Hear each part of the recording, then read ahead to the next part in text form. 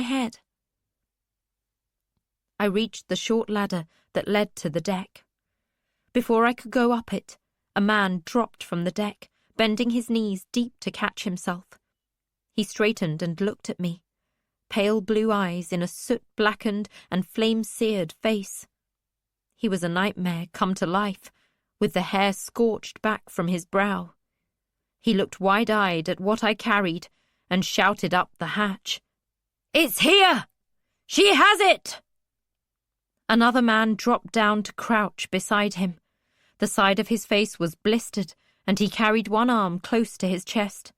The flesh of that arm was a ruin of fat blisters and burned shirt sleeve. "Girl, I need that. Amber told me about it the night I rowed her into Clares. It's for the ship. He needs the silver." "Boyo!" Per exclaimed in horror as he dashed up beside me. I clutched the container close to my chest. It was singing to me. Power and strength. It was mine.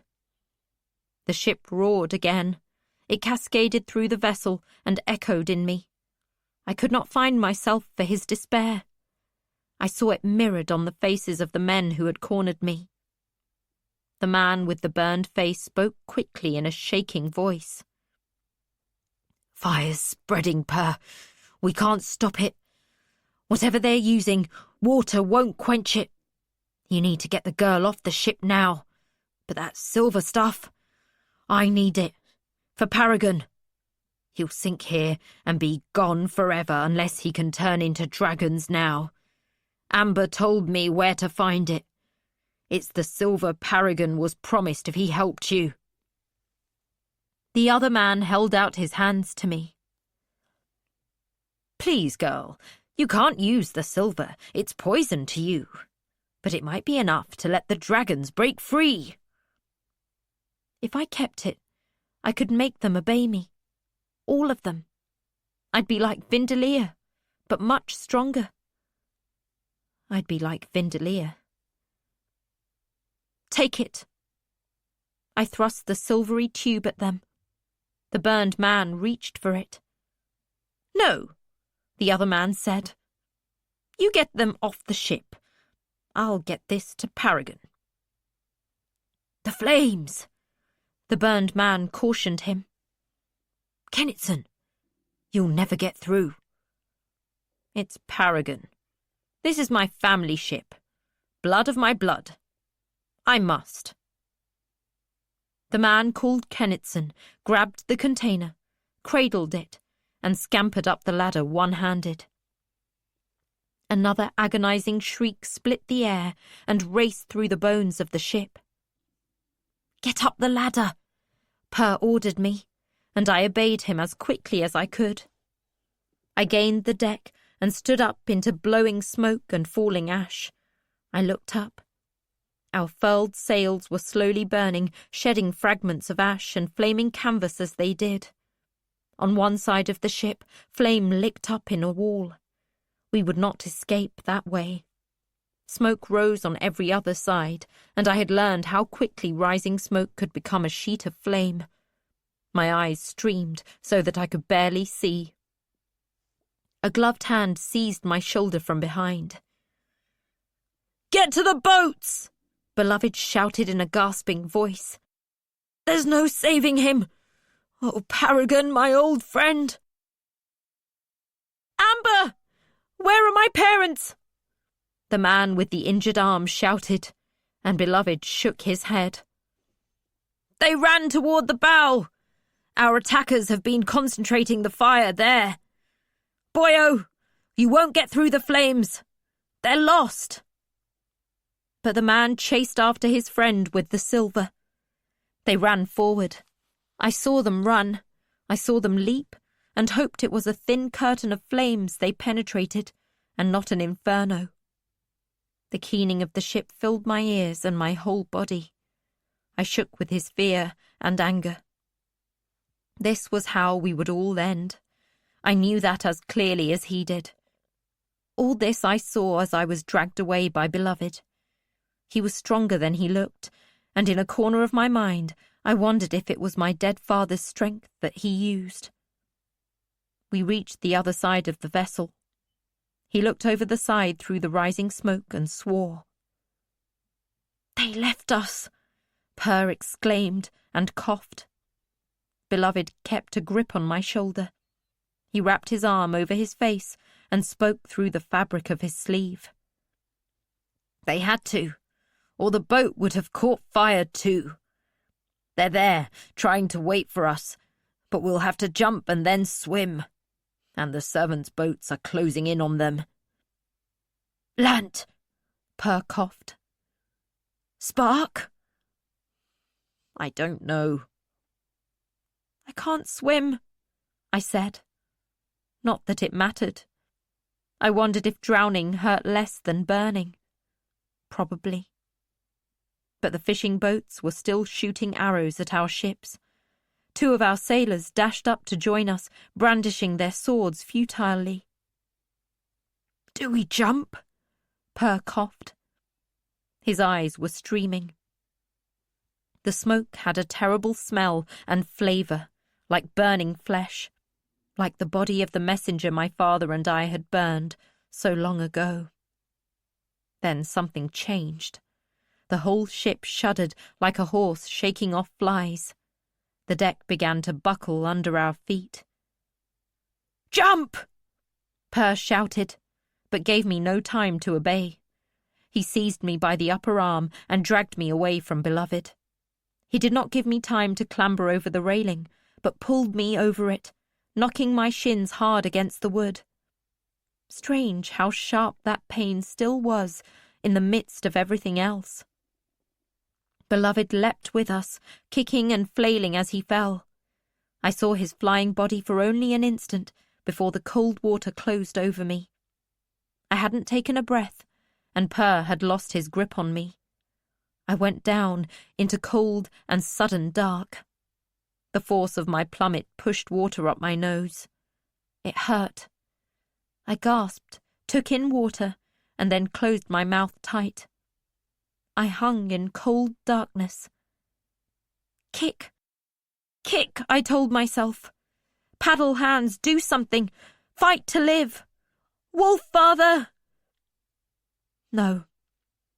He was gone, with my other father, and I was alone. I had to fight, as a cornered wolf fights, as he had promised my father would fight. I kicked and slapped wildly at the water that held me. I hated it as much as I hated Dwalia and Vindalia. And then, for an instant, my head bobbed above the water. There was no time to gasp before I sank again. Kick harder! Slap harder! Again I found light and the touch of air on my face. I spat and snorted water, battering my hands on the surface of the water viciously as I tried to stay above it. I gasped in air before a wave slapped me in the face. Someone caught hold of my arm. I climbed up him like a frantic cat climbs a tree, with no thought that I was pushing him under, as I thrust my head into the air. I took a deep breath, and someone else caught hold of me and dragged me backwards. "Relax! On your back!" a voice commanded me. The world around me was blurry. I could not relax, but she held me on my back, and the head that bobbed up beside me was Per. He spat, snorted, and caught hold of my arm. He drew himself closer to me. "Aunt, thank you." "Kick!" the girl said suddenly. "Kick hard!" I blinked salt water from my eyes. I was looking up. The ship seemed much larger from this perspective. Fire licked up his sides, and the scorched rags of burning canvas drifted up into the morning on the hot air that rose from him. I heard the dismayed and angry shouts of sailors on the other anchored ships, and twisted, fearing the flotilla of little boats that had attacked us, but they seemed to be drawing back now, satisfied with their handiwork. I was kicking my feet in imitation of Per and Ant, and we were moving away from Paragon, but slowly. The ship towered over us, slowly turning in his own inferno. I saw 2 more people leap through the flames to seek the dubious safety of the water. His slow wallow brought the twin dragon figureheads into view. They had been blue and green, but now both were scorched and burning. The wood seemed to fight the flames. Scorched black, the scales would suddenly reappear, blue or green, but the unquenched oil would ignite again, and the flames would flare. Fire licked up the long necks.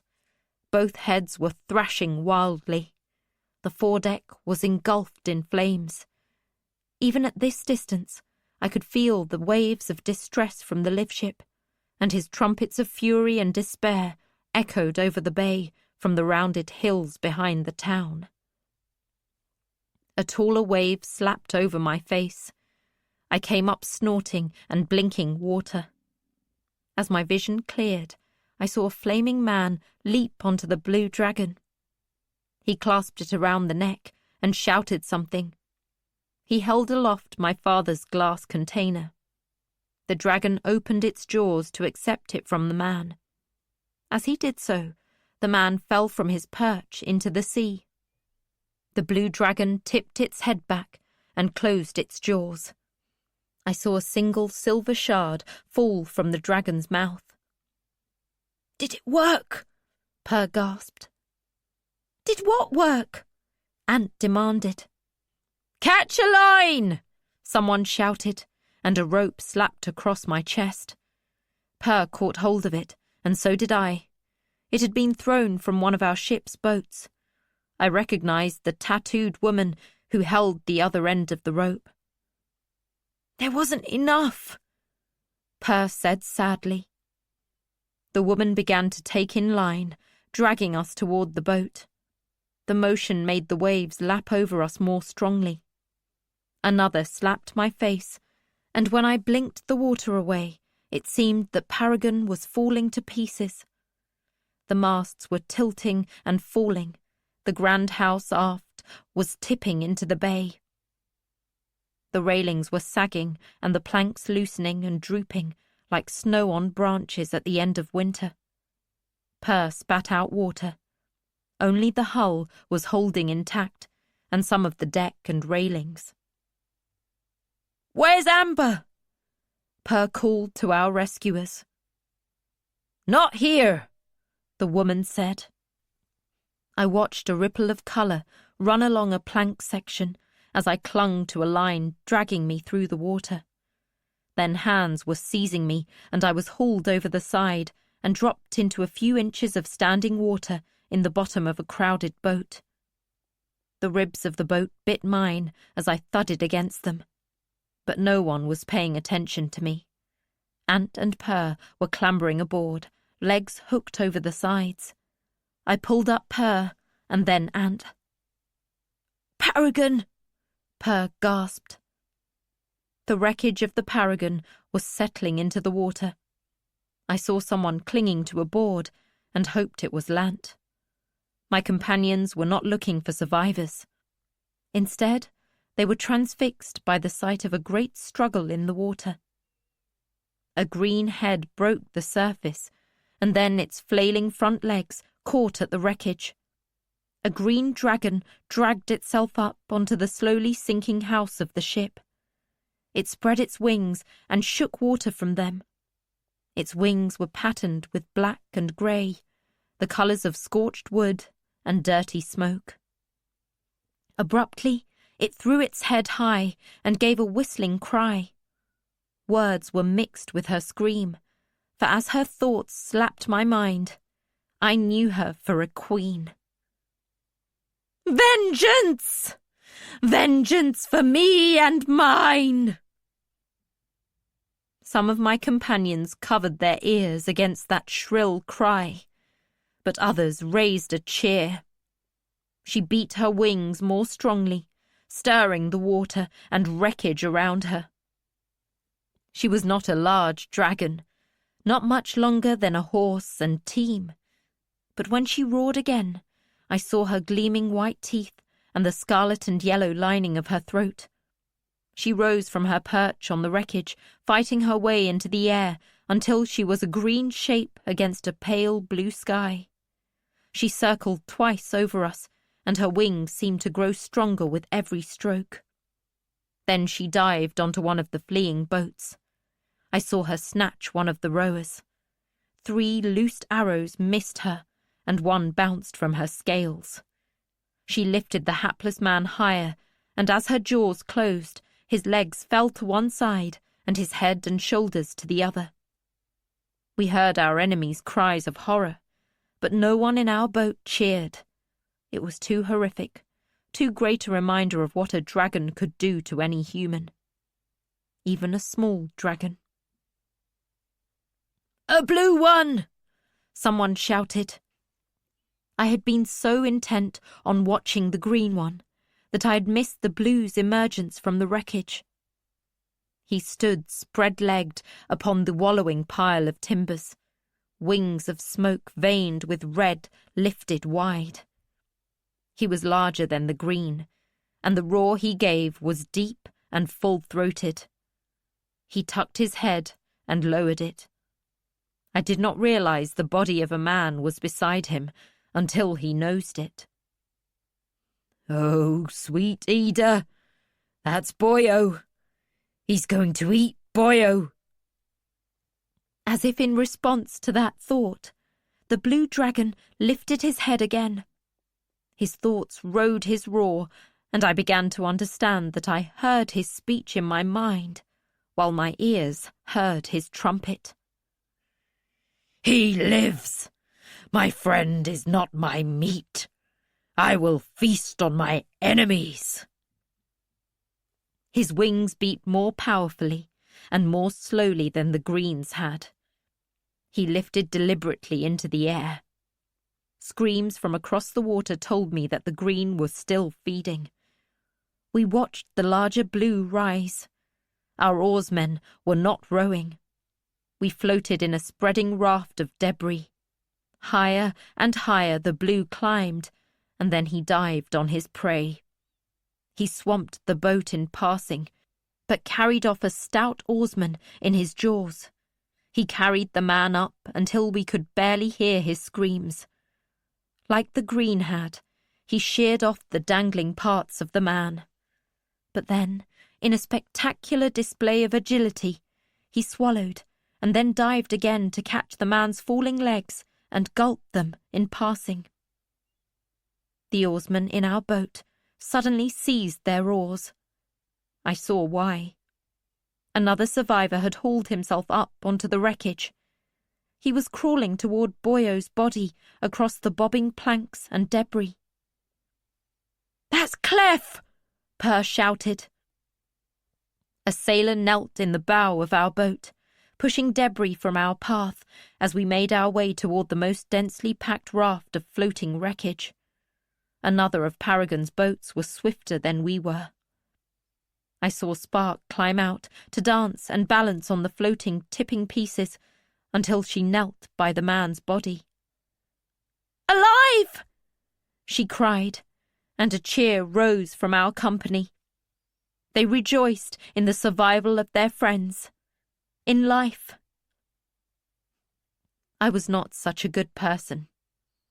I turned my eyes from the survivors and watched the 2 dragons harrying and chasing, feeding and soaring to let bloody bits rain down on the servants of the servants. I took my bitter satisfaction from their deaths. Chapter 39. The Vengeance. Of the treasure beach, this is known. You must anchor in the small bay on the south shore. Watch the tides. A low tide will strand you. A high tide coming in may well drive you into the shore. Walk the path through the forest with caution. Disaster befalls those who wander from the path. When you reach the far shore, walk along the tide line in the bay. Do not leave the beach. All areas on Others Island are forbidden to humanity except the beach and the path. you may find treasures washed up by the waves. The currents and wind seem to gather them from afar and deposit them there. Collect as many as you wish. None may you carry away. At the correct time, a being will come to you. Treat the being with great respect. Present the treasures you have gathered. In his wisdom, the being will tell you of your future and suggest the best paths for you to follow. When the telling is done, you may leave each treasure in an alcove in the cliff. You must not take with you anything you find on the treasure beach, no matter how tiny. To do so is to invite calamity upon yourself and all your descendants. Al-Yeni's List of Magical Places, translated by FitzChivalry Farseer. I was amazed at the destruction 2 dragons could wreak, but I was certain that the remainder of the servants were even more astonished. The blue and the green drove away the small boats that had visited such disaster upon us. The other ships that had been in port raised their anchors and unfurled their sails and fled the incomprehensible destruction. They must have believed that the folk of Clariss had gone mad to visit flames upon a peacefully anchored ship. To have the ship suddenly birth 2 savage dragons was surely beyond their comprehension. What shall I say of that chaotic afternoon? All my memories of it are sick and sodden with salt water and grief and intense weariness. With our enemies fled, we gathered up our friends, living, dead, and those in between. Our overladen boat made it to the end of a dock, and we claimed that space. 3 of our party, including the tattooed woman, seemed very familiar with battle. Deprived of weaponry, they still organised us in a defensible way, and stood ready with knives drawn. Others set out with the boat again, to find our other ship's boats and comrades clinging to the wreckage. "Will you feel safe if I leave you here and go look for the others?" Per asked me, very seriously. I shrugged. "None of us is safe, Per. This entire city hates us, and soon will find a way to show us."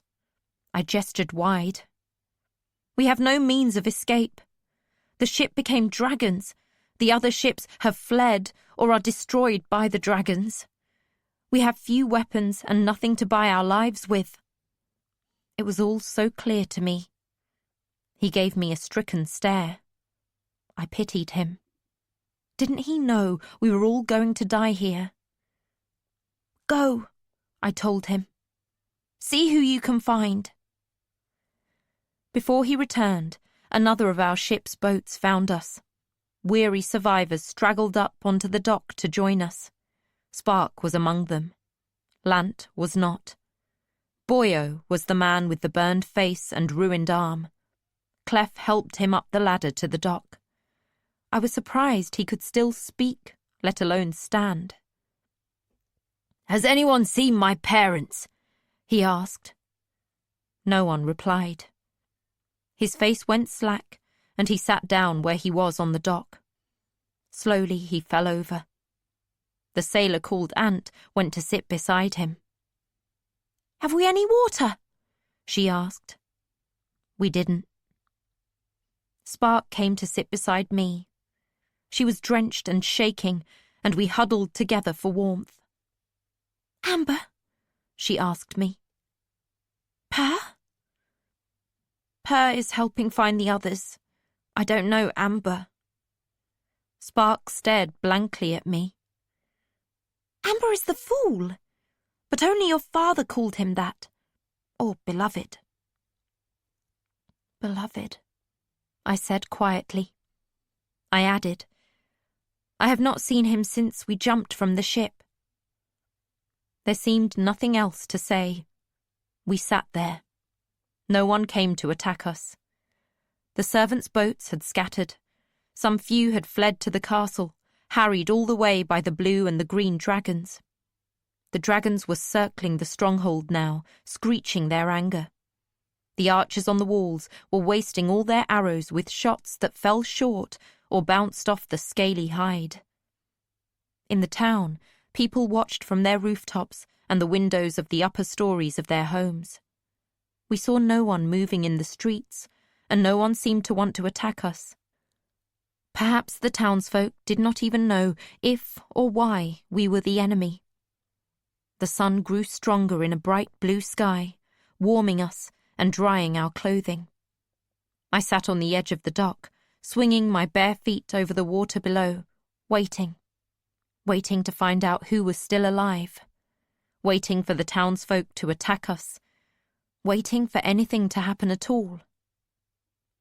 "I'm hungry and thirsty," I said to Spark, "and I wish I had shoes. That seems so wrong to me, so heartless that I can think of these things." I shook my head. "My father is dead, and I am wishing I had shoes." She put an arm around me. I found I didn't mind that. "I wish I could brush my hair and tie it back from my face," Spark admitted. "I wish that even as I wonder if Lant is dead, and strange to say, I feel angry with him." "That's because if you felt sad and wept, you would be making him dead in your mind." She gave me a strange look. "Yes, but how do you know these things?" I shrugged and said, "I'm very angry at my father. I don't want to weep for him any more. I know I will, but I don't want to." I rolled one shoulder. "And I'm very angry at Beloved. Amber." I spoke the name with disdain. "Why?" Spark was aghast. "I simply am." I didn't want to explain. He was alive, while my father was dead. He was the one who had brought it all down on us. Beloved. The one who led the servants to the doors of Withywards. The one who started it by making my father his catalyst. I looked at her. I asked a terrible question. "Do you know about Shun?" "Lant's sister, Shine? She escaped. Your father found her. That's how he knew you'd gone through the stone." "His sister?" I asked in confusion. Her smile wavered. "He was as surprised as you are now." She hugged me closer. "And he told me that at first you two did not get along at all. He told me a lot about you." Her voice trailed away. She shook her head suddenly. "I'm hungry, thirsty, and angry at Lant, and ashamed of feeling those things at all." She gave me a sad smile. "When things are so immensely wrong, it seems cruel that I long for a cup of tea and some bread. Ginger cakes. My mother used to make them for my father." I covered my mouth. "My mother would be so furious with him right now." And the hated tears welled again. A short time later, I saw one of our boats coming back to the docks. Per was pulling one of the oars.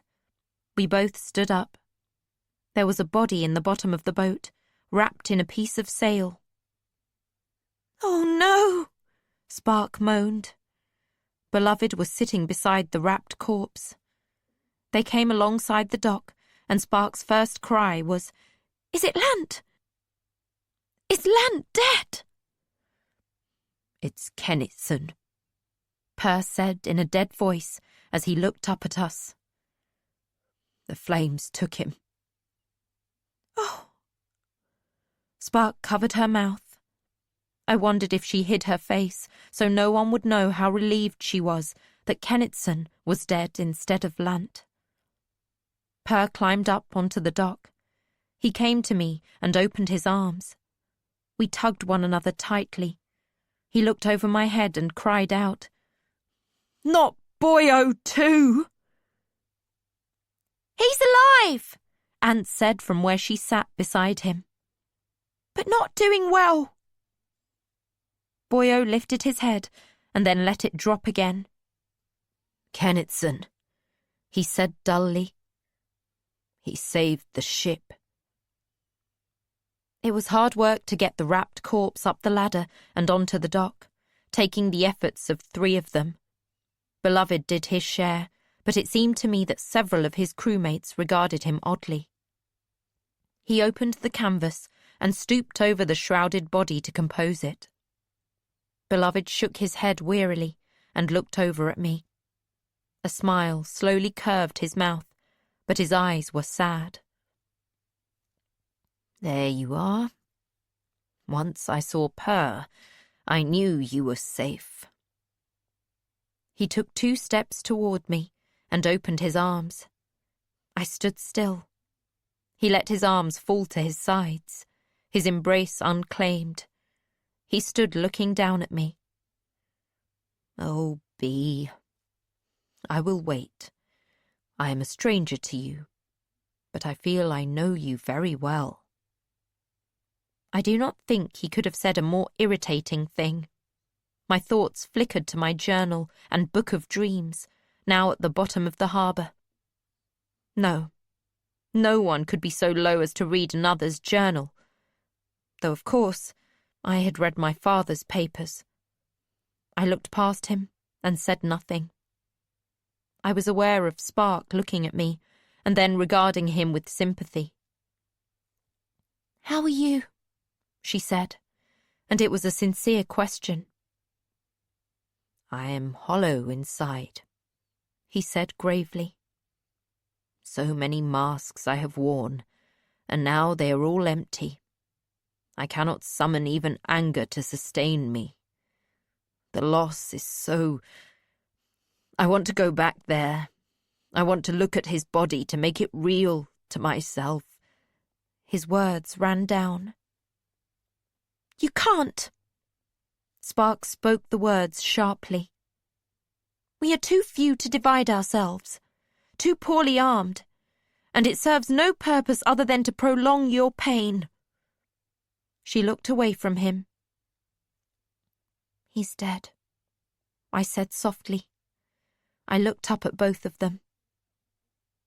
For a short time, I could feel him, connected to me. I felt him, and I felt Wolffather. They are gone now. He glanced at his gloved fingers, and then cradled that hand to his chest. "I know," he admitted. "But it was a terrible place to leave him, alone with the water rising." "Do we have a plan?" Spark cut in sharply. "Or do we just sit on this dock until they come to kill us all?" Her voice was hoarse, but level. Her throat was probably as dry as mine, and her stomach as empty. I was coming to like her. She had the same steadiness that Purr did.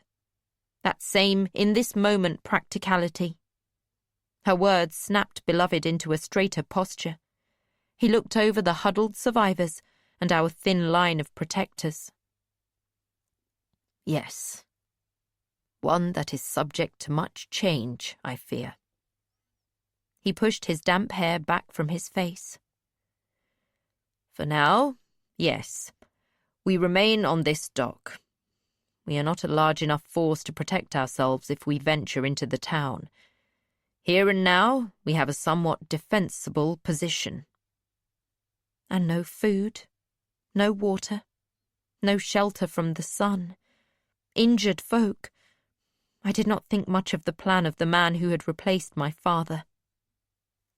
He folded his legs and sat down beside me. Spark copied him, and Purr came to join us. Boyo remained by the body. A muscled, scarred man was looking at Boyo's arm and the blistered burns on his face and elsewhere. Suddenly Boyo sagged to one side. The man caught him and eased him down. He had fainted. Ant had a knife and was staring off toward the town. I did not know the names of the others. There were 11 of them. One kept watch out over the harbour. The afternoon sun beat down on all of us. The tide had turned, and the waves were retreating, carrying the debris of our ship with them. The other large vessels that had been in the harbour were gone, save for one that was aground and listing. Per spoke. "If they come with archers, as they did before, we have no cover. If they muster their courage and come by boat as well as on the shore, we will be quickly surrounded. If all they do is keep us here, we have no food and no water, no shelter from the sun. We will end here, I fear." Those things are true, but for now, they are far too busy dealing with dragons to bother with us, and it's only to get worse for the castle, and then the town. Beloved turned his oddly pale eyes towards Clara's castle. The blue and the green dragon had finished with the small boats, leaving only floating wreckage on the water. The green one was now high above Clara's castle, wings spread, rocking in the air as an eagle does when it catches the wind and effortlessly rides it. The blue was actively harrying the castle, swooping and darting in a display of flight that mocked the archer's efforts to hurt him. Arrows still flew, but there were fewer in each volley. As I watched, the blue suddenly changed tactics. Graceful as an alighting swallow, the dragon swept in and up to perch atop one of the fort's towers. It was not one of the outer watchtowers that he chose, but one of the taller structures within the stronghold. The blue trumpeted loudly, as if calling to someone. Then he flung his head back and snapped it forward on his sinuous neck, mouth wide. Something sparkling flew from his open mouth. I heard distant cries. "He spits acid in a fine spray. Nothing stands before it. Not flesh nor armour, nor bone nor stone," Beloved told me. I looked over at him. Hap sang to me of dragons. I know what they do. I thought of the placid, cheerful wights in their little cottages, their spotless flowing garments and picnic meals under the blossoming trees. They would be punished alongside Capra and the servants and their warrior guards. Did they deserve it?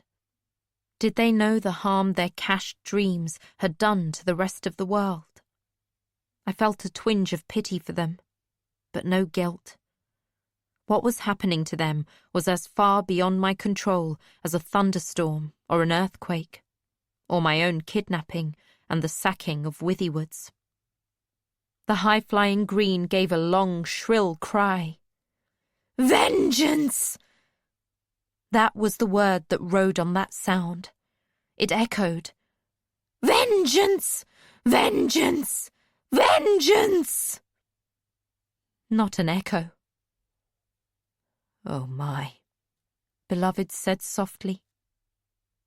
The vision my father had given him was becoming keener. He had seen them before anyone else. 2 little jewels sparkling and twinkling in the distance.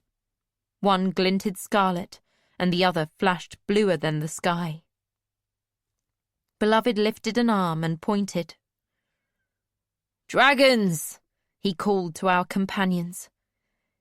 "Hebe and Tintaglia, unless I am mistaken. Rapscal said they would come." With a rattle of plumes, a crow suddenly settled on Per's shoulder. I jumped back in alarm, but he laughed joyously. She was a strange crow with a silver beak, and instead of being black, she had a glittering blue to her feathers and several scarlet plumes in each wing. And not the red of a rooster's feathers, but shining, as if polished metal could be red. Per cried out, "Motley! I feared you drowned or arrow shot. I am so glad you're alive. Where were you?" The bird bobbed her head as if in agreement. Then she spoke, her voice and inflection oddly human. She opened her wings. "I fly with the dragons!" Full of satisfaction. Then she turned her bright eyes on me. "A way out is a way in." A shiver went up my back. "You came to my cell," I exclaimed. But she paid me no mind. She had turned her head to stare up at the sky. "Icefire! Icefire!" I saw confusion cloud Purr's face, but before I could wonder what the word meant, I heard him. The black dragon came, not over the sea as the others did, but from inland. He announced himself with one roar. "Icefire! I return, and I bring your death!" Every driving beat of his powerful wings brought him closer. He grew ever larger until he seemed impossibly big. How could such a creature exist, let alone fly? But fly he did, and as he approached the castle, we heard only his wings. Then a cry burst from him, a sound so powerful that all of us covered our ears. But while we might hold out the sound of his roar, the sense of it imprinted itself in our minds. "Remember me, Clarez? Recall how you poisoned us with a feast of toxic cattle? Recall how you gathered to dance and sing to welcome us to your treachery? Recall how you butchered my fellows as they lay dying? How when I fought you, you filled my mind with a curse? Bury yourself in the ice. Back then I fled. You shamed me. You made me the last dragon in the world. But I shall not leave even one of you to recall how you all died this day." The blue took panicked flight from the tower, a jay rousted by a raven. The black dragon did not perch. He dived on the turret of one inner tower, hitting it with his talons and the full force of his weight and impetus. It fell, tumbling like a child's blocks. I thought he would ride it down, but his great wings beat and he lifted again. High he rose and higher. The blue and the green dragons circled wide around him, no longer actively harrying the castle. They kept their distance, and I wondered if they feared they might become his meal. Then he fell like a stone, straight down, and only in the final moment did he change his course with a shifting of his wings, driving himself against one of the skull towers. It was a sturdier thing than the graceful inner towers. Even so, it could not withstand the blow. The fearsome head tipped as if it had taken a monstrous slap. A shocking crack ran down the structure, and as the dragon clung to the skull, pushing and flapping, the crack opened wider. The skull overbalanced, and Icefire lifted away from it as it leaned ever so slowly, and then fell. Even at our distance, the sound it made as it struck the earth was impressive. From her perch on Purr's shoulder, the crow opened wide her wings. A string of enthusiastic caws burst from her throat. She bobbed her head and declared, "Dragons! My dragons!" Purr put his hands on her to prevent her from taking flight. "It's too dangerous," he warned her. "My dragons!" she insisted. "She has finally found a flock to join," he observed to me. "Her own kind always pecked her, but the dragons have taken her in." His eyes on the dragons and their destruction, Beloved asked, "If a flock of crows is a murder, what should we call a group of dragons?" "A catastrophe of dragons," someone said, with no humour in his deep voice. "Stay where you are!" The outcry from one of our guardians jerked my attention back to the land end of the dock. A familiar figure stood there. My heart lifted for a moment, and then I wondered. Friend or foe? "I have no weapon," Prilcop pointed out. I wasn't sure of that. 2 of the whites we had freed from their cells stood behind him. They had recovered enough to be carrying a large bucket between them. "I've brought you water, and I offer you shelter in a friend's home." He turned and gestured at the 2 whites to bring the bucket forward. They exchanged a look, and one shook his head vigorously. They set the bucket down and retreated farther down the dock. Prilkop stared after them. Then he walked ponderously back to the bucket, took it up, and walked slowly toward us, the water sloshing over the brim at each step. We watched him come, and all I could think of was the water. He clutched the bail of the bucket in both hands, and it was splashing on his legs and feet. I suddenly saw that he was an old man, and not very strong any more. Behind him in the town, people were leaving their homes, some scampering like frightened squirrels, and others moving purposefully, pushing barrows and carrying large packs as they fled. Some of them had clearly understood what Icefire was saying. I wondered if those who lived here knew tales of how the servants had killed and driven off the dragons. Had they ever imagined such a vengeance? Beloved walked past our glowering guardians, went over to Prilkop, and took the pail. "Thank you, old friend," he said, and left Prilkop standing there as he brought the water back to us. "Are you sure it's clean? Not poisoned? I heard that dragon say they were poisoners." This from the tattooed woman.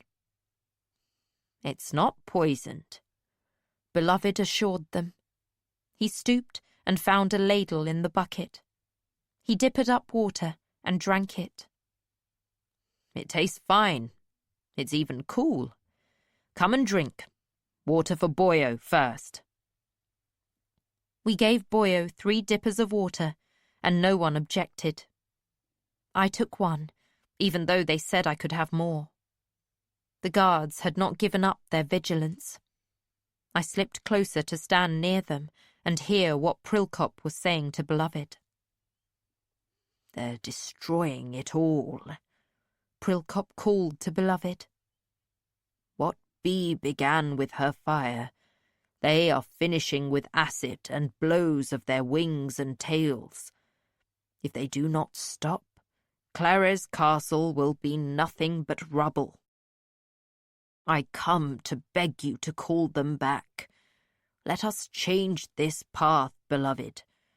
Negotiate a peace for us.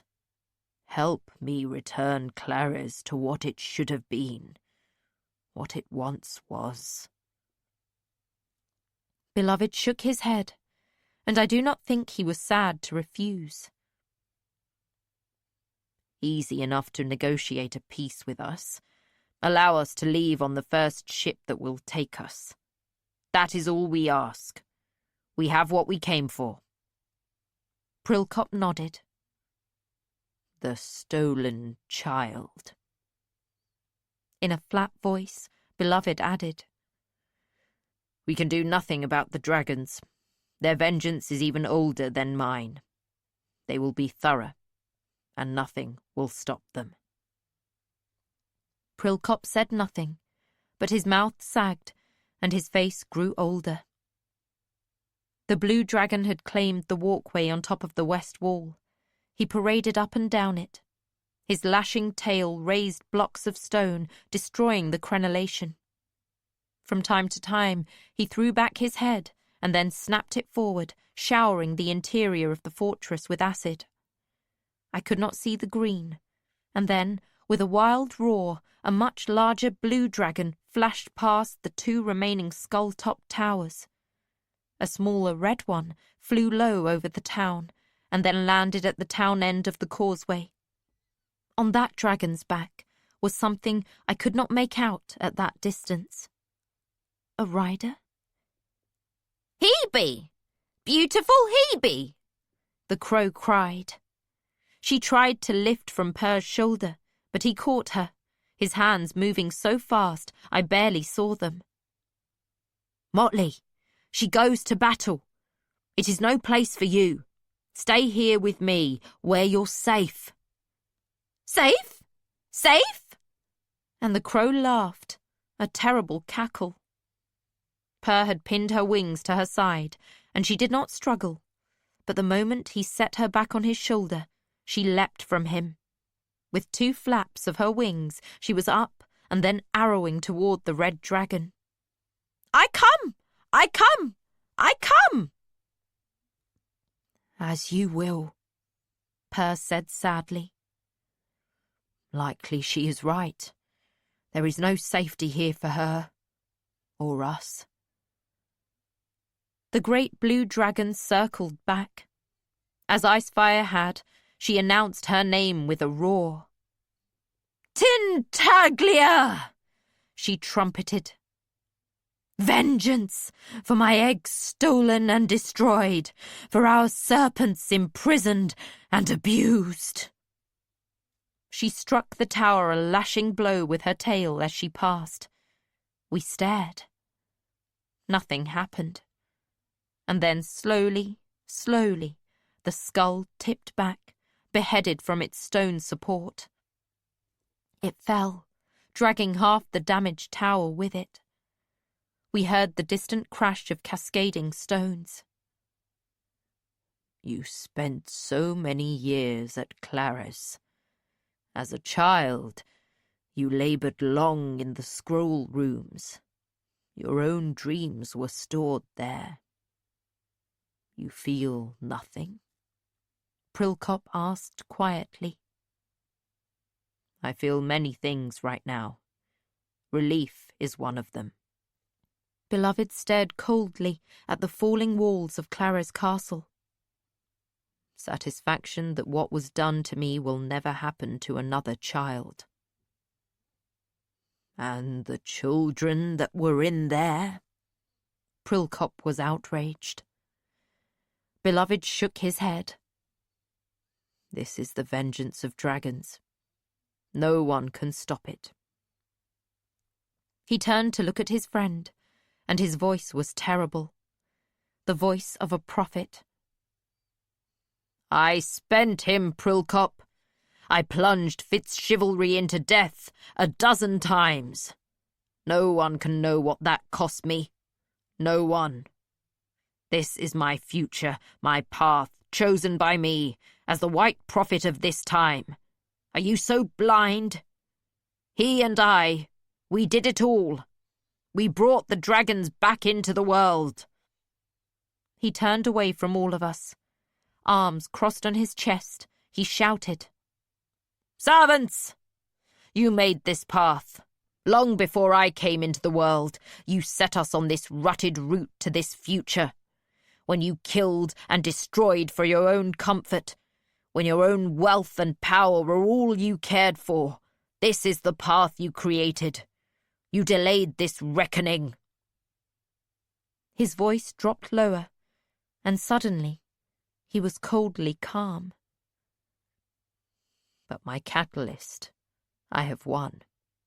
The future is here, and the vengeance is greater than even a prophet could predict. His voice, so grand a moment before, cracked and broke as he said, Bought with his death. The sea wind blew past him, and his pale hair stirred slightly in its passage. I did not have to touch him to see that he had been a nexus. For one instant, all the possible paths that had been shone around him. Then they moved, converging into one bright way, before it too exploded into 1,000 paths. They dazzled my eyes, and I could not look away. But abruptly he dropped his hands, and he was just a slender, pale man as he asked on a sob, Do you think I would undo one moment of my catalyst's work? He knew, as I did, that it all had to end. Beloved was as much the destroyer as I had ever been. Pull out the deepest root of the weeds. I did not know I was going to do it, but I stepped forward. I took his gloved hand in mine, and we stood, staring at Prilkop. "Will they destroy the town as well?" Prilkop whispered in horror. "They will," Beloved affirmed. Our small party had gathered around and behind him. "Prilkop, I see one narrow path for you. Take those you have and flee to the hills. It is all you can do and all I can give you. This is a balancing of the scales that was long in coming." He shook his head. "It did not begin with me, but with the dragons, and the dragons have come to finish it." Prilkop looked toward the castle, his hands trembling. With no fear, Beloved went to him and embraced him. He spoke quietly. "Only for what you must feel, old friend. I am sorry. Take those you can. Guide them toward a better path." "There were children there," Prilkop said brokenly. "There were children at Withywood's," I reminded him. I did not say I had been one of them. "They have done nothing to deserve such punishment." "And my folk were just as innocent." Could he not hear what I was telling him? Purr was suddenly beside me, his round face contorted by an anger I'd never seen before. "Did my father and grandfather deserve to die so that you could kidnap a girl? Your people erased my mother's memories of me so that she denied me and sent me away. Neither of us will ever get past that. Do you understand that when the servants came to Withywood's, they destroyed my life as well as Bee's? And now her father is dead because of what they did." I suddenly understood something from a long-ago dream. "Did you know that they arranged for nets to be set off Other's Island, to capture and kill the serpents so that they would die and never become dragons?" "But—" Prilkop began. Beloved stepped back from him. His voice was harsh. "No one deserves to die like that. But very little of what happens to us in life is what we deserve." Still the old man stood staring at us pleadingly. "Prilkop, time does not pause. Go." Prilkop stared at him, as if shocked beyond words. Then he turned and stumbled away. In a few steps, he recovered himself and began a dogged trot. I watched him go. Our companions looked at us questioningly, but there was nothing more to add. "Boyo is awake," I said quietly. Ant turned and hastened to his side. He was sitting up, but looked worse than he had. Beyond him, out in the water, something moved. "What's that?" someone demanded, drawing our attention to the other end of the dock. "There's someone in the water!" Spark cried. All her heart was in her shout, and with no hesitation she leapt from the dock to swim to the man who clung to a bit of plank and doggedly kicked. We watched her go, some shouting encouragement. She reached him, and we saw her take her place beside him on the broken board. They both kicked then, and slowly, they reached a point where Boyo suddenly cried out, "It's my Da! He's alive! But where is my mother?" He staggered to his feet, swayed, and then Ant seized his good arm to support him. "Brash and Trell," Purr said.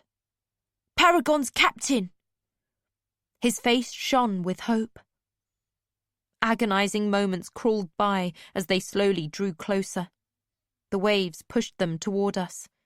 Boyo stood, his burned arm held close to his chest, his scorched face full of hope and misery. When they were close enough, Per climbed down to help first Brashen and then Spark to climb out of the water. The moment the man was on the dock, he sank down and Ant lowered Boyo beside him. The father reached for his son, then drew back, not daring to touch his burned flesh. They both wept as the captain brokenly explained that he had seen Althea briefly when the ship fell apart, but not since. He had been swimming from raft to raft of wreckage, looking for some sign of her, but found nothing. When the wreckage began to drift out of the harbour, he knew he had to try to return to shore before he was carried out with it. Too weary to swim any longer, he had clung to a plank and stubbornly worked his way back to us. Those who clustered around father and son smiled and wept. Spark, I noticed, isolated herself to sit and weep noisily, yet privately. Lant was gone as Althea, and probably others of the crew I had never met and knew nothing about. When the captain saw the carefully composed body on the dock, he gave an exclamation of both pity and despair, and Boyo began to weep afresh. "I failed, duh. Twice I tried to get through the flames to the figurehead, but the pain drove me back. In the end, it was Kennitson who saved Paragon from dying. He claimed the silver from me and ran right into the flames. I heard him screaming, but he didn't stop. He saved our ship." The man said nothing to try to comfort Boyo, but just let him weep. The two small dragons that had been his ship were like fluttering ribbons in the sky. Though so much smaller than the other dragons, they were just as intent on the destruction of the castle. He watched them. "So many losses," he said. The red dragon rampaged on the ground. The ship's dragons soon joined her. They were thorough in their destruction, moving methodically from structure to structure. They started at the houses and businesses closest to the causeway. There were no flames. The red dragon spat acid, and then, when the structures weakened, turned them to rubble with a blast of her wings or a sweep of her tail. We heard the crashes and the shouts, and the stream of fleeing folk became thicker. Some fled up into the pastures and farmland behind the town. Others pushed carts and followed the road that wound up into the hills. I sat on the dock and looked up, past the roofs of the warehouse and fine homes to the hills beyond. People joined the sheep there, and then pushed on to vanish over the ridgeline. Slowly, the summer evening waned away. There were no flames to light the night. When Icefire and Tintaglia had finished with the castle, they joined the smaller ones in a very organised destruction of the city. There was nothing random in what they did. The ruination was as coldly calculated as anything Dwalia or Capra had visited upon me. Mothers fled with their babes in their arms. Fathers with small children in barrows or on their shoulders ran past. I watched. This was not justice at work, but vengeance. Vengeance took no account of innocence or right. It was the chain that bound horrific events together, that decreed that one awful act must beget another worse one, that would lead to yet a third. It came to me slowly that this chain would never end. Those who survived here would hate dragons, and the folk of the 6 duchies, and perhaps the Pirate Isles. They would tell tales of this day to their descendants, and it would not be understood or forgiven. It would someday beget more vengeance. I wondered if that was a thread that was wrapped around every path. I wondered if ever a white prophet would come who could snap it. Boyo suffered from his burns, and many of the others from their lesser injuries, but we dared not leave our little spot of safety while dragons walked the streets and flew over the houses. I dozed in the night, when sleep eventually triumphed over fear and discomfort. In the dawn, I wakened to a place I had never been. Every structure in the town was roofless, with walls cracked and crumbled. The harbour was studded with the masts of sunken wrecks. Of the piers and docks, only ours was left intact. The scene was eerie, lifeless. The streets were empty of people. I wakened because Spark shook my shoulder. I sat up to see the smaller blue and green dragons advancing down the dock. "What do they want?" one of the guards demanded in a shaking voice. Beloved went to him and pushed aside his blade. "They come for their own. For one they claimed as kin. Step back, for they will pass whether you clear away or not." Brashen stood over his huddled son, for Boyo could no longer stand for the pain of his burns. Some of the other sailors retreated to the end of the dock, but Spark, Purr, and I remained where we were. The planks of the dock complained under their weight as the dragons came toward us, turning their gleaming heads on their serpentine necks and snuffing the air near Beloved. Their eyes spun like twirling silver buttons. The blue opened his mouth, the better to test the air near him. "Tell me what they say," Purr breathed beside me. "They have said nothing yet," I replied. He took my hand in his, and I wondered if he sought to give me courage or borrow mine. It did not matter. I welcomed it. Small dragons were still very large creatures, and they were very close to us, but even in my fear and sorrow, their beauty made me smile. "We have come for him," the blue one said, and I repeated that softly to Purr. Beloved turned back toward us. "The dragons that were once Paragon the ship have come to claim the body of Kennitson." I saw the uneasiness that went through all the others. The tattooed woman who had rowed the boat for us asked, "To do what?" Beloved looked down at the body and then around at the gathered crew. "They will eat his body, to keep his memories among their own." At the looks of horror that his words awoke, he said, "The dragons consider doing that an honour." "Is this a fitting end for the Prince of the Pirate Isles?"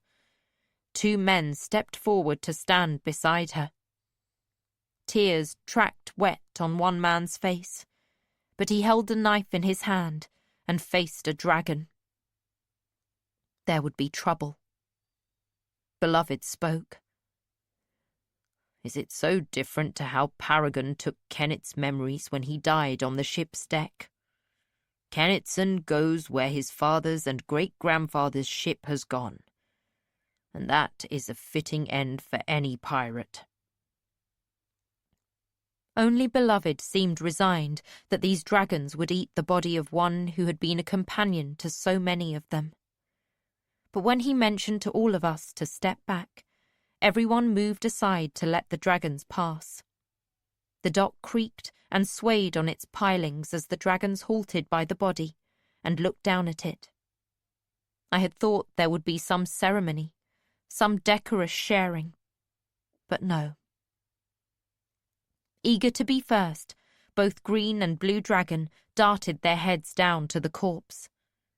We'd had only a piece of scorched sail canvas to cover him with, so nothing shielded us from the sight of the Blue Dragon seizing Kennitson by the head and tugging the corpse upright as the Green's head snaked in to shear off the bottom half of his body.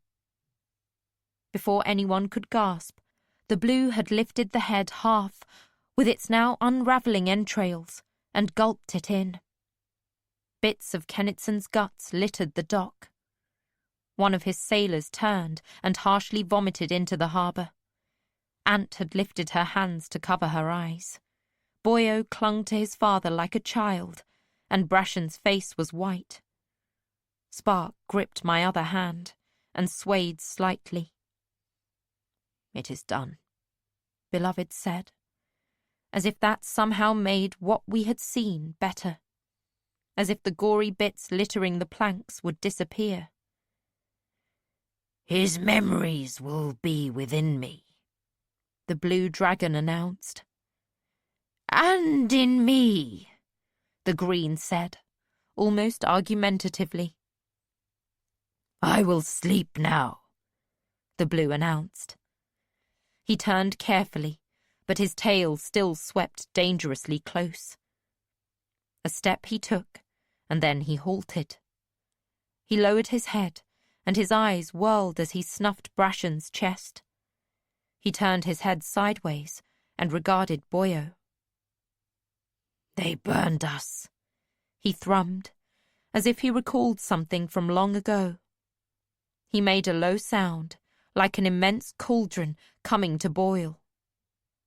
"They have paid," he said. A longer time he stared. "Boyo, I give you the honor of my name. Carrick." He lifted his head. "And I take part of yours. Carrick Vestrit I shall be. I will remember you."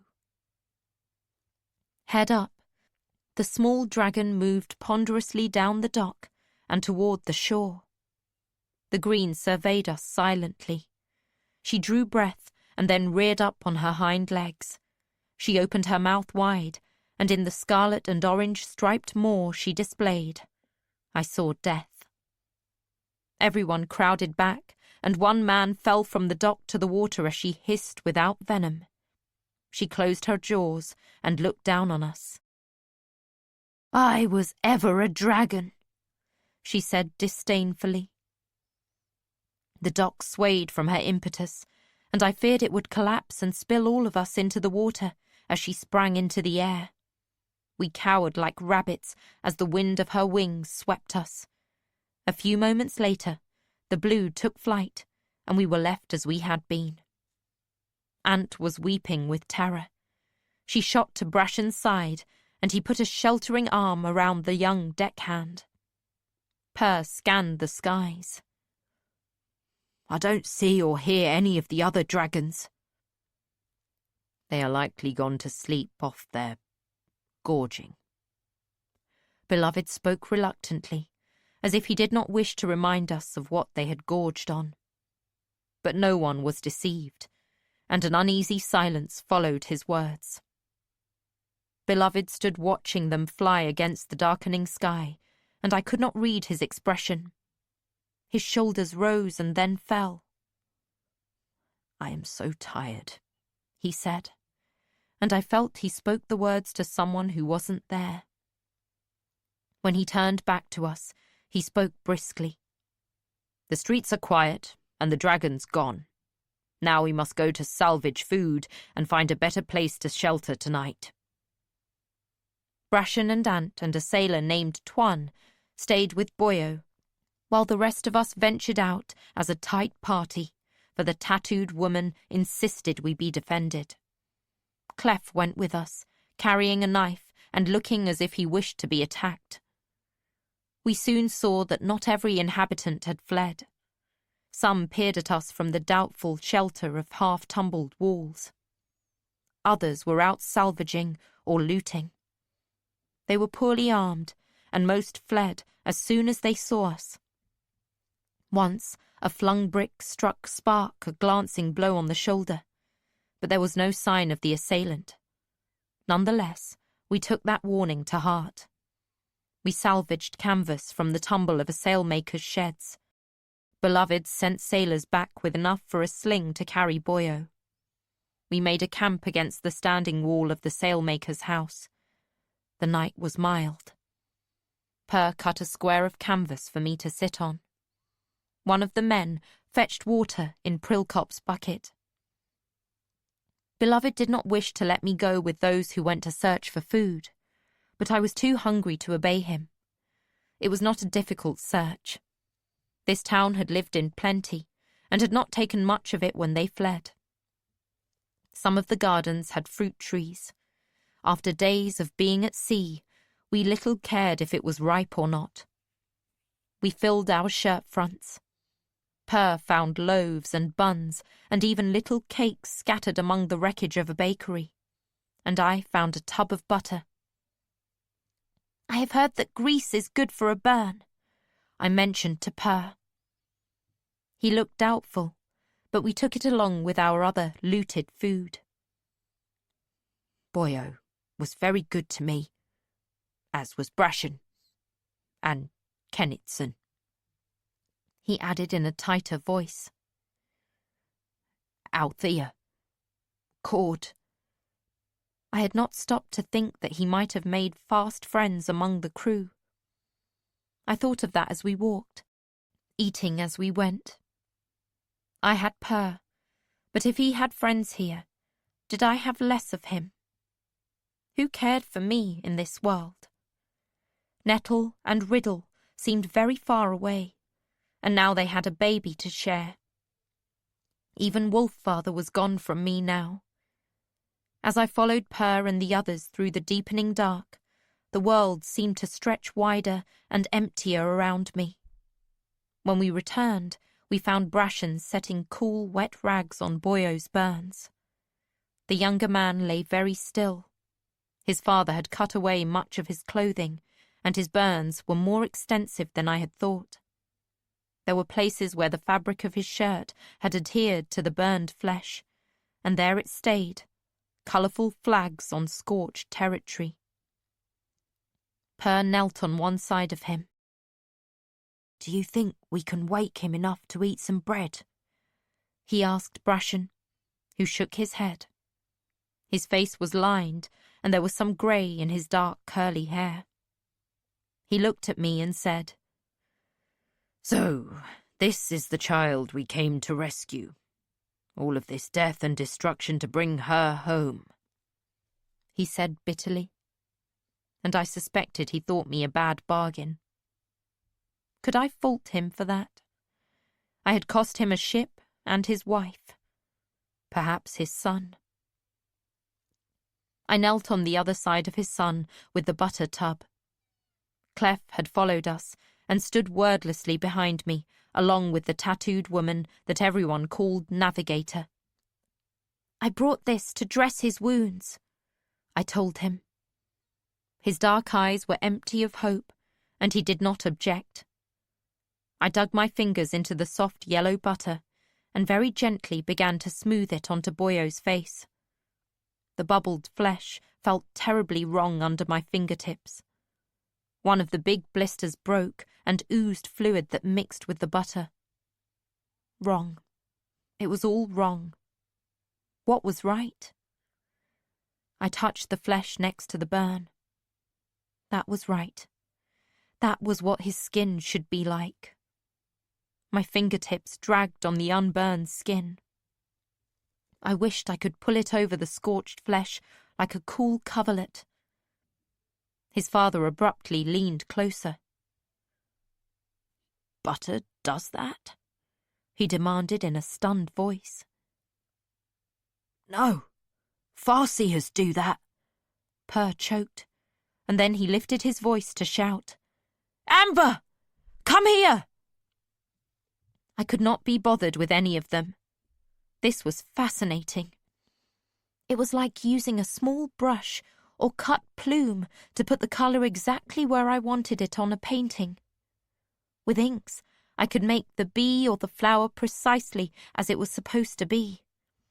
With my fingers, I could draw the healthy flesh back over the burned parts. No, that wasn't exactly it. Starting at the healthy flesh was a good idea, but the clean skin was a spreading thing, like green plants growing over scorched earth. I pushed the debris of dead skin out of the way. "Bee, stop that! Boyo needs to rest and to eat. Later, perhaps, you can do more. Bee, can you hear me? Purr, I dare not touch her. You must do it. Lift her under her arms and draw her away from Boyo." The next thing I knew, I sat by the fire, blinking. Per was standing over me, a peculiar look on his face. "I'm so hungry and tired," I told him. A smile quirked one corner of his mouth. "I imagine you are. Well, we have bread and butter and some fish." My nose told me of chickens spitted over our fire. The others had been as successful in their scavenging. They had a cask of something and were breaking a hole in the top of it. I suddenly smelled beer. I stood up unsteadily and looked over toward Boyo. His father was smiling at me, but his cheeks were wet with tears. All doubt of me was cleared from his face. Beloved knelt by the lad. I had not healed his entire face, but he could close both his eyes now, and his mouth was intact. "He's wakeful enough that you should get him to eat. It draws strength from the injured person when a Farseer heals someone." Beloved gave me a worried look. "It wearies the Farseer as well." A louder voice cut through his words. "Ah, I see that you have recovered the lost child, and if my ears do not deceive me, she is indeed her father's daughter." I startled, for the stranger had come up on us quietly.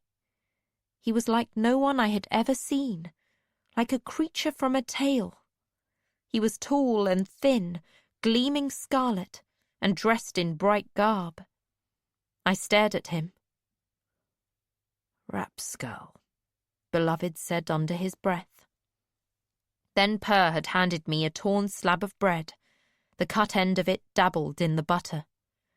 I bit off such a large bite that I got butter on both my cheeks. I didn't care. I chewed as I stared at the red lizard man. His clothing had lots of leather straps and buckles. Things were clipped to him, a water skin, and other gear I didn't recognize.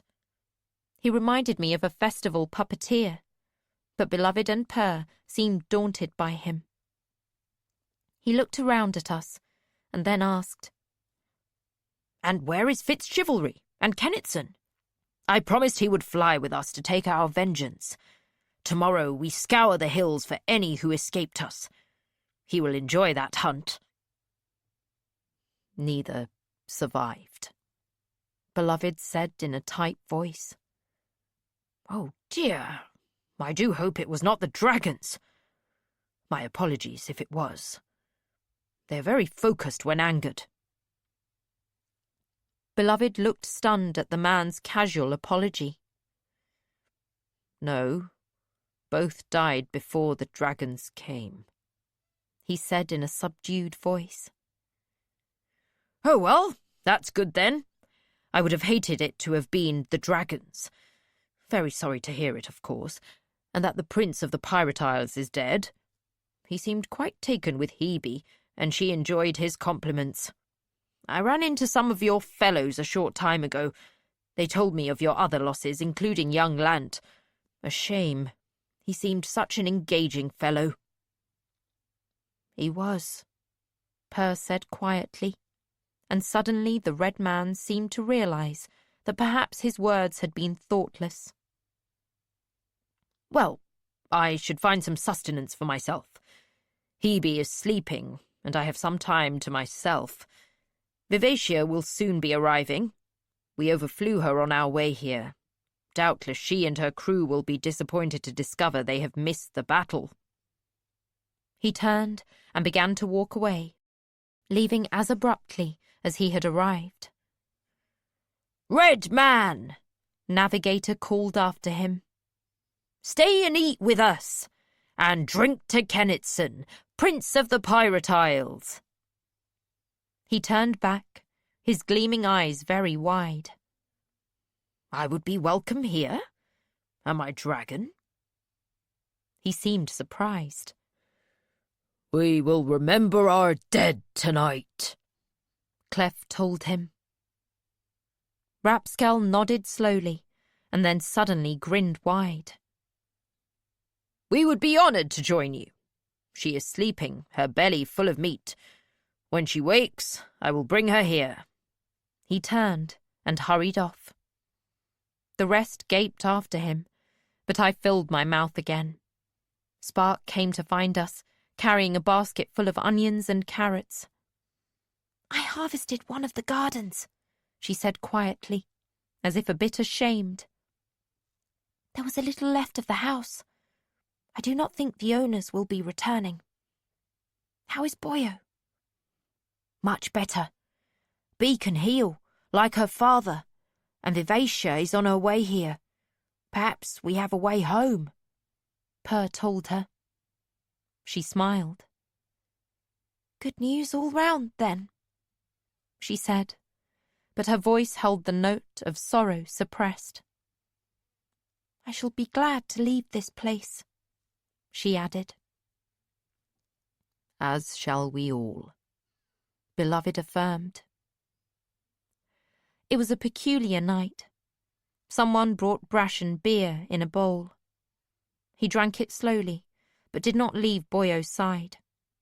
Rapscal did come back, and with him a scarlet dragon named Hebe. I was surprised to find that Hebe was shy and held herself apart and did not speak at all. Some of the crew got very drunk and sang songs about loot and sailing.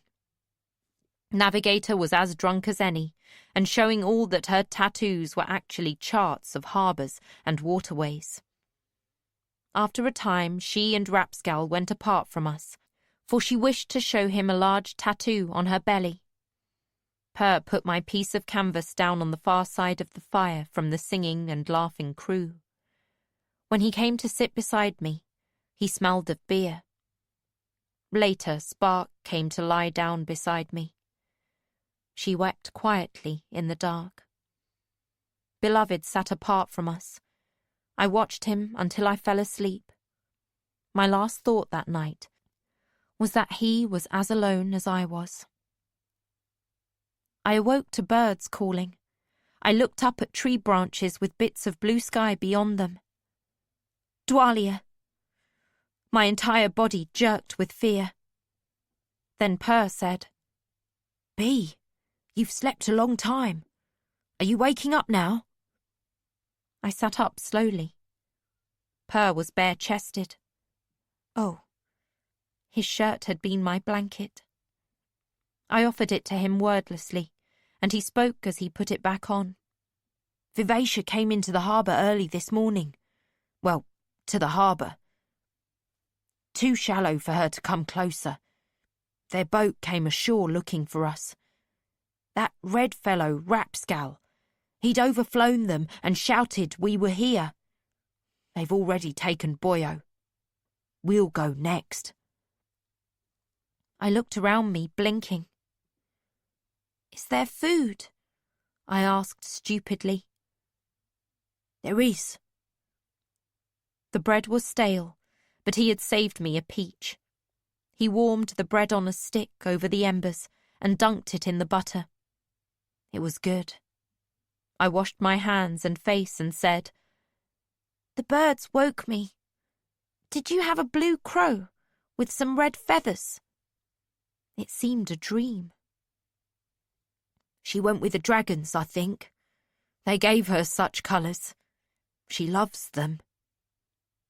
He seemed sad. I changed the subject. "Who is Vivacia, and why has she come?" "She's a live ship, like Paragon was. She came following the dragons and Rapscal. She'd gone to the others' island. There was a battle there too, to kill all the others who had been taking the dragon eggs or capturing the little serpents as they hatched. Then Vivacia said they must now come here to help Tintaglia take revenge." "I see," I said, but only to stop his flow of words. My head felt too foggy to take on so much information. I stood up slowly and looked around. Spark was drifting listlessly about our camp, as if looking for anything that needed to be done. Her eyes were red, her mouth drooping. The others were gone. Did beloved go to the ship with the others? No. He went up into the hills to try to find his way back to the tunnel. He went before in the night, but could not find it. So he got up very early, as soon as it was light, to try again. And he didn't wait me to go with him. Anger coursed through me. Nor me, nor Spark. He told Ant to tell us where he'd gone. He put more bread on the toasting stick. I think he needed to go alone, Bee. And what about what I might need? I raged. The anger that shot through me was as heady as when the skill rushed from me, like the night the serpent's bit had got in my cuts. Bee, Per said, and stepped a little back from me. I saw beloved at the edge of the camp. He walked slowly, looking at the ground. I did not run to him. I shouted. Did you see him? You went without me! I could not keep the anger from my voice. No. His voice was a hoarse admission of defeat. I found the tunnel mouth again, but it was as I feared. At a high tide, it floods full. I winced. I did not want to think of my father's body floating in cold seawater while fish nibbled at him. He's dead. I told you that. I felt it. He didn't look at me. With an effort, he said, Spark, Per. If there's anything you want to take, gather it. I promised Wintrow I would not delay the sailing. There's probably a boat waiting for us now. Per had piled fruit onto a square of canvas. He bagged it up and said, That's it. Ready to go. I'm taking nothing from here, Spark said. Beloved looked at me. I shrugged. Nothing. Taking nothing. Leaving everything. I know he's dead, he admitted brokenly. He finally turned toward me. The rims all around his pale eyes were red. There were deep lines around his mouth. He looked at me. You are all I have left of him now. I spoke very quietly. Then you have nothing at all. Chapter 40. Warm Water. Battle death to your last breath, and even unknown you are a hero. Whimper your way into darkness, and your name will become a taunt of cowardice. Chalcedian saying. Dying is boring. Night Eyes observed. I drew a deeper breath. Perhaps you are not taking it as personally as I am. My voice sounded strange to me. Water had risen in the chamber, and I had wondered if I would drown, trapped on my back with my head lower than my hips and my legs pinned between stone and stone. It was among the worst deaths I could have imagined for myself, but it had not even wet my hair. If it had come that high, I probably would have drunk some of it, salt water or not. I was so thirsty. The water was retreating now. The high tide had not reached me. This time. Perhaps the next tide would reach higher. I would almost welcome it, I decided. I had never expected to awaken in my body again. Never expected to endure physical discomfort again. Now it seemed unfair that the pain from my trapped legs was not enough to drive hunger and thirst from my thoughts. I wrapped my arms around my body. I was cold. Not the cold that kills, but the cold that makes one stiff and miserable. Your death is personal, little brother. When you go, So do I. You should have stayed with B. All the same, when you perish, I go too. The blackness was absolute. Either I was blind or no light reached this chamber. Likely both were true. But I didn't regret giving the fool my strength and my eyes. I hoped it had been enough to get them out of this tunnel and back to Paragon. I hoped they had boarded the ship, hoisted anchor, and dropped sail and fled without another thought for me. I tried again to move. The edges of the stone steps dug into my hips, the middle of my back, and my shoulders. Cold and hard. The sword slash still hurt, and the back of my neck itched maddeningly. I scratched it again. It was the only discomfort I could do anything about. So, the plan is to lie here until we die. It's not a plan, Night Eyes. It's inevitable. I thought you were more of a wolf than that. That stung. I scowled and spoke aloud into the darkness. Give me a better plan, then. Make up your mind. Is death a friend? Then go joyfully to hunt with it as I did. If it's an enemy, then fight it. But don't sag here like a wounded cow waiting for predators to finish it off. You are not prey, nor I. If we must die, let us die as wolves. What would you have me do? Chew off my legs? A brief silence, then, could you do that? I don't bend that way. My teeth are wrong, and I'd likely bleed to death before I escaped. Then why did you suggest it? I was being sarcastic. Oh. B was not sarcastic. I enjoyed that about her. Tell me of your time with her. A longer pause in his thoughts, then, no. Fight your way out of this and live, and perhaps she will tell you herself. I am not going to share tales of her hardship while you lie here and moan like a wounded sow. Her hardship. How bad was it? Bad enough. His rebuke stung in a way that only his disdain of me had ever achieved. I tried again to shift my legs, useless. The fallen beam pinned me just above the knees. I could not get any leverage. I tried to remember if I'd had a long knife in my pack. The wolf was right about that aspect of my predicament. I did not want to linger like this. Would I go so far as to sever my legs to escape? A ridiculous idea. My knife would never go through leg bones. Was the ship's hatchet in my bag? I groped for my pack.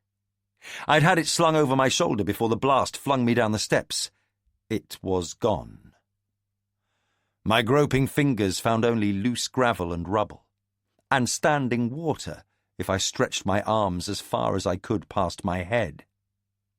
I paddled my fingers in the water and then wiped grit and dust from my face with my wet hand. The warm water felt good. I reached my hand into it again and trailed my chilled fingers in it. Warm water.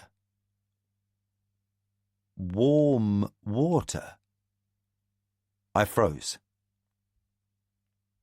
In my experience, two things gave off warmth: living creatures and fire.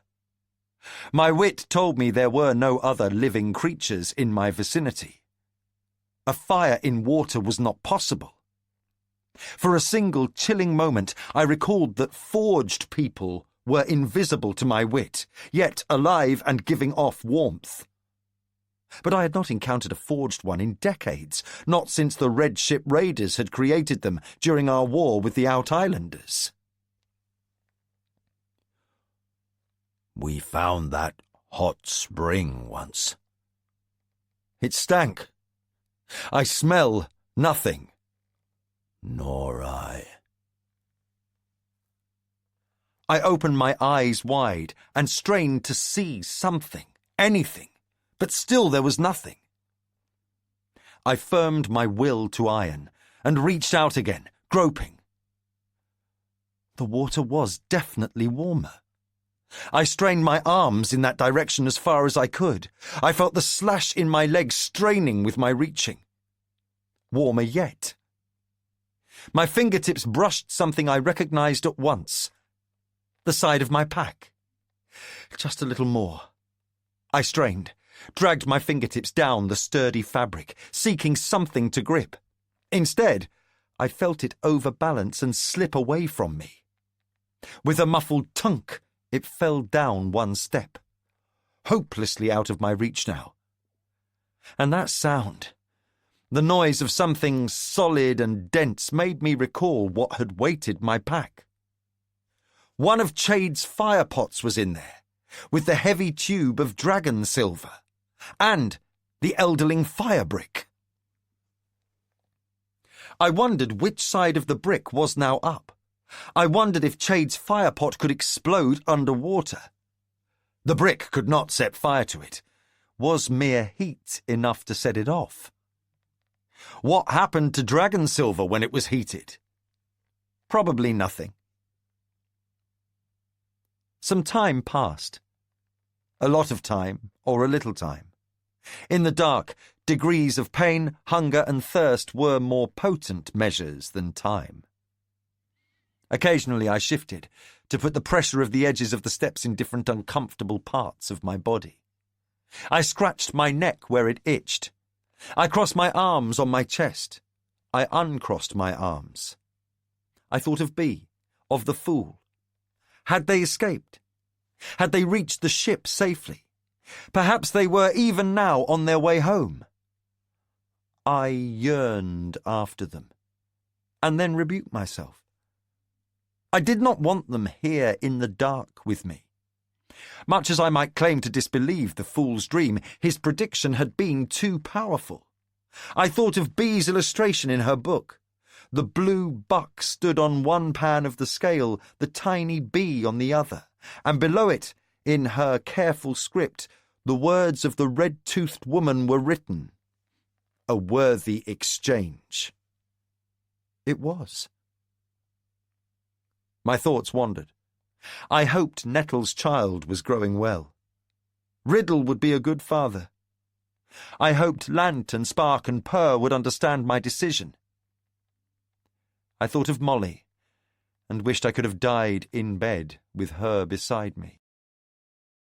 The skill was stealing my body's paltry reserves, trying to heal the broken parts while rebuilding the strength I had pushed into the fool. But my body had nothing left to fuel a renewal. I felt like a lamp flame dancing on the last of a wick. I wanted to sleep, but was too uncomfortable. Eventually, I knew sleep would take me whether I willed it or not. Possibly I was already asleep in this total darkness. Maybe I was already dead. I preferred the boredom to this self-pity. And the water to the left of you is warmer now. Don't you smell it, even with your pitiful nose? I reached over my head and as far to the left as I could in the darkness. My hand touched water. And it was much warmer than standing water inside a dark tunnel should have been. I strained again, reaching, and the water grew surprisingly hot. The fire brick was a powerful magic. As I drew my hand back, my pack exploded. I was not completely blind, for I knew an instant of gleaming silver light. Water splashed over me, hot enough to scald. I tried to wipe it from my face, but it clung, searing and burning, to both my hands and to my face. It was not water. It sank into me like liquid poured into dry sand, permeating me, and my body sucked it in as if it had always craved this magical stuff. One side of my face, my chest and left arm, and both hands it coated. And then it spread, as if it was something alive, seeking to envelop me. I screamed, but not in pain. It was an ecstasy too large for my body to contain. 4 times I gave voice to an experience no human was ever meant to have. Then I lay back, panting and weeping. I could feel it soaking and changing me, claiming and trapping me. I tried again to wipe it from my eyes. It had gone into my mouth when I screamed, and up my nose. The burning pleasure of it was so excruciating that it was a new kind of pain. I rubbed my eyes and tried to blink it away, and saw instead a new world in the dark cavern. The gleaming splashes of silver that had erupted had spattered the fallen stonework that pinned me. I also understood what the fool had tried to explain to me back in Buckkeep Castle when he spoke of seeing as a dragon might. I saw warmth on the spattered silver and splashed water. I watched it fade as the water cooled. Darkness flowed back in around me. The silver continued to explore me. I lay still, beyond pleasure, beyond pain, beyond time. I closed my eyes. I let go. Fitz, do something. I realized I was still breathing, and with that thought, awareness of my body triggered a rush of all the pains. Do what? I spoke the words in a dry whisper. Verity-shaped stone with his silvered hands. The scentless one shaped wood with his silvered fingertips. Oh. With the tips of my fingers, I explored the fallen beam that trapped my legs. I stroked it. No change that I could feel. I scratched at it with my nails. Splinters under my nails, not pleasant. I smoothed it with my fingertips. I do not know how long it took me to master the process. It was not a physical digging away that was needed, but a persuasion of the wood. I did not compress it with the strength of my hands, nor shear it away, but I came to know the fallen beam very well indeed. It was a physical feat to tighten my belly muscles and curl up enough to reach under the pinning wood. Too often I had to lie back and gather myself again. Silver was not food and water. It gave me strength, but still my body was hungry and thirsty, and so very tired. When my second leg was finally freed, the incredible pain of its reawakening left me weeping and shouting. I slid my body down the stone steps and into shallow water and wallowed about until my head was finally higher than my torso. I crawled up onto fallen debris. I think I fell unconscious for a time. When I awoke, the water had receded slightly. I could not stand, and even sitting was a weariness. I decided I would sleep for a time longer. No. You can sleep after you have seen the sky again. Up, Fitz. Up and walk. You cannot rest yet. It was not my human will, but the wolf in me that made me struggle to rise. My feet were distant and painful things. There were deep bruises across my legs. The flesh had been compacted and crushed. I could feel that with my fingers as well as the ragged edge of the sword slash. I was glad I could not see my legs save as warm shapes. My initial progress was a series of stagger, fall, crawl, rest, stand, stagger, fall. The steps went down forever, and every lurch down was a torment. The fall took me into shallow, briny water. I moved through utter darkness. When my groping hands found a section of wall that seemed less damaged by Spark's blast, I followed it along. Barnacles on the wall and floor cut my flesh. I stupidly realized I was barefoot. When had I lost my boots? The blast had torn my clothes, but my boots? I pushed that aside. It was only pain, and it did not last long. The steps down seemed endless. I was grateful that the water was gradually receding. I do not think I could have forced my way past its resistance. When the steps finally ended, and I sloshed through standing water to my knees, I became aware of a different sort of pain. It was not just the skill forcing the healing of my legs. When I touched the sword slash, silver fingers to silver-splashed wound, I felt as if I had been patched like a leather jerkin mended with canvas. It did not feel like my own flesh, but there was no stopping it. I might be able to persuade stone to move and free me, but my own body had a peculiar will of its own. Onward. I had to catch up with the others. The fool would believe I was dead. That was what he would tell them. My poor little girl. I could not blame him. I had thought myself dead. You would have been, if I had not held back some life for us. For me. For you. Mostly for the cub. You must stop taking foolish risks. We need to survive.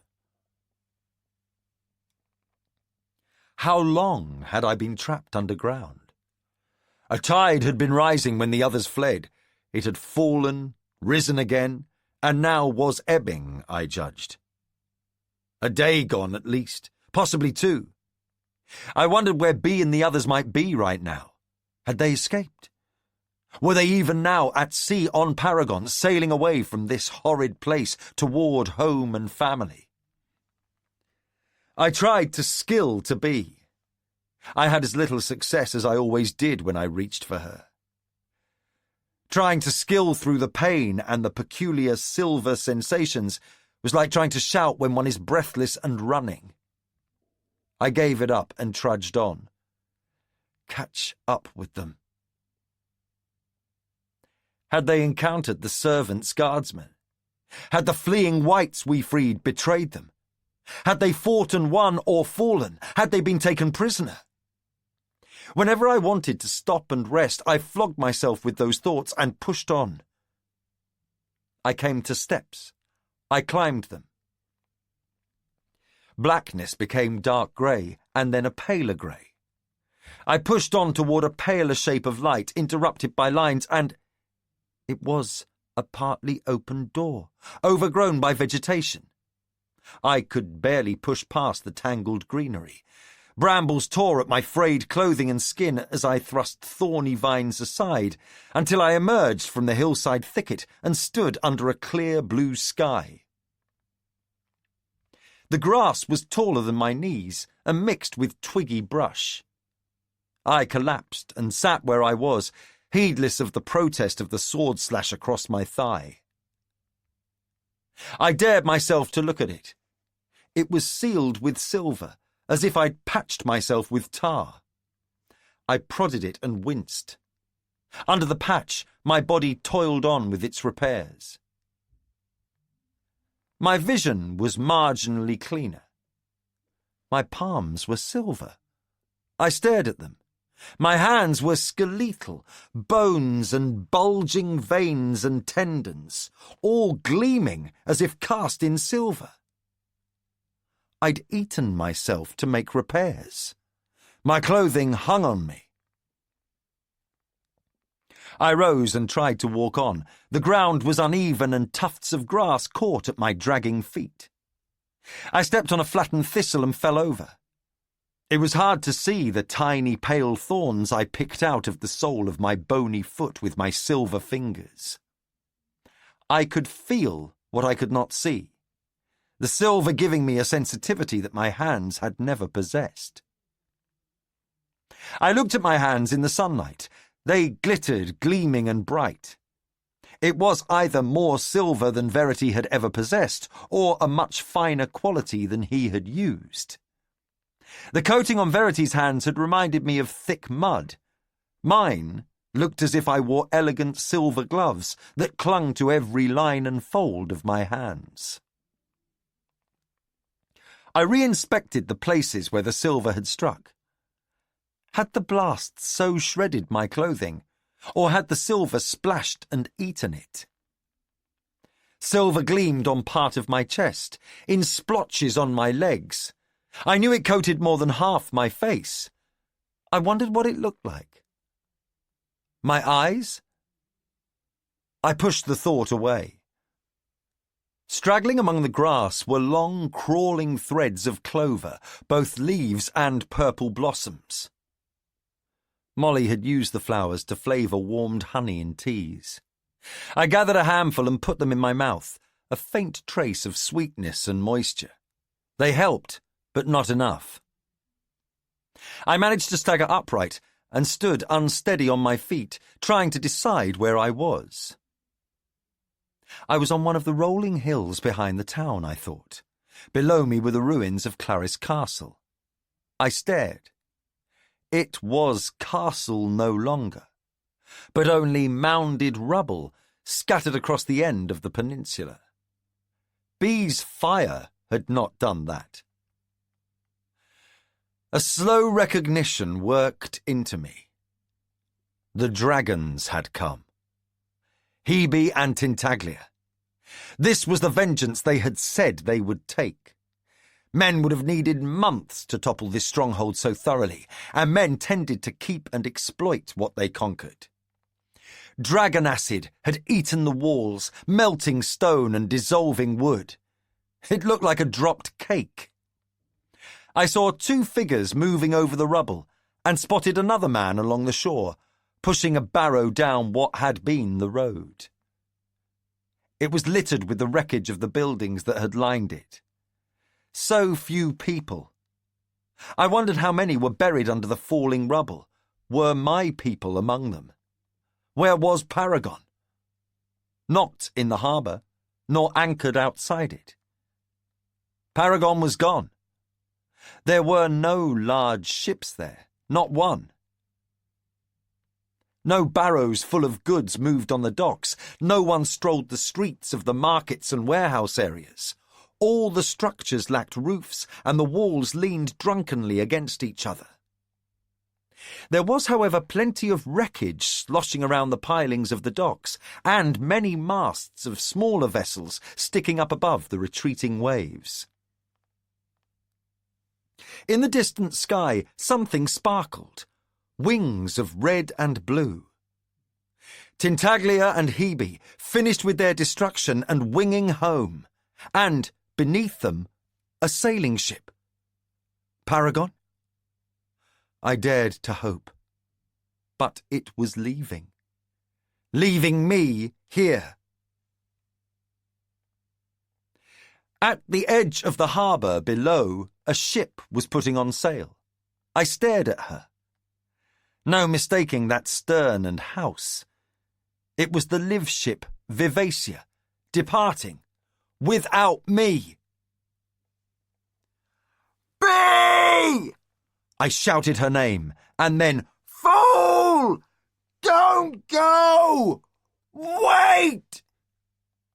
Stupid, stupid, stupid. I drew a deep breath, gathered my strength, and reached out with the skill.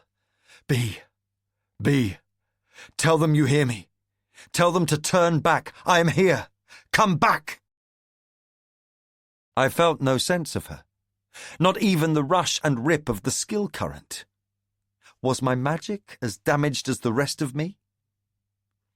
I tried again, pushing hard, wordlessly trying for a touch. A wave of vertigo sat me down on the grassy turf. Had she heard me? Were her walls up?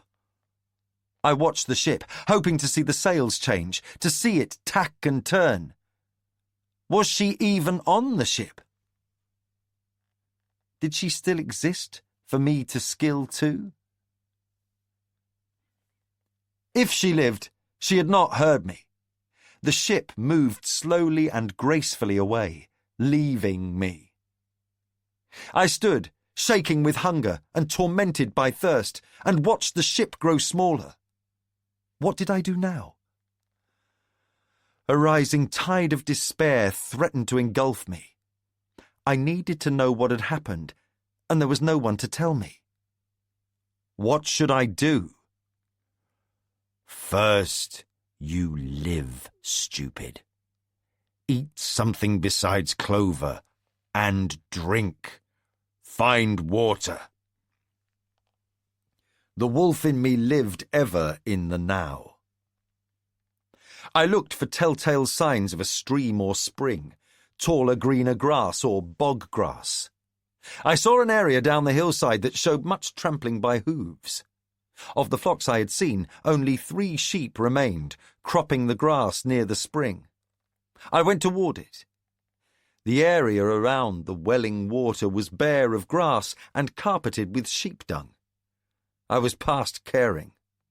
The mud rose between my toes as I waded out into a shallow pool and found the coolness where the water had welled from the earth. I scooped up water in my silvered hands. I looked at it, my caution warring with my thirst. And then I drank, not caring if it silvered my innards. I was still scooping water and drinking when I heard a caw. I looked up. A flock of ravens are almost always crows, and a single crow is usually a raven. But there was no mistaking Motley with her silver beak. And scarlet plumes? She circled high above me. "Motley!" I cried to her. She cawed back and then slid away from me on the wind down to the town. "Stupid bird!" I said aloud. She saw us. Wait. Such counsel was very unlike Night Eyes. I went back to drinking water. When my belly would take no more, I waded to the edge of the muddy watering hole and then out onto cleaner grass. Can I sleep now?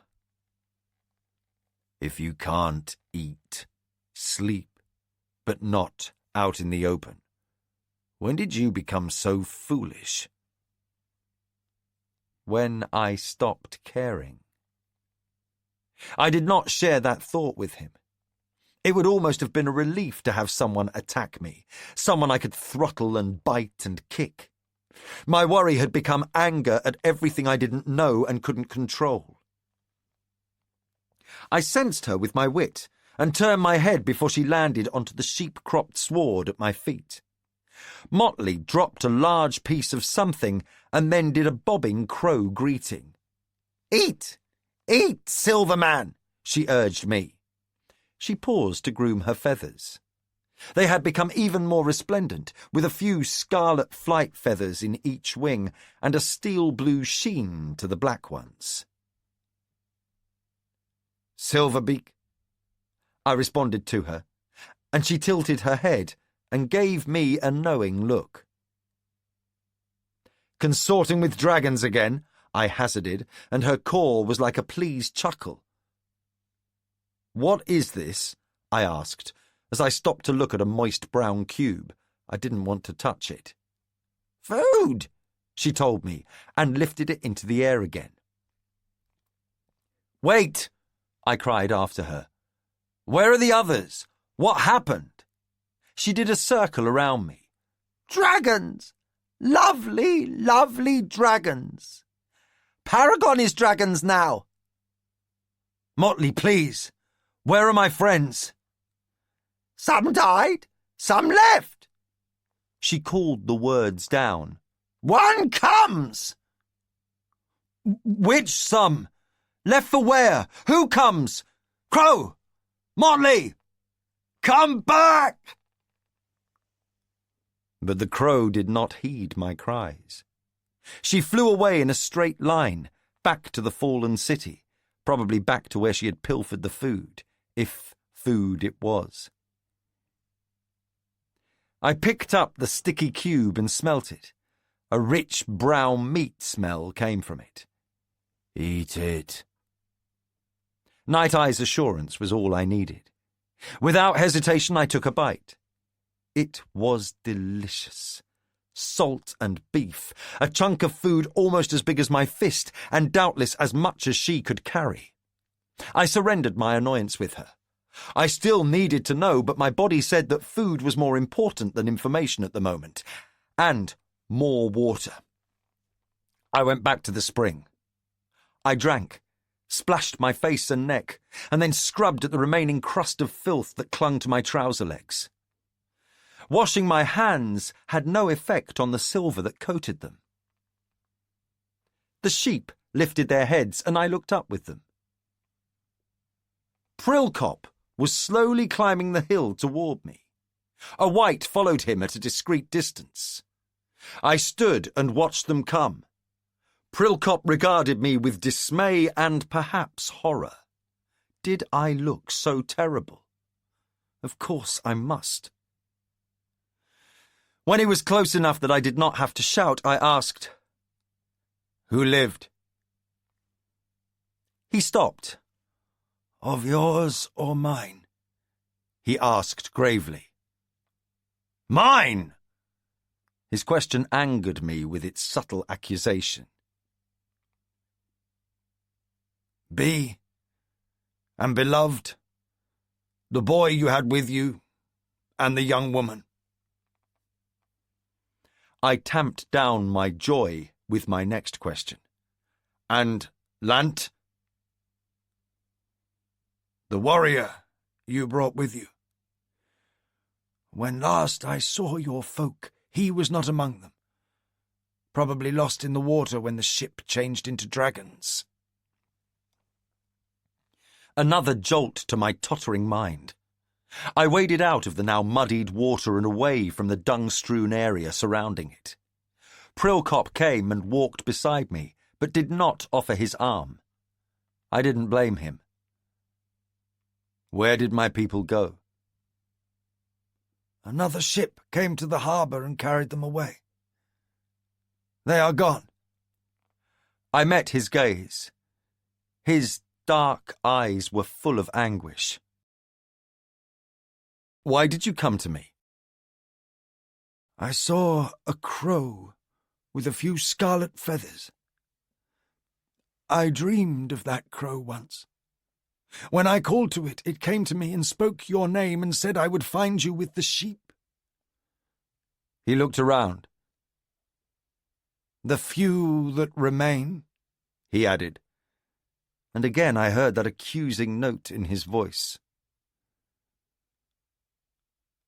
"I saw him with your friends when last I spoke to beloved." "Her," I corrected. "You spoke to beloved." The grass under my bare feet was relatively free of sheep dung. I sat down like an old tapestry falling from its hooks. Prilcop was more graceful, but not much. I wondered how old he was. The white he had brought with him didn't sit, but stood at a distance, as if he would flee at any moment. "Leave the food and wine, and you can go," Prilcop told him. The white unslung a canvas bag from one shoulder, dropped it, then turned and ran. Prilcop made a sound between a sigh and a moan. He worked his way to his feet, retrieved the bag, and seated himself beside me again. As he opened it between us, I asked him, Am I that frightening? You look more statue than man. Something wrought of silver attached to a skeleton coated with flesh.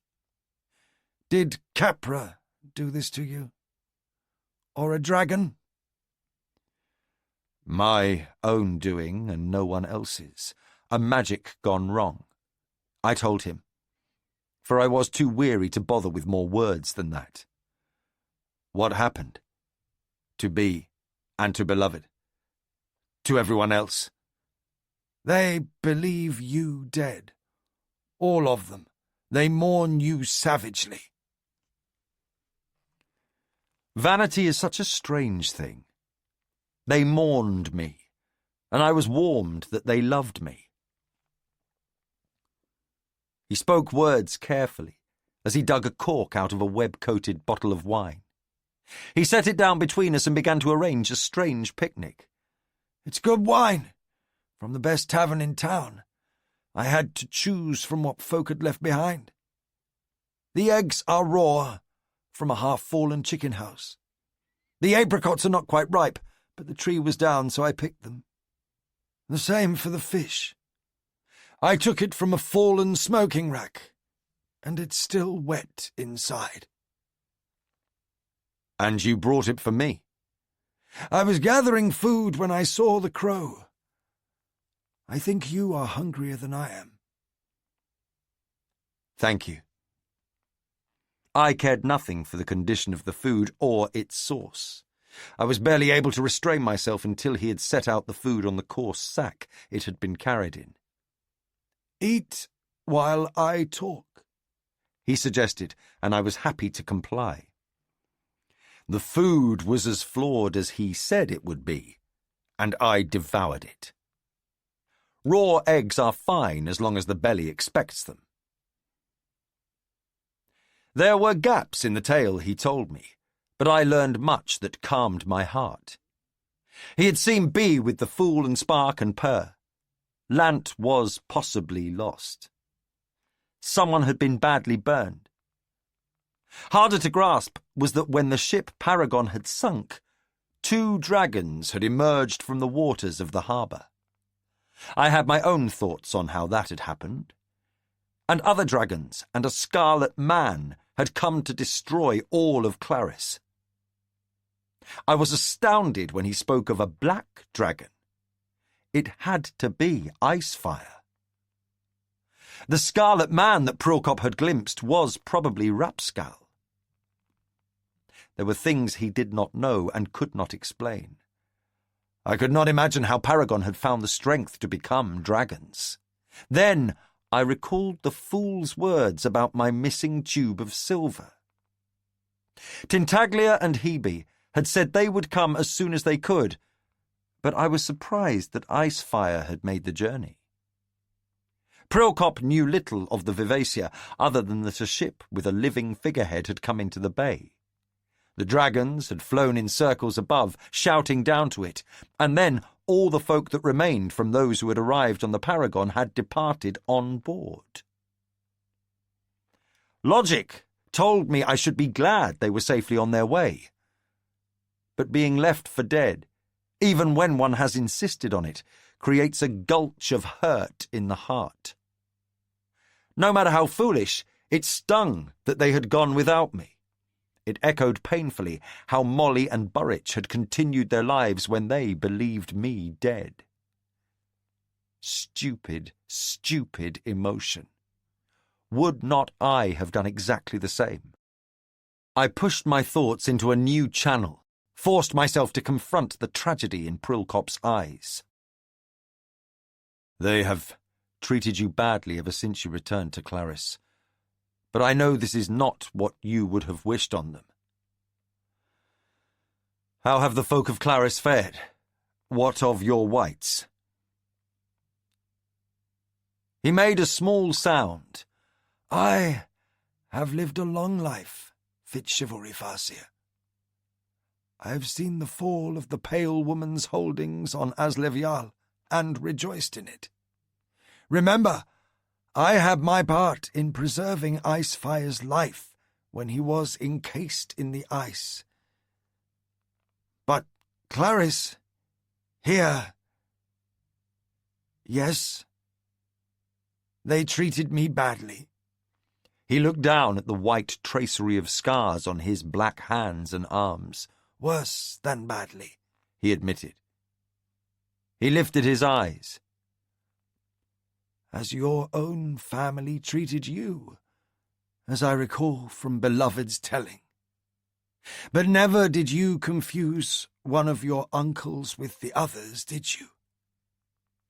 When I was a child at Clarice, so long ago, it was a place of learning.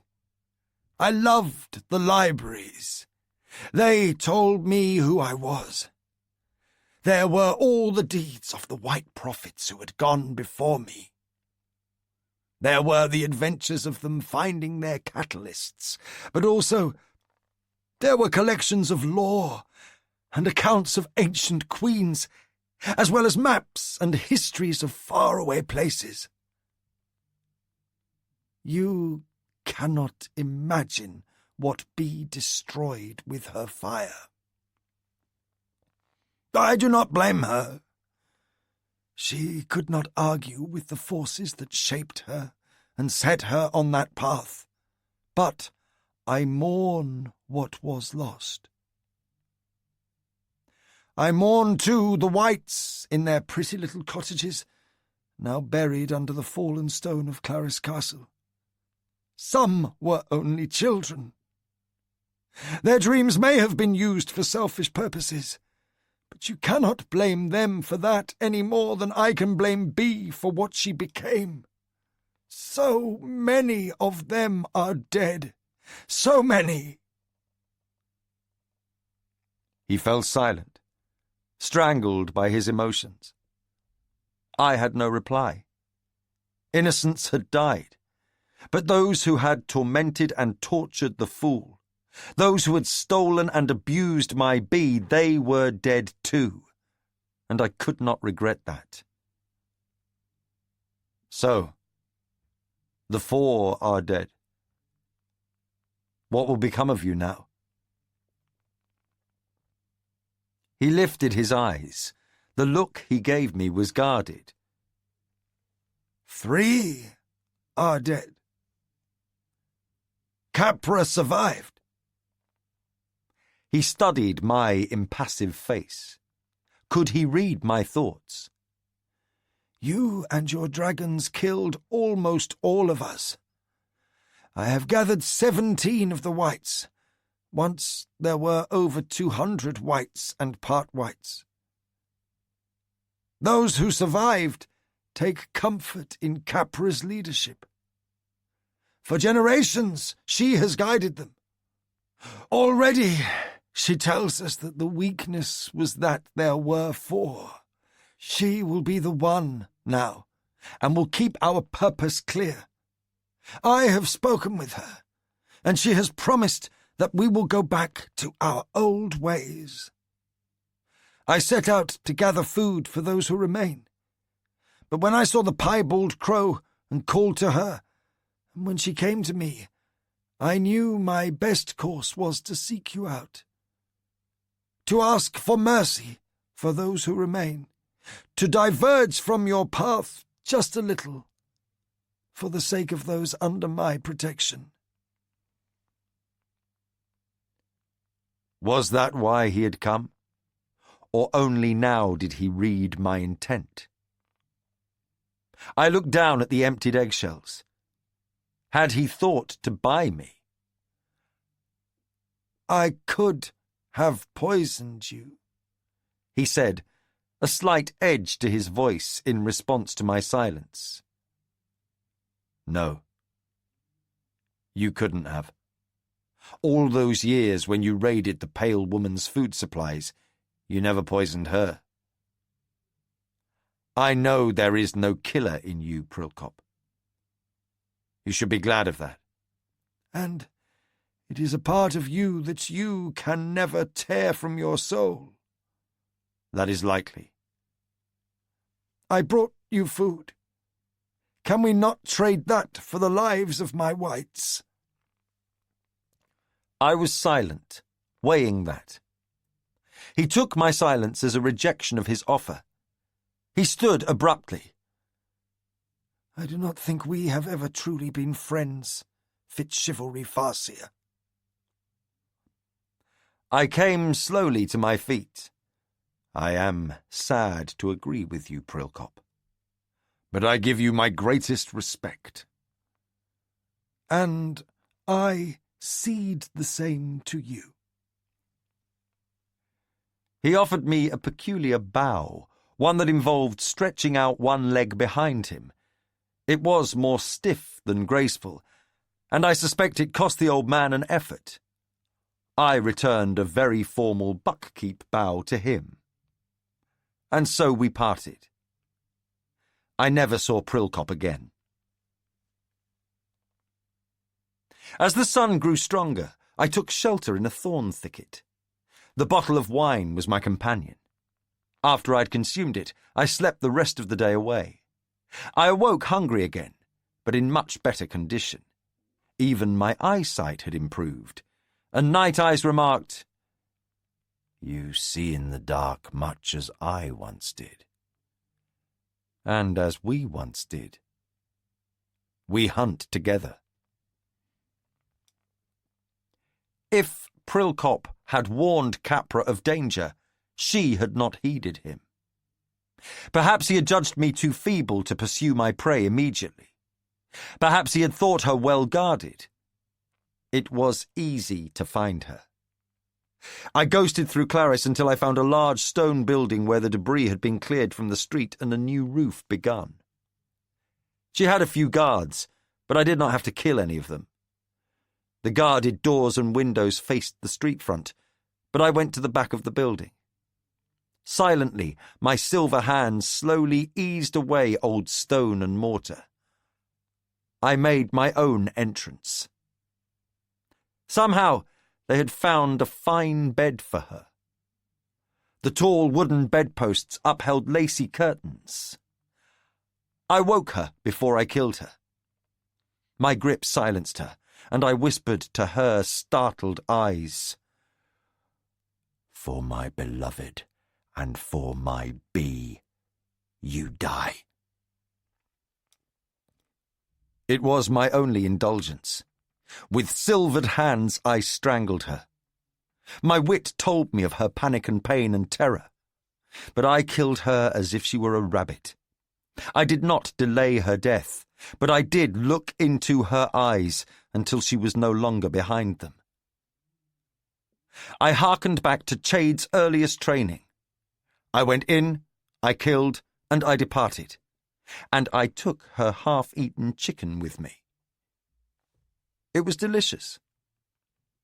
As the sun rose, I was moving parallel to the road that led away from Clarice. Chapter 41. Vivacious Voyage.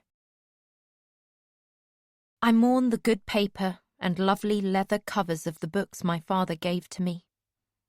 They are gone, sent to the bottom with all the goods and possessions of those who captained and crewed Paragon. I do not miss the writing on those pages. The journal was written by a child whom I barely recall. The dreams she wrote are irrelevant, markers on paths that no longer exist. The few that yet may be will come to pass with or without ink on a page. New dreams now come to me, and Beloved urges me to write them down. I do not like to call him Beloved, and when I called him fool once, he flinched, and the captain of this ship looked at me as if I were rude. Before others, I call him teacher. He does not seem to mind. I will not name him Amber. I no longer have a book, but Beloved has given me sheets of paper and a simple pen and black ink. I think he has begged these things from Captain Wintrow.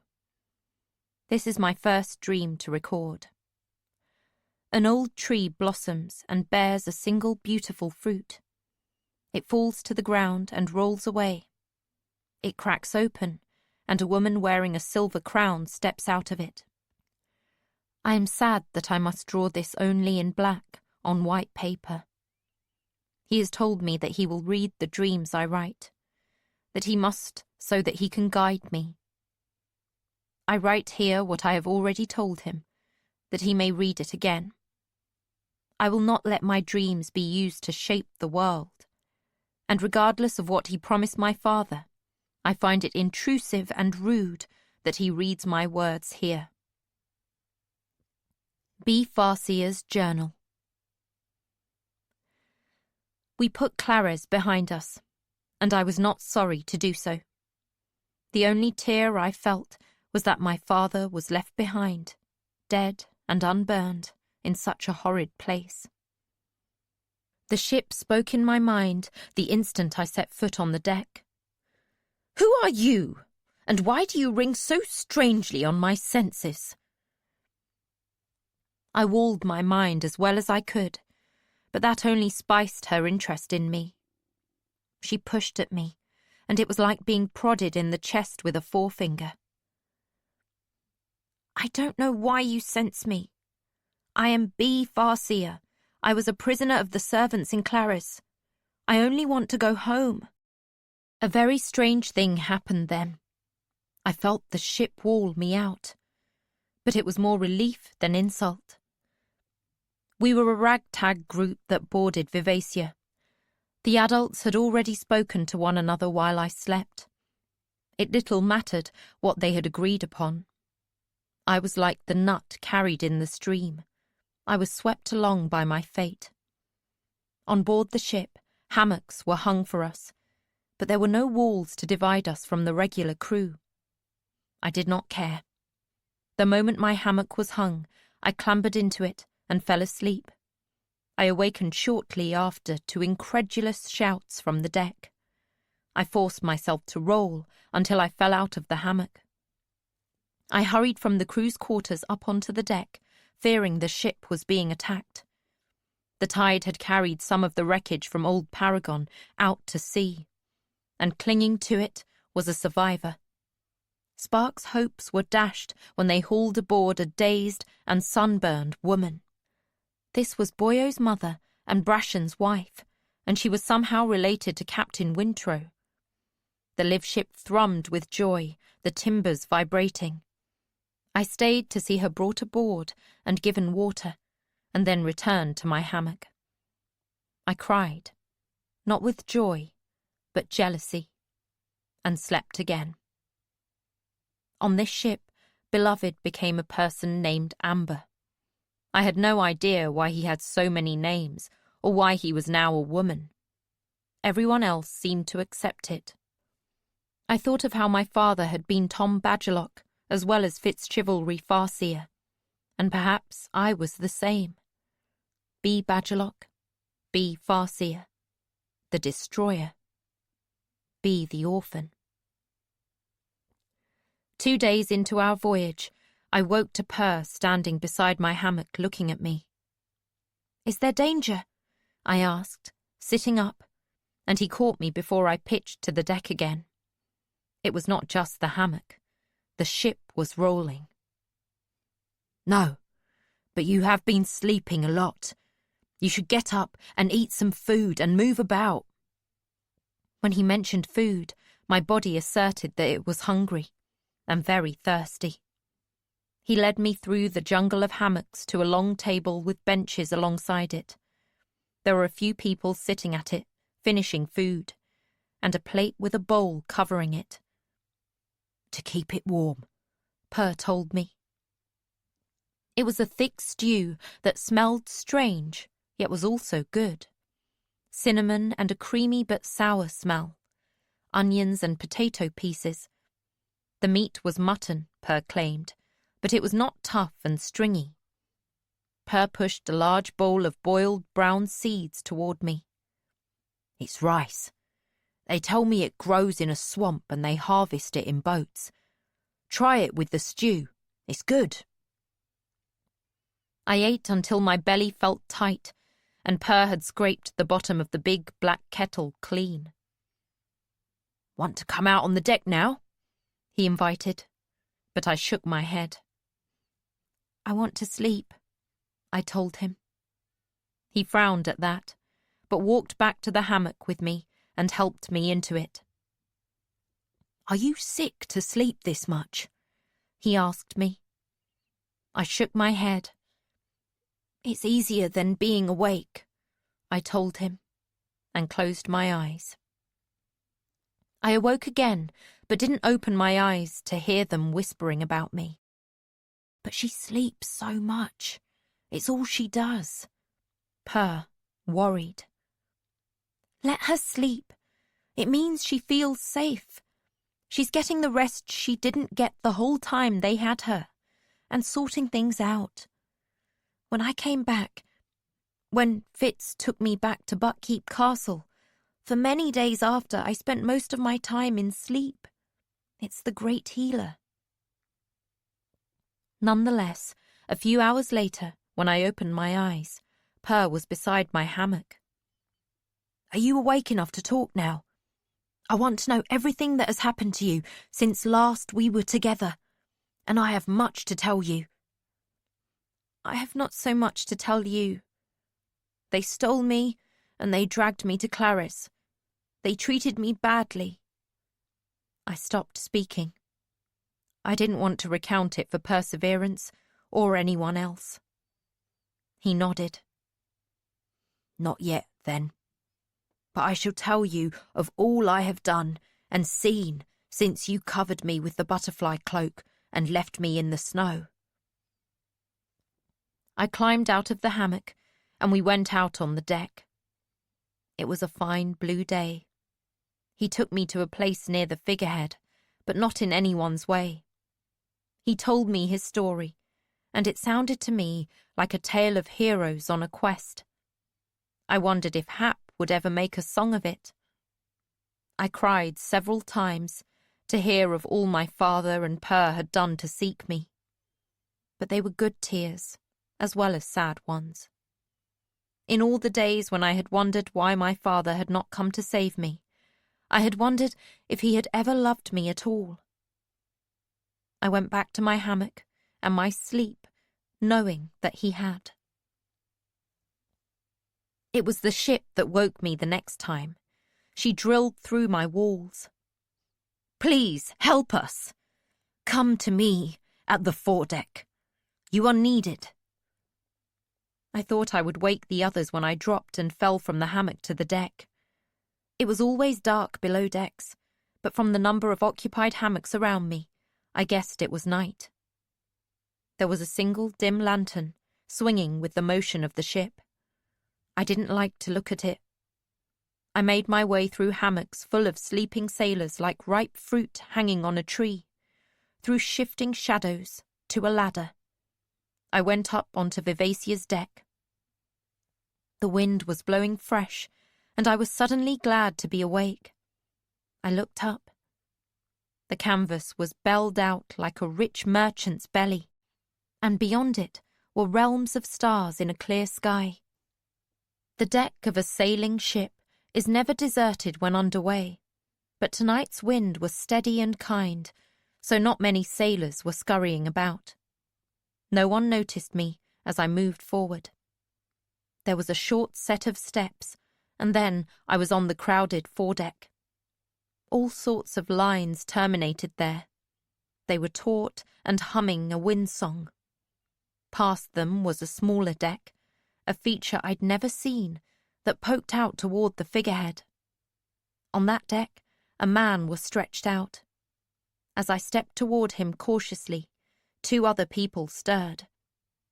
I recognized one of them. Boyo's father, Captain Brashen Trell. Captain of nothing now, I guessed, and his son burned and still. I'd almost forgotten that we'd regained Boyo's mother. Her face and arms were pebbled. I stared, and then recognized that they were the healing blisters from where the sun had burned her.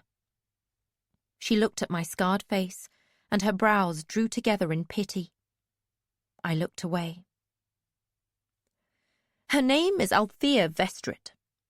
If the past had been a bit different, she would be my captain now.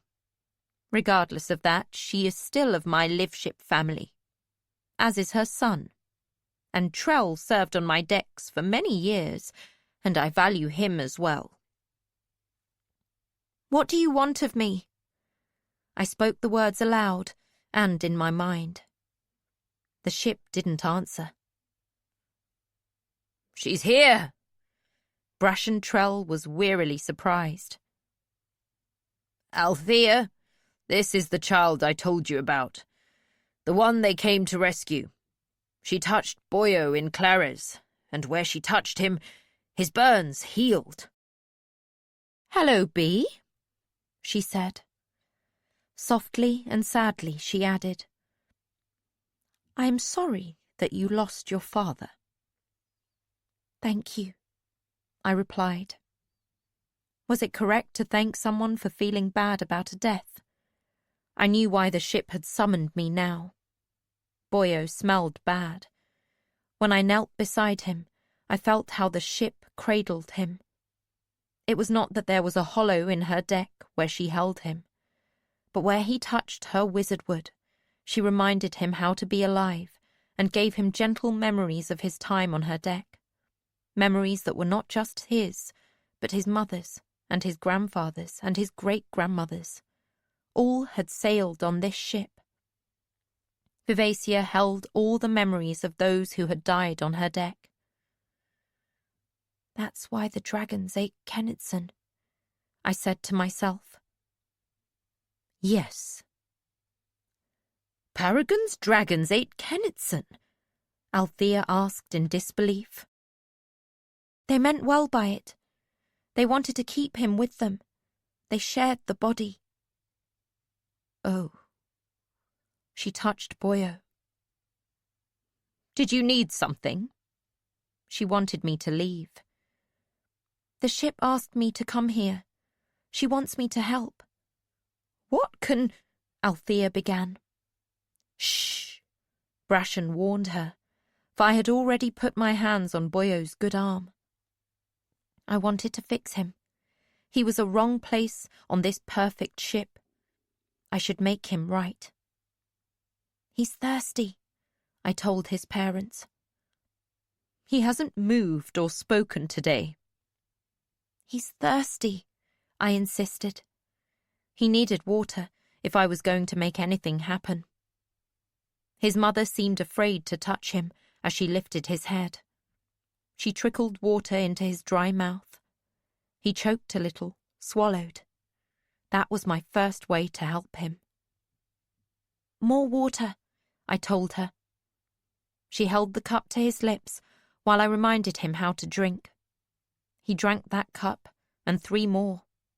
Now I could move within him more easily. "That salty soup that you make sometimes, it's yellow.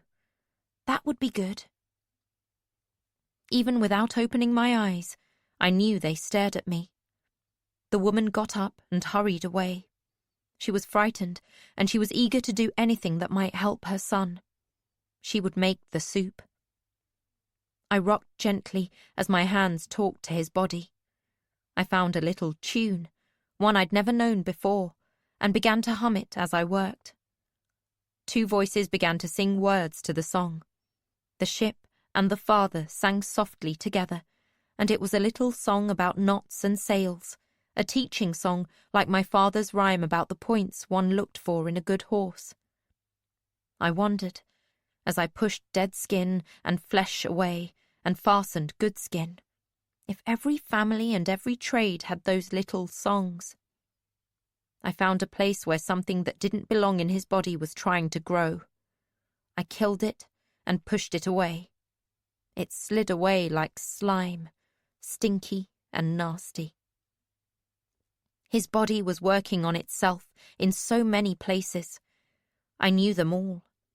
He had breathed in hot smoke, and it had hurt his throat and the breathing parts inside him.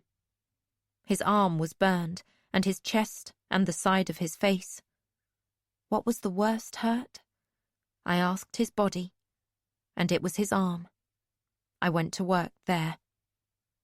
His mother came back with the soup in a pot. "Oh, sweet sir!" she exclaimed. She was less fearful as she cradled his head and held the cup to his lips. It smelled wonderful, and I remembered how good it would taste, salty and a bit sour. He drank it down, and where I had worked on his throat, he could swallow now. What goes on here? Amber! She's helping Boyo. She has to stop. She's only a child. How can you ask this of her? We didn't ask her. We were keeping a death watch with him. Then she came and put her hands on him. He's going to live. Boyo is going to live. But will she? He was angry. Beloved was angry. No, frightened. He spoke to me now. B, stop. You can't do this. I drew a deep breath. Yes, I can, I told him as I breathed out. No, you are giving him too much of your own strength. Lift your hands from him. I smiled as I remembered words I had given my father. No one can say no to me now, not even you. B, now. I smiled. No. Lift your hands, B, or I will pull you back from him. Did he know that that would hurt both of us? A moment more, I told him, and heard the frustrated noise he made. I told Boyo's body to farewell, told it to keep working, gently, gently, gently. I had to go now, but it should keep working. Yes, we would give it more soup. It was like calming an animal, and I suddenly knew that Boyo's mind lived inside his animal body, and that was who I spoke to. I opened my eyes. Beloved reached toward me. I lifted my hands before he could touch me. I folded my arms on my chest and sat back. I hadn't realized how long I'd been crouching over Boyo. My back complained when I moved. I wiped my hands down my shirt. They were wet and sticky. And then I knew something. Ship! You tricked me! You made me want to do this! The carved woman turned slightly toward me. It was necessary. She's a child, Beloved objected. You used her ruthlessly.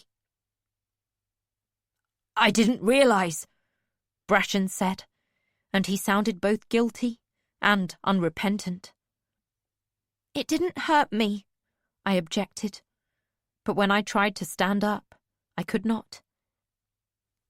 The mother offered me a cup of the soup from the pot, and I drank it in long sips.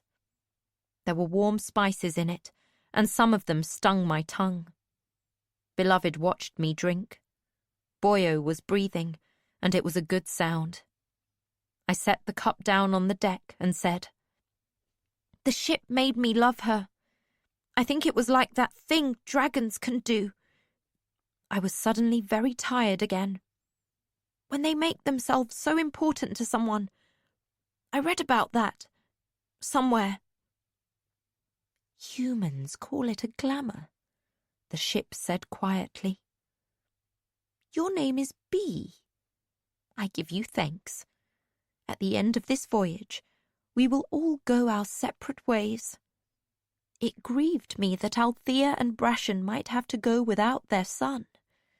But he will live and go with them and be a comfort to them, and knowing that will be a comfort to me, I think.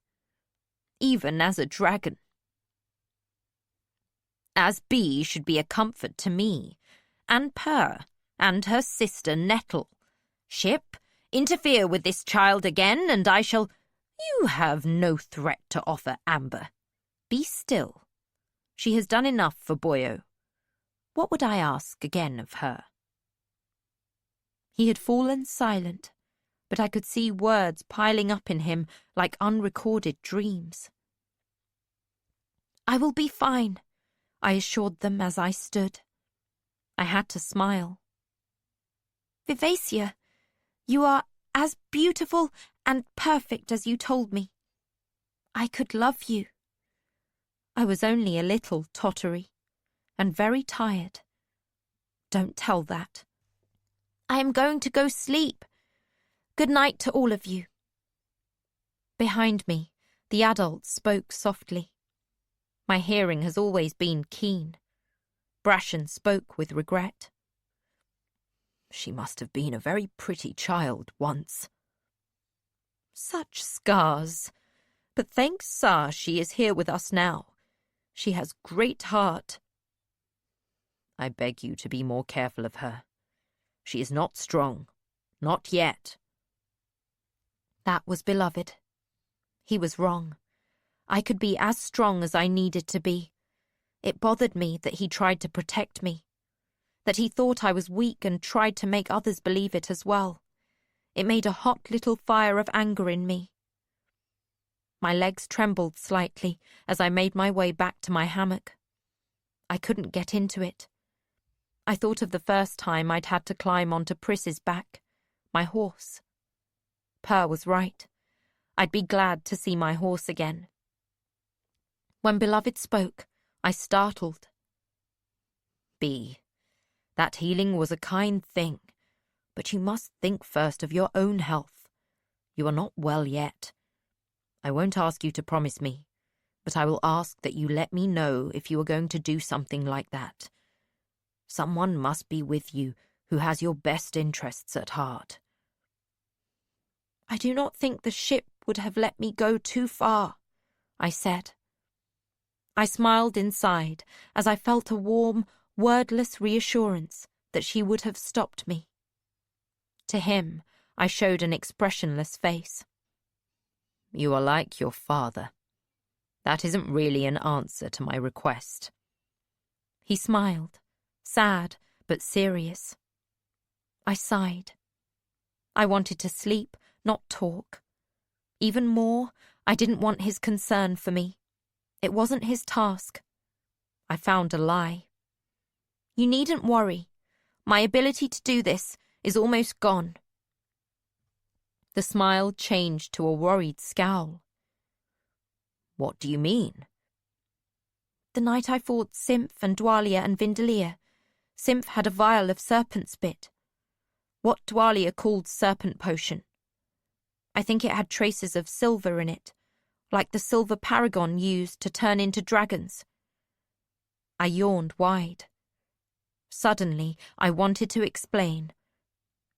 In a dream I had, they got it from keeping a sea serpent in a very tiny pool of salt water. Simph was going to have Vindalia drink it. He had used it before, and it gave him great power. But when I set fire to Simph, she dropped the vial, and it broke. When I was stabbing her, I cut my feet on the glass, and some got into my blood. It made me stronger than Vindalia. I was so strong, I could just tell Dwalia to be dead. And she was. He went still. I watched him. Would he fear me now? Hate me? No. When he came back to himself, his eyes were sorrowful. You set fire to Simph and stabbed her. How could he think it sad that I had done that? I put it clearly. I told you when I told my father. I killed them. It wasn't evil, and I have no regret. It needed to be done. I was the one who was in the place and time to do it, and it was my task. So I did it. I should have killed Vindalia that night too. It would have saved us all a great deal of trouble. Did you dream it? He asked hesitantly. When I stared at him, he said, Did you have a dream that killing them was something you were supposed to do? I shrugged one shoulder. I seized the edge of the hammock, and this time I got into it. I pulled up my blanket. It was summer above, but below decks it was chill at night. I closed my eyes. I don't know. I have dreams. I know they mean something, but they are so strange I can't connect them to what I will do. I dreamed a silver man carving his heart. The serpent's bit was silver. Was that a dream of me carving Dwalia's heart into death? I don't think so, he said quietly. That had been a recent dream. I felt better for having told someone. I'm going to sleep now, I told him. I closed my eyes and ignored him. He did not move. It was very annoying. I'd hoped he would leave. I waited a long time and then looked through my lashes. I was going to tell him to go away. Instead, I asked, "Did you love my father?" He went as still as a cat. When he spoke, it was with reservation. I had a deep bond with your father. A connection I had with no one else. Why won't you say you loved him? I opened my eyes to see his face. My father had given him all his strength, and this man would not even say he had loved him. His smile was too tight, as if he were forcing a different expression to be a smile. It always made him uncomfortable if I used that word. He did not use that word very much. His love was things he did. He never counted up the things he did for me, but he always remembered the things I did for him. So he loved you. Loved you so much, he left me to take you to Buck Keep. All expression fell away from his face. His peculiar eyes were empty. He wrote long letters to you, but he had nowhere to send them. He missed you desperately. He loved my mother, but he always had to be strong for her. He had Riddle, too, and my brother Hap. But the things he wrote about in those letters were things he could not say to my mother, nor Riddle, nor Hap. You left him, and all he could do was write them down. I watched him carefully, and saw my barbed words hit and hold. I wanted to drive him away. I did not care that I hurt him. He was alive, and my father was dead. I added, "You never should have left him." His voice and face were expressionless as he asked, "How do you know what he wrote?" Because he did not always burn them every night. Sometimes he waited until the morning. So you read his private papers? I believe you read my journals. He looked startled. I did, he admitted. You still do. When you think I am deeply asleep, you have looked at my writing. He did not flinch. You know that I do. B, you have endured much, but you are still a child. Your father gave you into my care. I promised to watch over you. Understand me. Adults do what is best for a child. Parents especially have that obligation. It comes far before doing what you wish or what you might think is best. You have a white heritage. Your dreams are both important and dangerous. You need to be guided. Yes, I read your journal to know you better. I will read the dreams you write. My mind had snagged on his earlier words. Do I get my white heritage from my mother? For I knew my father was mountain and buck and nothing else. You get it from me. I stared at him. How? You are young to understand this. No, I am not. I knew my father, and I knew my mother. I held my breath, waiting for him to tell a terrible lie about my mother. Do you know how the dragons change the elderlings? How they give them scales and colours? How their children are born sometimes with scales? No, I did not know they did that. You saw Rapscal, the Scarlet Man? Yes. A dragon changed him. A dragon loves him very much. So Hebe, the red dragon, added something of herself to Rapscal, and he changed, and Rapscal's dragon Hebe has taken on much of his thoughts and ways. I was listening intently. For many years, I lived alongside your father.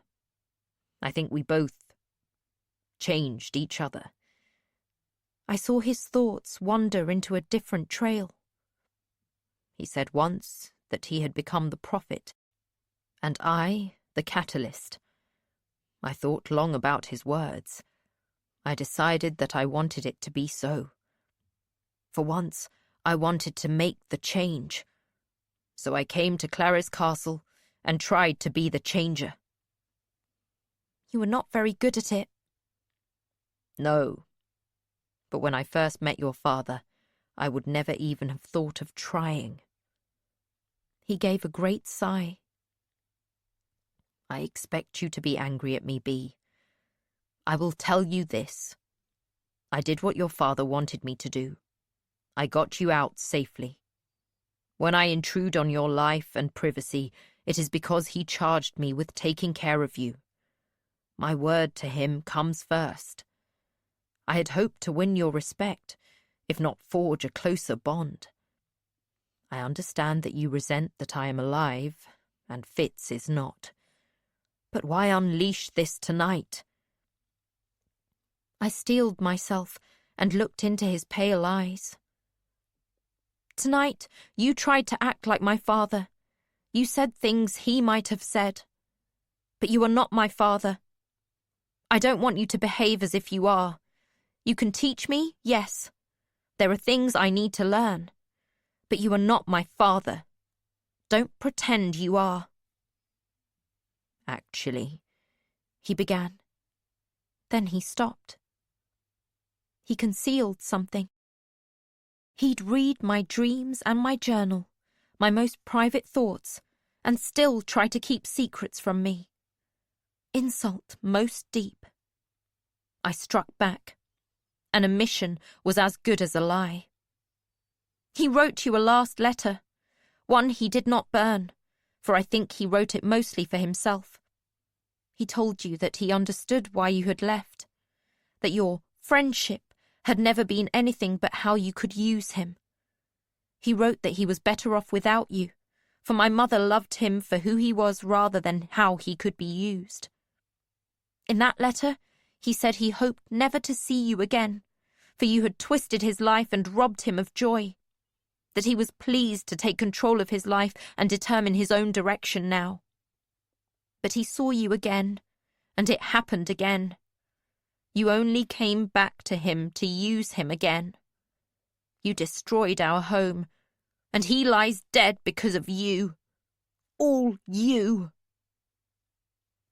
I rolled away from him, not an easy task in a hammock. I stared up at the timbers and the shifting lantern shadows. My father would not have been pleased with me. I knew I should apologize and admit my falsehood, even if I didn't mean it. Perhaps. I looked back at him, but he had fled. Chapter 42. Furnish. And among the remnants of what was burned, and there was not much, your protégé was very thorough, I found a scorched scrap. I have transcribed it here. As soon as they are unable to fight, go forward boldly and bleed them. It is essential to do this swiftly, while most of the poison is in their bellies and has not tainted meat, bone, brain, or tongue. Harvest the blood, then the organs, and last the meat. Label each tub, for each must be tested separately to see if the poison has been too strong and rendered it lethal. Administer some to at least 2 slaves. If even one dies, dispose of it. Unfortunately, we cannot control how much each dragon will eat of the bait, and therefore we cannot control how much poison each beast will consume. The eyes must be preserved in vinegar. They are the most perishable.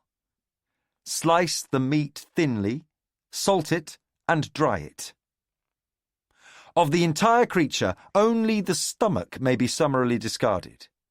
Every other bit must be harvested and preserved, for once we have eliminated dragons, these are the last that we... And here it ends in scorching. Old friend, you were right. Our servants deliberately slaughtered what remained of the dragons and serpents following the disaster to the north. Other bits of documents with only dates and the number of casks and barrels would hint to me that the slaughter was carried out in various locations. Hence the dragon's vengeance. Hence also the longevity of the four. Following the murder of Capra, I assumed the care of the few remaining whites. We have left Clarice for a small farm inland. I'm trying to teach the youngsters to grow and harvest food. Many have ceased dreaming. I fear this letter will take many months to reach you. When last I parted with FitzChivalry Farseer, we exchanged some hard words. Please extend my respect to him.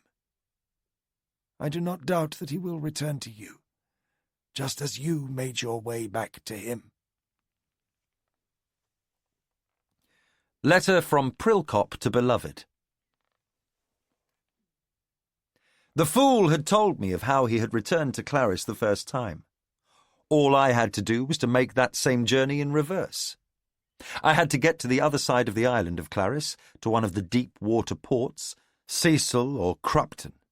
From there I would find a boat to give me passage to Furnich. There, on the hills around the port of Furnich, I would find the Elderling ruins and a heavily canted skill pillar. It seems so simple if one says it quickly. Most things do. I took shelter in the mouth of the tunnel for the night. It was, as Lant had told me, a defensible point. At dawn, I climbed to what seemed the highest hill and looked for a road. I cut across a pasture where 2 cows regarded me with suspicion, down the hill, past the recent ruins of a farmhouse, and struck the road. There was little traffic, but I knew that would change as the news of the fall of Clarice spread. This way would come the plunderers and salvagers, and the sort of folk who would be quick to take advantage of the battered population. Rumours of dragons would not deter them for long. I hoped that Prilcop would swiftly seize the leadership position I had left vacant for him. The surviving whites, and whatever servants followed them, might, under his tutelage, go back to the old ways. In any case, I was done with them. My leg was still healing and ached. I was constantly hungry. Mosquitoes feasted on me, and something like a tick had bitten the back of my neck. I could find no little body, but it itched abominably. I missed my shoes badly. That afternoon, a small shadow overflew me. On the next pass, Motley dropped onto my shoulder. "Take me home," she directed me. "Did you miss the boat?" I asked. I wouldn't admit that I welcomed her companionship. "Yes," she conceded after a time. "Crow? Motley? How did you know I was alive? How did you know where to find me?" "Silverman, but still stupid," the crow observed. She lifted from my shoulder but called back to me, "Fruit tree! Fruit tree!" She flew ahead of me down the road. Within me, the wolf was both amused and annoyed. "In my absence, you bond with a crow. Well, at least she's not prey, and she is clever. We are not bonded. No? Well, you are not bonded as you and I were, that is true. But there are many levels of wit bond. She senses you even if she does not care to let you borrow her senses." Suddenly, many things became clear to me. I felt offended. Why does she keep me at a distance? I wondered. She knows you will never cede to her the sort of bond we shared, and so she protects herself. When I made no reply, he added, I like her. Were I still trotting at your side, I might welcome her. I smelt the ripe fruit before I saw the tree. A small orchard. A narrow road led to another collapsed dwelling. The dragons had been thorough. Unharvested apricots had fallen and were fermenting on the ant-covered ground. The heady smell and the buzzing of bees and wasps filled the air. Ample fruit still hung on the tree, and I was not slow to fill my hands and then my belly. The juice inside them eased my thirst as well as my hunger. When I could eat no more, I picked a generous amount and fashioned what remained of my shirt into a sack. I returned to the road and hiked on, hoping that I would hear a wagon's creaking or a horse's hoofbeats in time to conceal myself. My stomach was cramping from all the fresh fruit, but it was less painful than hunger. From time to time, Motley flew a lazy circle over my head. Very cautiously, I extended my wit toward her. Yes, if I focused, I could sense her. But I also felt a small, indignant push of repel. I let her be. The fool had never told me how many days the journey had taken. I did recall that he had spoken of travelling at least part of the way in a cart. I had only my feet. I slept in the open each night and hiked on each day. Food was what I could find, and many of the plants here were foreign to me. The few greens I recognized as edible were not filling. The days were too hot, and the nights full of stinging insects. That evening, I tried to find a comfortable spot to sleep where the gnats would not devour me. That wasn't possible. I sat with my back against a tree, slapping mosquitoes, and reached out to Dutiful. I could let him know I was alive and making my way home. I wanted Bee and the Fool to know that as soon as was possible. Perhaps Dutiful could arrange funds for me. The skill pillar could take me as far as Kelsingra, and I hoped I'd be welcomed there. But coin in pocket is always useful.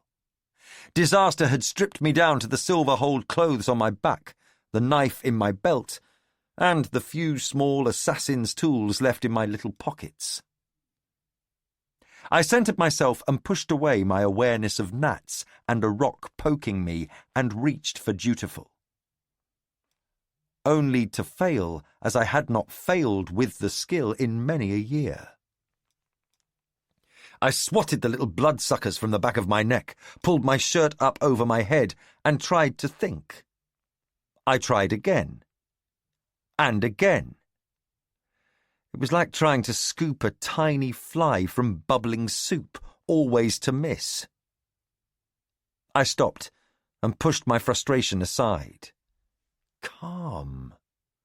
What was wrong with me? I hadn't had so much difficulty in years. Not since I'd been trying to skill to Verity. Trying to reach him when he was in the mountains. Verity, who had also soaked his hands in silver. Perhaps the difficulty had not been entirely mine. Perhaps there had been more at work than my elf-bark habit. I touched my silvered fingers to my thumb and focused on the peculiar power coursing through me.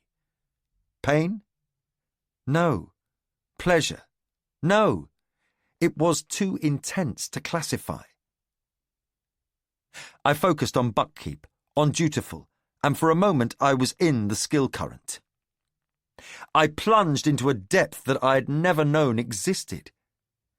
I was buffeted and shoved by the mobbed and streaming awareness. Forgot to feed. He's so lovely, my boy. Not enough coin. It was like being in the great hall at Buckkeep if all the musicians were playing and the people were talking at once in equally loud voices. I could not sort one from another.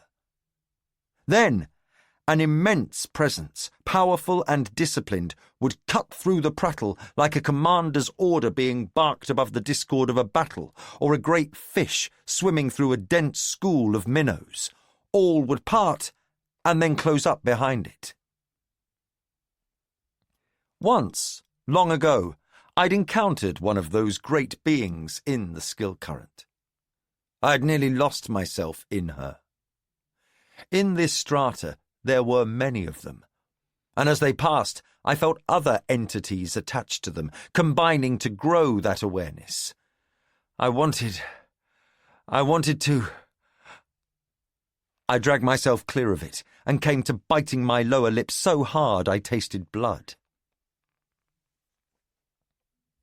I tried to puzzle out what might be happening to me. The silver had increased the power of my skill, taking me to a level that I could not master. I put up my walls and pondered that. Caution, I decided. If need be, I could wait until I reached Kelsingra and then contact Dutiful by messenger bird. There was no sense in taking risks. As I came to each crossroads or byway, I chose the more travelled path. I had to veer widely to avoid villages. I found I was glad that the dragons had not completely slaughtered the inhabitants of the island. Nonetheless, I had no desire to encounter anyone in my silvered condition. Sometimes the crow helped me find a way, and other times she was absent, and I had to blunder through woods and down trails and hope for the best. I stole shamelessly from outlying farms, raiding vegetable gardens and hen coops and smokehouses. I took a sheet from a laundry line. There were a few coins left in the corner of my pocket, and I tied them in a shirt sleeve on the line. Even assassins have a bit of honour. Hens would lay more eggs, and vegetables replenish, but taking a sheet was a true theft. I knotted the sheaf into a makeshift cloak and gained some shelter from both the baking sun and the biting insects. And I walked on. The weather continued fine and the journey was miserable. I wondered and worried about Bee and the Fool and my other companions. I mourned Lant. I wished vainly that I had seen Paragon transform into dragons. I wondered how long it would take them to get home. I worried what would happen when they delivered the news of the prince's demise to Queen Etta. She had charged us to keep the lad safe, and we hadn't done so. Would there be grief, or would there be anger, or both? Hunger was a given. Thirst came and went, depending on streams. And I ached. My weariness was constant. My body continued to heal and stole my strength to do so. My diet was uneven. I had no shoes. I was hiking and sleeping outdoors as I had not done in years, but, even so, my level of lethargy was extreme. I awoke one morning with no ambition to move. I wanted to go home, but more, I wanted to be still.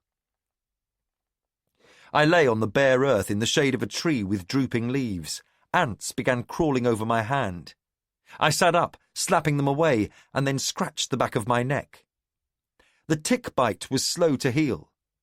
I picked the scab away from it and felt some relief. "Home!" Motley squawked at me from a branch overhead. "Home! Home! Home!" "Yes," I conceded, and gathered my legs under me. They ached, and my belly hurt. "My brother, you have worms." I considered that thought. I'd had worms before. What man who has lived by his wits has not? I knew several cures, none of which were available to me right now. You made me swallow a copper coin when I was a cub. A copper bit kills the worms, but not the pup. I learned it from Burridge. Heart of the pack knew many things. I haven't a copper left to my name. It must wait until we are home, to where I have access to herbs I know. Then you'd best get up and get moving toward home. Night Eyes was right. I needed to get home. I imagined embracing Bee.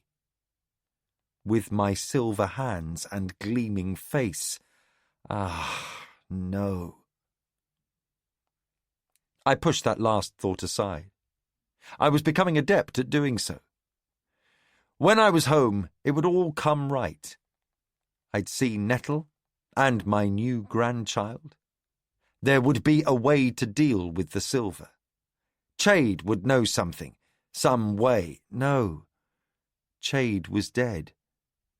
And so was his son. What sort of a welcome would Shun give me for that news? Had the elderling woman been right? Was the silver killing me? It would sink down to my bones, she had said. Get up. You are lying there while the sun moves, unless you have decided to sleep through the day and travel by night. The moon would be full tonight. I'd be able to see. Yes, I will travel tonight. I was lying to myself. At nightfall, I forced myself to rise. The crow had perched above me. I looked up into the darkened branches, and to my surprise, I could see her. I saw the shape of her body by its warmth. The fool had spoken of this when he drank the dragon's blood. I am going to travel. Do you wish me to carry you? Crows did not fly in the dark. She gave a dismissive caw. She could find me when it suited her. She had shown me that. The road had become well-travelled over the last few days, but there were fewer carts and horses on it by night, and my sheet cloaked most of me. I made good time. Stones, heated all day by the sun's warmth, gave off a different sort of light than the small mammals that foraged along the edge of the road. Another climb up another hill, the road cut through tilled lands and pastures. Where would I hide this day? Worry about it when the dawn came. I topped the hill and looked down onto a bustling seaport. Lanterns burned bright on the ships anchored in the harbour. Lamps gleamed randomly throughout the sprawling town. It was at least as big as Buckkeep Town, but spread out as flat as batter in a pan. How was I to make my way through that, get to the docks, and persuade a boat to take me to Furnich, and all without a copper to my name? Steal a small boat. And go where? I had no charts. I needed a boat and a crew that would obey my will. Why was nothing ever simple? Why was I so weary? That night I raided a chicken coop and took a hen as well as 3 eggs. I helped myself to grain from the cattle shelter and stared down a watchdog who came to snarl at me. I told him he faced a wolf and felt the silver stitched together with my wit to send him yelping back to his doorstep. It felt peculiar. I fled with my loot. Man's teeth do not do well on raw meat, but I persevered and stripped the hen down to her bones. I followed with raw eggs gulped down and grain ground between my cow's teeth, and all washed down with stream water.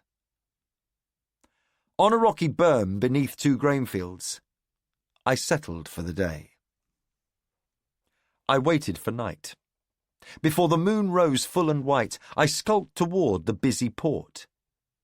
Thick had used the skill to hide himself, but he had always been far stronger in it than I was. I arranged my sheet to cover most of my face, and I kept to the shadows, even as I sent out don't see me," to any I passed in the quiet streets. There were few folk on the street at night. Only 2 gave me even a glance. The strength of influence I was now able to exert with my mingled magics was unsettling and reassuring. How much dared I trust it? Could I walk the busy streets in daylight and be unnoticed? To test that and fail might be deadly. I knew my destination, and I did not pause. I headed down to the docks. A harbour never sleeps. Ships unload or take on cargo by night to catch the morning's tide. I chose a dock where an ant stream of longshoremen pushed carts and barrows to docked ships.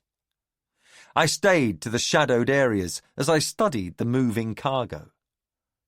I was hungry again, aching and weary. I could not allow that to deter me. I found a ship offloading hides. The fool had spoken of Furnich being a tannery town. I stepped in front of one of the sailors. "I need passage to Furnich." I enveloped him in my friendliness.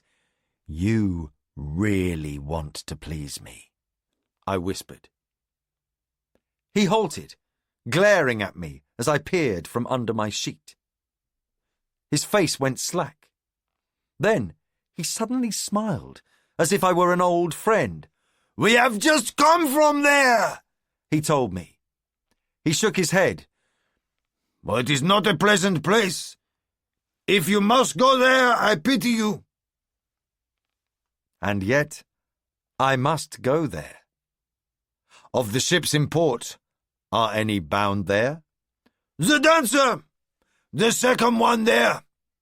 Her captain is Rasri. Good for most things, but a terrible cheat at games of chance." I will keep that in mind. Good evening to you. As we parted, he gave me a loose-lipped smile, as if I were his lover. I felt queasy for what I had done to him as I hastened down the dock to the Dancer. She was a tidy little vessel with a deep hull and small house, one that could be sailed with a very small crew. A young woman was standing on the deck. I sharpened my will, then reached towards her with a wave of good fellowship and trustworthiness, as I asked for Captain Rasri. Her eyes widened, and she smiled at me despite my drapery. "I'm Captain Rasri? What business have you with me?" She saw my silvered face and took a step back. I smiled at her and offered that it was a peculiar scar, no more than that. She politely looked away from it. "I need passage to Furnich." "We take no passengers, good man." "But for me, you could make an exception." She stared at me and I felt her struggle. I pressed harder on her boundaries.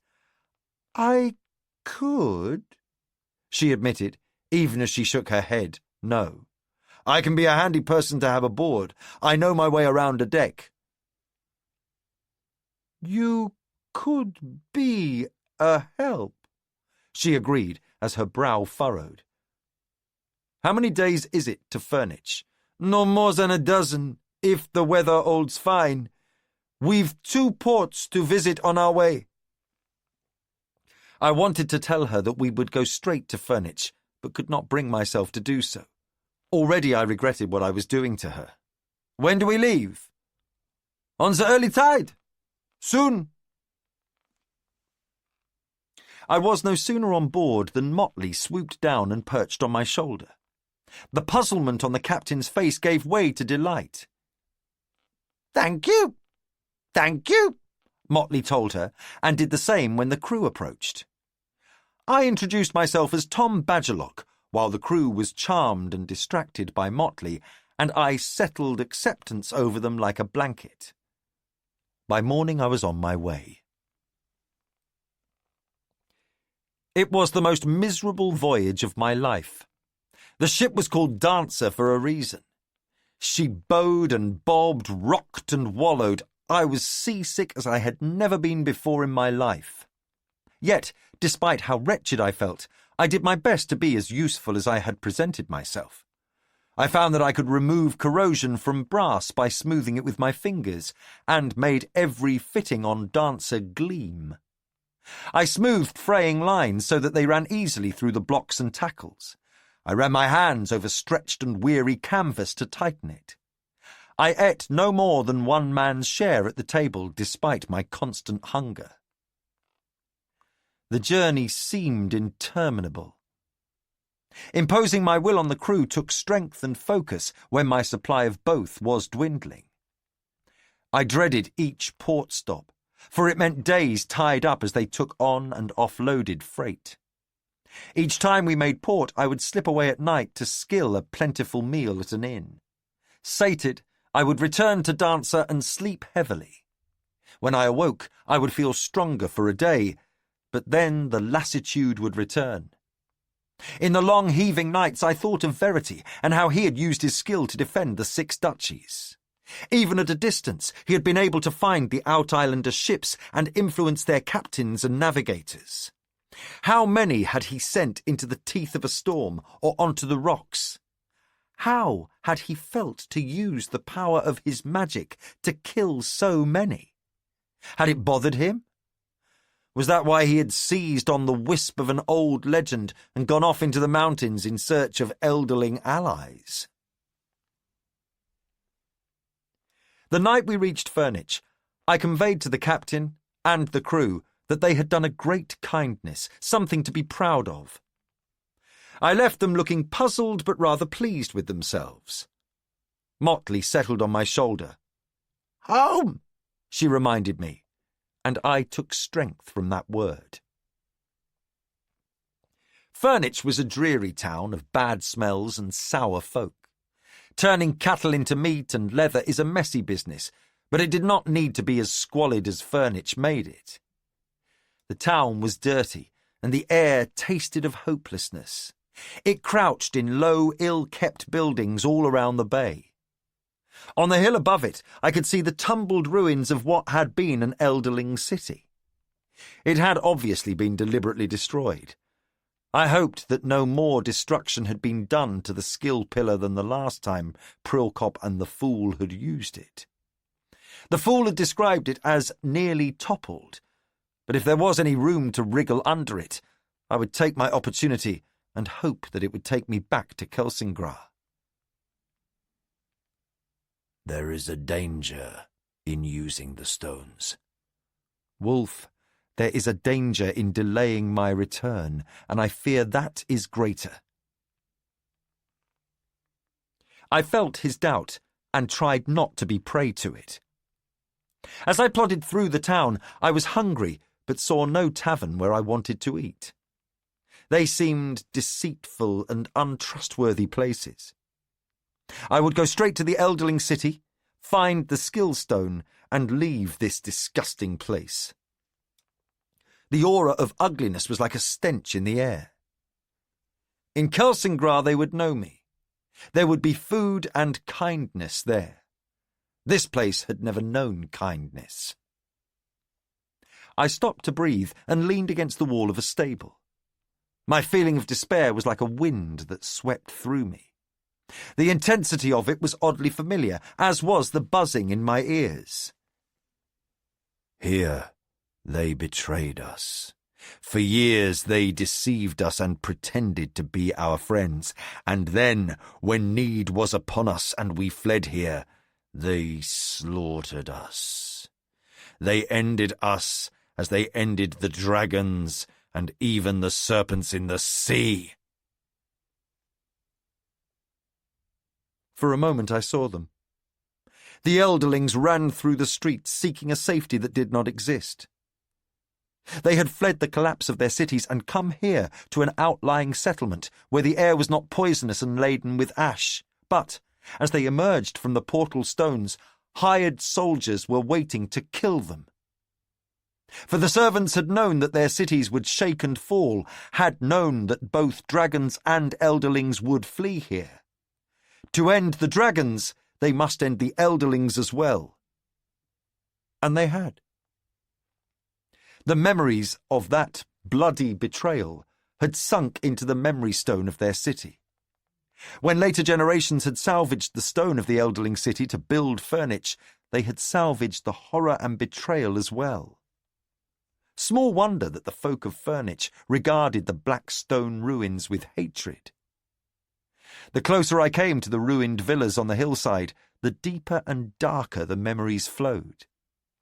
Skill and silver writhed in me, and I staggered through a flow of ghosts. Men and women shouted and screamed. Children lay dead or bleeding in the streets. I threw up my walls to deaden the horror. Kelsingra was a fountain of elderling memories, of festivals and markets and joyous times. Here, the stones had drunk up the blood and the deaths of the elderlings who had raised them. That terrible legacy of fear and despair had been passed down for generations, and merry or peaceful memories had been quenched in blood. I did not know the name of this elderling town. Grass was trying to grow between the broken paving stones, but too much memory stone had been used. The streets recalled that they had been streets and did not allow the grass to flourish. Everywhere I saw the signs of hammers and chisels, toppled statues deliberately broken to pieces, fountains destroyed, building walls pulled down.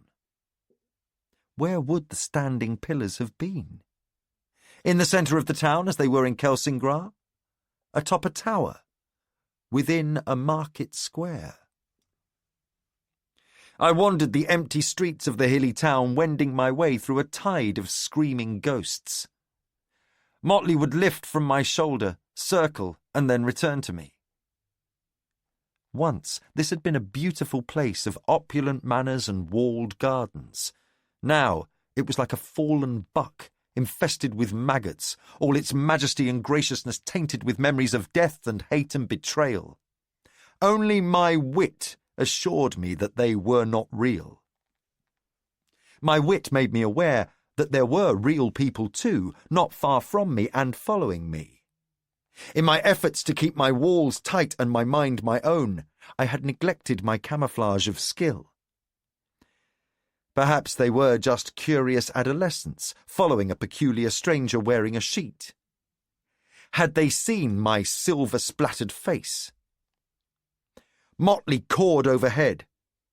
I watched her circle, and she suddenly dipped down to light on my shoulder. "Careful," she croaked in a hoarse whisper. "Careful, Fitz." They were closing in on me. I stood still, breathing quietly. I flung my wit wide, trying to sense how many and where they were. What did they imagine I had that they would want? Were they simply the sort of ruffians that enjoyed giving a stranger a beating? I had no strength left to run, let alone fight. Leave me alone. I flung the plea out into the night, but the skill-infused stones diluted and muted me. I needed to see them, to look into their faces, to target their minds. They kept their distance. Doubtless they knew the ruins well. Perhaps they had braved this miasma of fear and hate since they were children. They kept to cover. I would catch a glimpse in the glowing dusk of someone flitting from one concealment to another. How many? 4? No, 5. 2 were standing close together. I flared my nostrils and took in scent, an almost useless gesture with my feeble human nose. They are near. Choose your place. That was my last advantage. I drew my knife and I found a bit of standing wall to put my back against. I discarded my sheet cloak. Perhaps my appearance would give them second thoughts, but in the gathering darkness would they even see how peculiar I had become? With a sinking heart, I forced myself to question what sort of people would willingly drench themselves in this atmosphere of hatred and blood. It was not a good sort. I heard a low laugh and someone shushing someone else. It had been a woman's laugh. So this was sport rather than robbery. I was probably not their first prey. A rock hit the wall beside me. I flinched and the crow lifted from my shoulder. I didn't blame her. A single strike would kill her. Another rock struck near my head. I stood still, listening. The next rock struck my thigh, and this time their laughter was not hushed. They remained in hiding, unseen. I heard the soft whistle of a sling, and that rock struck hard on my chest. I lifted an arm to cover my face, but a rock struck me in the mouth with a sharp crack. I tasted blood, and my ears rang. "Cowards," Night Eyes snarled inside me. "Kill them all." When Night Eyes had been alive, our wit bond had been so close that I often felt I was as much wolf as human. His body had died, but something of him had lived on inside me all those years. Part of me, and not part of me.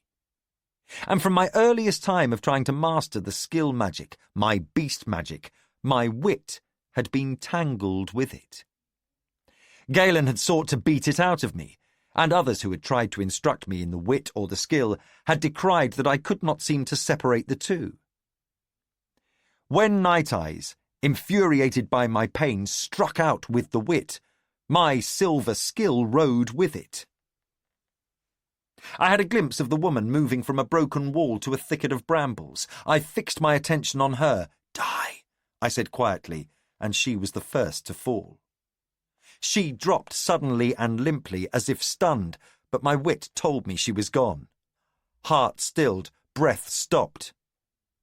Foolishly or loyally, perhaps both, two of her male companions ran to her.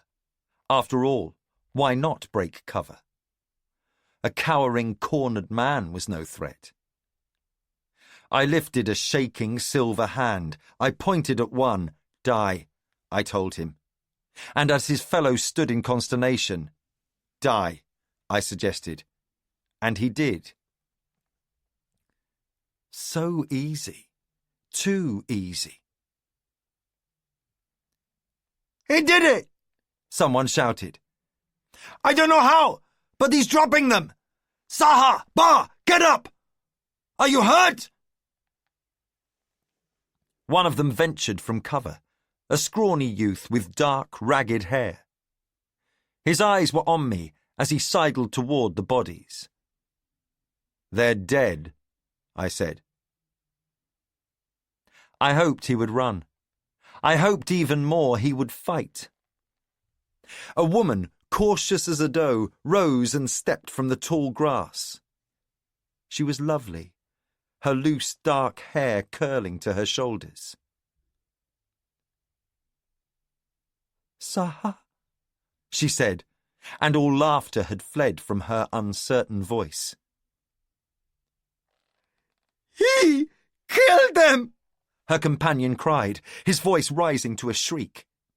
He charged at me, and she screamed as she copied him. I moved my silvered hand across their path. They dropped just as surely as if my axe had lopped off their heads. They fell, and my wit immediately told me they were gone. Never had I used my magic in such a way. Never had it been strong enough. This was like when I had first tried to learn to skill and my ability had been wildly erratic. In fear and anger, I'd thrown death at people I had not even clearly seen. "I did not know we could do that." Within me, Night Eyes seemed cowed by what had happened. Nor did I. Had I felt shamed by bending the minds of the dancer's crew? Now I felt numbed with shock. The same calmness I'd seen in a man with a leg lopped off. I spat the blood from my mouth and touched my teeth. 2 were loosened. My enemies were dead, and I was alive. I pushed remorse away. I looted the bodies. One of the youths had sandals that would fit me. The pretty woman had a cloak. I took their coins, a wineskin, a knife. One woman had a little paper pouch full of gummy, mint-flavoured sweets. I gobbled those down and followed them with the cheap wine. I looked aside as Motley took bits of flesh from them. How was it different from my looting? They were dead, and she took what was useful to her. Night thickened and the moon rose. The memory of mayhem in the now ruined streets rose in volume. Motley huddled on my shoulder. Were the folk who had slaughtered the elderlings the ancestors of those who now lived in the pathetic town below? Was this lingering horror and hatred a terrible unplanned punishment that fell on children who had no knowledge of what their forebears had done? Did the dark humours of this place taint the younger generations of those killers? I found the skill pillars by following the phantom carnage backwards. I waded through ephemeral corpses and shrieking spectres until I came to a place where the ghostly elderlings milled like sheep surrounded by wolves. They had emerged from the skill pillar, seen the slaughter, and tried to flee back to dubious safety. At the vortex of that maddened flight, I found the pillar. It was as the fool had said. Someone had put a great deal of effort into trying to pull it down. It leaned low, and the full moon above glinted on its scratched upper side. The outer faces of the pillar had been scored with scratches, and there was a strong stench of urine and feces. After all the years, there was still a hatred so strong that it was expressed in this puerile way. Humans piss when they are scared. Tall grass surrounded the fallen monument. Ghostly elderlings were emerging from it, clutching children or carrying an armful of belongings. I dropped to my knees and pushed my way through coarse grass and tangling bindweed. I wished I'd had the map Chade had given me, of all the known pillars and their destinations. No matter. Gone was gone, and I hope the bear had enjoyed eating it. The fool had said they had emerged from the downward-facing plane of the skill pillar. All I had to do was go back the way he had come. I peered through vegetation into the black space under the leaning stone. Motley clung to my cloak and shirt collar, leaving scratches on my neck. "Are you ready?" "I am never ready for this. Just do it." Home! Home now! Very well. I pushed brambles aside, wincing as the thorns tore my palm. I'd have to crawl to get under the pillar. A moment of the stupidity that weariness brings was all it took. I braced my hand, my silver hand, on the face of the pillar nearest me, preparatory to crawling under it. It seized me, and I had a glimpse of a spoilt rune I did not recognise. Motley gave a terrified caw, and we were pulled into the stone. Chapter 43. Bingtown. To Skill Mistress Nettle from Apprentice Carol. As you demanded, I confess my fault on this paper, and offer also my explanation. It is not an excuse, but it is a reason why I disobeyed the journeyman Shares, who was supervising me on our visit to Aslivjal. I was aware of our assignment. We were to gather skill cubes, note where they had been found, and bring them back to Buckkeep Castle for reading, classification, and storage. Shares was most clear in telling me I must stay with the others and touch nothing that did not pertain to our task. Yet I had heard tales of the map room of Aslivjal. My desire to see it outweighed my sense of duty to obey. While unobserved, I left my coterie and sought the map room and discovered It was as wondrous as the accounts had said. I lingered longer than I intended, and instead of returning to where we had been gathering the cubes, I went directly to the pillar that had transported us there. This is the most important part of my tale, even if it does not excuse my disobedience at all. The others were not yet at the pillar. I was weary, for my bag of gathered cubes was heavy. I sat down with my back to the wall. I do not know if I dozed or was simply taken by the memories in the room. I began to see elderlings coming and going from the pillar. Some were grandly dressed, and some walked through as simply as if strolling through a garden. But after a time, it struck me that elderlings either emerged from or entered a facet of the pillar. There was no face where elderlings both entered and exited. I believe that we should carefully study the runes on each pillar face, for I believe that some of the issues of time lost or great weakness may be the result of us using the skill pillars to travel backwards, counter to their intended use. When it came time to return to the witness stones, I felt great trepidation. I attribute our day's delay to entering a facet of the pillar that I saw elderling shadows only emerge from. For my behaviour in leaving my coterie, I apologise. It was thoughtless and reckless. I submit myself for judgment and punishment as you see fit. With great sincerity, Apprentice Carol. We sailed on. Slowly, I woke to life. Dwalia had left her mark on me. If the weather was cold and wet, my left cheekbone ached, and sometimes yellow tears ran from my left eye. My left ear was a shapeless lump. I could not sleep with it touching the pillow. The bruises and abrasions from the neck shackle had left sores that were slow to heal. But that was my body. The rest of me simply didn't want to do anything. I wanted to stay in my hammock in the dimness. I wanted Beloved and Amber and the Fool to all stop pestering me. Every time I wrote in my dream book or journal, I reminded him of that.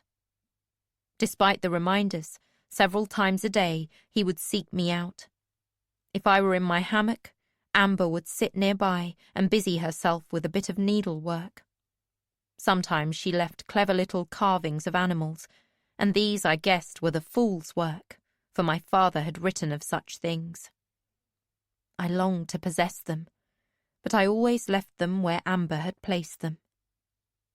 Mostly, I avoided looking at her, but whenever our eyes met, his peculiar ones were full of remorse and pleading.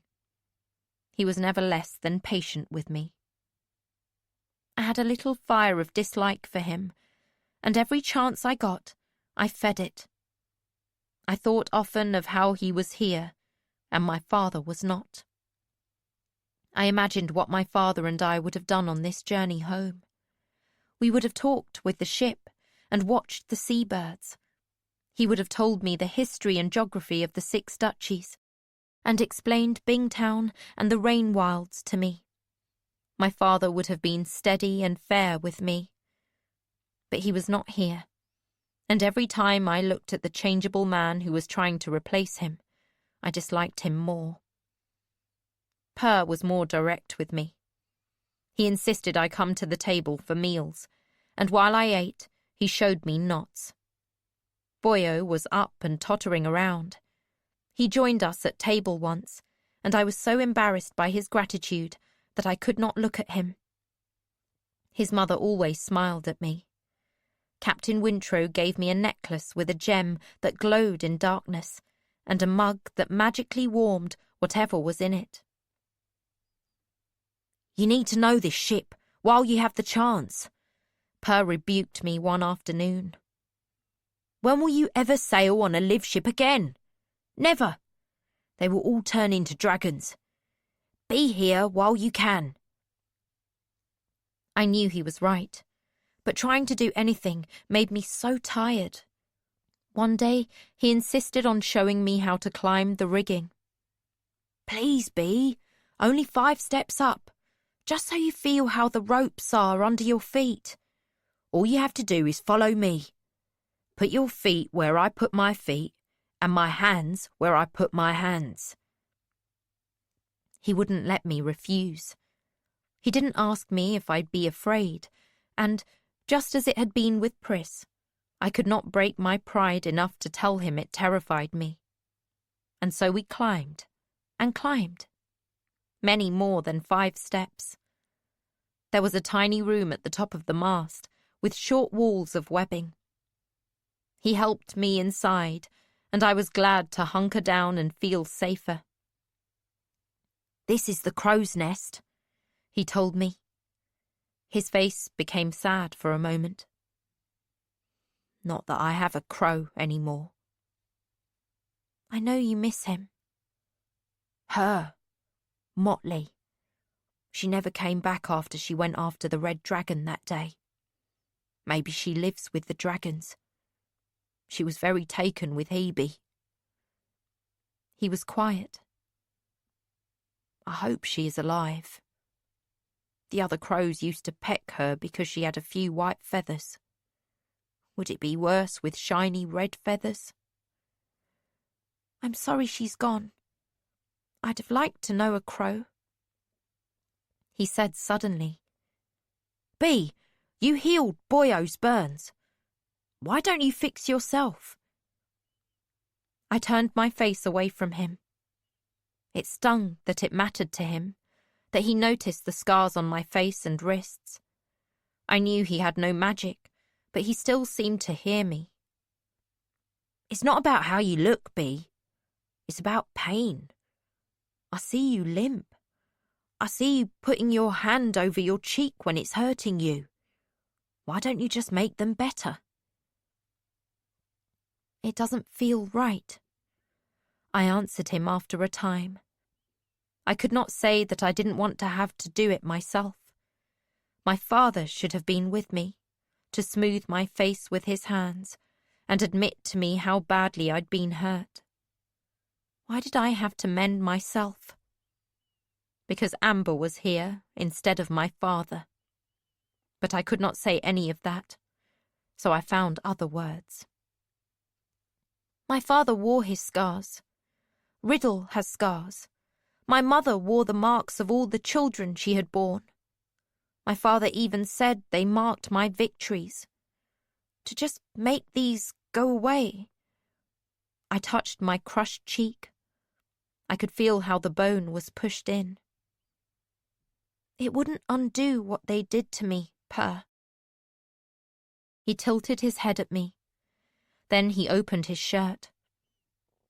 I stared in astonishment as he unfastened the collar laces and laid bare his hairless chest to me. "See where I took an arrow for you?" he asked me. I stared. His skin was smooth over his muscles. "No." "That's because your father erased it. He healed me. And Lant too. And you should have seen what the fool looked like before your father worked on him. Fitz even took the fool's wounds and put them on himself so the fool could heal faster."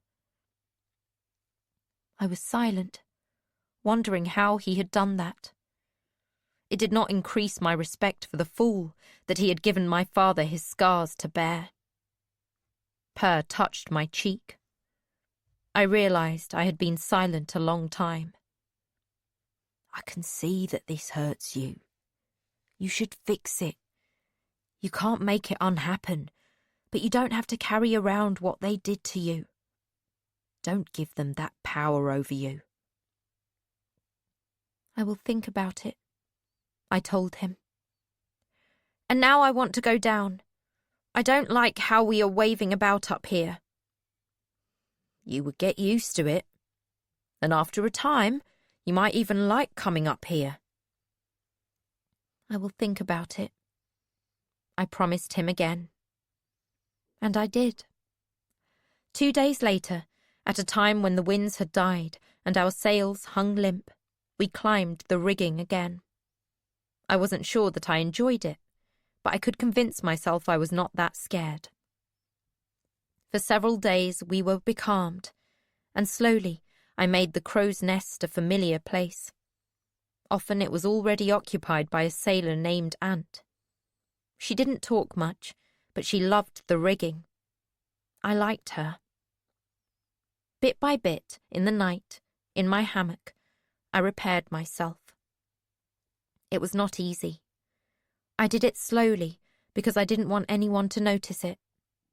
I didn't want them to say I looked better or to praise me for doing it. I could not explain the why of that, not even to myself.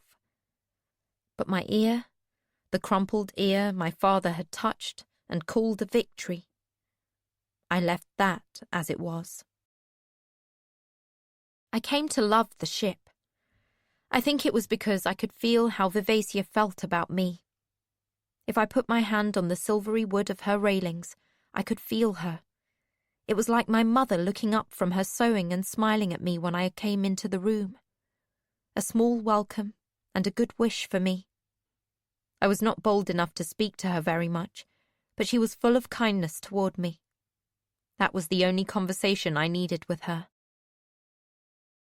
I heard her have other conversations with her captain. It had taken me some time, but I had sorted out that Captain Wintrow was Althea Vestrit's nephew, and that Vivacia was the ship of the Vestrit family, and that Althea had grown up aboard her. Live ships, it seemed, were very important to the families that owned them. That Paragon had turned into 2 dragons and flown away meant that Althea and Brashen and Boyo no longer had a ship, and Vivacia wanted to do the same. Then there would be no live ships for any of them. Per was right. Before I was a woman grown, all the live ships would be gone. That saddened them, but there was a more immediate conflict. I had been sitting in a coil of rope near the foredeck and had dozed off there. I woke to a group of sailors standing in a respectful row, their hats in hands. I had not heard what they asked of the ship, but her reply made it clear. Vivacia refused to put it into the pirate isles. Her captain pleaded with her. Boyo importuned her, but she was adamant. I could see that her black curling hair had the grain of wood, but somehow it still moved when she shook her head. Kennitson will never be less dead, no matter when or how they receive the news.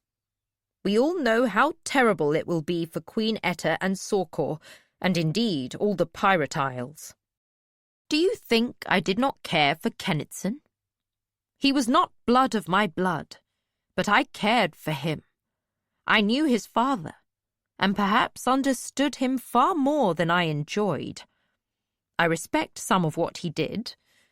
Nonetheless, I have no wish to be trapped in Divvy Town while Etta rages and curses and weeps. And you know she will have 1,000 questions followed by 1,000 accusations and rebukes. She will delay me for weeks, if not months. So what do you intend?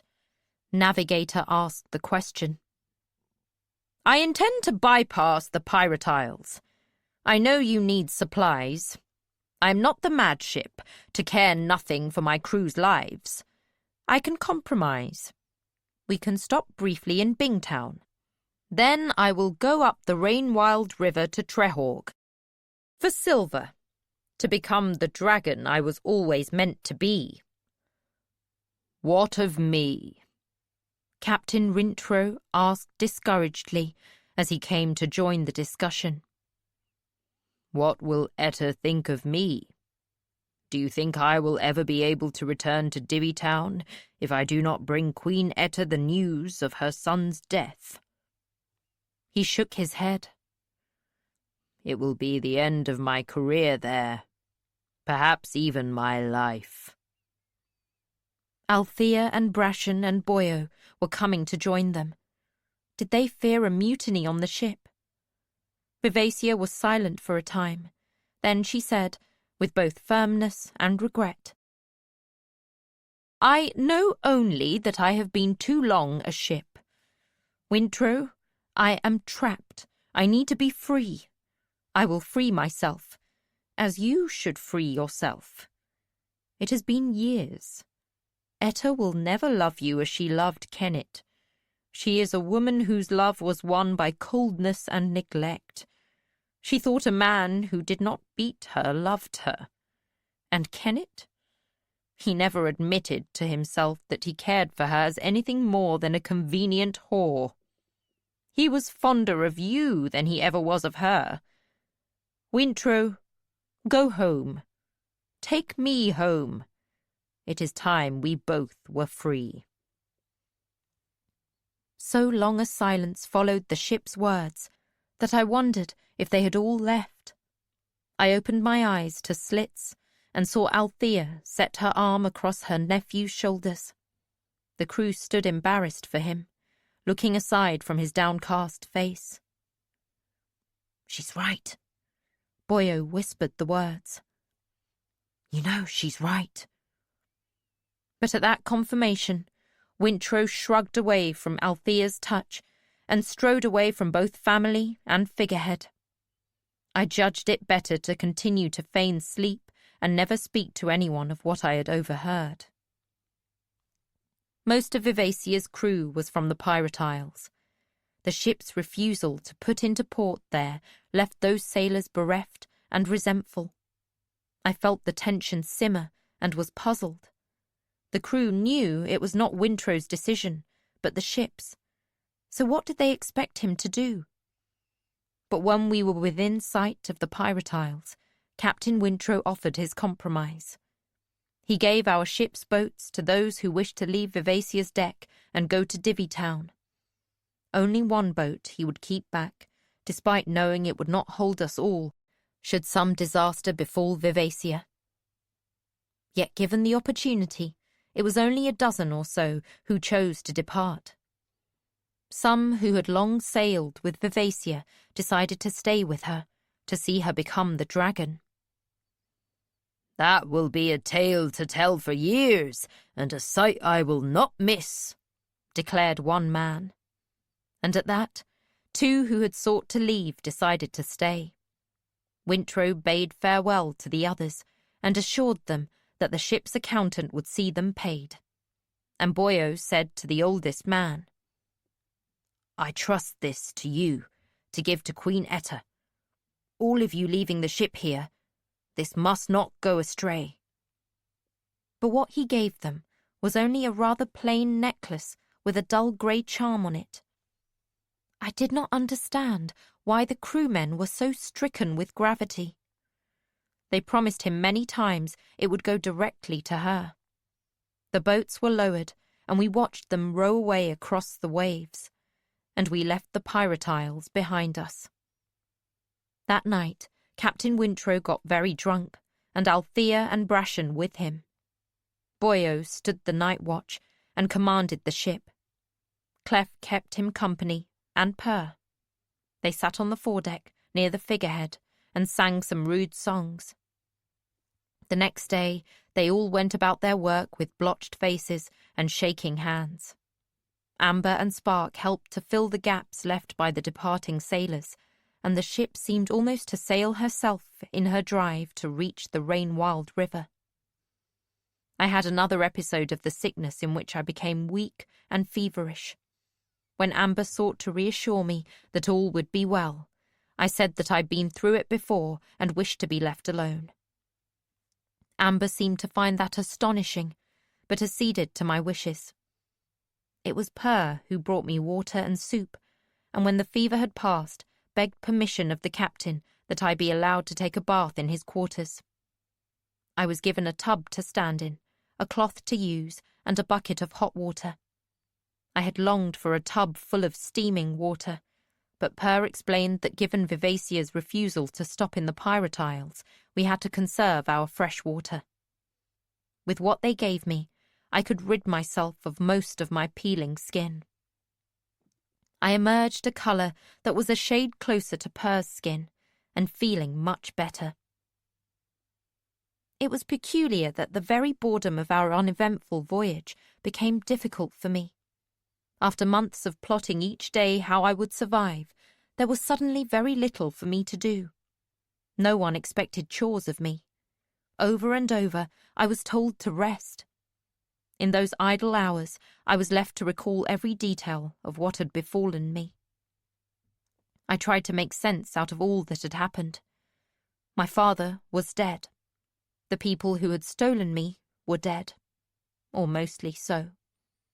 I was going home to Buckkeep Castle, to a sister I did not know well, and a niece who was a baby.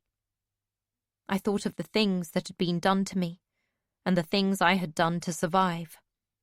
Some I could scarcely believe. Biting Dwalia's face, watching Trader Acriel die, becoming the destroyer, and killing Dwalia and setting fire to Symph and burning all the libraries. Had that truly been me, B. Farseer? I had dreams, both those full of portents and the ordinary kind. Sometimes it was hard to tell the difference. I wandered the walls of Withywoods, calling for my father, but only a wolf came to me. Trader Acriel crawled after me, screaming that it was all my fault. I tried to run from her, but my legs were jelly. A blue buck leapt into a silver lake, and a black wolf leapt out of it. A dozen dragons rose in glorious flight. Dwalia stood over my bed and laughed to think I had believed I could kill her. I dreamed of a woman who ploughed an immense field, and golden grasses grew up to be harvested into creaking wagons. I dreamed of my mother saying, "He may not seem to love you, but he does." I dreamed I watched a grand ball in an immense festive chamber through a crack in the wall. Some I wrote down on the paper Beloved had given me, and some I kept to myself. He came to me one evening and said, "I propose that we sit down together, and you read your dreams to me, and we discuss them." I did not want to share them. Writing them down made them important. Reading them aloud would make them even more so. I said nothing. He sat down beside me on the foredeck. It had become my favourite place to be in the evening. His long hands, one gloved, one bared, were folded loosely in his lap. "B, please let me know you. There is nothing more important to me than that. I want to know you and to teach you the things you must understand about yourself. Teach you about your dreams and what they might mean and what life may demand of you. Some day you must find a catalyst and begin to make the changes." I noticed that he did not say he wished me to know him. Amber full beloved that he was. I covered my drawing of Trader Acriel. I made a smile for him. I found a catalyst, and I made my changes. I am finished with that. I thought of what my father would want me to do. I drew a great breath and tried not to hurt his feelings. "I don't want to be a white prophet like you were." "I could wish that we could change that, but I'm afraid that for you, it's inevitable. Let's set that aside. Would you tell me about your catalyst?" He tipped his head at me and asked gently, "Is it Purr?" Purr. I tried to hide my dismay for such an idea. Purr was my friend. "I already told you. My catalyst was Dwalia. She enabled me to be who I had to be to become the destroyer. She changed my life. She took me from Withywoods to Clara's. There I made the changes they all feared I would make. And then I killed her. I am the destroyer, and I destroyed the servants." He was silent for a time. His fingers, some gloved and some bared, toyed with one another. "Are you sure that Dwalia was your catalyst?" "Prilcop said she was. I corrected myself. Prilkop said he thought she was. Prilkop has been known to be wrong. He sighed suddenly. B, I thought this was going to be so much easier for both of us. But then, I had hoped your father might be with us, to help us become friends, to help you trust me. But he's dead. I know. He suddenly sat up straight. He tilted his head to consider my face. Those eyes. I looked away. He spoke to me anyway. B, do you blame me for his death? No, I blame him. I hadn't known I was going to say that. But now that I had, I felt a surge of righteousness. It had been his own fault that he died, and it was fair that I was so angry with him. Beloved took my hand in his gloved one. He wasn't looking at me any more. He stared off over the sea. I do too, and I think I am as furious with him as you are. I tugged my hand away, as if he were innocent.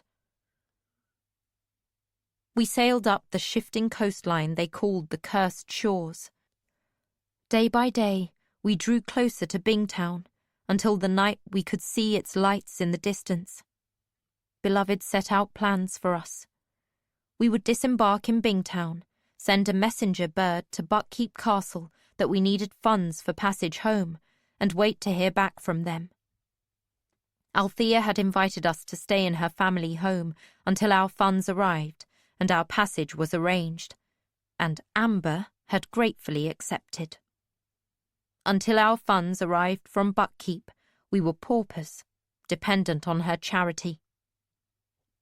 The day was sunny as we sailed into Trader Bay and then Bingtown Harbour. Vivacia went directly to the docks reserved for the live ships. Our arrival caused a stir, and soon the other live ships were calling to her. It was strange to hear ships shouting to one another, demanding news. Apparently, the 2 small dragons that once had been Paragon had stopped in Bingtown to exhort the other ships to follow them to Kelsingra. Now they wanted to know, was it true? Had these dragons once been Paragon, the live ship? One live ship named Kendry was the most vocal, roaring that it was past time for ships to be free dragons. His figurehead was a handsome, bare-chested young man. He was tied at a separate dock from the other live ships, and his masts were naked of canvas. Most of the ships were curious, but Kendry's anger was frightening. It was not only the ships that were in uproar. No sooner were we tied up than a contingent of folk in peculiar robes came down the docks in a gaggle. As I disembarked behind Beloved with Spark and Purr, they were demanding permission to board. "Who are they?" I demanded as we passed them by. Men and women alike were garbed in robes of differing colours and wore grim expressions. "They are members of the Bingtown Traders' Council." Beloved as Amber spoke quietly beside me. Each of the original families who settled here has a vote in the Bingtown Council to make decisions that bind all. The prospect of the live ships becoming dragons will upset many of them. The live ships and their ability to move up and down the Rainwild River, as well as their swiftness upon the open seas, have long given the traders a distinct advantage. Their vanishing will affect not only the families fortunate enough to have owned them for generations and to have founded their fortunes upon them, but all who have relied on them to bring first to Bingtown the finest goods from the Rainwilds. Boyo told me the council won't be happy about any of it. Purr summed it up. They'll likely have a big meeting tonight to decide what's to be done. Bingtown was a place of beauty and bustle in equal measure. Folk walked with purpose in their stride. A woman loudly hailed a man, demanding to know where her shipment of fine calf leather was. 2 men rose from a table and leaned forward to shake hands over a pot of tea and 2 cups. A messenger dashed past, her pouch of missives clutched to a bouncing bosom. Clara's had been a town of passive pastels and calm folk. Bingtown roared with colour and commerce. The scents of spices and rich meats floated on the air. Amber grinned as she strode through it, and seemed familiar with the town.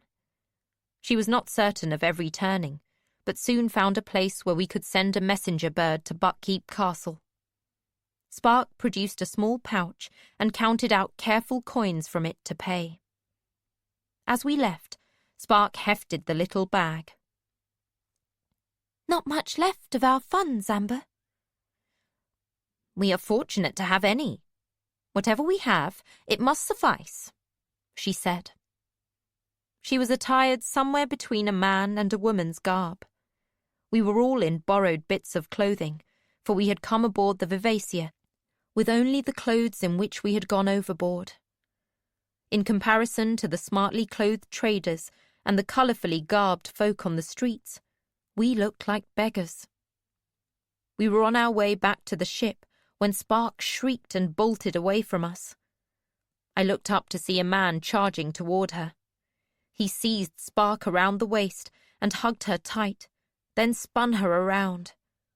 I was groping for my belt knife when Purr shouted, "Lant! How can it be? Lant!" And it was.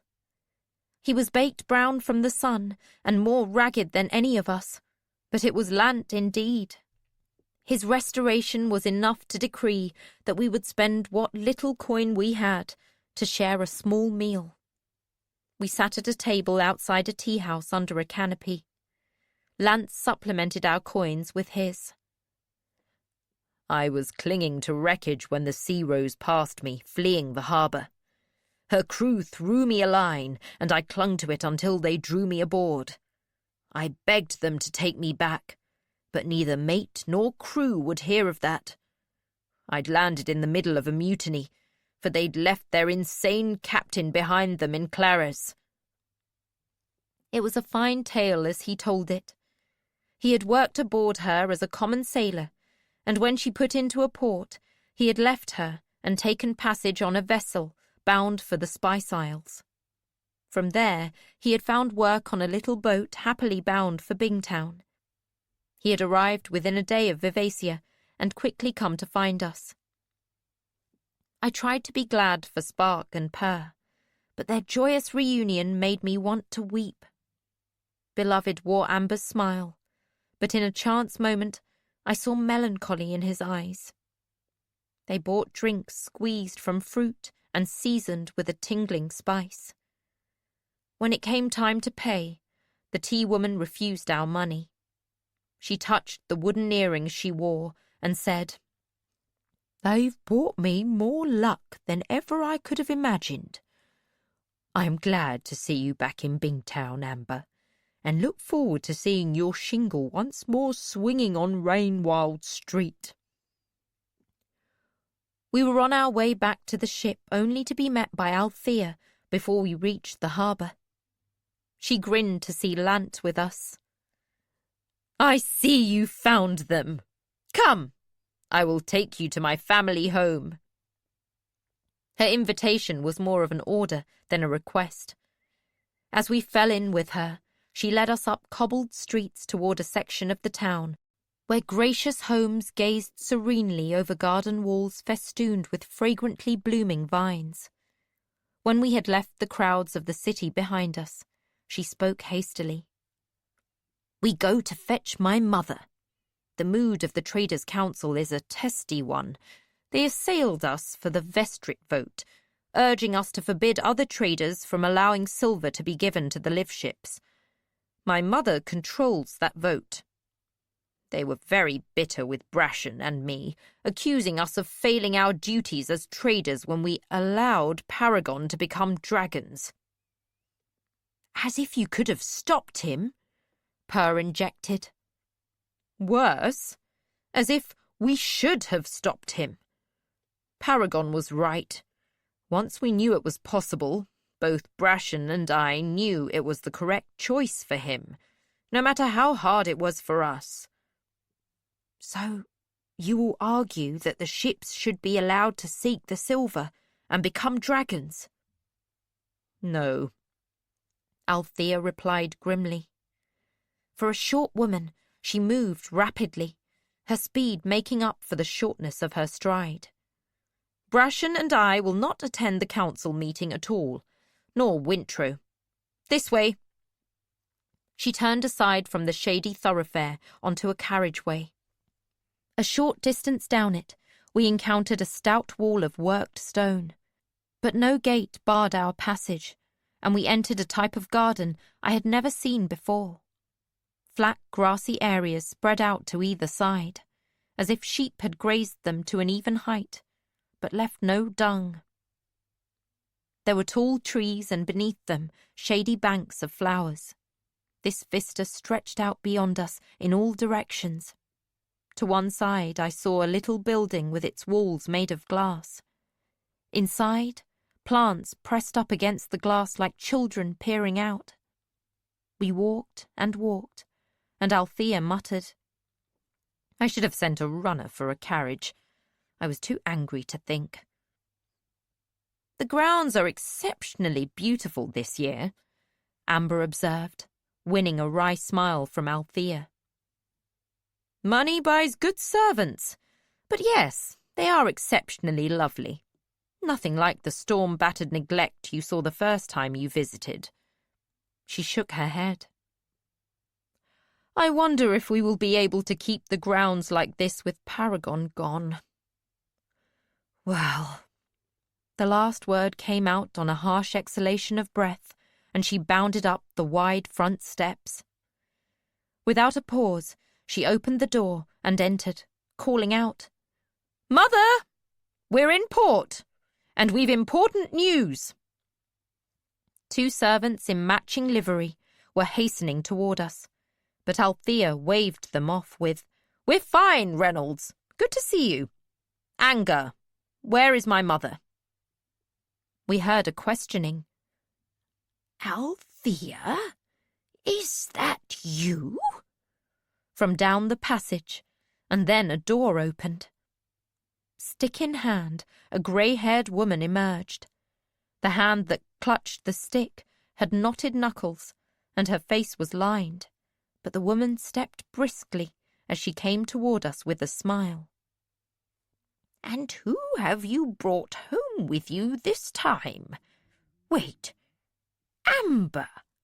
Is that you after all these years?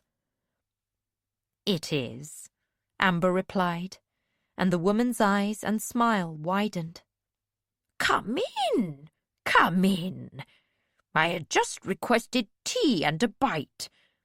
Reynolds, can you please bring enough for a horde? You know how Althea eats when she first gets home. Reynolds, who had been hovering, responded with a grin. Indeed, yes, ma'am. Right away. Althea introduced the rest of us, but as she began to explain, her mother said, I know more than you think I do, and far less than I should like to. I received your dispatches from Divvytown, and was frankly terrified for you and Brashen and Boyo. But Carrig Vestrit assured me that you had survived, and that Vivacia would bear you home. How badly injured is Boyo? Carrig Vestrit? Althea was shocked. The blue one. The green dragon was more guarded about her name. She is the decidedly odd one, and I think the one most responsible for Paragon's uneven nature when he was a ship. How is Boyo? The dragons came here and spoke to you. Would you like to see the mess they made of the iris gardens around the reflecting pool? That is where the 2 bullocks they requested fled to, and where they feasted. So I knew you were alive, and I hoped you were coming directly home. But I know little more than that, and understand still less of it." "Well, that saves me some time, and there is much more to tell, and an even more immediate worry. A contingent from the Traders' Council met us as soon as we docked. They were very angry that Paragon had become dragons. They all but accused us of treason, and now Vivacia wishes—" "Trader business is for traders," her mother rebuked her firmly. She turned a smile on us. "Please, I do not even know your names yet, but please be comfortable here while Althea and I converse privately. In here, if you would." In here was a spacious room with cushioned chairs near windows that looked over the spoiled iris garden. The room was floored with white tiles, and a table with a white-tiled top was surrounded by 6 chairs. As Amber ushered us in, I heard the mother say, "Oh, excellent, Reynolds, in there, and please, a word with you afterwards." Did we offend her? Lant asked in a quiet voice, but Amber shook her head. "Not at all. Traders are very private about their business. I am sure she will join us shortly. Oh my, hot tea. And lemon." Reynolds entered with a large silver tray bearing a steaming china pot and cups. As he set it down, I smelled tea and saw sliced yellow fruit in a little dish on the tray.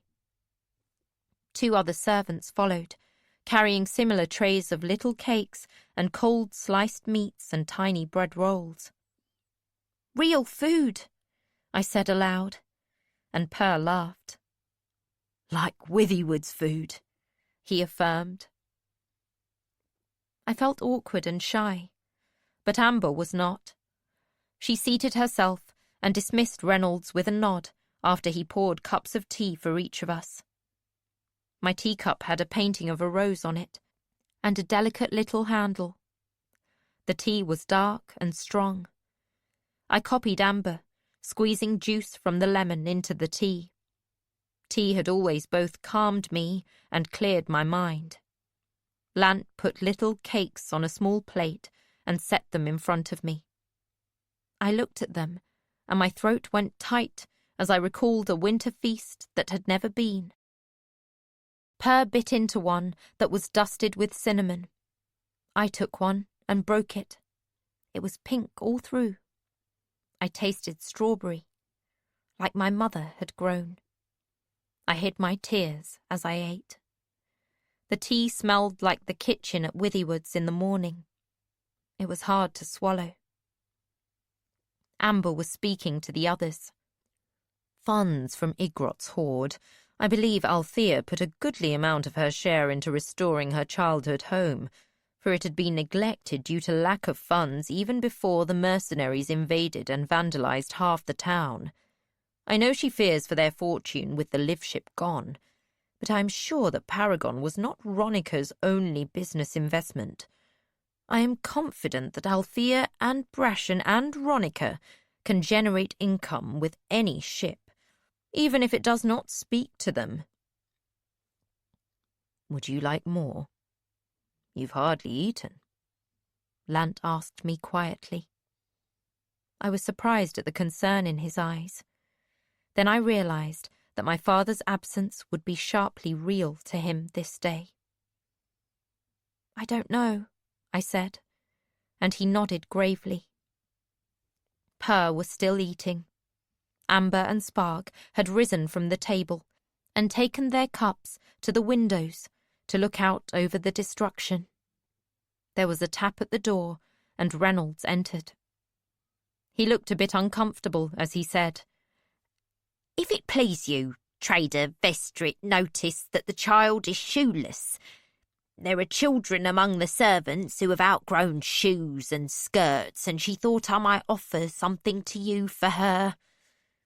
He spoke to Lant and Amber, as if I were too young to understand him. I spoke for myself. "I would be very grateful indeed for anything that might cover my feet." I was the most ragged among us, for while the others had been given clothing from Vivacier's crew, nothing they had would fit me. Reynolds had brought several pairs of the soft leather slippers that house servants usually wore, and one set with a harder sole. Fortunately, that was the pair that fitted me the best. I donned the skirt over the ragged cotton trousers that Capra had given me to wear. The skirts tied with a sash, and looked much too tidy to be worn with my stained blouse. It had been so long since I'd worn skirts that it felt strange. I thanked Reynolds for his thoughtfulness, but Purr shook his head. As Reynolds was leaving, he marvelled sadly. "A princess of the 6 duchies wearing a servant's hand-me-downs." "A princess?" Ronica asked as she came in the door. She smiled as she said it, as if it were a fancy of mine. "That's not quite her correct title," Amber said, "but a high-born lady." "One who is very glad of shoes," I put in, lest Althea's mother think me ungrateful. I curtsied to her in my new skirts and said, "Thank you so much for your thoughtfulness." "She is the daughter of FitzChivalry Farseer, B, the girl we went to rescue," Althea filled in. Her mother jerked her gaze to her daughter. "She is the daughter of the Farseer prince who healed Fron." She looked stricken. "I did not understand. I grieved when Althea told me that he had died. He was your father? Oh, I am so sorry. Our family owes him a debt we can never repay." And it doubled when she healed Boyo of his burns from when the Clares folk set fire to Paragon. "Mother, we thought he would lose the use of that arm and be forever scarred, but his new skin is pink and healthy." "Boyo was that badly burned?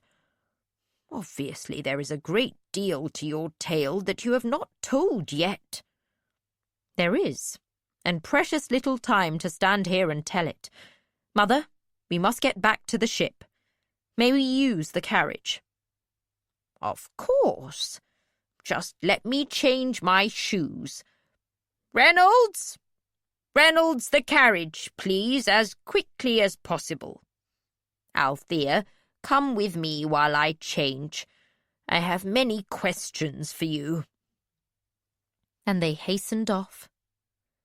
A short time later, a behatted Ronica escorted all of us to the carriage.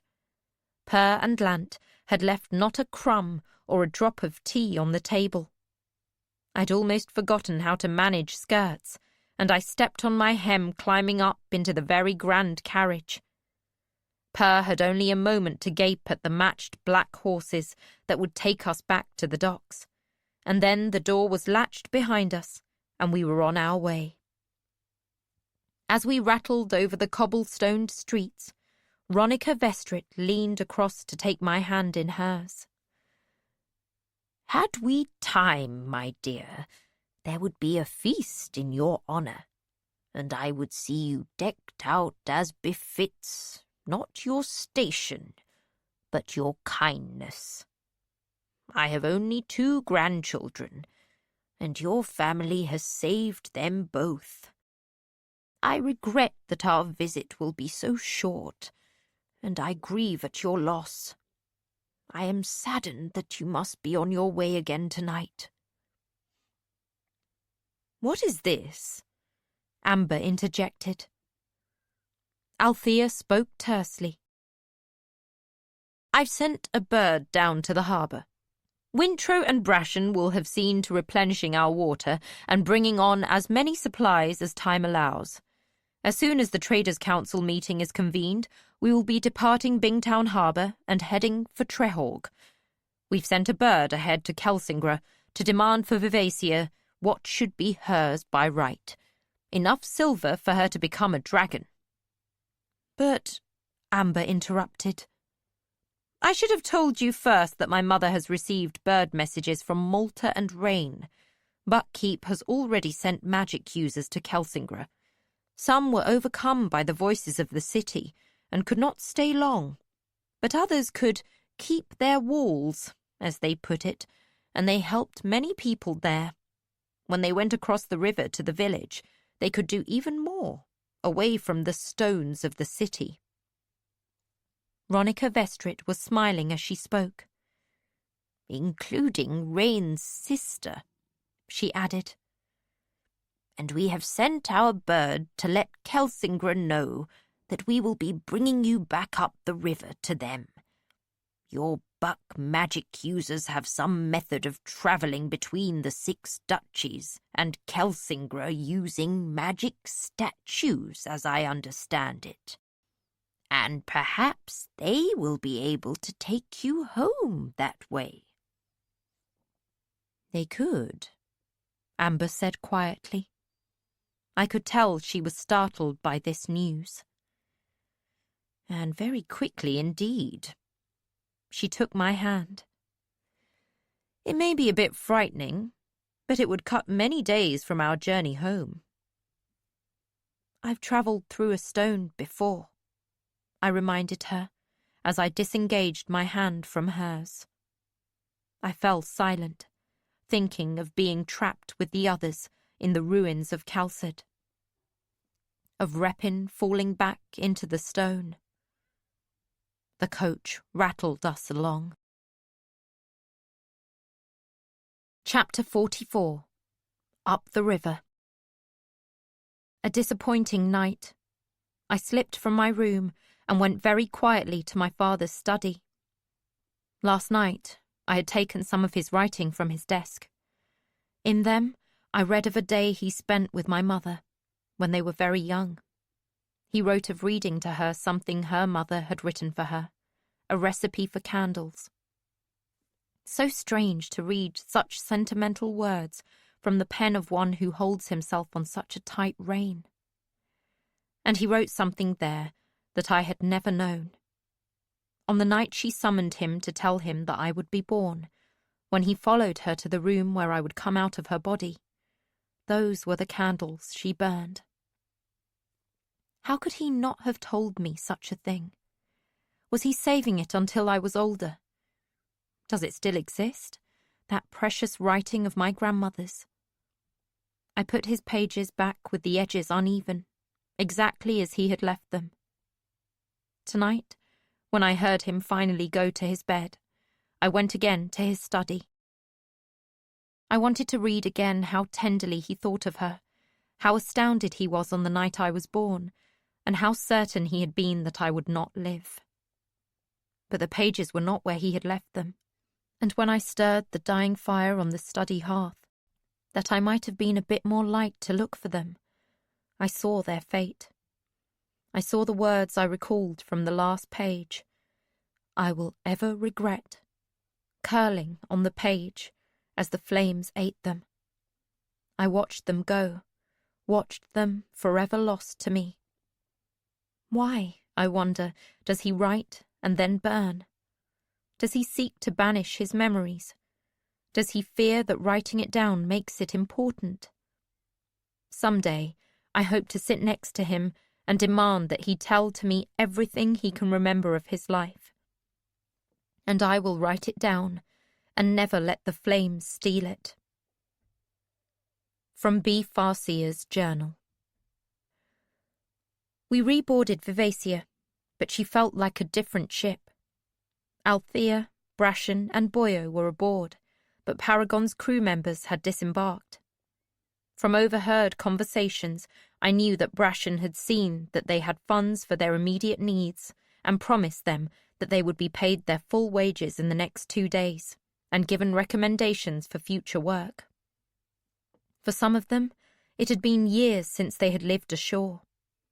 Paragon had been their home, and most were already pounding the docks, looking for a new berth on another ship. "Why must we leave so soon?" Lant asked Boyo. We had herded ourselves into the galley to avoid being in the way, and Boyo had come in to give me a parcel that had been delivered to the ship. It had my name on it. It was wrapped in canvas and tied with string. The knots were complicated, but I didn't want to cut the string. "It's a trader thing. If we are underway before the council votes that the live ships must not be allowed to turn into dragons, then we don't know they voted that. So we aren't disobeying the traders' council. That's something that no Bingtown trader wants to be accused of, let alone found guilty of and fined. The alliance of Bingtown traders has become extremely important once the impervious ships started competing for the river trade. If all the live ships go dragon, the Bingtown traders won't have any way of bringing articles from Trehorg and Kelsingra and the other little rain-wild towns to Bingtown, unless they hire impervious ships. The rain-wild traders will have to start doing business with the impervious boats, and we lose our monopoly on elderling goods. So we leave tonight, and we run hard for Trehorg. And we hope that Malta and Rain agree with us and get the silver shipped down to Trehorg as fast as possible." He gestured with his pink hand, palm up. "Once it's on its way, it's a done deal. And to be honourable traders, we have to accept shipment of it." "Can they really stop the live ships from turning into dragons?" asked Per. "Probably not. But those who don't own live ships, those who think they are just talking boats, believe they can order us to do that. And they could make it difficult for us." "Aren't they just talking boats?" asked Per innocently. "No, they're family," Boyo replied seriously, and then realised Per was teasing him. I got the knot undone and pulled the string away. I unfolded canvas to find trousers and a jerkin. The material was like silk and patterned with golden frogs on a background of green lily pads. They were as colourful as the butterfly cloak had been. I ran the fabric over my hands. It snagged slightly on my broken nails and rough skin. "They're beautiful. I will set them aside for when I grow into them. Who should I thank?" Boyo was staring at the gift open-mouthed. "My grandmother," he said breathlessly. "And you don't have to wait to wear them. They're elderling made. They'll adjust." "Will they make her invisible?" Per asked. "What?" "She had a cloak like that with butterflies on it, and it made the wearer invisible." Boyo stared. "You meant really invisible when you told me that story? You never actually showed us how it worked that night when Fitz chased us out of Amber's cabin, the night Kennitson and I glimpsed the silver." For a moment, he went still, recalling his friend. Then he shook his head. "I thought you meant she had covered you with the cloak and thrown snow over the cloak to make you invisible." He sat back. "Do you still have it? Can I see it?" As Per shook his head, we heard a shout. "Boyo! On deck!" It was his father, and he jumped to his feet. "And no, they won't make her invisible, but they are worth a small fortune. Try them on." And he clattered away to his father's command. That very night, we were underway again. Vivacia's mooring lines were slipped, and we ignored the shouts of the harbour-master's underlings. We sailed under a clear sky, and when the moon rose and I went out on deck, I saw we were not alone. Kendry trailed us. "Well, I'm glad his family isn't going to fight him any more," Brashen said when he came to stand beside me. He looked down at my beautiful clothes and smiled. "Aren't you fine?" But as Boyo dashed by behind us, he dared to tousle my hair. "For good luck," he whispered, and then ran on. More sail blossomed on Vivasia's masts, and we easily outpaced Kendry. Up the coast we fled, with Purr and Ant keeping watch in the crow's nest for any pursuit. They saw 2 ships, but they could catch neither Vivacia nor Kendry. And when we started up the river, Brashen laughed and said the acid would protect us from any pursuit. We sailed against the current. I watched how it was done and marvelled at it, and marvelled too at a landscape I could never have imagined.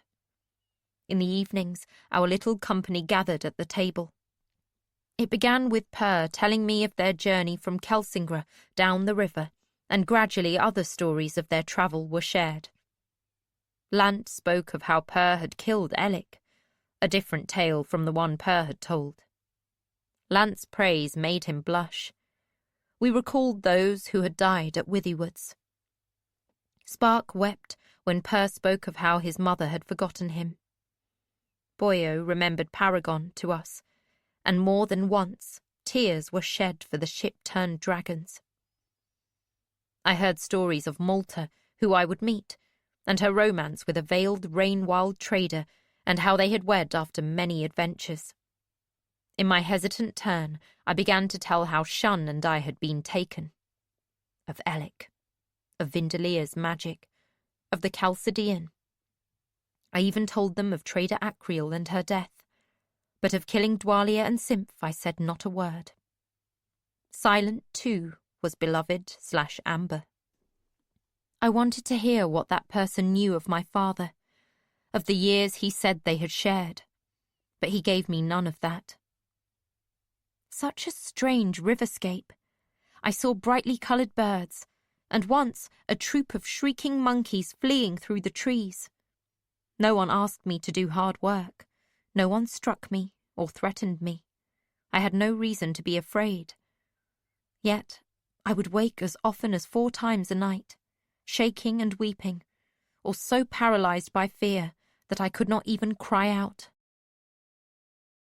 "Come with me," someone said one night, standing by my hammock in the shifting dark, and I cried out in alarm, for it was Vindelia commanding me again. But it was beloved. I followed him up to the foredeck near the figurehead, but not on the special little deck where her family often gathered to speak to her. Vivacia was both anchored and tethered for the night, for the changing currents of the river made night navigation dangerous. I dreaded long discussion with him. Instead, he took out a little flute. "A gift from Wintrow," he said, and began to play soft and breathy music on it. When it was over, he handed me his little wooden pipe and said, "Here are where your fingers go. If it sounds wrong, your fingers aren't blocking the holes completely. Try each note." It was both harder and easier than it looked. By the time the sun was threading through the streets, I could sound each note clearly.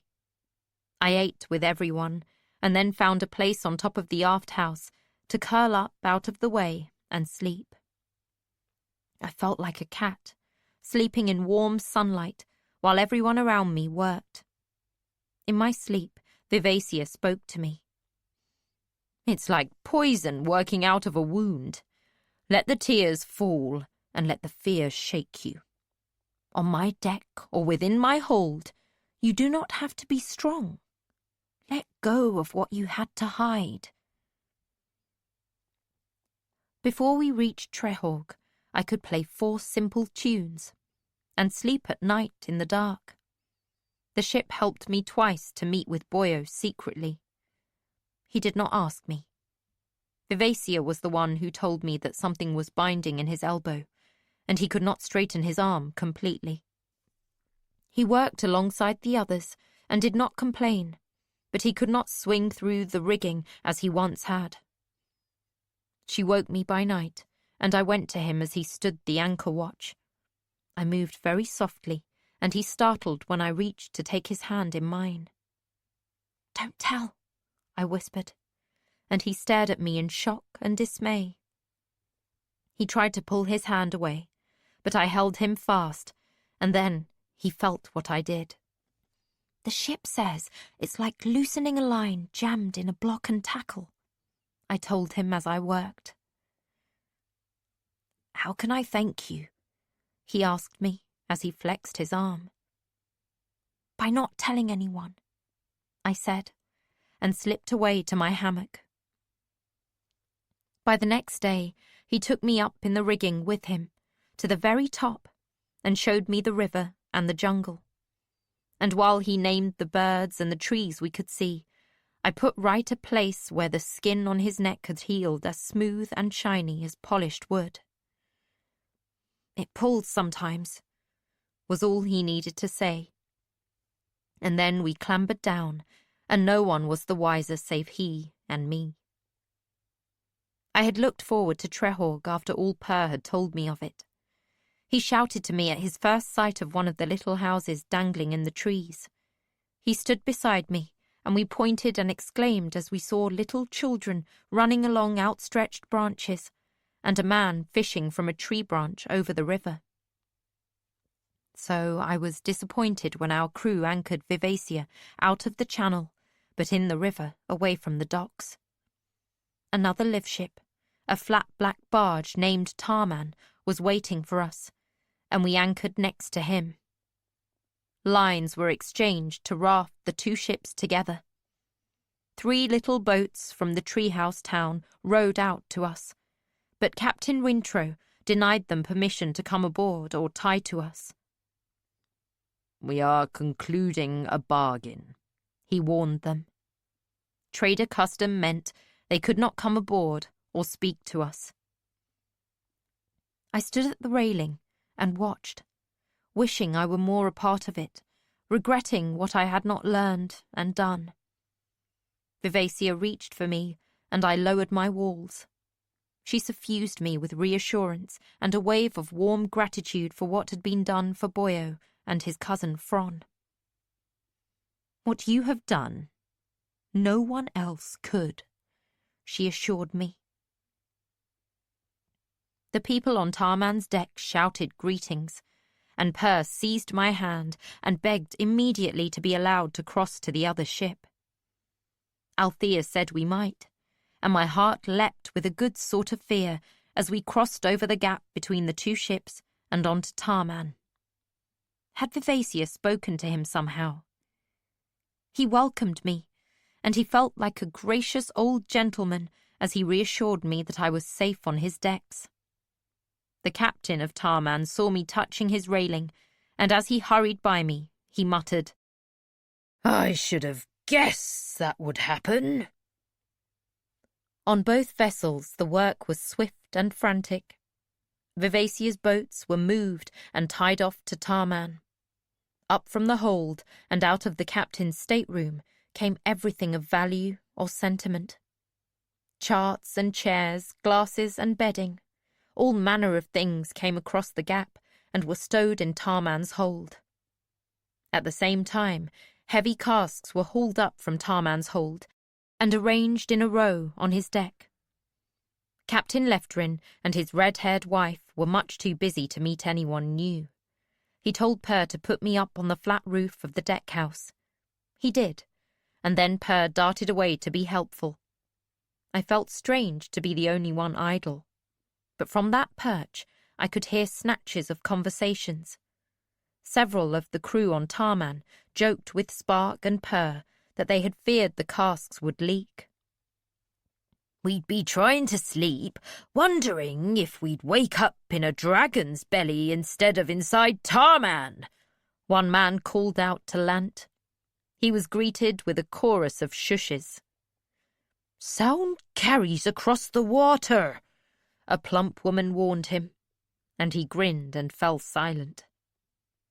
Midway through the day, Kendry anchored alongside us. "Not sure we have enough," Brashen called to his captain in a low voice. "We'll take whatever you can spare," the captain replied. He shook his head. He was an older man, older than my father had been, and his face was lined. His eyes were the same as Brashen's had been when he knelt by Boyo and looked at his burns. His voice was thick with sorrow.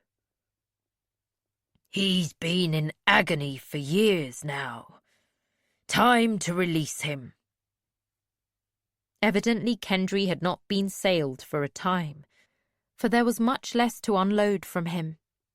As they loaded their few goods onto Tarman, his captain spoke to his sparse crew, thanking them for bringing the difficult ship up the river. He grimly wished them good fortune in finding work again. It was Captain Leftrin who gruffly noted that the dragon traders had 2 impervious ships that could use experienced river crew. "I'd almost forgotten that Kelsingra had a couple of those," Kendry's captain replied speculatively. "They haven't been used much since we captured them. Tarman's better on the river, shallow draught and all. But when his turn comes—" They both fell silent. Kendry's captain nodded grimly, and Captain Leftrin added, "We'll have a surplus of captains for a time, but experienced crew is always welcome." "So Tarman will change too?" "He's not decided yet, and at present he's our lifeline.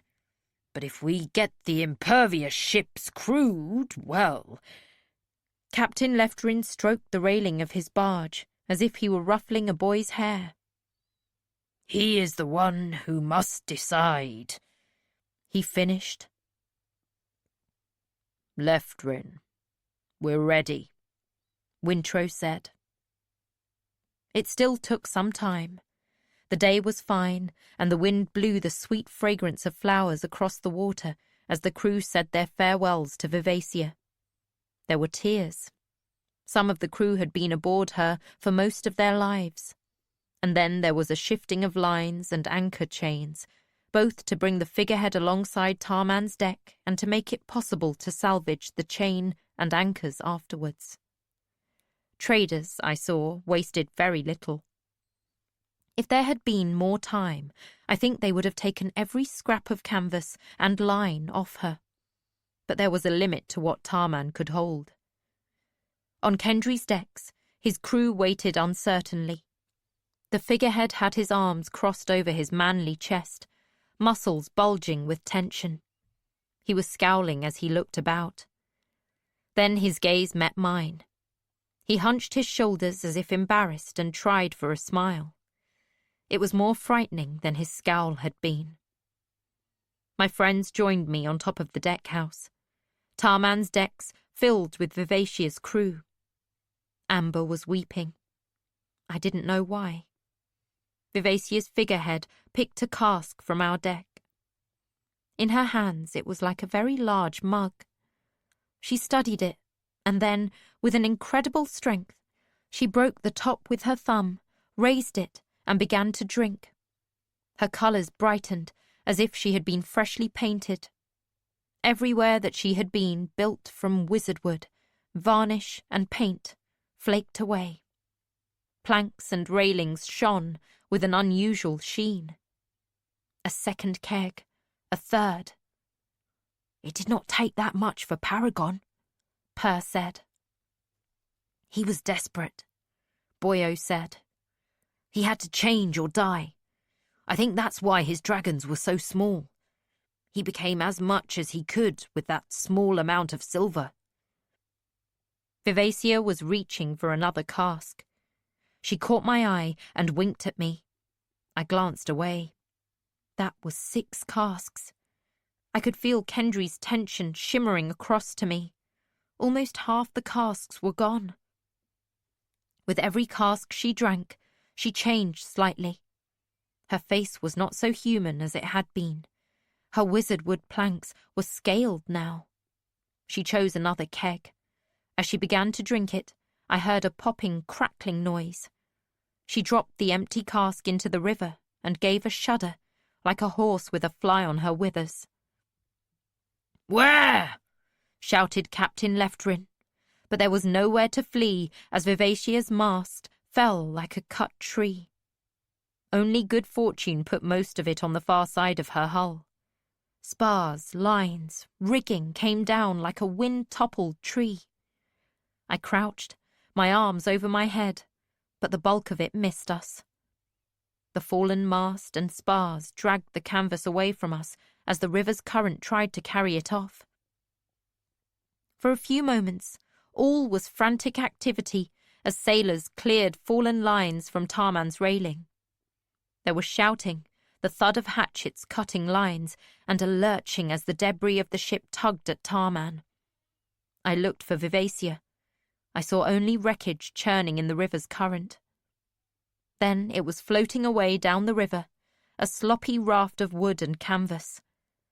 For a moment, Vivacia's aft-house was floating among it, and then it began to slowly sink deeper and deeper. "Oh, that's going to be a hazard in the channel," someone said. But I wasn't staring at that. Wallowing among some of the loose wreckage was a large silver dragon.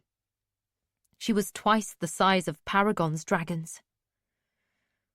"Will she drown?" Althea cried out in a low, agonized voice. For the dragon was sinking. Her large head with its glittering blue eyes lingered a moment on the surface, and then sank out of sight. Althea screamed, her hands reaching uselessly toward the water. "Wait!" cried Brashen. I held my breath. I could feel the dragon struggling beneath the water. She fought the current, then let it catch her. It carried her downstream. I turned my head that way, and suddenly, in a shallower part of the channel, I saw the water stirring, and then there was a wild splashing. "There!" I shouted and pointed. A head, a long neck, a spiny back, and then, with a tremendous surge of effort, the silver dragon leapt into the air.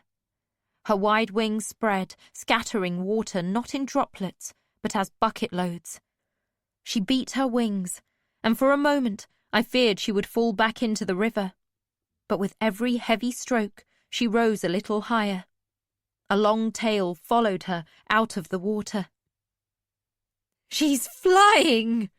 Althea cried, and her joy and the wave of joy I felt from the rising dragon were one. "I'm so proud of you!" Boyo shouted at her. Everyone on the deck laughed, and the dragon trumpeted uncertainly. "I cannot reach it!" Kendry cried out, and his roar of despair was equal to Vivacia's joyful trumpeting. He was listing as his figurehead strained to reach for the remaining kegs on Tarman's decks. "Move those kegs!" Leftrin ordered, and all on deck sprang to his order. "Quickly!"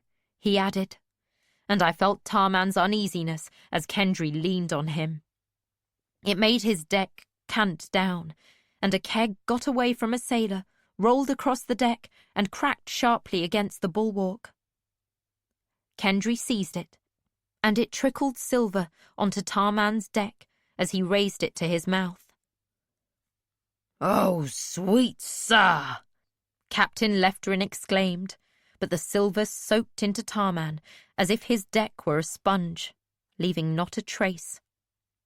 I felt a little shiver of pleasure run through him, but no more than that. The other kegs were being transported more carefully, and as Kendry came upright, our deck didn't slope. On the shore, people were shouting and pointing at Vivacia's dragon as she tested her wings above the river. Kendry was on his fourth cask when a small vessel from Trehorg came alongside Tarman. "Catch a line!" the man in the bow shouted. No one did. A small, red-faced woman with a thicket of dark curly hair stood up in the middle of the boat. "Last night, at the agreed-upon hour, a vote was taken," What you are doing is forbidden by a vote of the Bingtown Council. Their prohibition has been affirmed and duplicated by the Rainwild Traders' Council. You must cease immediately." "What's that?" Leftrin shouted back at them. "Can you say that again?" For as they spoke, a long silver dragon swept over us, trumpeting her joy. "Stop that immediately!" "Stop what?" Her rowers were working hard to stay in place along the tarman. It seemed as if each time they were almost close enough to catch hold of one of his anchor lines, our ship would sidle slightly away from them.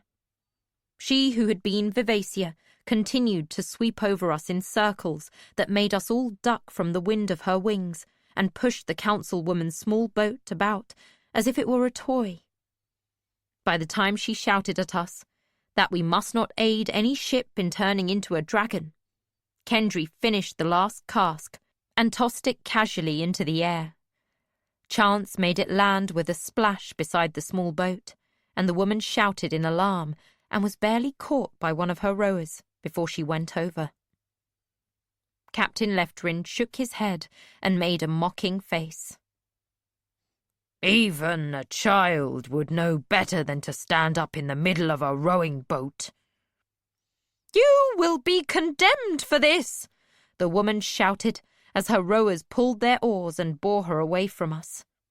"You will be fined for contempt of a lawful council ruling." No one was paying attention.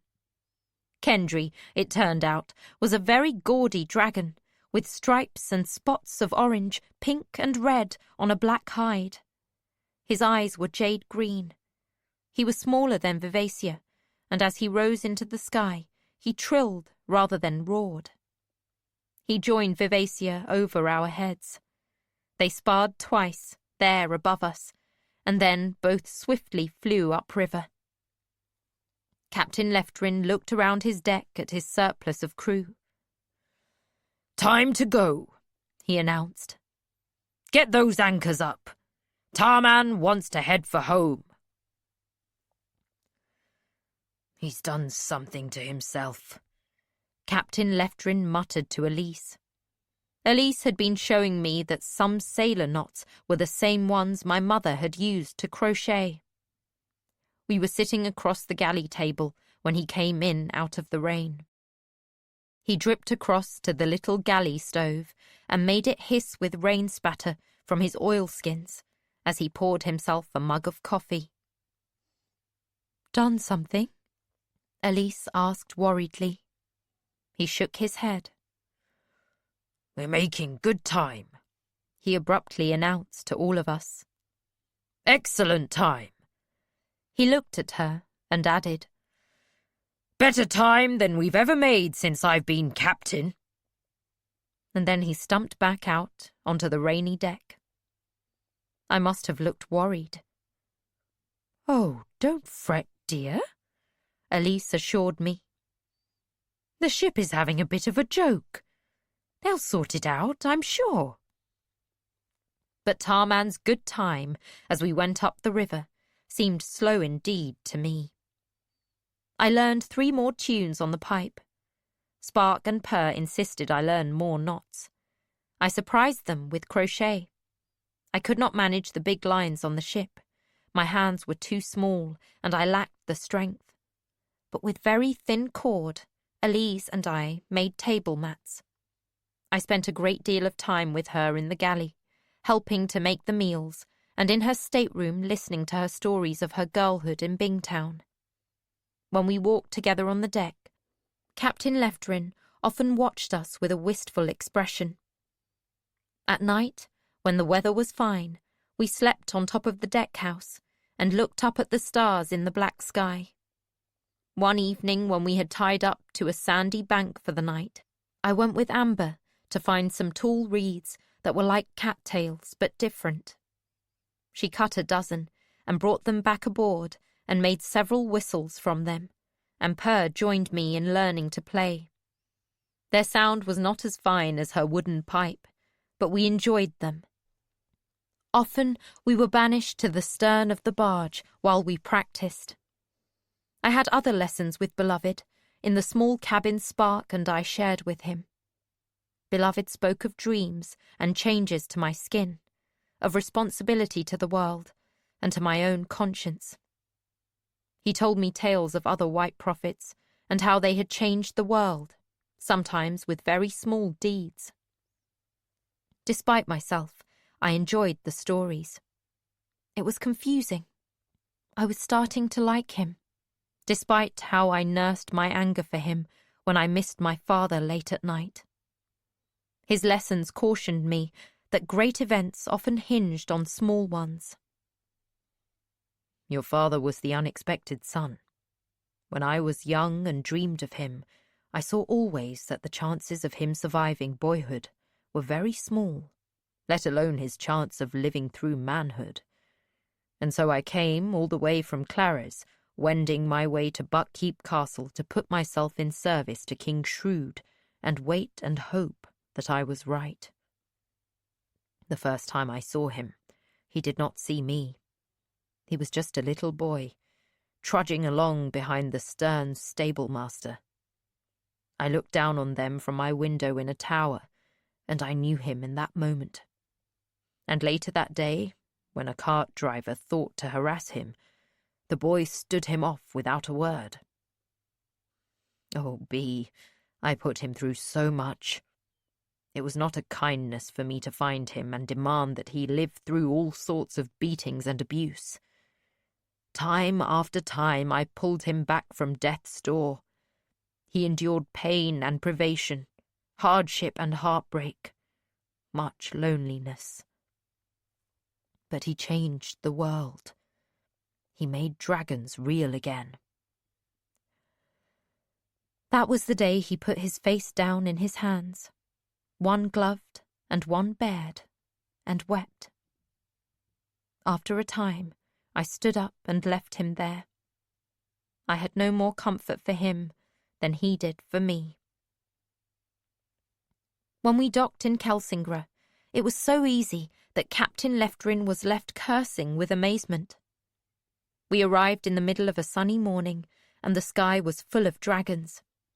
Paragon's dragons were there, already larger than when we had last seen them, and Vivacia and Kendry, as well as the red dragon from Clares, and the great blue one called Tintaglia. I saw no sign of the immense black dragon that had helped to flatten the castle.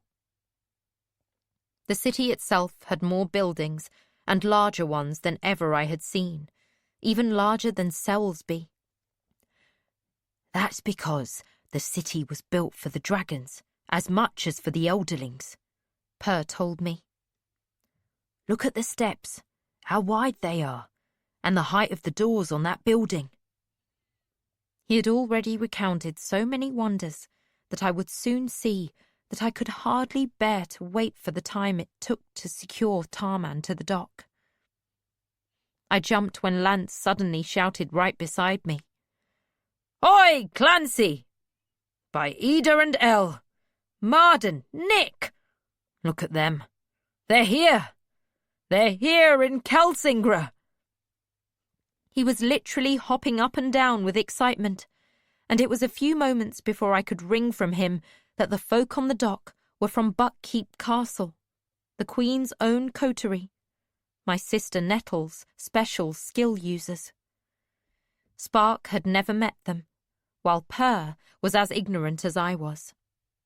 There were 3 of the Buck folk, and they looked almost like a different kind of human, with their short stature, dark skin and dark curling hair, beside the tall, slender elderlings with skin and scales in every imaginable colour and pattern.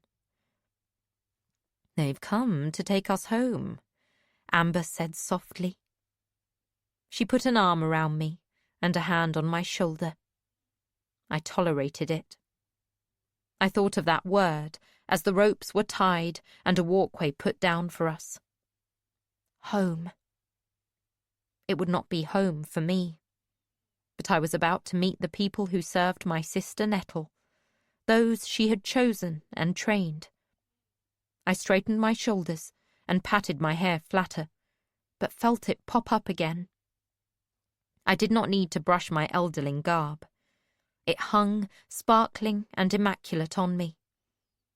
As we drew closer to the dock, I made myself smile. I lifted my hand and waved to them. Per took my other hand. "He would be proud of you," he whispered. Kelsingra was as astonishing as Per said it would be, but it exhausted me. Everything was a whirl and a blur. Elderlings, both real and shadowy, were celebrating in the streets. We were welcomed as if we were royalty, and it was Per who reminded me that I was. The members of Nettle's special skill coterie had their walls up so tight against the city that I could barely sense them. I tried to copy them, but perhaps some residue of serpent spit in my blood made me more vulnerable. All the beauties and wonders of Kelsingra could not charm me enough to make me remain in that cacophony of voices and whirling rainbow of colour and sights. Clancy, the woman who led the coterie, gave me a tea of mint and valerian with a dark, bitter aftertaste. As she had warned me it might, it deadened me to the voices. But it also freed my sadness from where I had hidden it.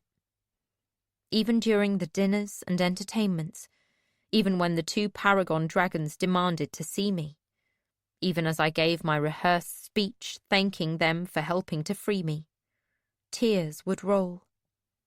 The dragons told me that my father would be remembered as a friend to dragons and a vengeance taker. As long as dragons flew and serpents swam, he would be remembered. They regretted that they had not been able to eat his body and preserve all his memories. I laughed aloud at this in horror. Fortunately, they took that as my joy at their wish to have made my father their dinner.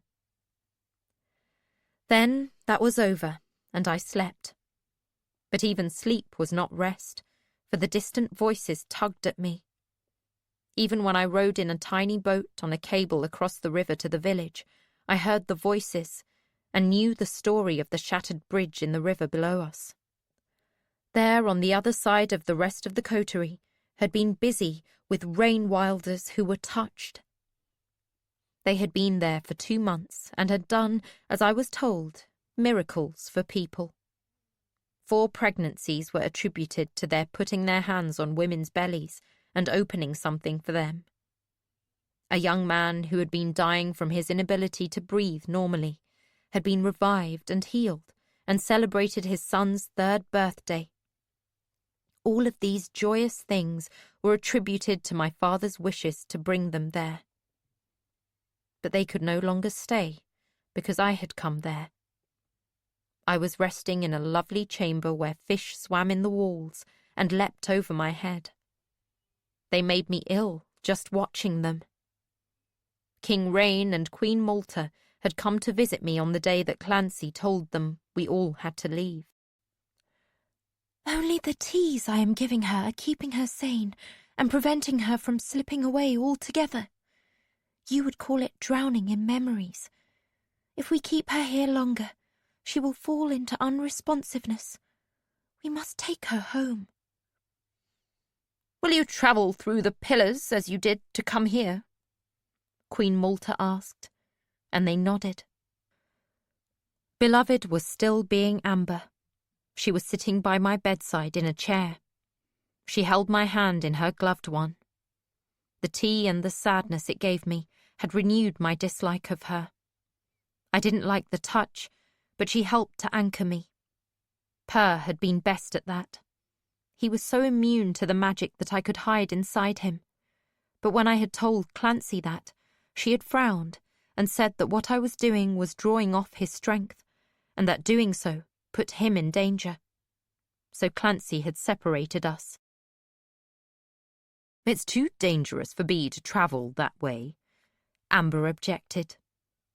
Clancy was very calm as she said, "The skill mistress has decided that the whole coterie will travel with you and take all of you back to Buckkeep at once." I don't agree," Amber objected in fool's voice, and Clancy replied, "It is neither your decision nor mine. Tomorrow we depart." I drew a deep breath of relief and sank into sleep. I did not bother to listen to the rest of their long farewells to the king and queen of the elderlings. I would see my sister soon. And Riddle. Chapter 45. A Princess of the Farseers. A grey man is singing in the wind. He is as grey as storm clouds, grey as rain on a window pane. He is smiling as the wind blows past him. His hair and his cloak stream in the wind and tatter away. He tatters with them until only his song is left. I awakened from the dream smiling. It is a promise, and a good one. It will happen. B. Farseer's Dream Journal. I was royal now. I did not much like it. I understood why my father had tried to spare me from it. The journey through the skill pillar was uneventful. The horrid procession to it, and the endless farewells and the dragons trumpeting overhead that preceded it, were all extended agony.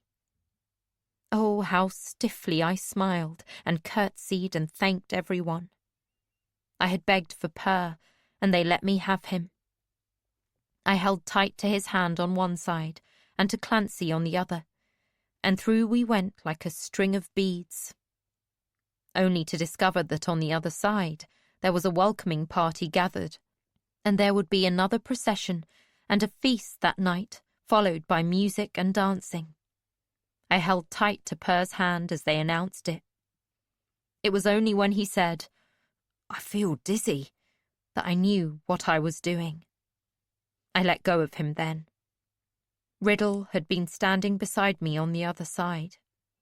He suddenly stepped between us and put one hand on my shoulder and one on Purr's. We both felt better for that touch. So many things happened that day. I met my niece, formally, in front of everyone, with a curtsy on a dais. She was draped all in lace with pearls on it, and had a tiny red face. Hope screamed through the entire introduction. Nettle looked very tired. Afterwards, we had to have tea and some food in a room full of ladies with extravagant dresses and too many perfumes. When I said I was rather tired, they showed me a room and said it was mine. The beautiful wardrobe Revel had had made for me was there, with my old things in it. But when Caution came in and curtsied to me, I shrieked and then cried, and could only ask her if she was unhurt. If it was really her, for I had been convinced the raiders could not have left her alive.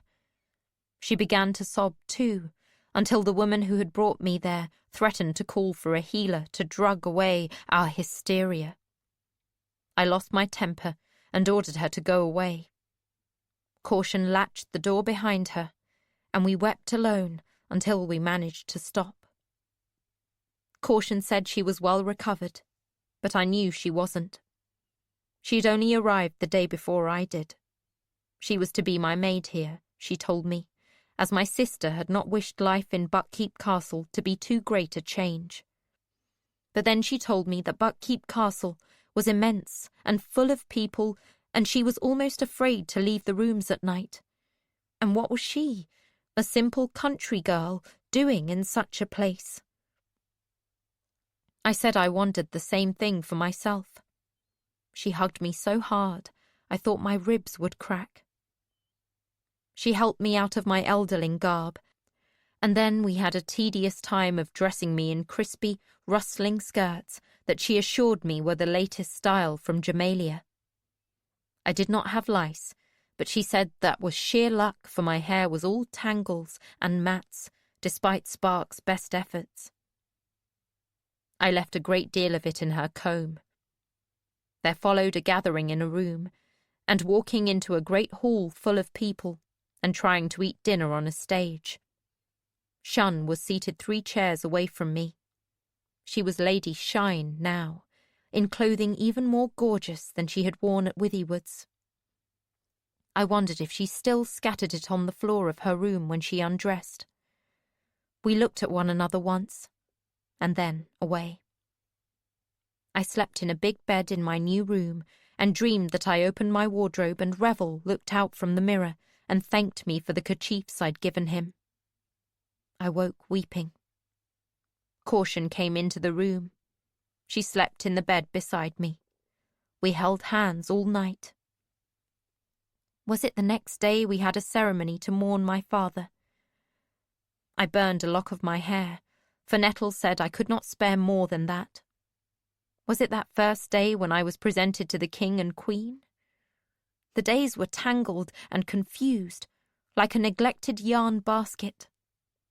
Every day there was someone I must meet, and a meal to share, and people telling me formally how sad they were that my father was dead. There was a private meeting with Lady Ketrican, who had taken to her bed as soon as she heard of my father's death, and had not emerged from her room since. She was pale and rather old. She gave me a very sad smile and said, "Look at those golden curls. I wonder if Verity could have given me a little girl like you, if we had had more time." That seemed very awkward to me. I was taken to see Lady Shine. "I am sorry for your loss," I told her in front of the maids attending her and Lady Simmer, who followed me about. "And I for yours," she replied. And what else was there to say? I do not think we even wanted to look at one another.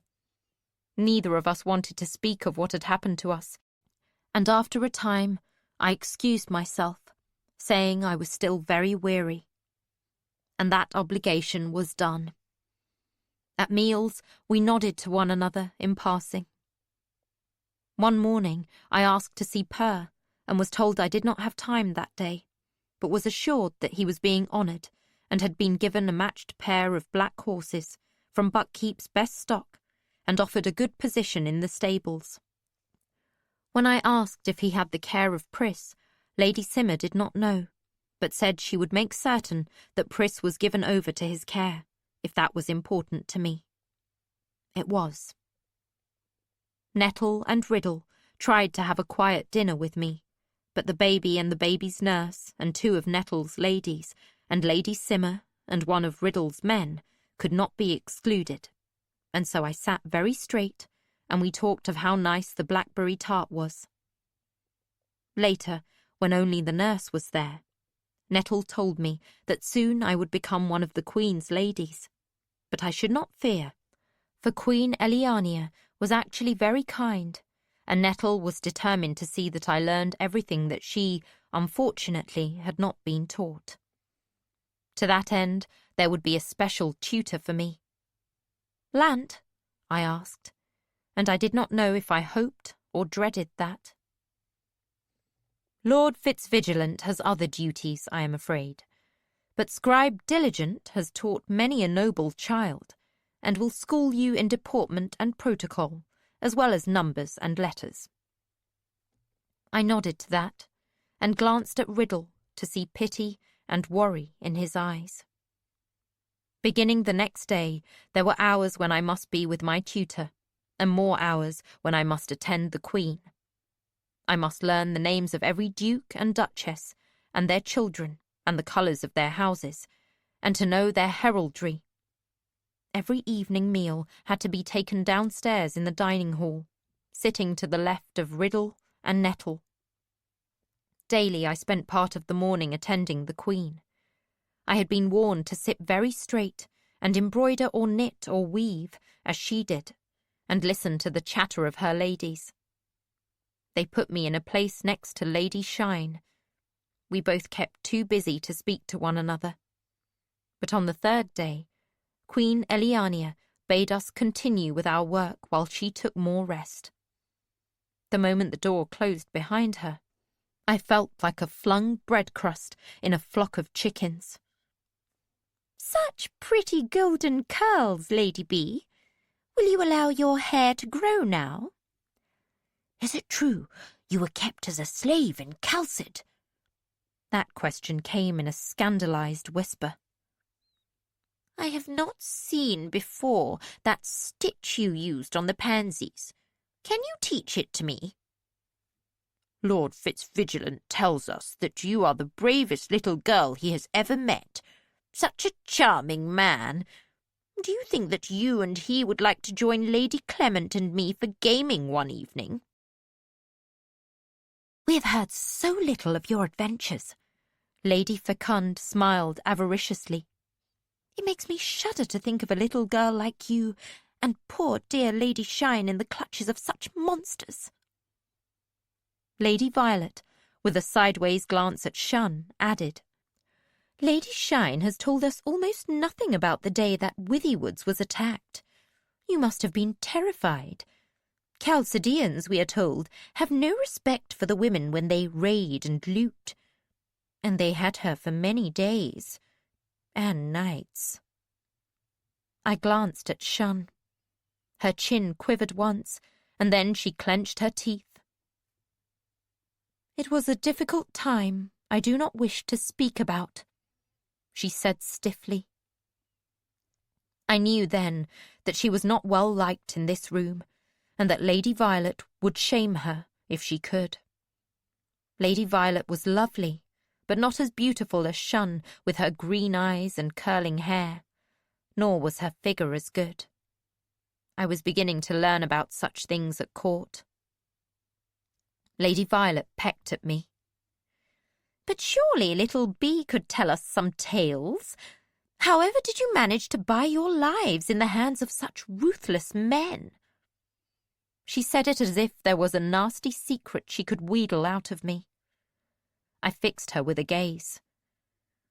I am Lady B, I reminded her, and several of the other women tittered. One gave me a sympathetic look, and then put her eyes on her sewing. I tried to find the carrying voice Hap used when I added, I lived because Shine protected me. Ill, she nursed me. Cold, she shared her blankets with me. She saw that I had food. At great risk to herself, she helped me try to escape. My voice had the knack of it. I paused. She killed for me, and escaped to seek out my father and put him on my trail. She has the heart of a lioness. I considered her wide green eyes, then turned my smile on Lady Violet. If you cut her, I bleed, and if I bleed, Princess Nettle will know of it. Well, Lady Violet exclaimed haughtily, the kitten has claws. The tittering laughter was the clucking of hens called to thrown grain. The bee has a stinger, I corrected her. Our eyes met and held. She sneered at me, but I smiled. She had no walls at all. Rather than my tale, we would all much more enjoy hearing of your tryst last night, with the gentleman who wears a green doublet and far too much oil in his hair. Shun's hand flew to her mouth to hold back not a scandalized gasp, but a delighted laugh. It isn't true! Lady Violet rose, her skirts rustling like birds' wings, and swept from the room. At the door, she glared at me and said, This is what comes of admitting common-borns to a circle of noble ladies. She scuttled out the door. I could not allow that to hurt me, or Shun. I forced a giggle. She runs like a startled hen, does she not? I said to Shine. A ripple of nervous laughter spread out from my flung stone. Lady Violet was popular, but not liked, I saw. I was certain we'd cross swords again. Shun was sitting taller. She carefully set aside her needlework in a basket at her feet, rose far more gracefully than Lady Violet had, and held out a hand to me. "Come, little cousin. Shall we walk in the women's garden?" she asked me. I set my own needlework aside. I am told that the violets there are actually fragrant. This time, their laughter was bolder. We left the room, and none of them followed.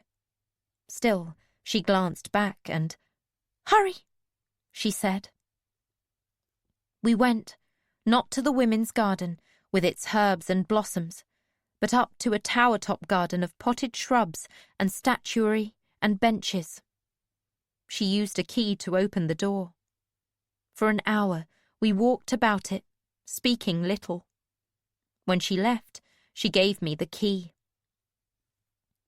"This was my father's key. This is a good place to be alone." "What of you?" I asked her, and she smiled at me. "While my father lived, I had a protector at court. Now I have none." "Your brother?" "He is uncomfortable with me." She said it stiffly. Sadly, she added, "And I with him." "I would rather face men with knives than that circle of bitches with their needles," I said bluntly. She laughed aloud, and when she turned back to me, the wind had put colour in her cheeks, and I saw something of the old shun in the set of her mouth. "The green doublet is sharper than any knife I've ever held, and I promise you that I will use it well." She held up her hand, fingers curved, and said, "Time for the lioness to show her claws." And she left me there on the rooftop garden, with the wind blowing the scent of jasmine, and the clouds running like ships before a wind. My life began to have a pattern, a hectic one. I saw nothing of spark or purr. Beloved had donned yet another guise. He was now called Lord Chance. He would call on me once a day at his appointed time, and we would talk. He always asked if I were well, and I always replied I was. There was a complicated story of who he was now, and how he had joined my father and Lant to save me. I couldn't be bothered with it. He brought me little gifts, a carved wooden acorn with a secret compartment under the cap, and a doll dressed all in black and white, and a better pipe than the one we had made on the river. Once he said as he left me, "It will get better, Bee. Someone else will have a disaster or a triumph, and people will not watch you so closely. Nettle's baby will become less fussy, and Nettle will not be so tired. When Queen Eliania's child is born, you can blissfully fade into the background of Buckkeep politics. You will be able to become Bee again." It was not an encouraging thing to hear.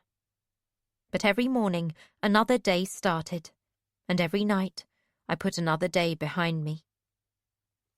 The most serious day was one when Clancy escorted me to Nettle's chamber up in a tower where the Queen's own coterie was accustomed to meet. They were one of 6 coteries that lived in or very near to Buckkeep, one for each prince, one for the king, Nettle's coterie. Far too many, I thought. I felt a bit offended when Clancy reported to my own sister on my level of skill talent and how she had needed to dose me with elfbark in Kelsingra. I learned that some of my dreams, not my white dreams, but my regular ones, had been leaking out of my mind at night and disturbing coterie members. With an apology for being so bold, Clancy suggested that I should be dosed daily with elfbark until I was either able to control my wild skilling or the skill was quenched in me. Nettle told her that she would take her thoughts under advisement and consider them. When I spoke to Nettle as my sister, asking if I did not have some say in this, she replied, Sometimes an adult must decide what is best for a youngster, B.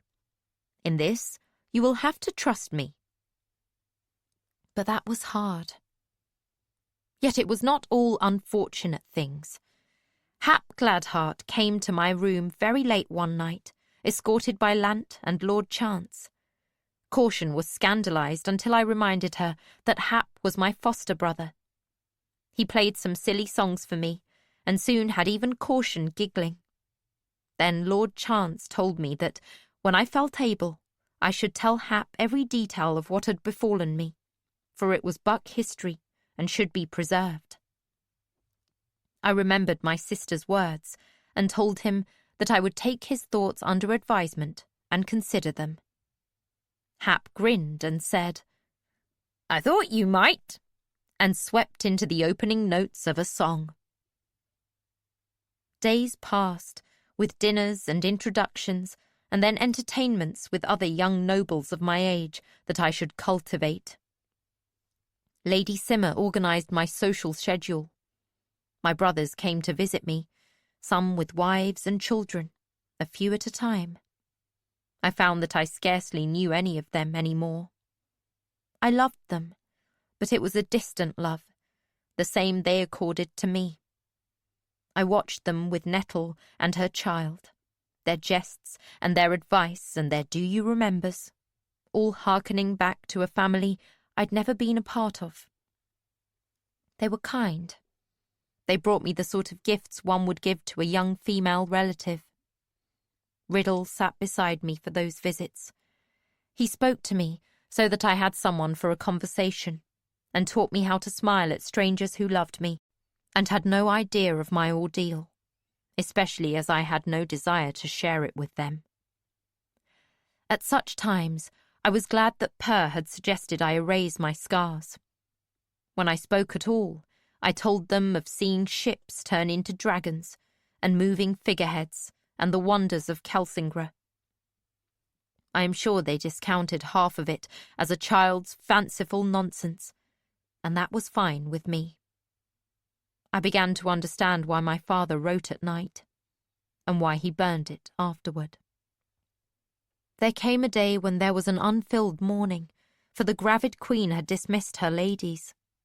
I begged to be allowed to go out riding, and when that was granted, I insisted I would ride only Pris. As I dressed, I was dismayed to be informed that 4 other nobles, of about my age and 2 of my sex, would go with me. To my disdain, each would be accompanied by a groom on a mount, and some of their parents would attend us as well.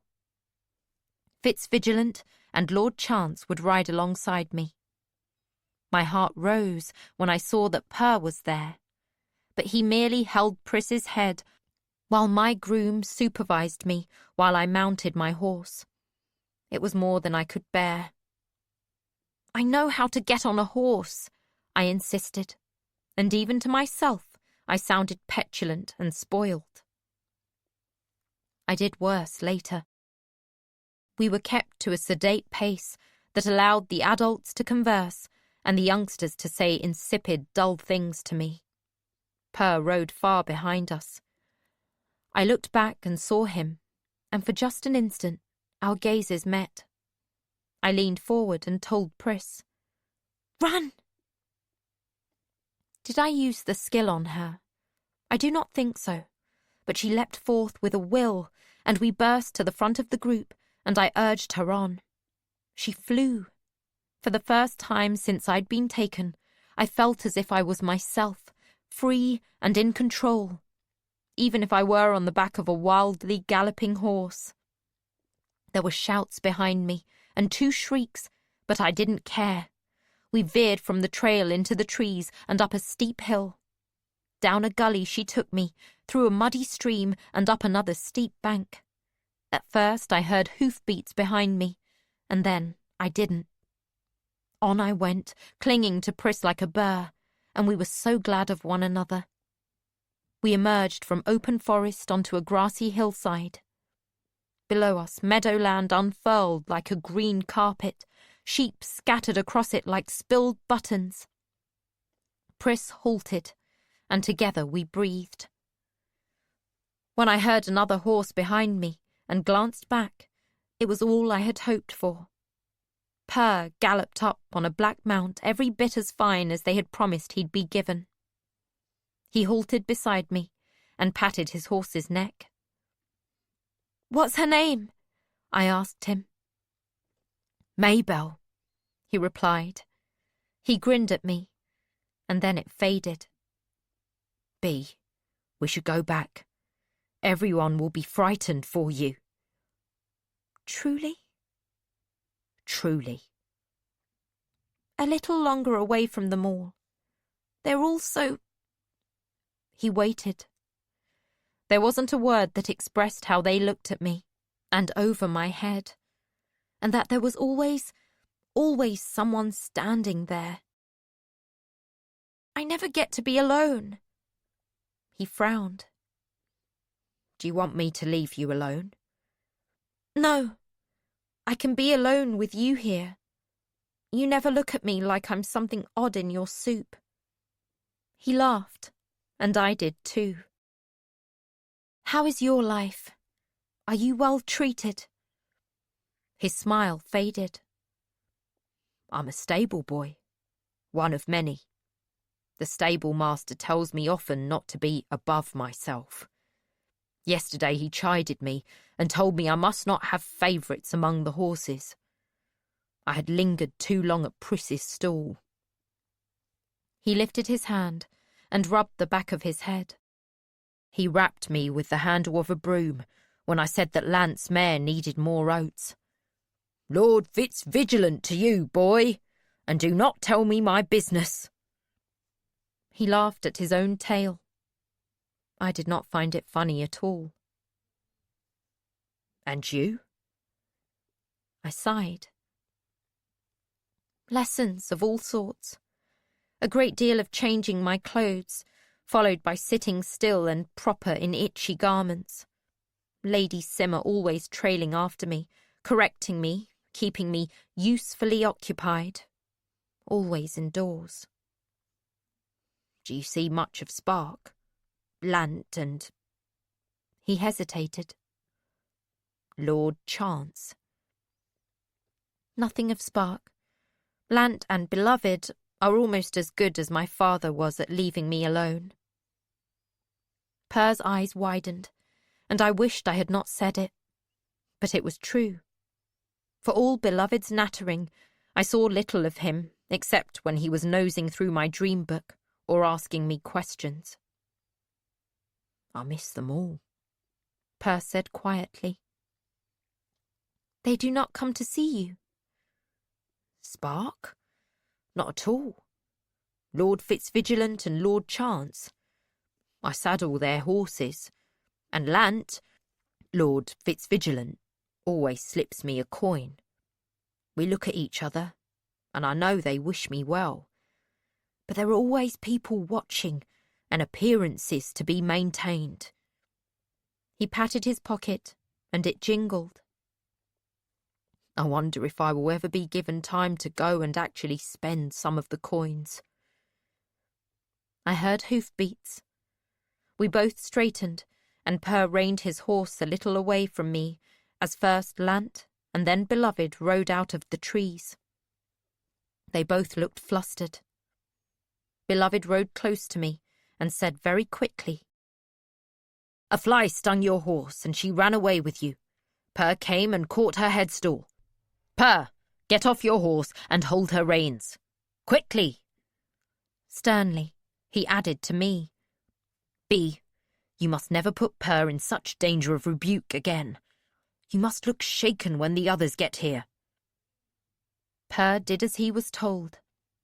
Perhaps the anger burning inside me could make me look shaken. Every time I began to like Beloved at all, he did something to fan those flames. To hear they'd neglected Purr made me want to spit at him.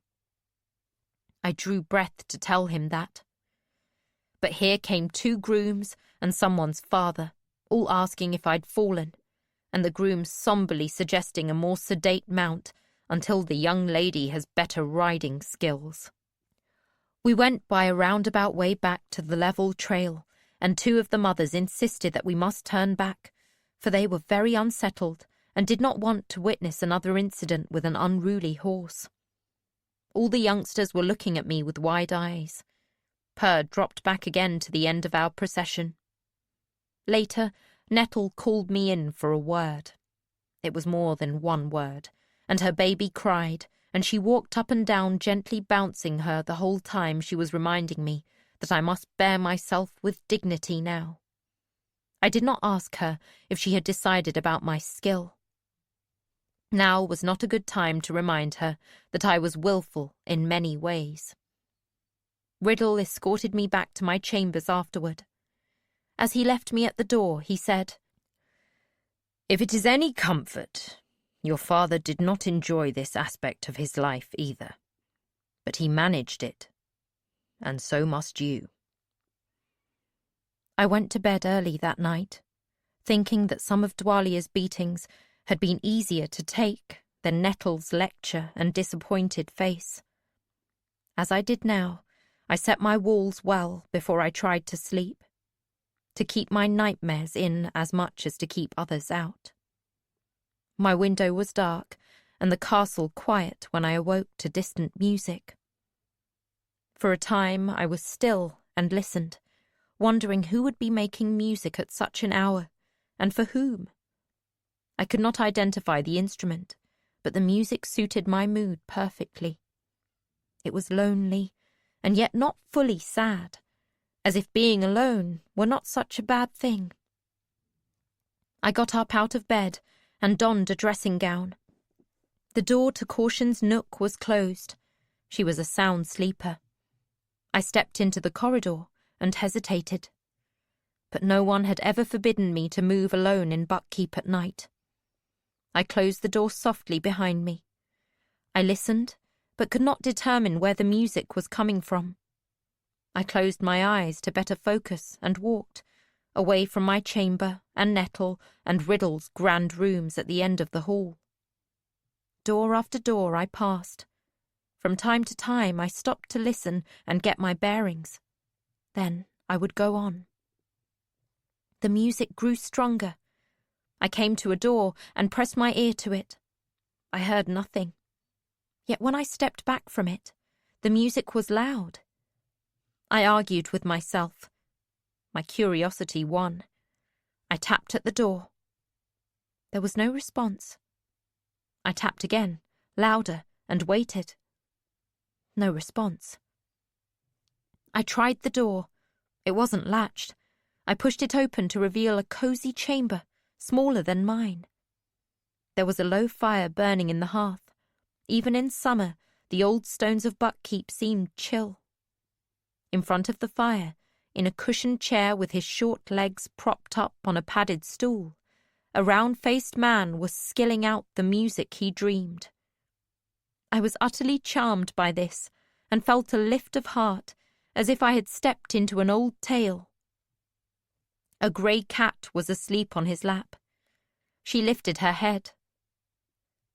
"We are comfortable," she informed me. "Does he always skill music when he sleeps?" I spoke softly. The cat just looked at me. Then the man opened his eyes and looked at me. He showed no surprise or alarm. His eyes were cloudy, like an old dog's. He had odd features, little eyes with fat eyelids and small ears tight to his skull. He licked his lips and left the end of his tongue out. Then he said, "I was dreaming a song for Fitz's little girl, if I ever got to meet her." "That would be me," I said, and ventured closer. He pointed to a cushion on the floor near his chair. "You can sit on that if you want. It's Smokey's cushion, but he's sitting with me right now. He won't mind." "Yes, I will." I sat on the hearth and looked up at him. "Are you thick?" I asked him. "They call me that, yes." "My father wrote about you, in his journals." A wide smile opened his face. He was simple, I realised. "I miss him," he said. "He used to bring me candy and little cakes with pink sugar frosting on them. That sounds lovely. They were delicious and pretty. I liked to put them in a row and look at them." I liked to put my mother's candles in a row and smell them, but never burn them. "I have 4 brass buttons and 2 wooden ones and one made from shell. Do you want to see them?" I did. I wanted simple things like sharing buttons. The cat made a rumble, jumped off his lap, and arranged himself on a cushion.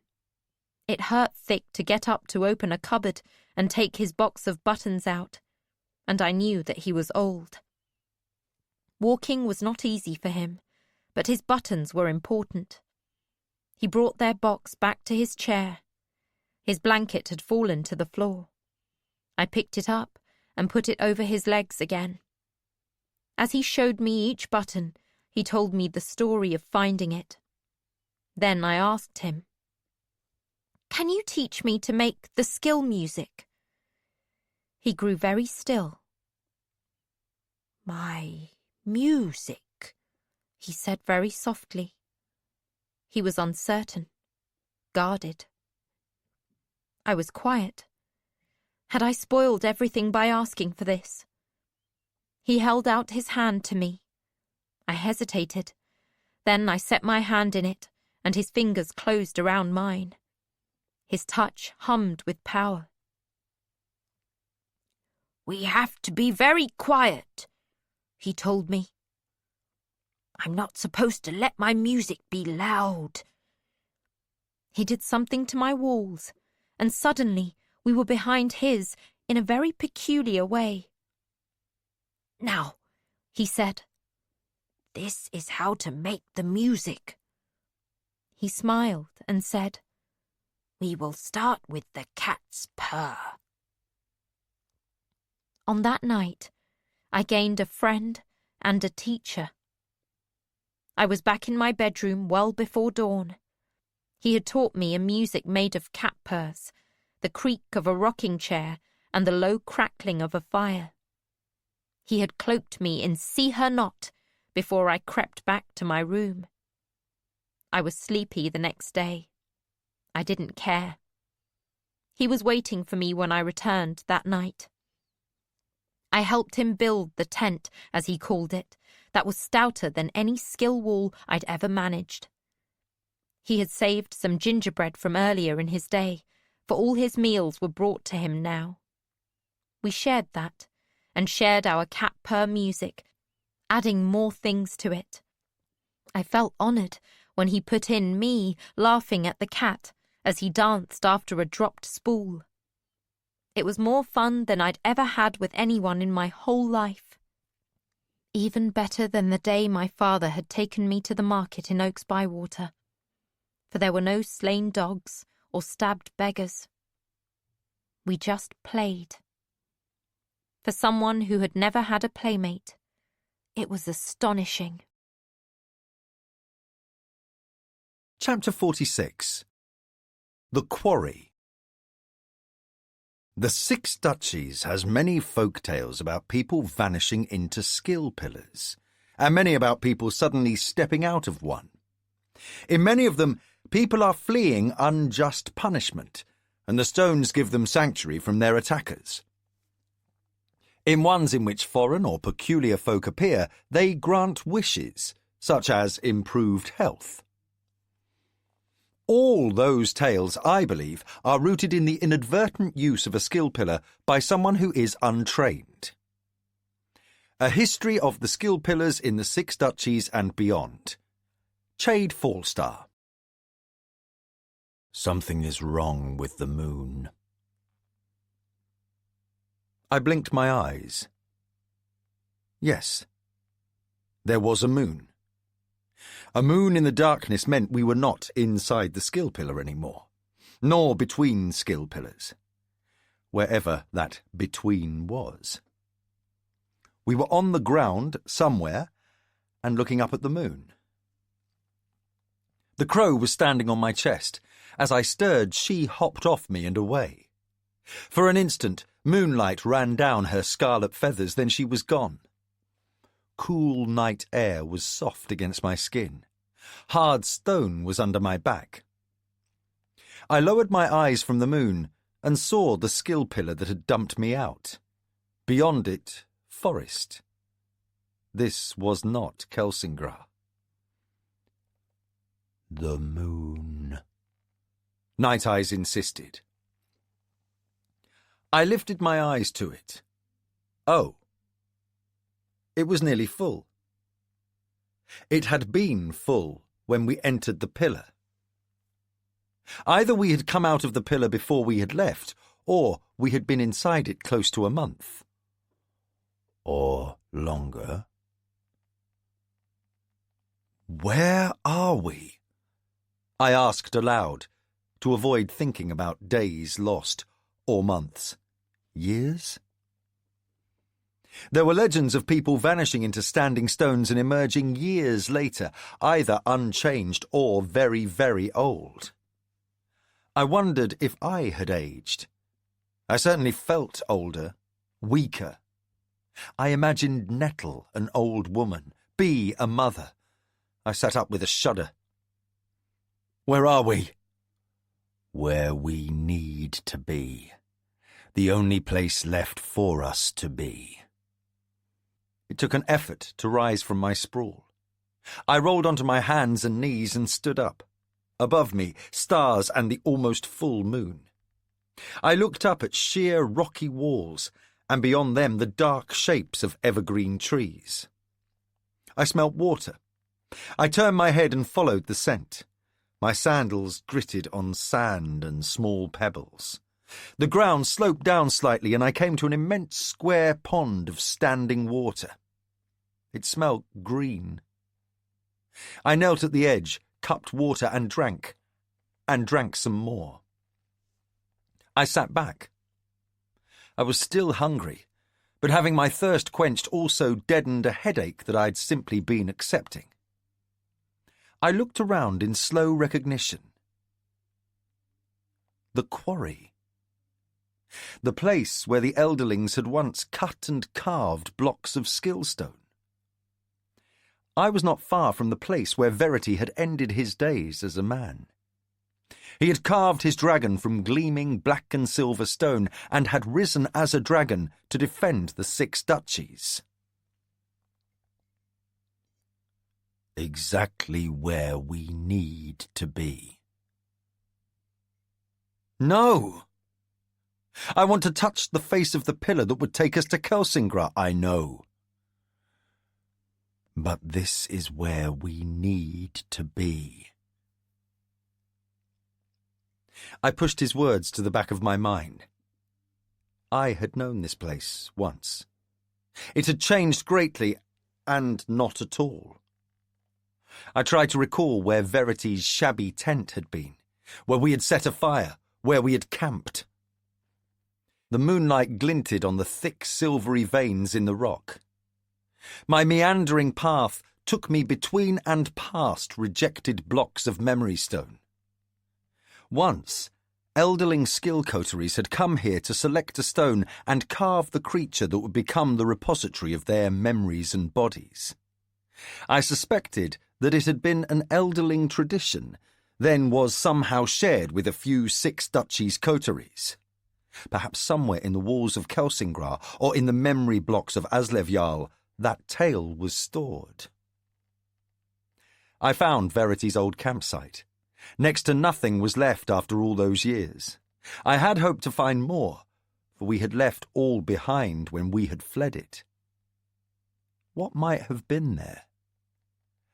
The remains of Ketrican's bow, a knife, a blanket.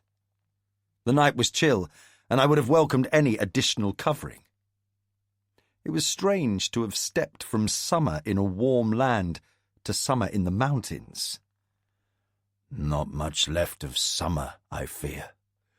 Lift your head and sniff, brother. I smell the end of summer, and leaves soon to fall. Is it possible we were in the stone that long? Do you remember nothing of our passage? The wolf seemed genuinely surprised. Nothing at all. Not verity? Not shrewd? Not our passing brush with Chade? I was shocked. I stood very still, groping back. I remembered the rogues who had attacked us in the old city, and I remembered carelessly putting my hand on the wrong face of the skill pillar. I pushed at the memory. There you are, my boy. Leave him be. This is not his place, not his time for this. He has a task. Present that pin, and you will ever be welcome into my presence. I had been lying on my back, looking up at a moon approaching full. Had I imagined those touches of mine's against mine? Did I pretend it to myself now? Weariness swept over me in a wave. Something is very wrong with us. Something like a sickness, but not. The pillar journey. I felt this way that time I left Uslevyal and was lost in the stones for a time. No, this is something else, the wolf insisted. I ignored that. How long? At least a month we had wandered between the pillars. It was likely that B and the others had reached Bingtown now. It was like the slap of a cold wave. They would all think me dead.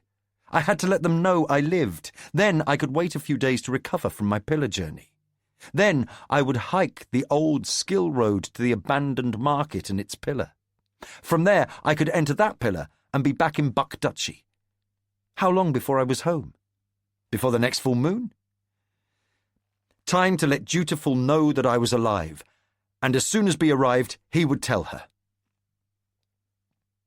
I wrapped my arms around myself and stood very still, gathering and centering myself. But I was abruptly aware of how thin I was. I felt my own ribs, and I was chilled to the bone. Make a fire first. With what? The old way, spinning a stick in a notch if I had to, but I suddenly felt I needed a fire. A light and a warmth to centre myself, and then I would skill. Verity suggested you not do that. Remember? Save that strength for your task. You will need it. No, I remember nothing of our passage. What task? I recall nothing. You would, if you truly wanted to remember. Such an odd and irksome thing for him to say to me. His sulky words dangled between us as I went looking for wood. The moon gave a ghostly light to the rocky, barren quarry. Rain and wind had deposited branches and dead leaves, but little grew on the stony bone of the earth. My hunger had its claws set in my belly. Forest rimmed the quarry, and I moved along the edge of it, gathering dry wood. Insects chirred, and overhead bats frolicked in their pursuit of food. Porcupine! I sensed it at the same time Night Eye's excitement burst through to me. I had to smile. Never had he been able to control his fascination with the prickly creatures, and more than once I'd pulled quills from his nose and paws. I dropped my firewood and then selected one hefty piece from it. Porcupines rely on their quills for defence. They are slow-moving, one of the few game animals one can kill with a club. He kept his back and tail toward me as I tried to circle around him to where I could bash his head. By the time I killed him, I was winded. My dread at the work ahead before I could eat him almost outweighed my hunger. Almost. I made 2 trips to get my firewood and my dead porcupine to a place in the quarry near our old campsite. The woods around the quarry were dry as dust. I had no wish to set them alight with a careless spark. But I soon wished for any sort of a spark. My attacker's knife was my only large tool. I sharpened a stick for a fire drill and bored a hole in the driest piece of firewood. Then I began the endless task of spinning the stick between my palms, trying to build up enough warmth to make the wood smoulder. I kept having to stop and rest. My shoulders and elbows ached abysmally. Try again. Night Eyes bade me softly, and I realized I had dozed off, hunched over my fire-making. I took up the stick in my silvered hand and began to spin it. It suddenly seemed a hopeless task, and I stabbed the stick savagely into my drill bed, shouting, "I just want a fire! Is that so much to ask? Fire!" It burst into flames. Not a spark, not a trickle of smoke. Flames leapt up from both pieces of wood, and I scrabbled back and away from them. My heart was hammering in my throat. I didn't know we could do that. Neither did I. Don't let it die. No danger of that. I piled my wood onto it and watched it catch. The blaze pushed back the shadows and set the silver in the black stone sparkling, and my silvered hand gleamed in the light as I examined it, caught between wonder and dread. Practicality asserted itself. I plodded back to the forest's edge and came back with as much firewood as I could carry. Twice I did that, and then I turned to my meat. Skinning a porcupine is as ticklish a job as one might expect. The best way is to hang them spread-eagled and work on them, but I had no string, and there were no trees in the quarry. In the end, it was worth the work and nuisance. He was as fat as a fall hog, and as I cooked the meat over the fire, it sizzled and sent up a fine, greasy smoke. I ate until I was full, and then slept rolled in a dead woman's cloak. In the dawn's light, I awoke under a wide blue sky. I built up my fire and ate more of my kill. I went back to the water caught in the low end of the quarry, washed my hands, and drank deeply. With my belly full, I felt as if I could face the day. I recalled that there had been a stream not far from the quarry, a stream with fish. Starling. On the banks of that stream, I had told her that I did not love her in an effort to be honest. Then we had joined our bodies in what had been little more than animal comfort, but had begun a strange and difficult relationship that would continue on and off for over 12 years.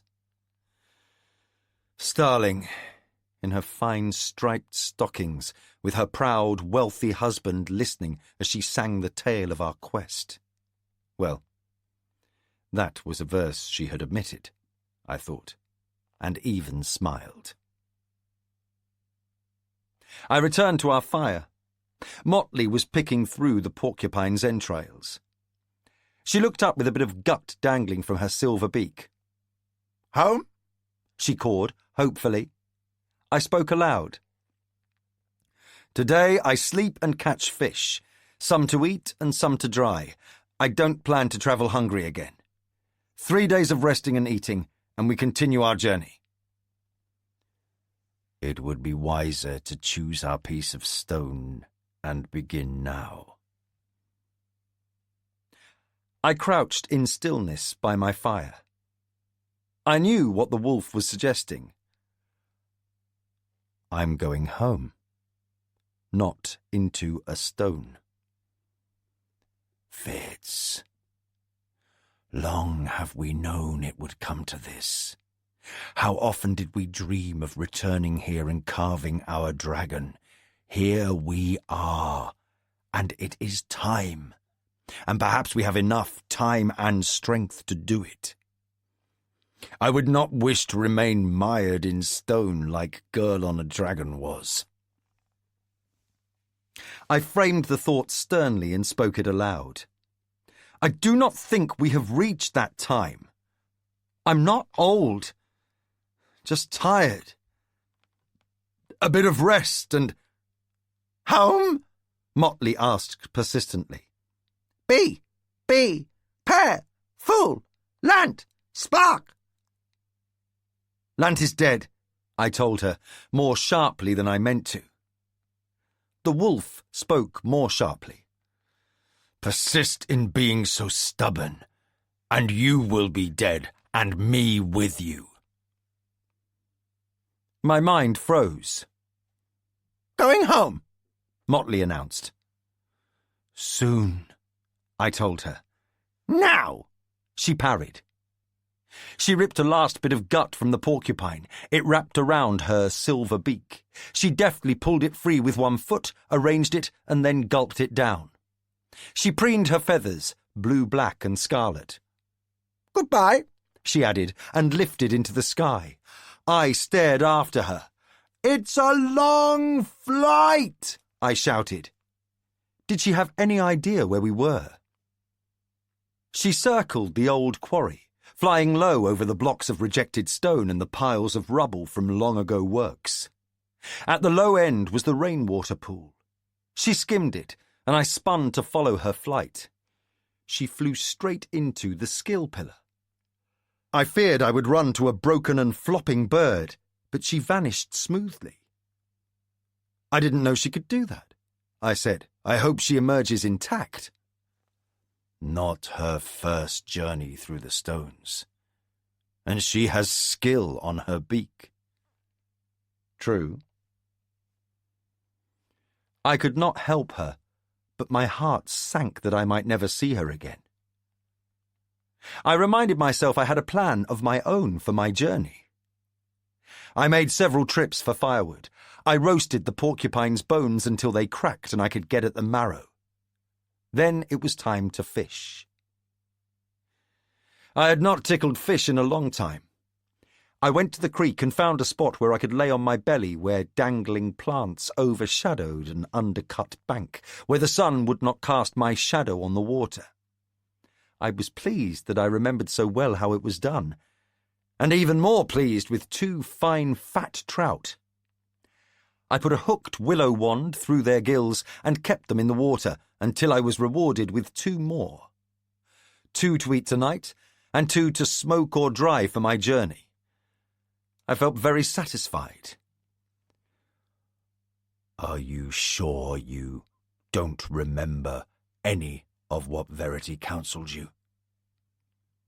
I stumbled into the stone and out of it again. I've no recall of our passage. You were deep in the skill. Verity found you.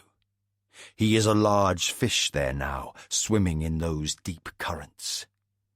He told you to carve your dragon and not delay. King Shrewd was there, smaller and thinner. Chade was with him. They wished you well in that effort. I spoke eventually. I don't recall that at all. I truly wish I did. I recall it for you. He warned you not to delay it. He nearly failed.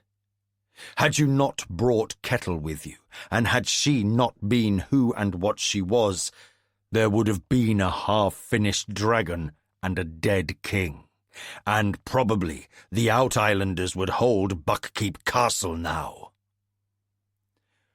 We are not gambling for such high stakes as he was. Only your life and mine.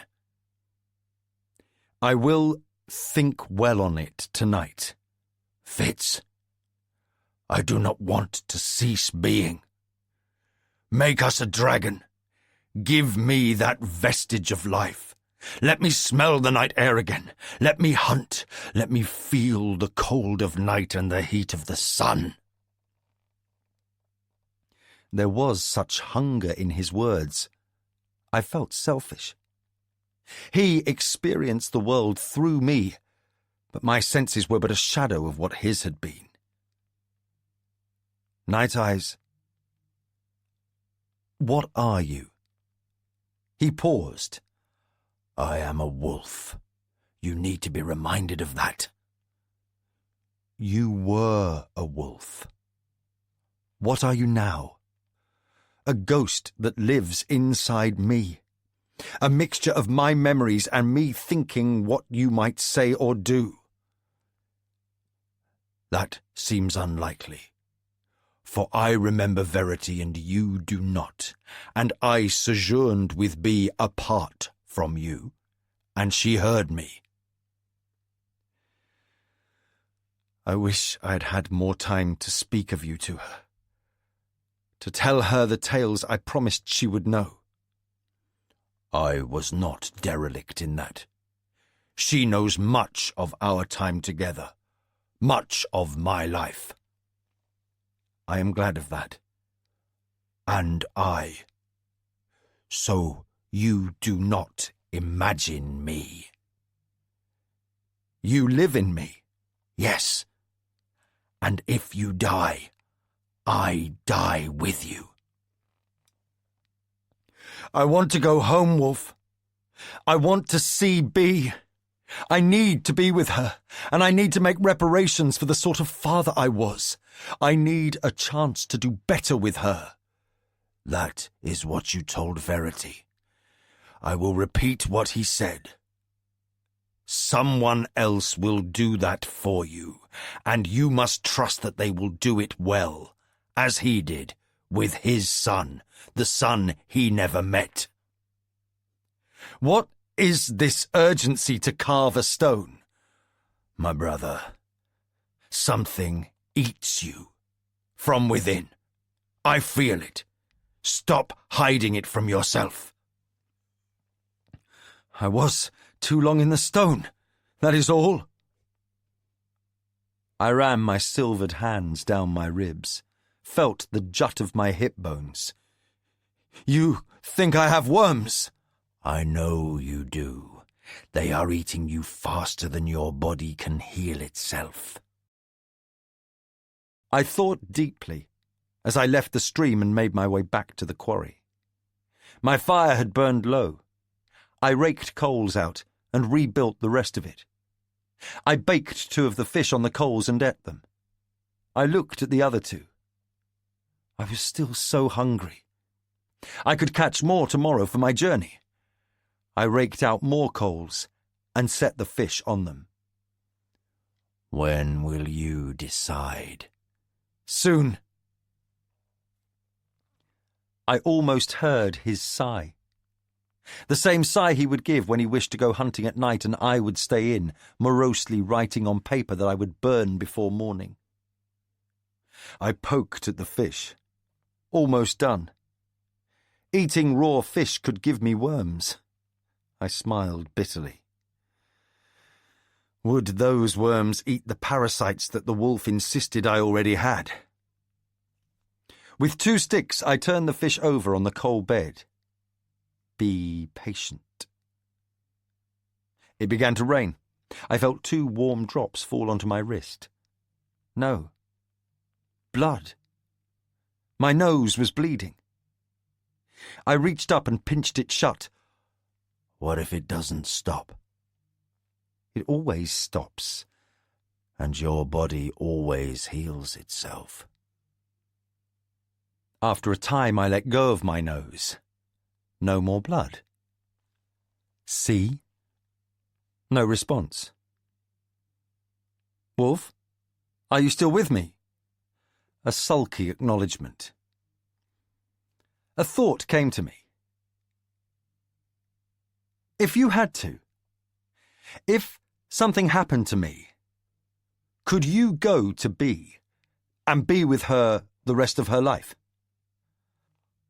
I would be the shadow of a shadow. Could you do it? Perhaps, if her walls were down and everything was right. But I would not. Why not? Fitz, I am not a thing you can give away. We are interwoven. I poked the fish out of the fire. With a twig I dusted off the ash. In a less hungry time, I would have peeled back the skin to reveal the flesh and then discarded the skin. Now I scarcely waited for it to cool before I was juggling steaming chunks of fish to cool them before pushing them into my mouth. After the fish was gone, I went back to the water and drank. I felt better. I looked up at a clear blue sky. Even in summer, nights in the mountains were chill. I decided I should get firewood. My path out of the quarry took us past abandoned blocks of cut stone. As I headed toward the forest, Night Eyes spoke. I like that piece. It's not very big. There are only two of us. To placate him, I walked over to the chunk of rock. I saw why it had been discarded. It had been part of a larger piece that had broken along a thick silver vein. It was gleaming black and richly streaked with threads of silver, not near as large as what Verity had used. This stone was about the size of a pony cart. I set my hand on top of it. It was a very strange sensation. Raw skill stone was empty, I discovered. Empty and waiting to be filled. It had an indefinable tactile sensation. I wanted to touch it. The sun had warmed it pleasantly. If I'd been a cat, I would have curled up on top of it. You are so stubborn. And you are not. I was. As a cub, I wanted to hate you. Do you remember how savage I was when you first saw me in the cage? Even as you were carrying me off, I was trying to bite you through the bars. You were not much more than a cub, and you'd been treated badly. You had no reason to trust me or listen to what I told you. True. He'd been dirty and smelly and bone-thin, riddled with parasites and full of anger. But that anger was what had drawn us together. Our parallel fury at the paths we were trapped on had linked our minds, and for those first few moments I had not realized our minds were joined, that we had the beginning of a deep wit bond, whether we wanted it or not. "Oh, cub," I said out loud. So you called me then? I realized what we had done. The fused memory had poured from us into the stone. I could feel it under my hand, and I knew exactly what I would find when I moved my hand. There was a patch of fur on the back of Night Eye's neck, where the black-guard hairs had a sort of gentle swirl on top of his thick grey and black fur. I had a sensory memory of how it had felt to put my hand on him there. Often I'd put my hand on his back as we walked side by side, or as we sat on the cliff's edge looking out over the sea. It had been the natural place for my hand to fall, the touch that had renewed our bond like a repeated vow. It felt good to feel that again. Lifting my hand was an act of will, and there it was on the stone. It was not hair and fur and a warm, breathing animal beneath it, but it was exactly the size and shape of my hand, and where my palm had touched, I could see each individual guard hair. I drew a deep breath. Not yet. No. I walked away. Night Eyes was silent within me. I had to pass our old campsite. Kettrican had been so young, the fool and I of an age, and yet not. Old Kettle, with her wise old eyes in their nests of wrinkles and her deep-kept secrets. And Starling. Starling, who could annoy me like a humming gnat. I looked around at the view. The trees were taller. Underfoot on the stone, only sodden and rotted bits of fabric and line. I kicked at it and turned up a layer that had kept its colour. That blue had been Kettrican's coat. I stooped and touched it. My queen, I thought to myself, and smiled. I nudged the rotting cloth. Beneath it, the pitted and corroded head of our old hatchet was scarcely recognisable. I stood and walked on. Beyond it was the place where Verity had carved his dragon. Chips and shards still littered the empty area where his dragon had crouched. He had used a chisel with a rock for a hammer at first, until he had plunged his hands into raw skill and carved and shaped with them. My king. Had he truly told me it was time to carve my dragon, told me it was time to surrender B to someone else's care, time to surrender my man's body for one of stone and skill? No.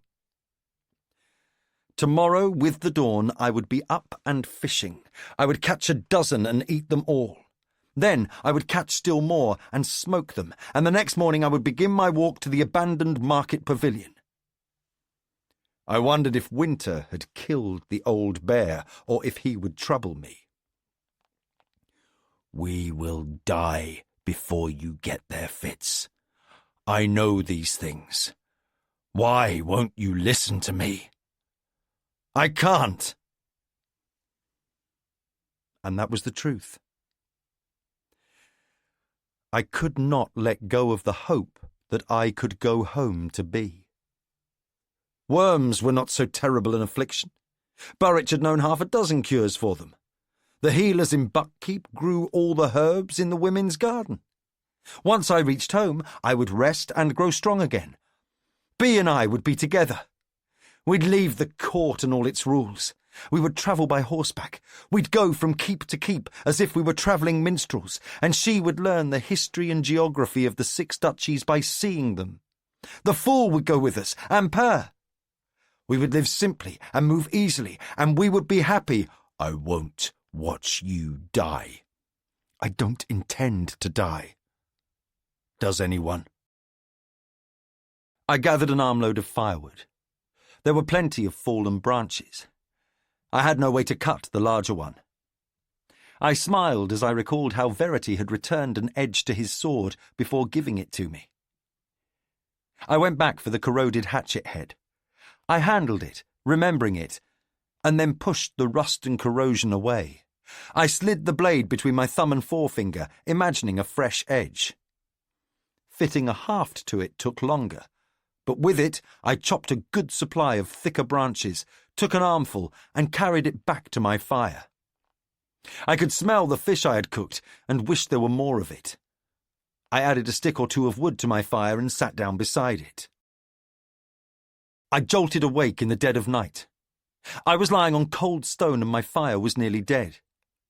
I built it up again.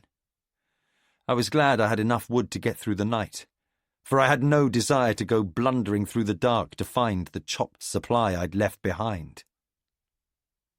I waited for the wolf to rebuke me for my stupidity and laziness. He didn't. It took some time for me to realise he was gone. Just gone. I was alone. Chapter 47. A Wolf's Heart. Revel, if you would, please ride into Oaks Bywater today. Marley the leather worker sent word that my order is ready. I trust you to judge its quality and accept it or ask her to redo the work. Be sure to see that the pages are well bound to the cover, and that the paper is of a good quality, and that the embossing on the cover is cleanly impressed. Please deliver it only to me if you find it worth the coin we spent. It is a gift for Mistress B, and I wish to surprise her with it myself. Among Revel's papers at Withywood's. I continued to see thick every night, although it made me very stupid and dull during the days. I did not care that I was chided for not knowing my Chalcidian verbs, and that I had to pick out all my embroidery stitches for making the daisies green. Every night I went to my bed and slept a short time before his music would gently wake me. I would hurry down the hall in my nightrobe for the best hours of my life. I wanted to give him something, anything, The bright kerchiefs I had bought for revel were still in my wardrobe. It took a long time for me to decide that I could give them to Thick. But even those were not enough to express what I felt for the kindly old man. I had ink and brushes for my dream journal. With great care, I sliced a page from it and drew Smoky dancing after the spool. I coloured him, his green eyes and black pupils, his grey fur and tiny white claws. Thick was delighted with my gifts. He promised he could keep them secret. I returned to my room and crawled into my bed, tired and happy. I awoke when Spark sat down on the foot of my bed. "Bee, wake up!" she ordered me. "What? It's you. Where have you been? I've missed you." "Shh!" She tilted her head toward the adjoining chamber where Caution snored on.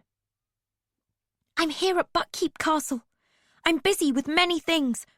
When we returned, Lady Nettle took me aside. Lord Riddle had endorsed me. I watch over you. I keep you safe." Because I ran away on Priss that day. I felt a surge of unhappiness. What a foolish thing I had done. My sister did not trust me now.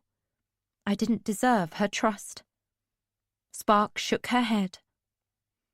"From the first day we returned, years ago, your sister Nettle was a stranger at Buckkeep Castle when she was little more than a girl. She feared that there would be people who would take advantage of you. Riddle agreed, so I watch over you, and every few days I report back to them." "How is it I don't see you, then?" "Oh." My eyes roved the walls of my bedchamber, seeing a spy hole I was certain would be there. She smiled. "I am better able to watch over you if I am not seen. I was taught ways of moving about Buckkeep unseen. Some day, perhaps, I will show you." "Why are you here now?" "To let you know that Thick cannot keep a secret. He will show off his kerchiefs. He wore 2 of them to bed, and he will, eventually, show Smoky's portrait to someone. He is too pleased with it to keep it to himself. The work is unmistakably yours. No one draws as you do, let alone paints in such detail." "Will Nettle say I cannot be friends with Thick any more?" She shrugged. Her hair, shortened by a morning cut, had a strand of spiderweb on it. I reached up and took it out for her. "Nettle will decide, but they will know, because I must report it back to them tomorrow." "Will you tell them you warned me?" She took a huge breath and let it pour out of her. "Will you tell them I warned you?" "No, absolutely not." "I am a terrible spy," she admitted. I watched her slip out of the door and smiled. I did not sleep at all. In the morning, I begged Caution to let me breakfast in my room so that I could put off the dreaded business of dressing and hair fussing. She worried that I was ill and conceded. I ate and then submitted to being groomed and decorated with clothing and having my short hair brushed and pinned up as best she could before I went off for my session as a lady to Queen Eliania. Her belly now stuck out like the prow of a ship, and all the talk was of the baby to come, and all our sewing was for the baby. Then I had my lessons in languages and history. I went to my midday meal full of dread for what must come. I sat on the dais with the other nobility and ate with them, and at the close of the meal, Riddle invited me to ride out with Nettle and him that afternoon. His eyes were kind, his mouth reserved. I accepted with formal courtesy, and then was trooped back to my room by Lady Simmer. Caution had set out appropriate clothing. My riding garments were green and yellow, Withywood colours. It made me consider how I fitted into the Farseer hierarchy. I descended, resigned to a gaggle of folk to accompany us. But not even the nurse and the baby were there, and Riddle dismissed all the grooms, even Purr, who had been loitering hopefully nearby. Riddle tossed me up onto my horse without ceremony, and Nettle mounted hers without anyone so much as touching her elbow. We left at a sedate walk that turned into a canter as soon as we were out of the gates of Buck Keep. We did not speak as we rode, but gave the horses a good gallop on a trail through a forest that led to a secluded glen near a stream. Here we dismounted and let the horses water. And Nettle said, "I know that you visit Lord Thick every night. You must know it is not appropriate to be running about the keep in your nightgown." I bowed my head and tried to look startled. "Well?" she demanded. "He is my friend. He is teaching me to make skill music. We play with his cat. He has nice things to eat. That is all." "And you have learned to erect such skill walls that I can barely find you during the day." I kept my eyes on the grassy sward. "It is to keep the music in.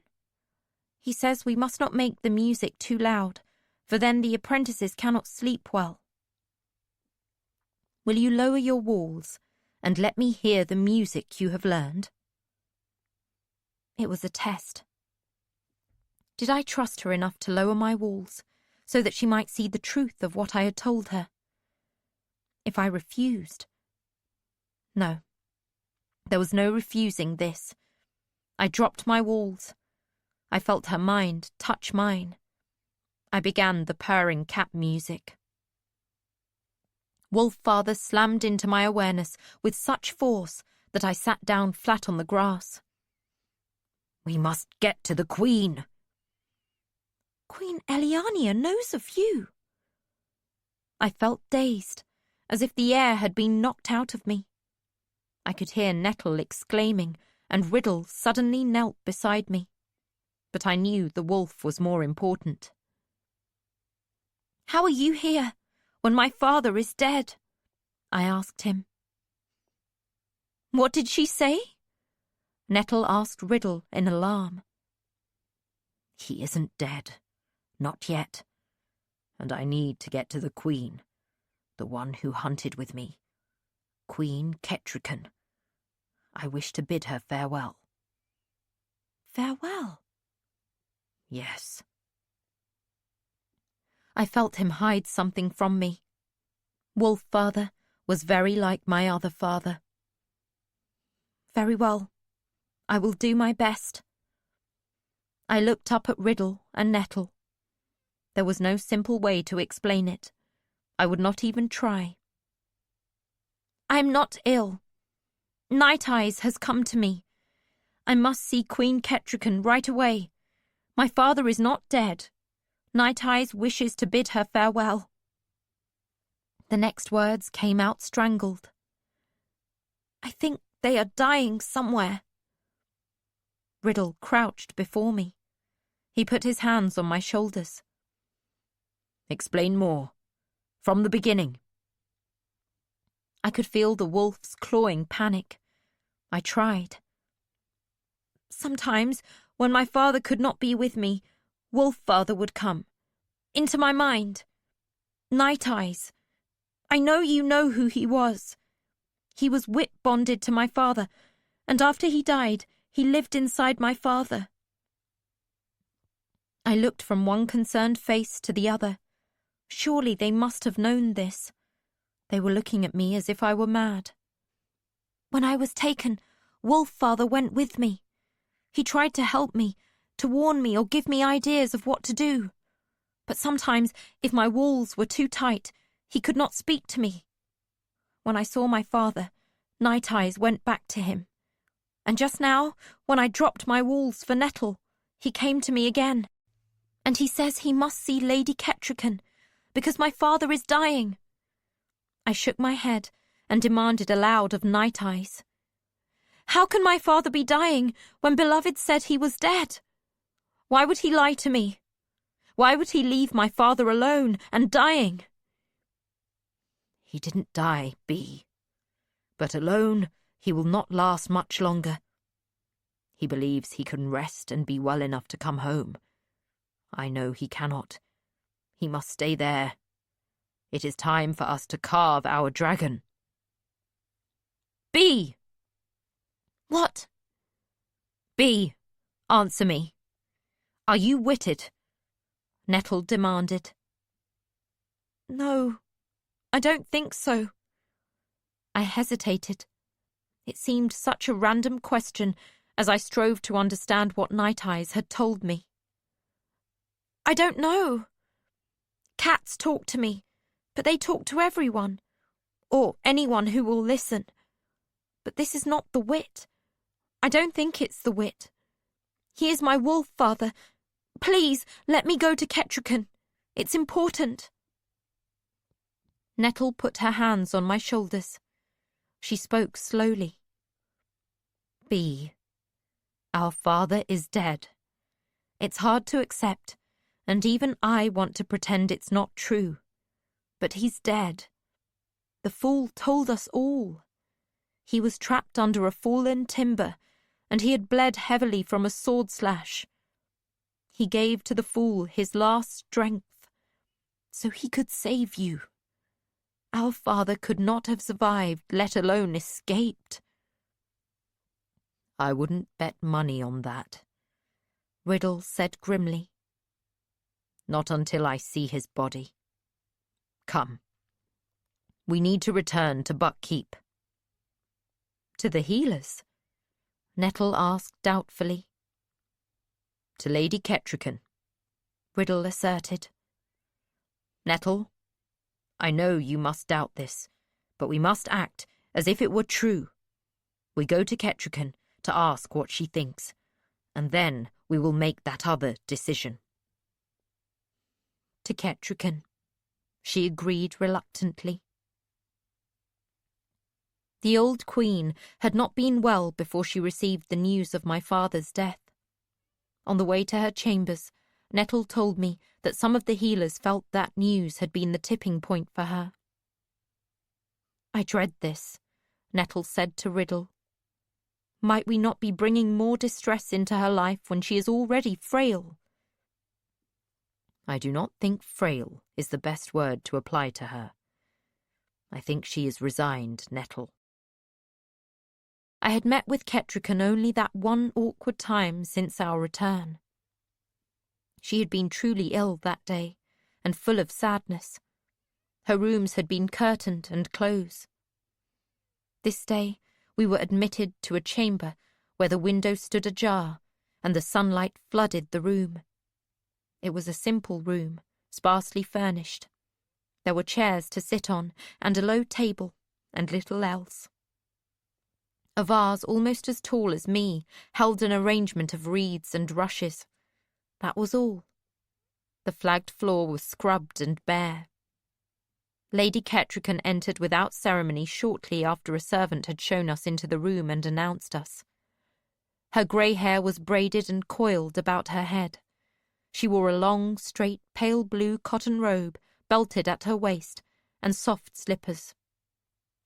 No jewellery did she wear, nor paint on her face. She could have been any old woman at a market. She regarded us with calm blue eyes. The closest she came to a complaint was to say, "This is a sudden visit." I found I was smiling at her, delighted. I almost wriggled. No, Night Eyes within me was delighted. I took a deep breath of the air, seeking her familiar scent. You still walk like a forest hunter, light of foot and steady-eyed, I told her. Bee! Nettle rebuked me. But Lady Ketrican had only a puzzled smile for me. Please sit, she bade us, and there was only a slight hitch of stiffness as she lowered herself to a seat. I am pleased to see all of you. Should I ring for refreshments for us? Could there be ginger cakes? I asked, Again, without knowing I would speak. Ashamed, I hunched my head down between my shoulders and looked up at her. She raised her brows at me and with concern asked, "Is there something going on here that I do not know about?" Nettle looked hopelessly at Riddle. He kept silent. Nettle tried. Bee believes that her father is still alive. She believes that he has sent— "No!" I had to interrupt. "No, he didn't send Night Eyes. He came on his own to me, and he asked me to come to see Queen Ketrican." The former queen was a fair-skinned woman.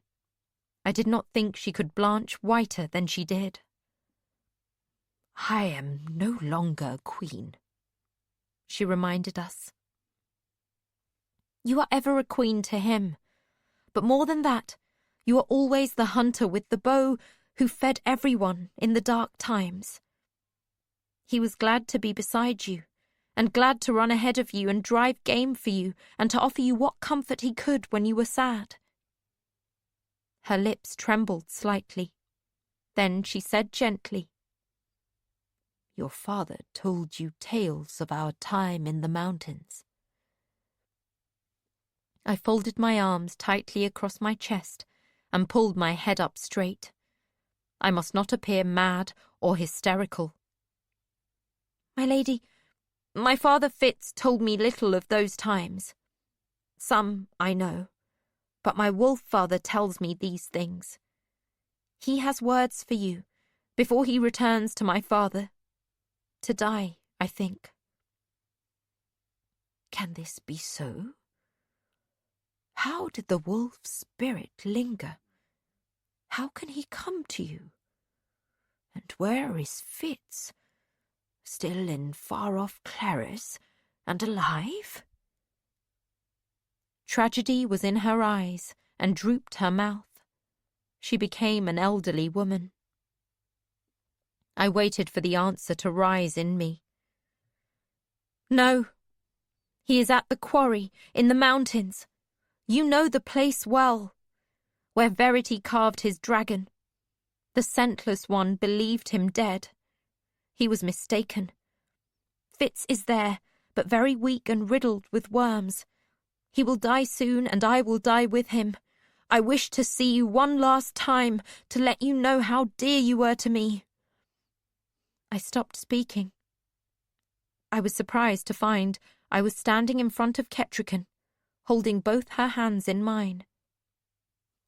The thought he conveyed to me now was only for me. "Your mother was a good mate for Fitz. She gave him what he needed. But this is the woman I would have chosen for us." A baffling thought, and not something to speak aloud. I pushed him back. "He is very earnest that you believe this." He offered a memory, and I spoke it aloud. "He remembers this. Sometimes, on the hunt, your hands would get cold and stiff. You would take off your mittens and gloves and warm your hands in the ruff of fur on his throat." Lady Ketrican flowed to her feet as if she were a slow fountain. She looked at Nettle. She was a silver-haired queen again. "We will need a tent and warm things, for even in summer the mountains are chill in the evening. You will take me there, and the fool. Lord Golden, whoever he is being today, summon him as well. Today." "Bring food," I said. Then the wolf told us the last thing I wanted to know. "He is infected with parasites that are eating him.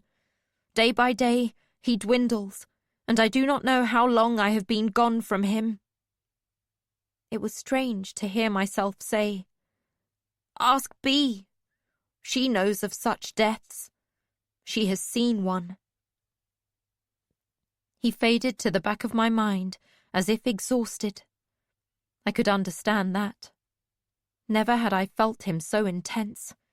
But he left me standing in the circle of 3 adults, staring down at me in wary belief. I doubled over, my hands over my mouth as I suddenly understood. The traitor's death. Vindelia had promised that to me. Had my father taken it for me? Ketrican's hands on my shoulders were like a raptor's claws. "Stand up," she said sternly, and forced me upright. "You will tell me what this means." Telling them of the messenger and her death was horrid. I wondered how much Beloved knew of it. The Queen rang for refreshments. A servant brought tea and ginger cakes. I ate a cake with tears fresh on my cheeks and was astounded at how I savoured the scent and taste of it, while confessing a tale of bloody eyes, a butterfly cloak, and a midnight pyre. I had thought my father might have told Riddle or Nettle. Plainly, he had not. Nettle sank down and covered her face. "Oh, Da, how could you?" I swallowed my bite of cake. "The death is unstoppable," so the messenger said. "It is the death they reserved for traitors. Slow, painful, and inevitable." I picked up another ginger cake. They watched me do it. "He likes them," I said through my tears. I looked at the cake in my hands. "My father is dying horribly. We can't stop that. But ginger still always tastes wonderful." "It does," Ketrican agreed. She put another one into my hands. I took a large bite of one, and for that moment, the ginger and the sweetness was all there was. They were speaking over my head. "How could he not?" Riddle said, and reminded Nettle of a previous messenger that had vanished, perhaps murdered, years before the butterfly cloak incident. That made Nettle uncover her face and knit her brows as she connected the two accounts. Ketrican said nothing except, "It is what he would do. Not what he would choose, but what he felt he must do at the time. Still, B, I am sorry that you had to serve him so, but we are wasting time. Riddle, go request all that we need. We will leave before sunset." Nettle held up a hand. "My lady, I implore prudence." She took a breath and glanced at me, as if reluctant to speak in my hearing. Riddle winced for me as she said, "I love my sister, but I think we should approach this sensibly. She has suffered a great deal. I was older than she is when Burrick died, and still I had vivid dreams of him coming home to us. I do not think she is lying, and here she met my eyes. But I fear she may be mistaken. Before we mount an expedition, let me send a coterie to see what the situation is. If they find him, they can bring him home. Remember that they will face a journey of days. They must take horses to the same leaning skillstone that Lady Shine showed us. I have ordered it righted and cleaned. As it has been used before, we consider it reliable. They will need calm and steady mounts for the passage. Once they have made the journey to the market circle, I believe there is still a journey to the quarry." "There is," Lady Ketrican admitted slowly. "At least we still have fine weather for it. It took us days in the winter. We had to hunt for our food, but this time we will carry provisions. We shall do better without the snow, and I recall the way." "My lady, when did you last go out riding?" Her shoulders rounded, and she looked at her curled hands. "But it is Fitz," she said softly.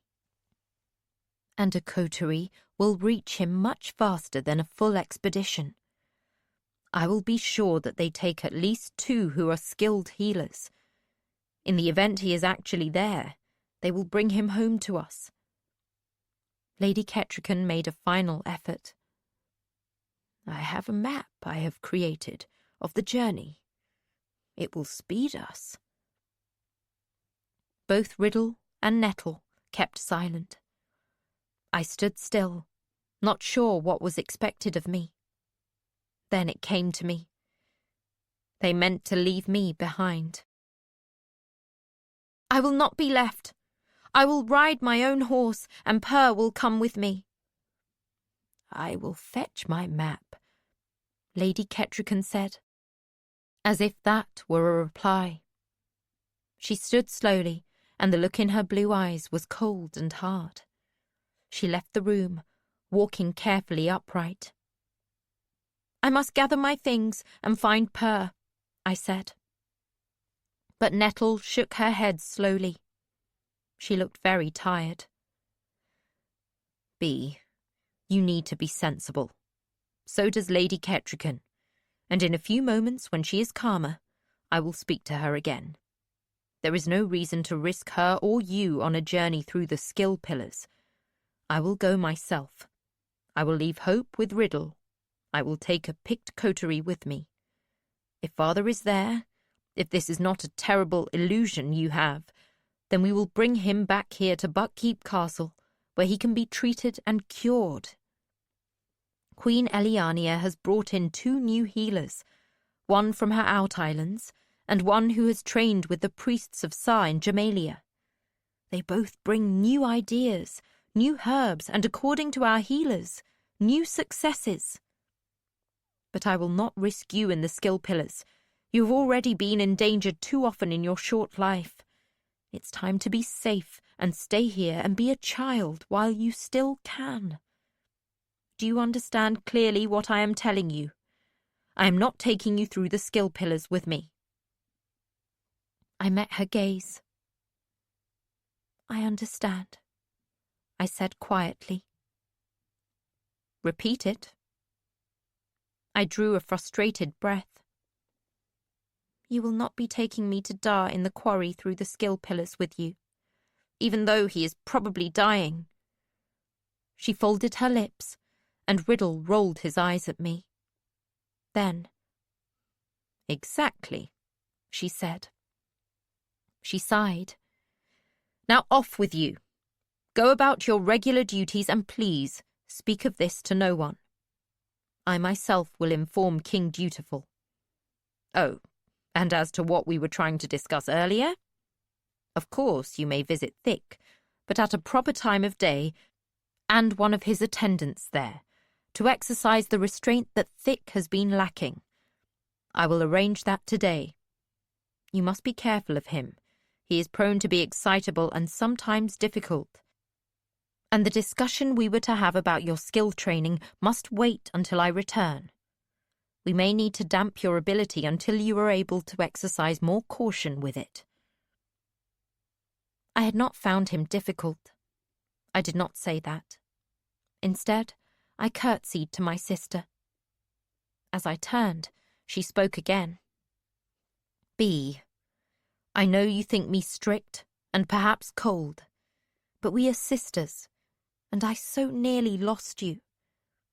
You cannot imagine how helpless I felt all through my pregnancy, how I wondered if my baby would ever know you, how Riddle tormented himself that he had not remained there with you.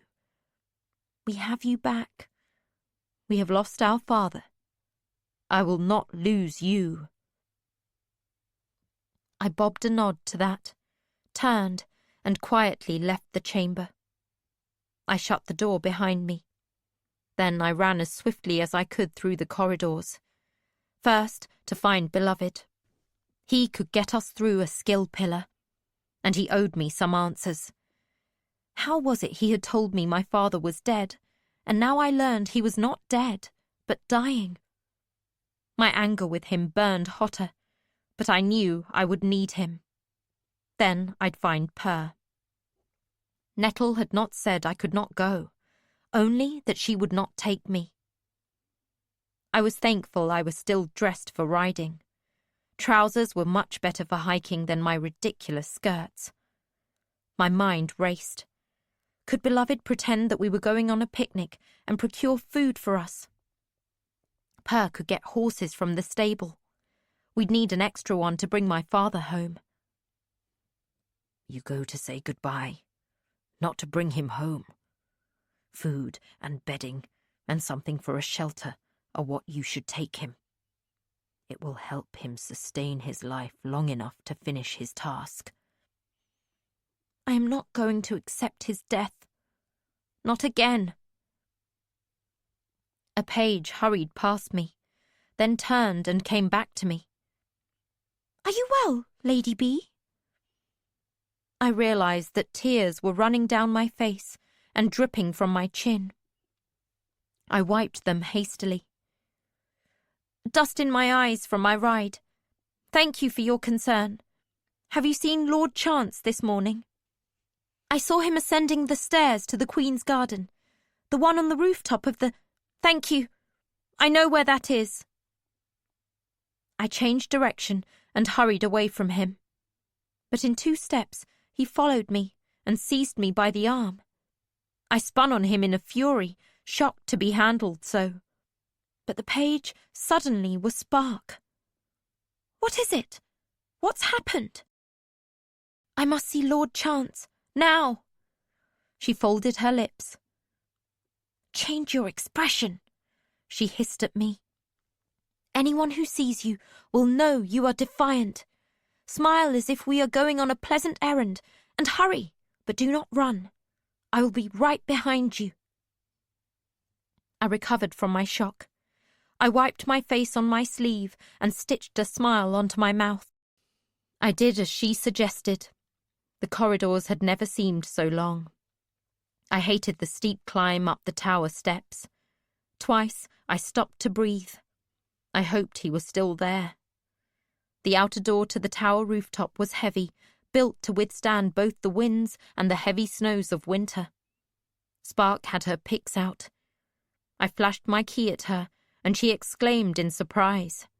Together we shoved the door open and stepped out into a pleasant day. High, thin clouds were scraped across a blue sky. Up here, the wind was cooler. I did not immediately see Lord Chance. The large pots of blooming plants and statues seemed too placid and calm a place for my boiling thoughts. I followed the tiled walkway, and at the end saw beloved standing with his back toward me. He was looking landward. Lord Chance! I hailed him. He turned to me, and a hesitant smile dawned. Well, I cannot recall that you have ever sought my company before, B. Thrice welcome. His voice was full of warmth and hope. Then he saw Spark behind me, and his expression became one of alarm. What has happened? I had thought I could be calm. I could not. How could you tell me my father was dead? How could you leave him? How could you leave him? How could you not go back for him? B! Spark rebuked me, but I ignored her. My words tore the smile from beloved's face. He looked ill and beaten. He tried for a breath, failed, and tried again. B, Fitz is dead. You yourself said you felt that he was gone. He clutched his gloved hand in his bared one. I felt that link break. He died. I felt it. His face was full of misery and shock. He left me, he said forlornly, and my fury soared. He's not dead. I bit off every word. Night Eyes says he is at the quarry, dying, riddled with parasites, just as the pale messenger died. It's a horrible way to go, you know it. They call it the traitor's death, delivered by a dart, and you left him to it. Spark gasped. They shot darts at us before the explosion. B sent them running, and he brushed a dart from his jerkin. Hope and horror vied for possession of Beloved's features. "He cannot be alive," he declared. But oh, how he longed to believe my father lived. I told Nettle and Riddle. We went to see Lady Ketrican. Nettle is planning to send a coterie through to see if it's real. She says they will bring Fitz back. But Night Eyes says he is dying, even if my father doesn't believe it.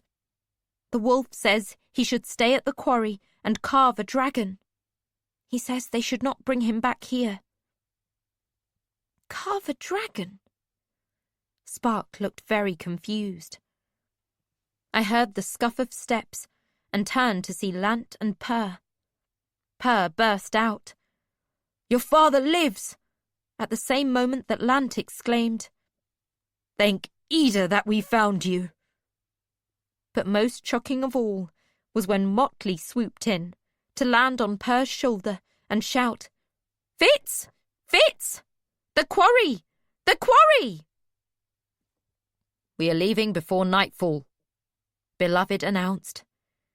He looked out over the parapet and abruptly announced, "Ketrican goes with us."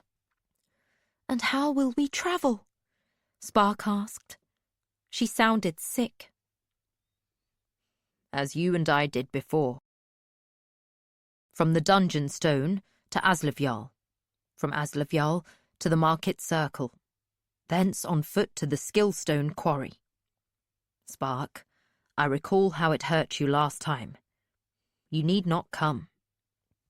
"We have no dragon's blood to help you make the journey." "I have the silver on my fingers. I believe I can do it. Any who fear the journey need not come." "Of course, I will go with you." She sounded bitterly defeated as she said it. I spoke up. "If he can open the stone, I know how to give skill strength, and I can draw it from Purr if need be." Purr gave a grim-faced nod. Lant had not spoken, but there was sick determination on his face. Spark crossed her arms on her chest. "Ketrican is elderly, and her joints give her much pain. She will never be able to keep up." "Oh, you do not know her as I do," Beloved said grimly. "She will make that journey. I will not leave her behind." Spark threw her hands in the air. "This is mad, and the end of my occupation here at Buckkeep. We are all risking our lives and our sanity." She sounded angry as she rounded on Purr and Lant. "Why are you still standing here? Fetch all that is needful. Lord Chance, you must be the one to propose this to Ketrican. I will not." She shifted her attention to me. "You, go about your schedule as if nothing is happening, even to disrobing for bed tonight. Wait until we come to fetch you." Chapter 48. Time. There is a cage made of crawling, squirming things. Inside is something that used to be a man. A black and white rat looks at him, and then giggles and turns handsprings as it abandons him. I make no illustration for this dream. It felt as if it would be true, and I would witness it. B. Farseer's Dream Journal. Anything a bear can eat, a man can eat too. Burrich told me that long ago, after I died in Regal's dungeon, and before I had found myself as a human again. He was looking guardedly at a leaf-buried bear kill we had stumbled across on one of my supervised walks. He had very hastily cut some chunks from the decomposing fawn, and then we had left the bear's cache quickly. Aged meat is far more tender than a fresh kill. I remembered that meat fondly. But he was correct in all aspects of what he had said. A man can eat grubs from under a rotted log, or a frog, tender roots and the young shoots of water grasses. Even pond scum can thicken a soup if one has something to cook soup in. But pond algae can be eaten by the handful, along with watercress, and the roots of cattails can be roasted in a low fire.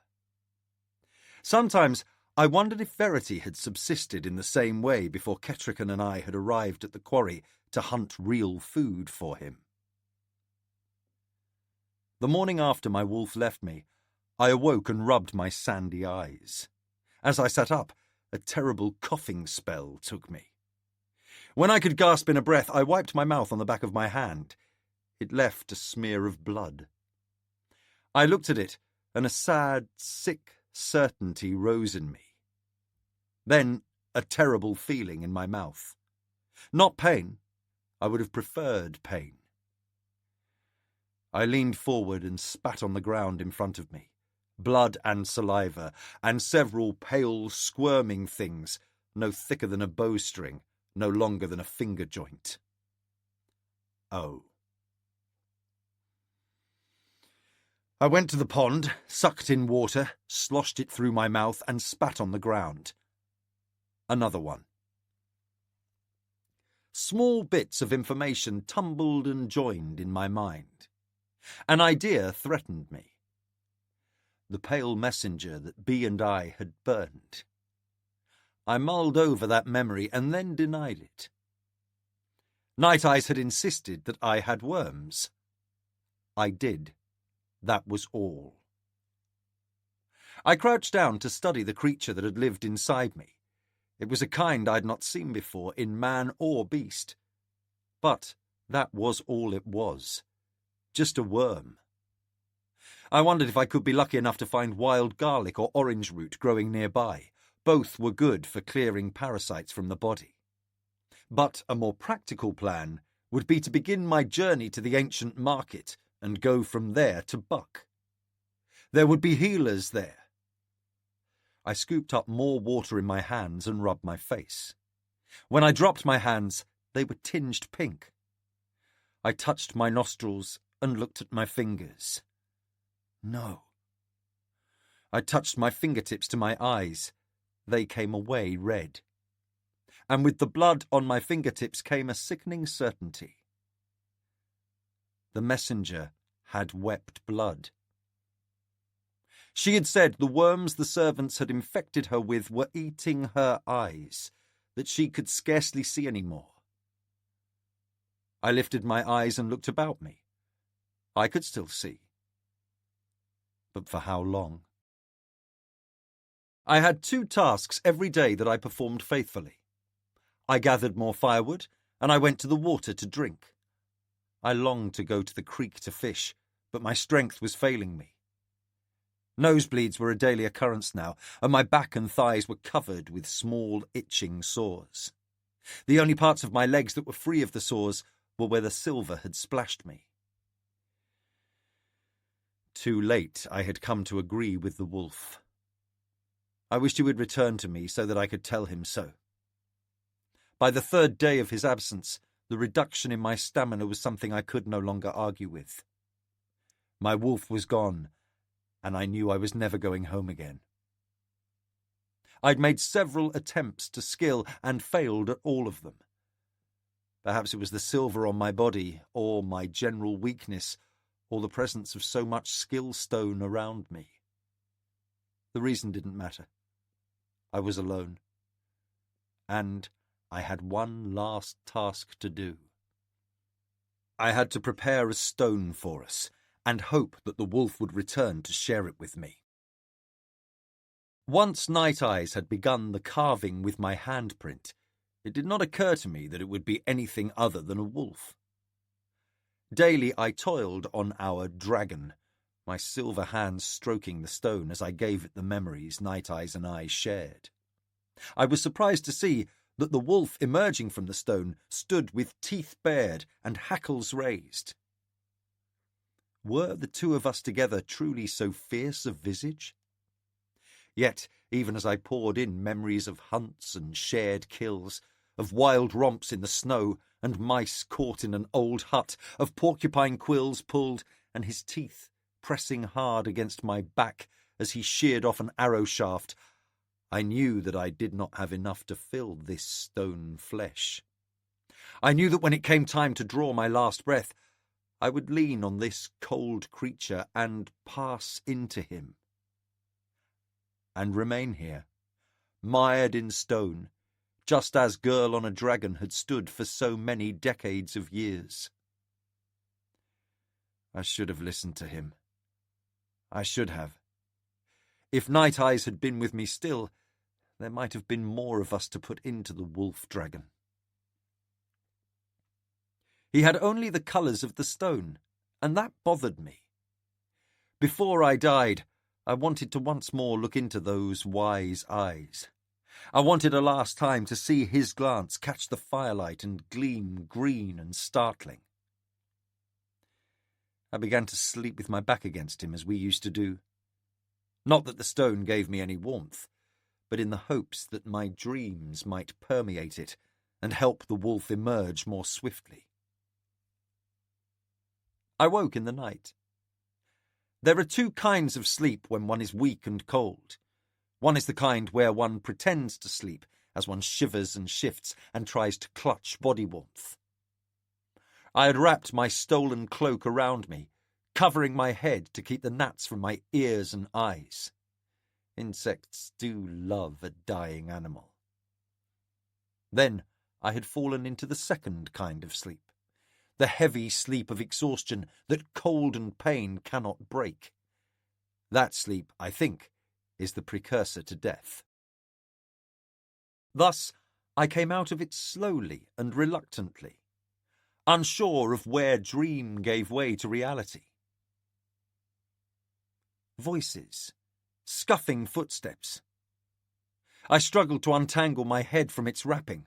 I didn't stand up, but I opened my eyes and blinked dully at the startling yellow glare of a swinging lantern coming toward me. "This way, I think," someone said. "We should make a camp and continue in the morning. I can see nothing here." "We are close. I know we are so close, Bee. Cannot you skill to him? He said he felt you skill once." "This stone... No, I have no training. You know I have no training." The light was so bright, I could see nothing else. Then I made out shadows and silhouettes, people carrying a lantern, and packs. I feebly pushed my wit toward them. "Fitz!" someone shouted. And I realised I'd heard that querying call before in my sleep, and it had wakened me. And more, that I knew the voice. "Over here," I called. My voice was thin in a dry throat. The wolf hit me with an almost physical impact. He was a jolt to my dwindling body, almost like an infusion of skill strength. "Oh, my brother, I could not find you to return to you. I feared we were too late. I feared you had entered the stone without me. I am here." "Look! Embers of a fire! He's there! Fitz! Fitz!" "Don't touch me!" I cried out, and clutched my silver hand to my chest. They came to me at a run, shapes emerging out of the twilight. The fool reached me first, but as the firelight illuminated him, he halted an arm's length away and stared at me, his mouth hanging ajar. I looked back at him and waited. "Oh, Fitz!" the fool cried. "What did you do to yourself?" "No worse than what you have done. Twice." I managed a twisted smile. "I did not choose this," I added feebly. "Far worse than anything I've ever done," he declared. His gaze wandered over me, lingering on the silvered side of my face. His expression was more telling than any mirror. How could you do this? Why? I didn't. It happened. The container of silver, the fire brick in my bag. I held up a helpless silvered hand. Ah! B shrieked furiously, and my watering eyes showed me Per with his arms wrapped about my younger daughter, holding her back. She kicked and struggled, baring her teeth. Abruptly, Per said to her, "B, you are not that foolish," and let her go. She did not rush to me. She came in small steps, studying me carefully. Then she set her small hands onto my arm, touching flesh to flesh with no silver between us. I could suddenly draw a deeper breath. Hope flowed in me. I could live. I could go home. Then I realized what she was doing. "B, no," I rebuked her and pulled my arm free of her grip. "You do not skill strength to me." But she had. "I have strength to spare," she pleaded. But I shook my head. "B, all of you, you cannot touch me now. I am carving my dragon, our dragon, for Night Eyes and me. Everything I have I must put into it, and I must not pull you and your strength into it." The fool set his hands, one gloved, on B's shoulders. He drew her back gently, but I saw her stiffen with resentment and for a moment flash her teeth at his touch. Lant and Per were staring at my silvered face in something between horror and pity. The fool spoke. "Explanations can wait. After we have built up the fire and made hot tea and soup for Fitz, there are blankets in the big pack." He lifted his voice to a shout. Spark! Over here! He cried, and I glimpsed another bobbing lantern. Then they were all unshouldering their packs, and he spoke on of wondrous things, of hot tea with honey and smoked meat and blankets, while the wolf capered joyously inside me. I closed my eyes. When I opened them again, other people had approached and were busying themselves with camp tasks. I sat quietly while B told me of their journey home and described the shape of her life at Buckkeep Castle. The fool orbited us at a distance, sometimes pausing to listen to some detail of B's recitation, but mostly engaged in directing Lant and Per in setting up a shelter and sorting supplies from the packs. I leaned with my back on my partially carved wolf and tried to take pleasure in what I knew was actually farewell. But Motley, with her silver beak, came and perched on my stone wolf. She cocked her head and said nothing, but I thought she looked at me sadly.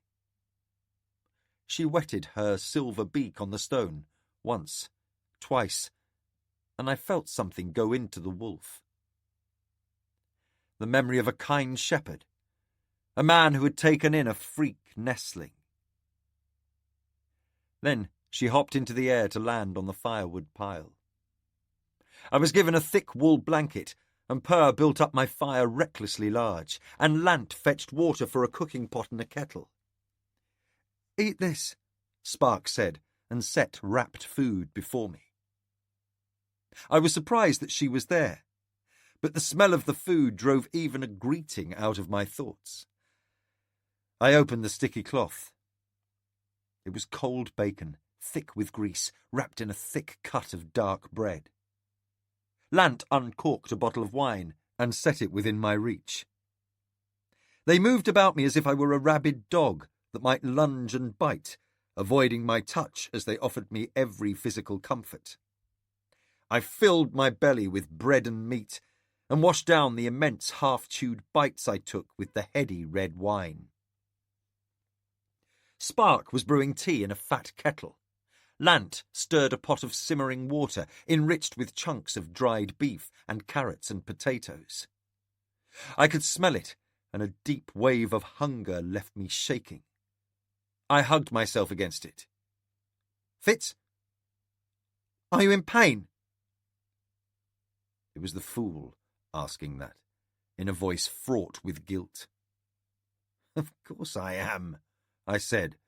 "They are eating me, the little bastards. They eat me, and my body rebuilds itself, and they eat me afresh. I almost think it is worse after I have eaten." "I will see to that," a woman said.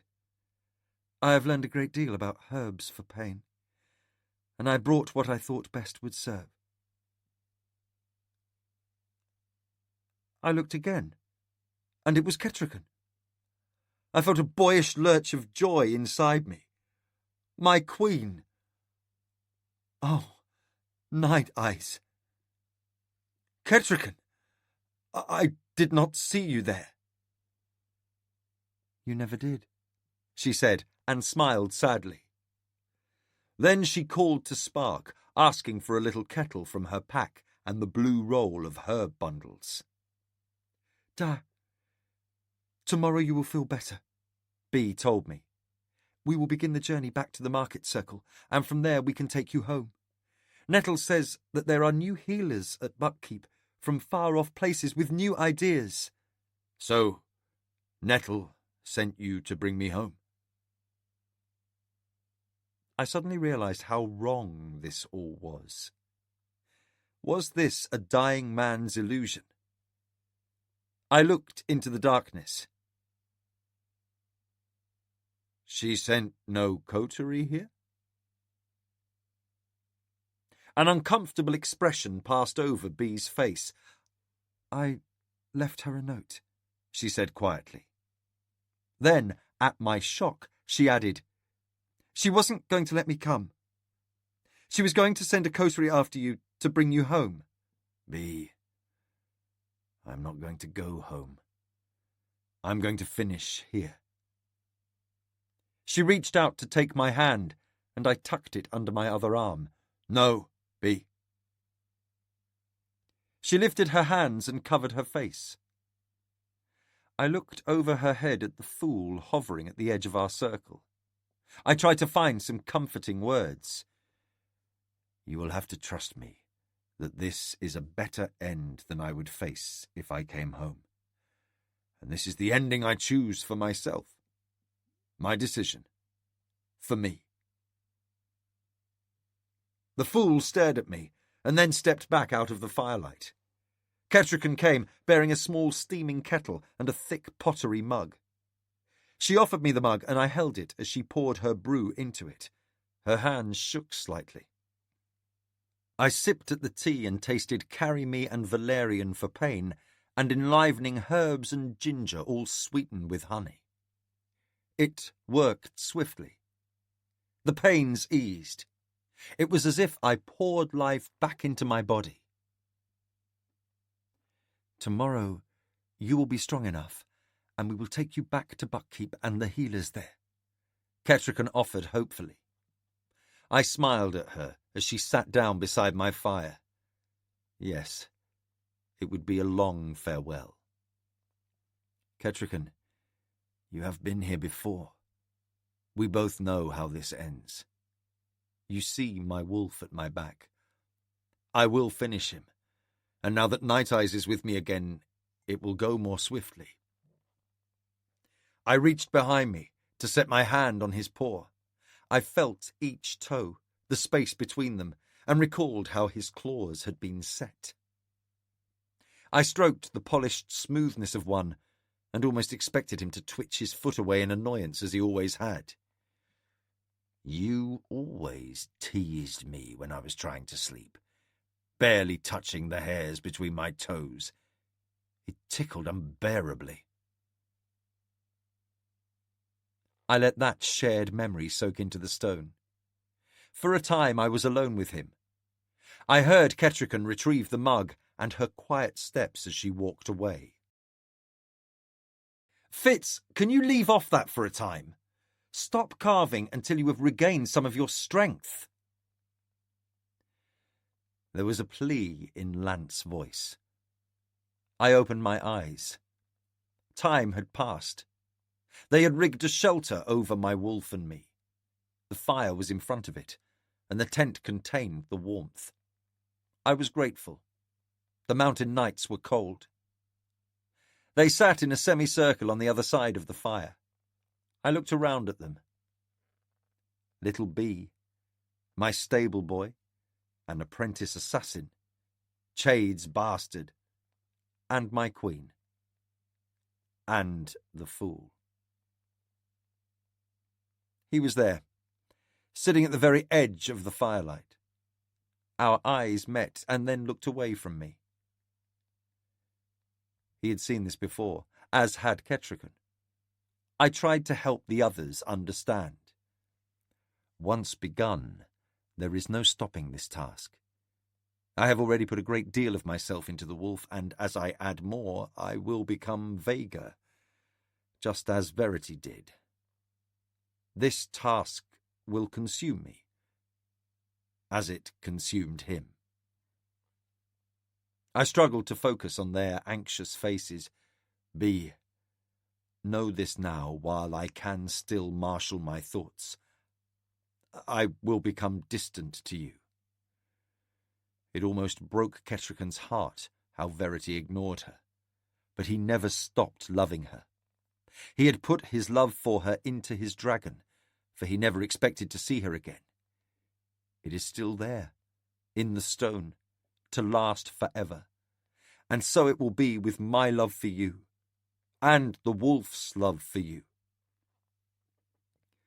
I looked at Lant, at Spark, at Purr.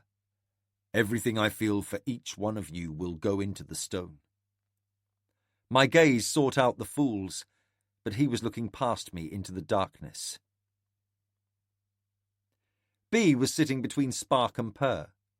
Her hair had grown, but it was still short. Golden and curly, I had never seen such hair.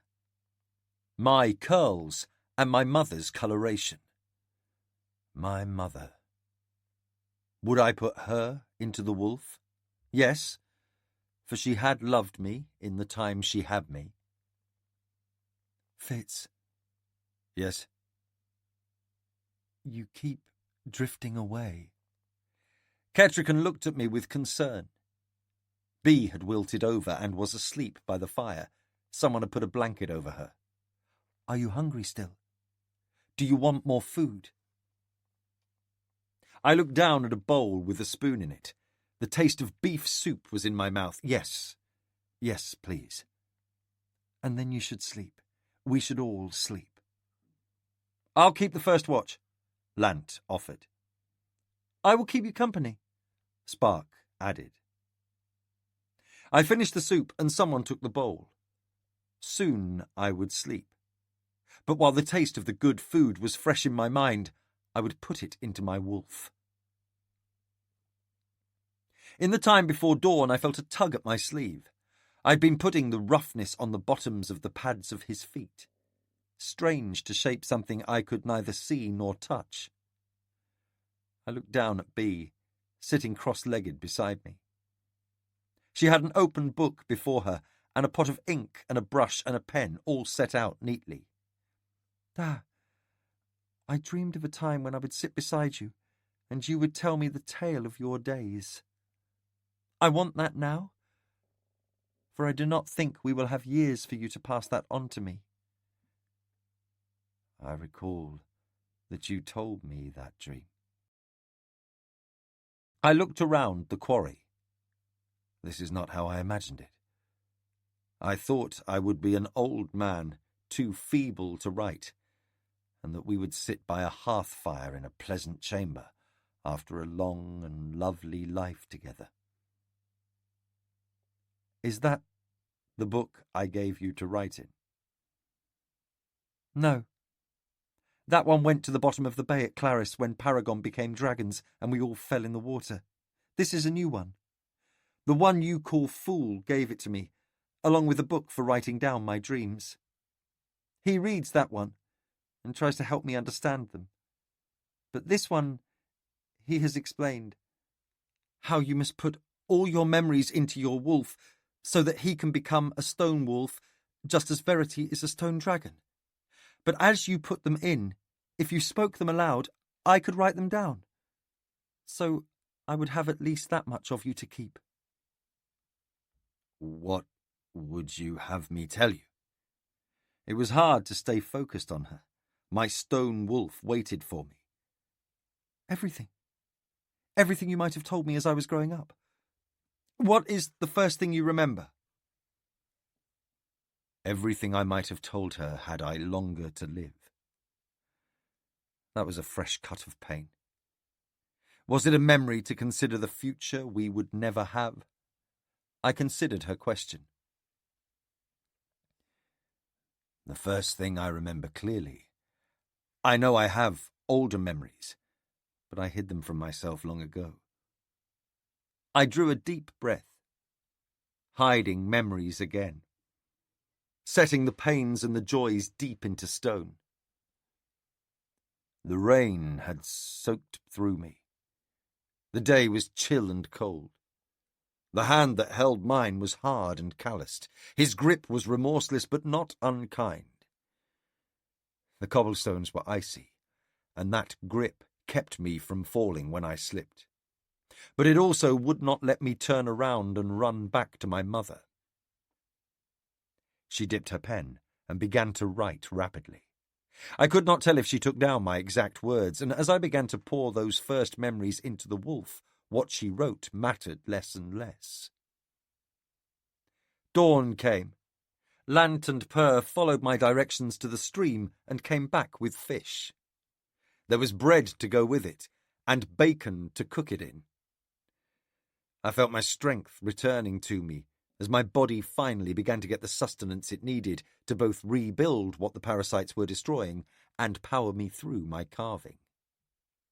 They were catching the fish and bringing the firewood.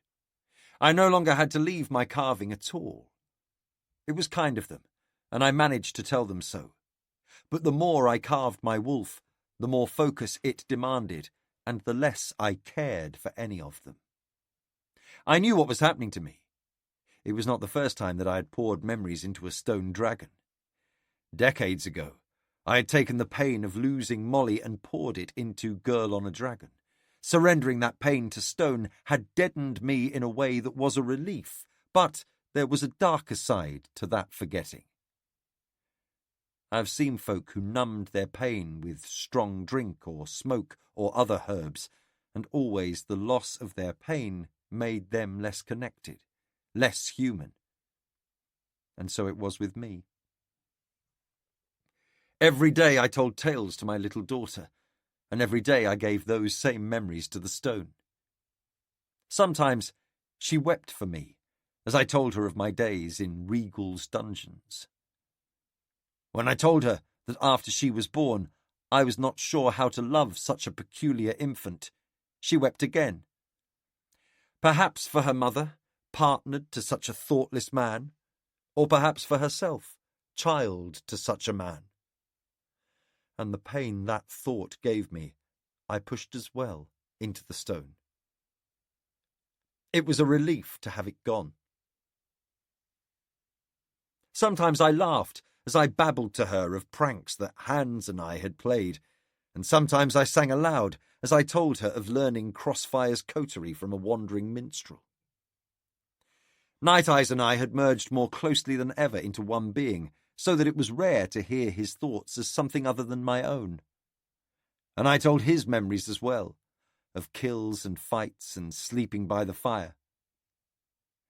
She asked me when I had first met the fool, and that tale led to another and another and another, all the stories of how my life had intersected and twined with his. So much of his life was mine, and so much of mine was his. I worked, and all about me the life of the camp went on. Lant and Purr hunted and fished. Spark hauled water and prepared the herb teas that kept my pains at bay. Some of the sores on my back opened. It was a distraction when Ketrican insisted on pouring warmed water down my back and using a handful of moss to scrub out the tiny mites that writhed in the sores. When I objected, she asked, "Would it be better if they ate you alive before your wolf was done?" And then I saw the sense of what she did. She wore gloves and burned them in the fire afterward. Sometimes, when I had to stop working to eat or to drink, I saw the sadness in their faces. I felt guilt at the pain I gave them, and shame, and those things became emotions that I could put into my wolf. Several days after the fool and bee had arrived, others came. They rode horses into our camp and brought with them more food. Bread and cheese and wine, once so simple, were now things to be savoured before my memories of them went into the stone. That evening I became aware of who they were. I looked into Nettle's grieved and shocked eyes. The skill coterie who had assisted her in coming set up their own tents at a short distance from ours. They spoke about me and around me and sometimes to me, but it was hard to steal my awareness from my task. Nettle spoke harshly to Bee and Spark and the Fool and Lant. I considered intervening, but I had the wolf to think of. There was no time or emotion to spare for other things. Nettle brought me food that evening, wonderful camp bread baked in the fire's embers and sharing its fragrance with the evening sky. Sour apples, toasted to a soft tang, and a slice from a smoked ham. I ate, savouring every bite twice, for I knew I would put each delightful sensation into my wolf. Nettle kept asking me if I would allow a skilled healer to touch me. "It's dangerous," I warned the waiting man. "Not only that you may somehow transfer some of the parasites to yourself, but also that I may accidentally take something of yours for my wolf." The healer made a very cautious inspection of my infested wounds and attempted to see what might be happening inside me. He was a competent and plain-spoken man. "The damage is extensive. In his weakened state, any herb we give him to try to kill the parasites would also kill him." B spoke up. "Cannot the coterie use the skill to tell the parasites to be dead?" The healer looked shocked, then thoughtful. "If the creatures had minds at all, perhaps a very powerful skill user could suggest to them that their hearts stop beating. If they have hearts. No. I'm sorry, child. There are such multitudes of them infesting your father that, even if we could skill death to them, by the time we had killed a quarter of them, the rest would have bred enough to replace those we killed. Lord Chance has told us of seeing eggs and maggots in your father's sores. They are living in him like wood ants in a fallen log. I tell you this plainly. Prince FitzChivalry is going to die. In his weakened state, I'm not sure we can even take him back to Buckkeep Castle. Our best and kindest course might be to make him as comfortable as we can here, and offer him an end that begins with a deep sleep, instead of what I fear is to come." Bee lowered her face into her hands. I saw Purr put his arm around her, and saw also the unease on Nettle's face. "I will be going into the stone," I announced. "I am not sure that is the same as dying." "It's close enough. You'll be gone," Nettle said bitterly. "And not for the first time," I replied. "Oh, that is so true," she said, and the impact of her words was like an arrow to my chest. I tried to clear my throat and realised there were no words that I could speak. Spark poured something into a cup and Lant passed it to me. I drank it. Some kind of spirit and a mixture of herbs. What's in this? I asked when it was gone. Carry me, valerian, some willow bark, a few other herbs that Nettle's healer brought. As long as they aren't the herbs that will make me sleep my way into death. I do not desire that at all. I must be awake and aware when I go into the wolf, as Verity was. I shook my head. Let no one seek to drug me insensible to save me pain. Keep me awake. I looked over at my younger daughter. Per was standing behind her. He would never be tallest man, but he would be broad with the shoulders for an axe. Time to think of these things while I still could. Already the stone was calling to me. It was hard to keep my eyes focused on the people here. I drew a breath and squared my shoulders. Get this task done while I could. I looked at Nettle. I have some directives regarding my younger daughter, B. I charge you, Nettle, and you, fool, and you, Lant, and you, my lovely Queen Ketrican, to be sure that they are carried out. I had said something wrong. I saw it in Nettle's face. Too late. I had never been good at speeches, and this one had not been planned. I would ask my old friend Riddle as well, but he is a wiser man than I, and has remained with his daughter to watch over her. I forced myself to meet Nettle's eyes. Would that I had done so. Not once, but twice over. I felt the decision was not mine, but I now take responsibility for it. My daughters, I am sorry. I should have stayed with both of you. That pang of guilt was still sharp. No matter how often I put it into the stone wolf, when I thought of my failure, it still cut me. The fool was staring at me. He shared that guilt. I could not mend what he must feel. I reined my thoughts back to the task at hand. Per, stand forth. The boy came, wide-eyed, to stand before me. No, not a boy. I'd taken that from him. I'd taken him from a stable boy to a young man who could and had killed for my sake and Bee's. I could trust him. I wish you to remain at Bee's side and serve her until the end of your days, or until one or both of you wish to be freed of this connection. Until then, I desire that no one part the two of you. And I wish you to be educated alongside her, in every discipline, language, history, and for her to learn the sword and other weapons alongside you. I have nothing of my own to give you in reward for your service. Every valuable thing I ever owned I've lost along the way.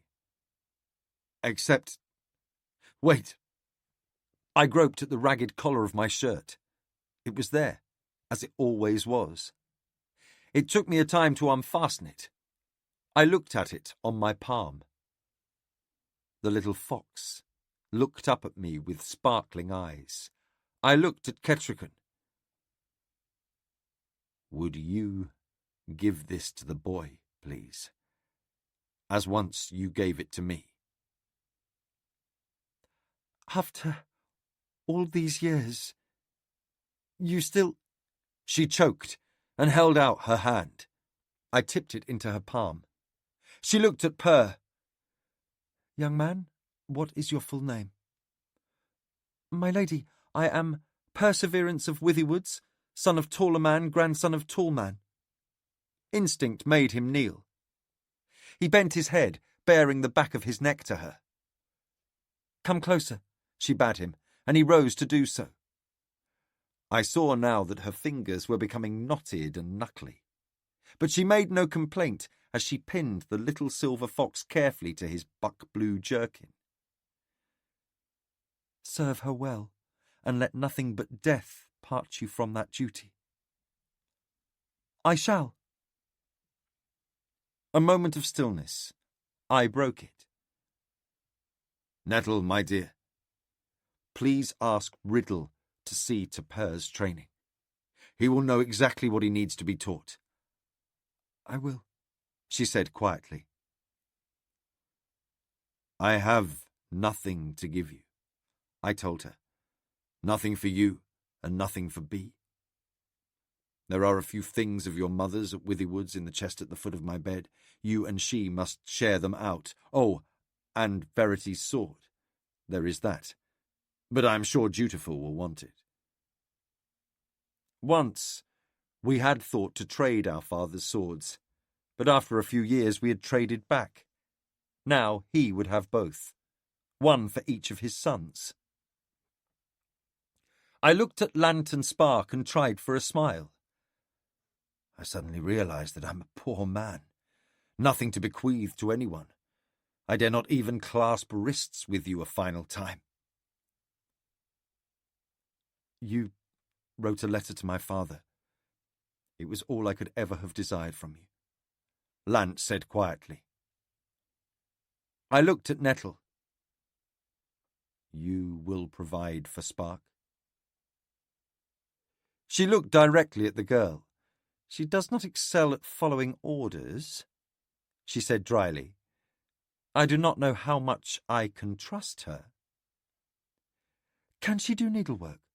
Kettrican asked suddenly. Spark looked dismayed, but quietly replied, "Embroidery and crochet? Yes, my lady." I recall how well Patience was served by Lacey. "Young woman, I am getting older. I could use a youngster in my service, at Buckkeep and in the mountains. Would you wish to accompany me to the Mountain Kingdom?" Spark's eyes flickered a glance at Lant. He lowered his eyes and said nothing. "I have heard of Lady Patience's Lacey. Yes, my lady. I believe I could serve you in a similar capacity." There was a sadness there. I should have remembered something about it, but the itching, burning pains inside me and the unfinished wolf tugged and worried at my thoughts. It was so hard to focus. But there was something important left to do. I had only one bequest left. Be. In all things, and in a better way than I ever was, the fool will act as father to you. Is that acceptable? "But Riddle," Nettle began, but Bee interrupted. "Riddle has a daughter. As to you, my sister. I would that you were my sister and Riddle my elder brother rather than you become my parents." She smiled, and it was almost real. "And recall that I have my brother Hap Gladheart also to look over me." She brought her gaze back to me and spoke earnestly. "And I have had a father. You were my father, and I will go on without one now. You need not worry for me, Da. In your own way, you have well provided for me." "In my own way," I conceded. Pain, bitter disappointment in myself. Something more to put into the wolf. "Are we finished?" I asked the wolf. "I believe so. But they may not be finished with us." And they were not. I went back to the wolf, muttering my tale while Bee sat near me and noted it all down. Sometimes I saw it was not words but a painting or an ink sketch. She did not ask questions, but simply accepted the things I told her about myself and my days. I noticed her head drooping lower over her book. The next time I looked at her, she was on her side, curled around her book. Her pen had fallen from her hand, and she had not stoppered her ink. But I was putting into the wolf a picnic with Molly, and I could not pause. "Fitz," said the fool. I looked down at him. He had the ink bottle in his hand and had pushed the stopper in. I had not seen or heard him come near. I saw him set the ink to one side. He drew the book out from under Bee's hand and settled a blanket over her.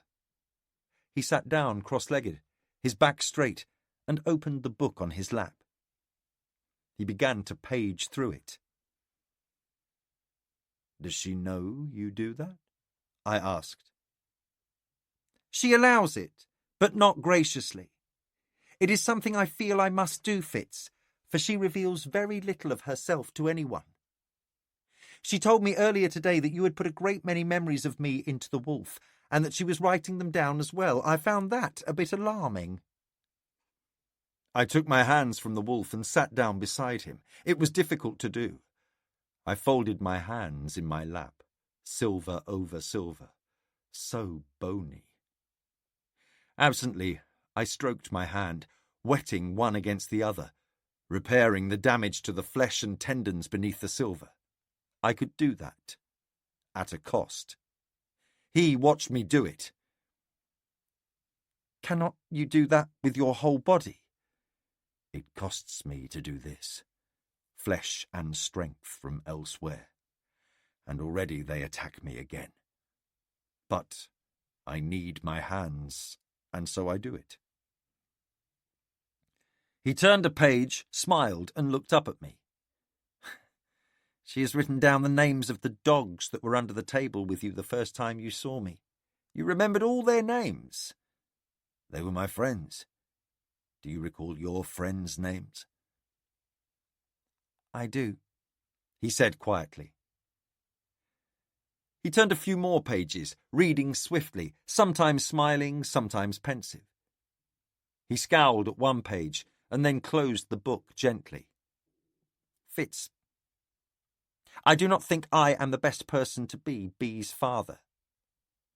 "Neither was I, but that is how things turned out." He almost smiled. "True.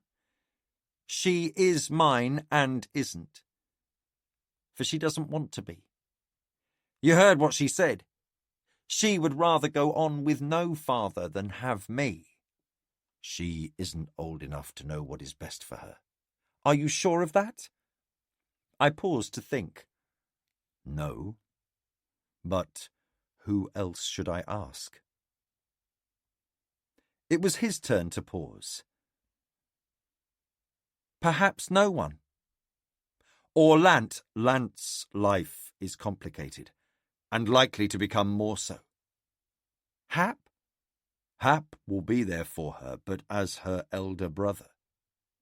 "Chivalry? Or one of Molly's other boys?" "If they were here, I might, but they are not, and they have no concept of what she has gone through. You do." "Are you asking me to release you from being her father?" "Because I cannot, you know. Some duties cannot be shed." "I know," he said quietly. I felt a vague tug of alarm.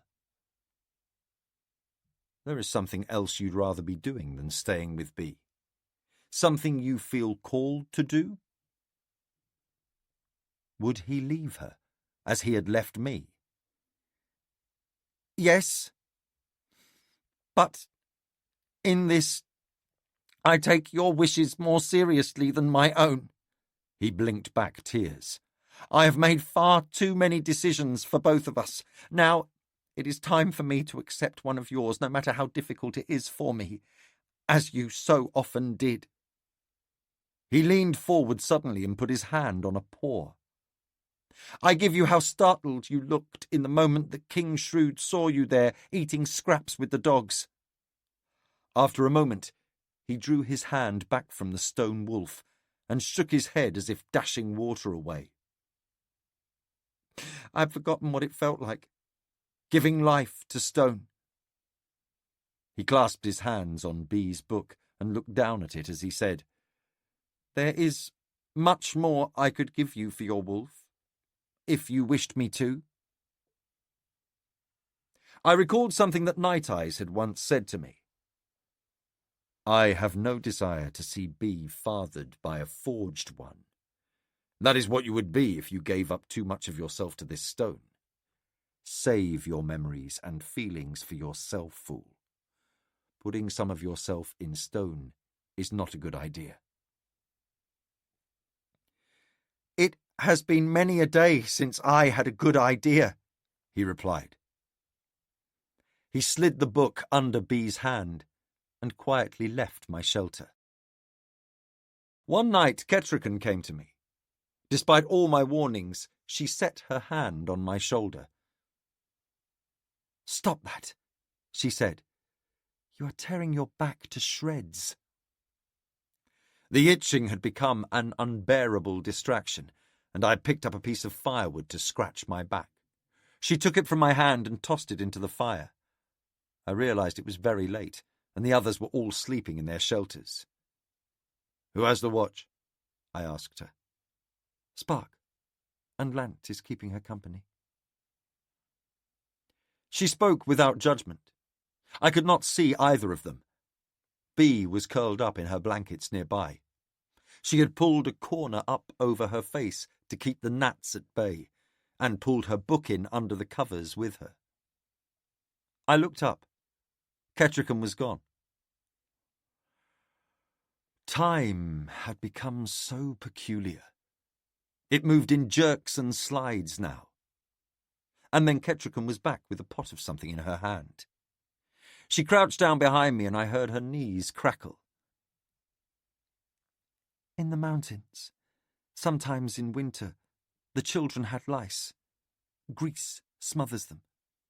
I brought this with me, thinking perhaps you could be saved. Now it may at least ease the itching." "Don't touch them," I warned her, but she had a small scoop, like a little spoon.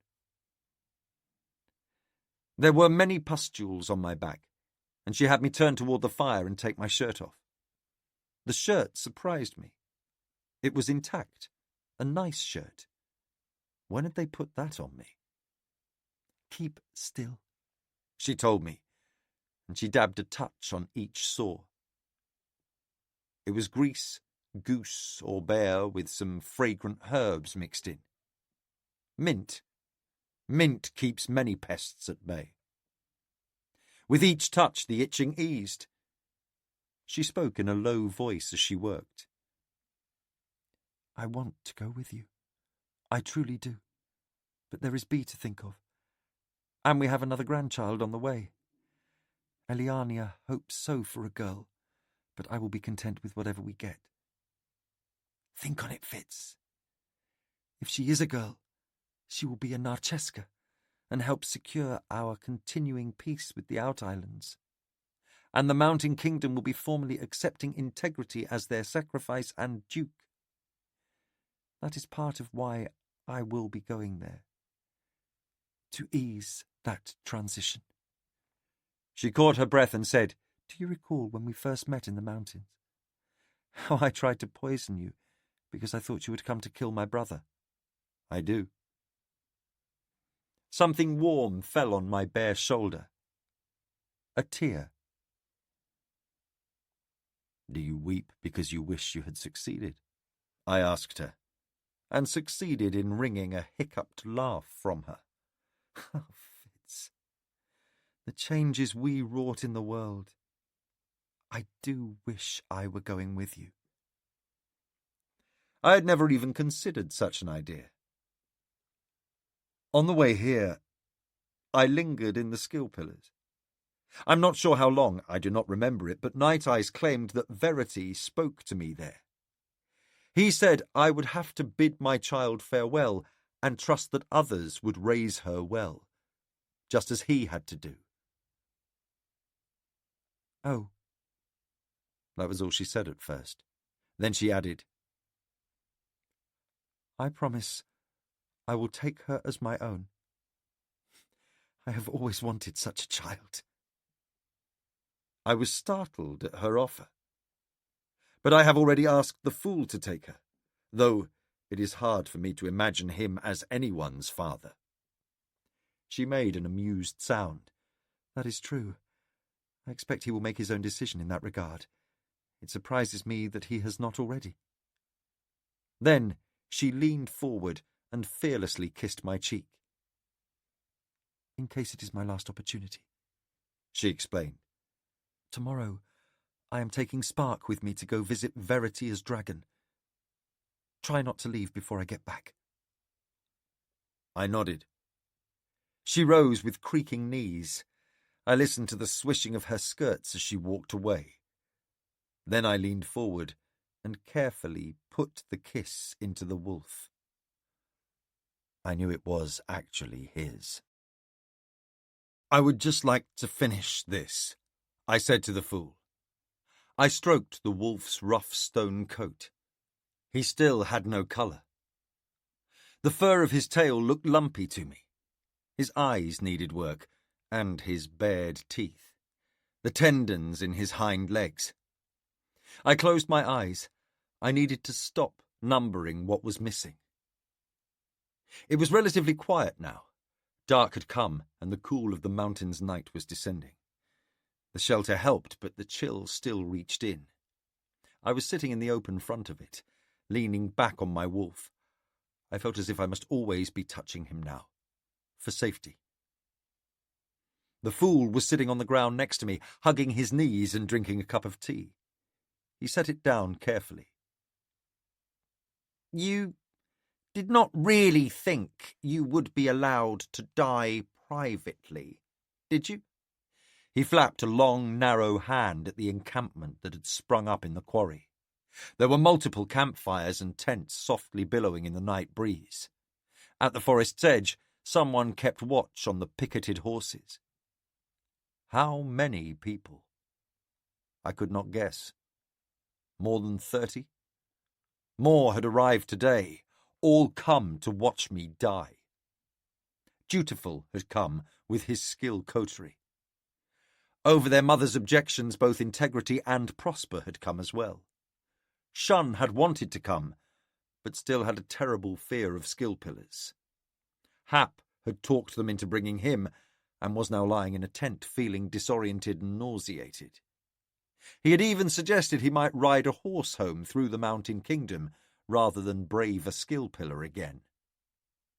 Integrity had liked the idea, and proposed to accompany him, since I am soon bound for the Mountain Kingdom anyway. Dutiful was uncertain. They were waiting for Ketrican to return from visiting Verity as dragon to discuss it. I could sense Dutiful's impatience. His wife would soon be brought to bed with their child. He should be there, not here to watch me die. Earlier, I had promised, "I will go into the wolf as soon as I can. For now, you should just go home. There is nothing you can do here. Be with the woman you love while you can." He had looked troubled, but had not left yet. I did not want to ponder any of it. My body was beginning to feel like a rickety shed on a sea cliff's edge. I still ate, but there was no pleasure in it. My gums were bleeding, and my nose was continually crusted with blood. The world tasted and smelt like blood, and I itched everywhere, inside and out, as new pustules erupted. I had a terrible itch in the back of my throat, and one high inside my nose. They were maddening. I felt regret for the sturdy body I had taken for granted. With my fingers and thumb, I worked a lump from Night Eye's tail. "What did Dutiful say to you?" the fool asked. "The usual. He promised to care for Nettle and Bee. He said he would miss me, that he wished I could see his third child born. Fool, I know that what he says is so important to him. It should be to me. I know that I loved him and his boys, but there is not enough left of me to feel those things." I shook my weary head.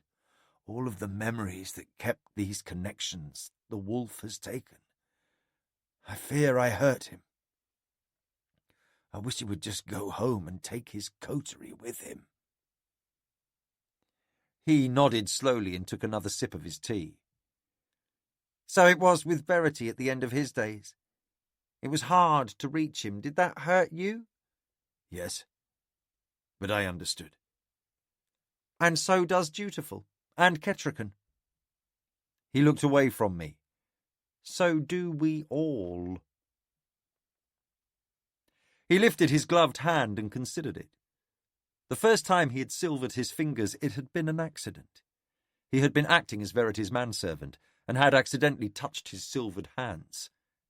"Fitz," he said suddenly, "is there enough of you to fill this wolf?" I considered my wolf. It was a small block of memory stone compared to what Verity had chosen, but much larger than a real wolf. The top of his shoulders was level with my chest, but somehow the size of the stone did not seem related to how much I needed to fill it. "I think so. I won't know until I go into him." "When will that be?" I scratched the back of my neck. My nails came back bloody. I wiped them on my thigh. "When I have no more to give him, I suppose. Or when I am so close to dying that I must go." "Oh, Fitz," he said mournfully, as if it were the first time he had considered the idea. "It will all be for the best," I told him, and tried to believe it.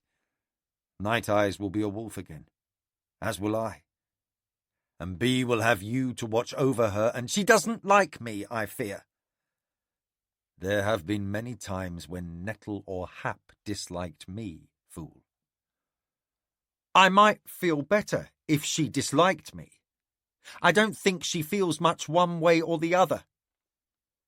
In a lower voice he added, "I was so sure that she would love me as I love her. I thought it would just happen, once we were near each other. It has not." Being loved by your children isn't really what being a parent is about. "I love my parents. I loved them so terribly much."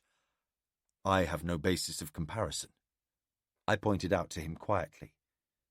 "You had Burrich?" "Oh, yes. I had Burrich." I laughed grimly. "And eventually we realized we loved one another. But it took some years." "Years," he repeated dolefully. "Be patient," I counselled him. I touched one of the wolf's toenails. They were smooth. That wasn't right. They should be ridged. I remembered the smell of a buck's blood on a winter dawn, and how it had clotted into tiny pink balls in the ice. I corrected the toenail. "Fitz?" "Yes." "You were gone again." "I was," I admitted. "Have you put much of me into him?" I thought about it. "I put in your room in the tower at Buckkeep, the time I climbed those broken stairs and you were not there, and I stared around in surprise at what I found. I put in the day we had the water fight in the stream not so far from here, and that horrid song you sang to me to embarrass me in the halls of Buckkeep. And Ratsey is in there. And I put in treating your wounds the day Regal's thugs put a bag over your head and beat you, and you carrying me on your back through the snow when you did not know me." I smiled. "I know what else. I put in how you looked at me that time King Shrewd gave me his pin. I was under the table, and there had been a feast. The keep dogs and I were sharing all the leftovers. And then Shrewd came in with Regal and you." An uncertain smile had dawned on his face. "So you will remember me when you are a stone wolf?" "We will remember you. Night Eyes and I." He sighed. Well, there is that. I had to cough. I turned my head aside from him and coughed. Blood spattered the wolf, and just for an instant, before it sank in, I saw his colours as they would be. I coughed again, drew breath, and coughed some more. I put my arm on the wolf and leaned my forehead on it as I coughed. If I must cough blood, let not a drop be wasted. When I could finally draw a wheezing breath, my nose was bleeding. Not long now, Night Eyes whispered. not long now. I agreed. It had been quiet for a time. Then the fool spoke beside me. Fitz, I've brought you something. It's cold tea with valerian in it. And carry me. I sipped it. There's not enough carry me in there to do anything. I need more. I don't dare make it stronger than it is. I don't care what you dare. Add more carry me. He looked shocked, and for a moment I jolted back to being Fitz as I once was. Fool, I'm so sorry. But they are gnawing on every part of me inside and out. I itch in places I can never scratch. I feel them rattle in my lungs when I draw breath. The inside of my throat is raw, and all I can taste is blood. He said nothing but took the cup away. I felt ashamed of myself.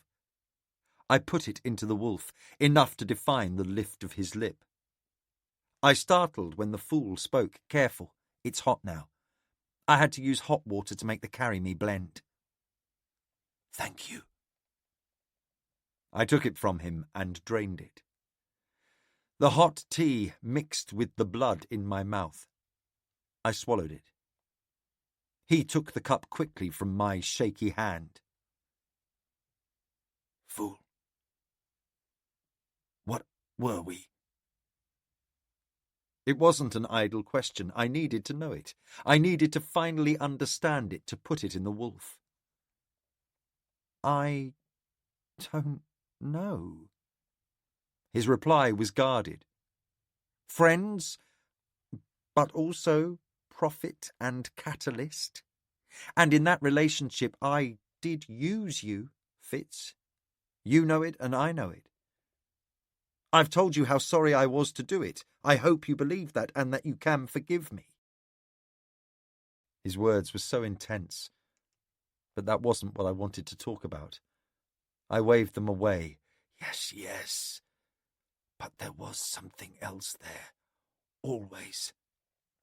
You were dead, and I called you back. For that moment, when we returned to our proper bodies, as we passed one another, we were one thing. Whole. He was waiting for me to continue. It seemed ridiculous that he could not hear the wolf. We were one thing. A whole thing. You and I and Night Eyes. I felt a strange sort of peace, as if all the parts of me were finally in one place, all the missing bits that would make me a complete thing.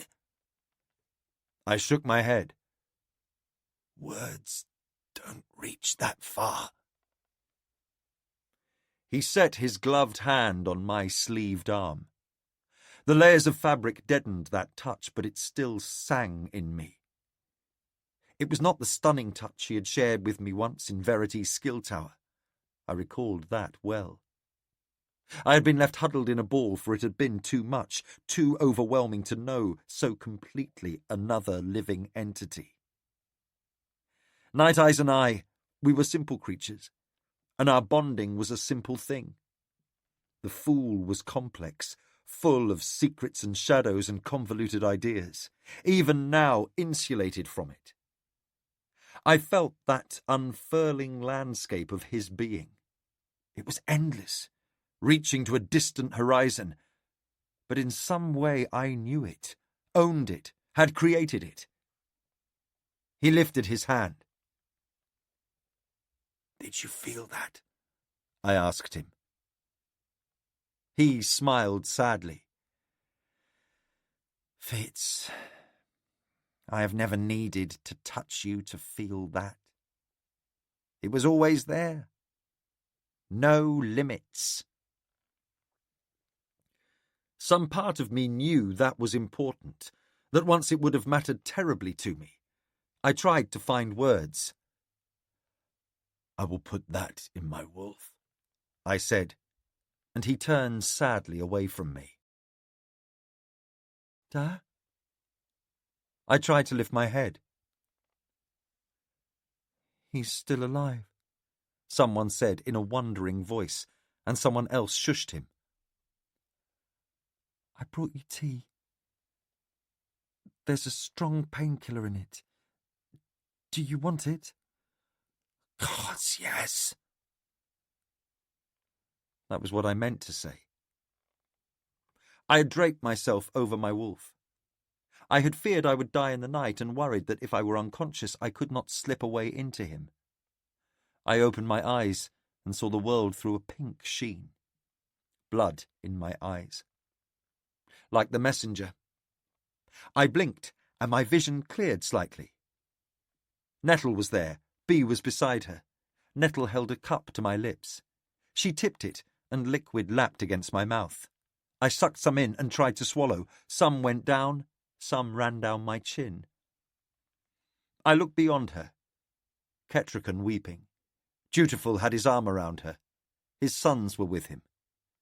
The Fool and Lant, Spark and Purr, and beyond them the ranks of the curious, the skill coteries and those who had come with them, all gathered to watch my final spectacle.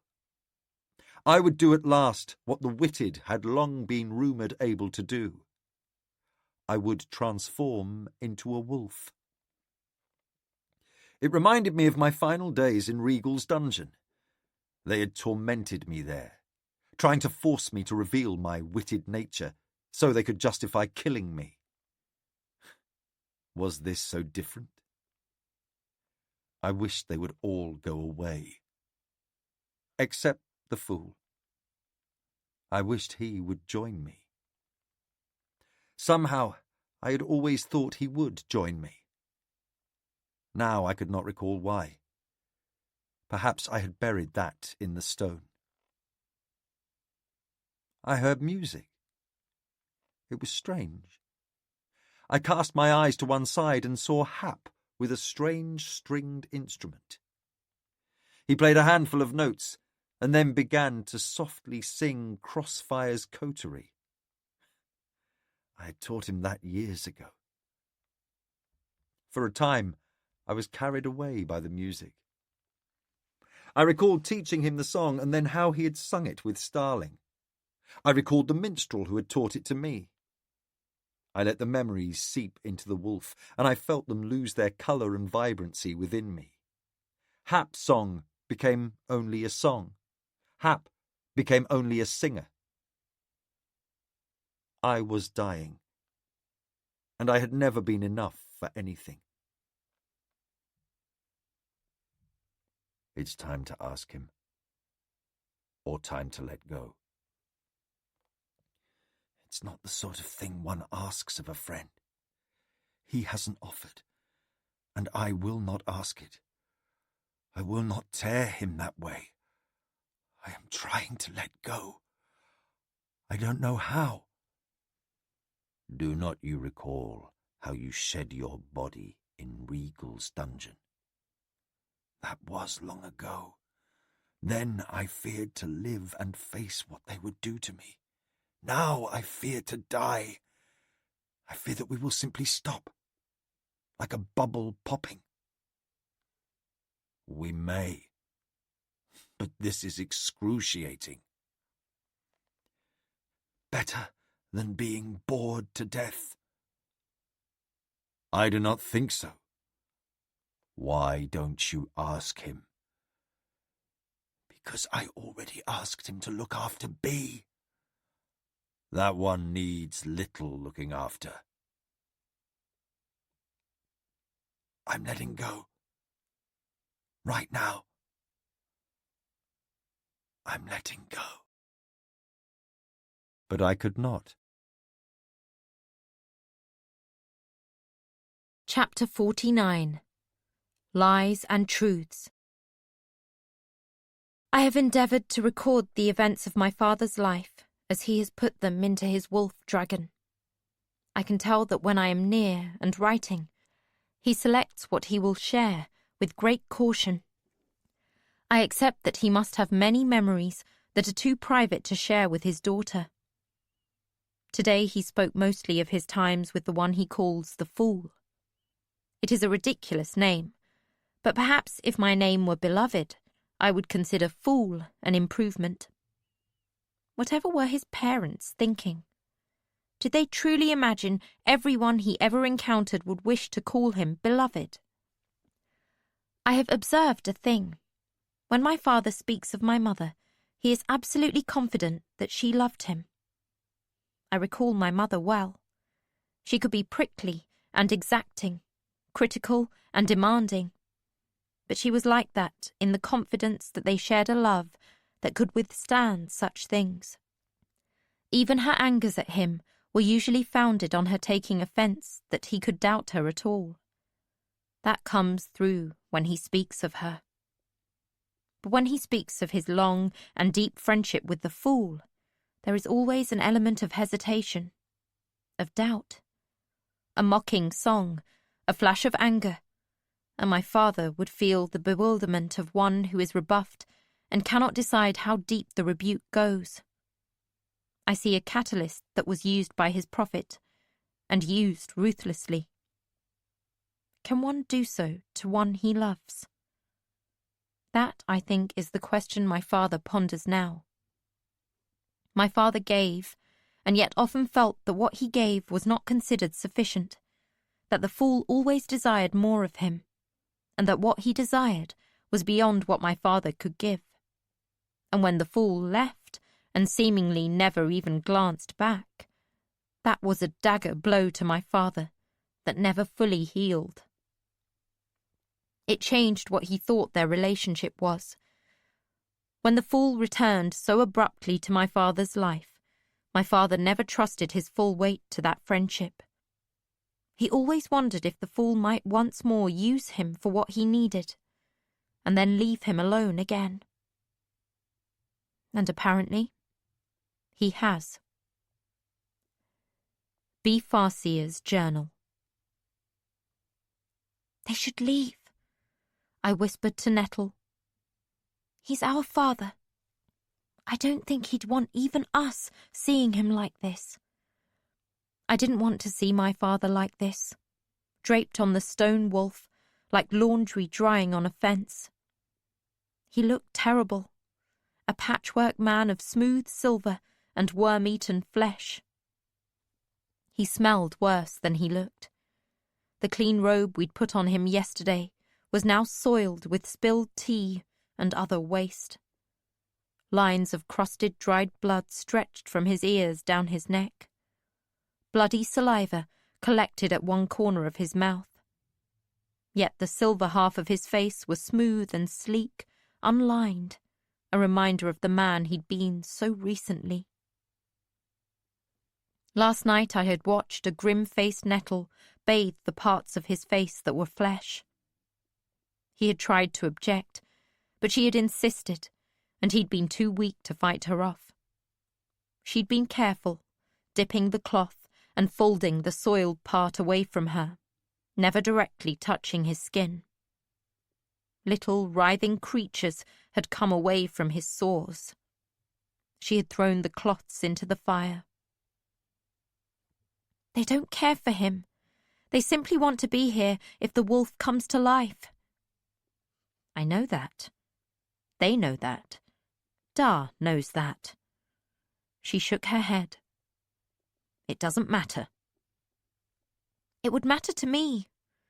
I would want to die privately, not like that. He's a Farseer. Royalty. Nothing is private. Learn that now, Bee. Ketrican has it right. Servants to all, and they take from us what they need, or want. You should go home to your baby. If that decision were solely mine, I would. I miss her, and Riddle terribly.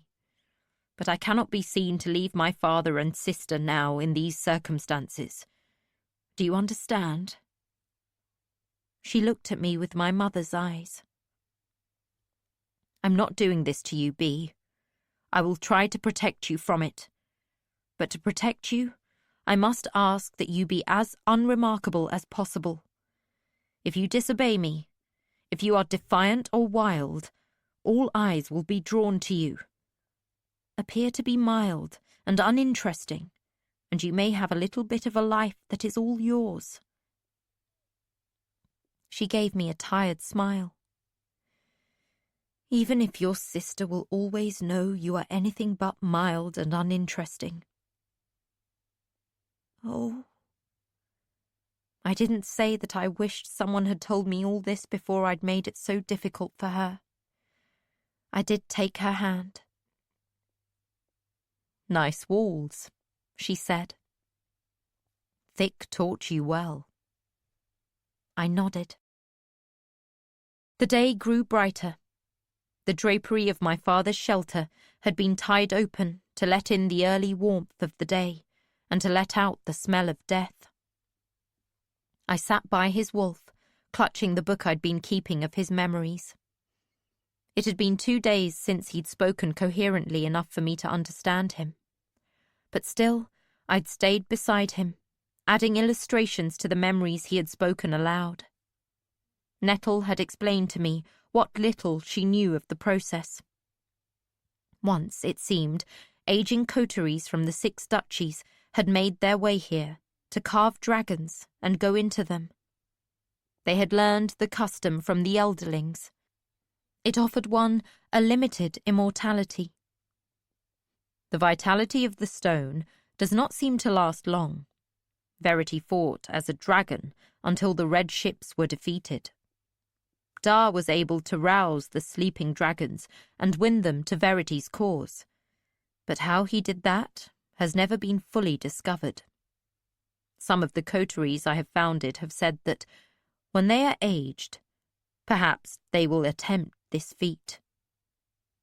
Dar once told me that the old children's song, 6 Wise Men Came to Jumpy Town, is actually about a coterie going up into the mountains to carve their dragon. Did they all die in such an ugly and painful way? I do not think so. But any records of how it was done were lost when Regal sold off the Skill Scroll Library. I hope we may find information in the memory cubes from Aslevyal, but as yet we have not. I took no comfort from anything she had told me. My father's worm-ridden body was on display, like that of a caged criminal in a Chalcedean town.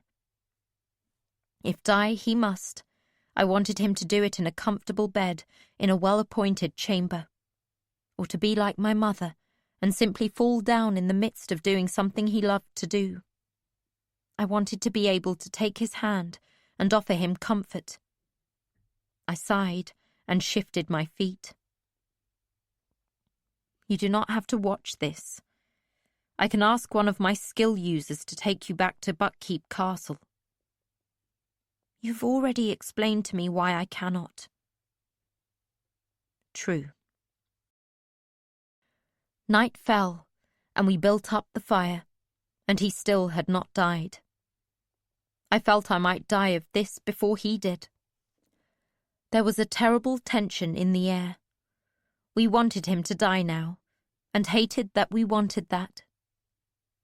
His real family, as I thought of us, sat in a tight circle by the fire, our backs to the quarry. Can we help him? Per asked suddenly. Could each of us put something into his wolf? He told the first lie I'd ever heard from him. I'm not afraid to try it. He stood up. Purr! Nettle warned him, but he slapped his hand onto the wolf. I don't know how to do this, but I'll give you my mother forgetting me and turning me from her door. I don't need that memory.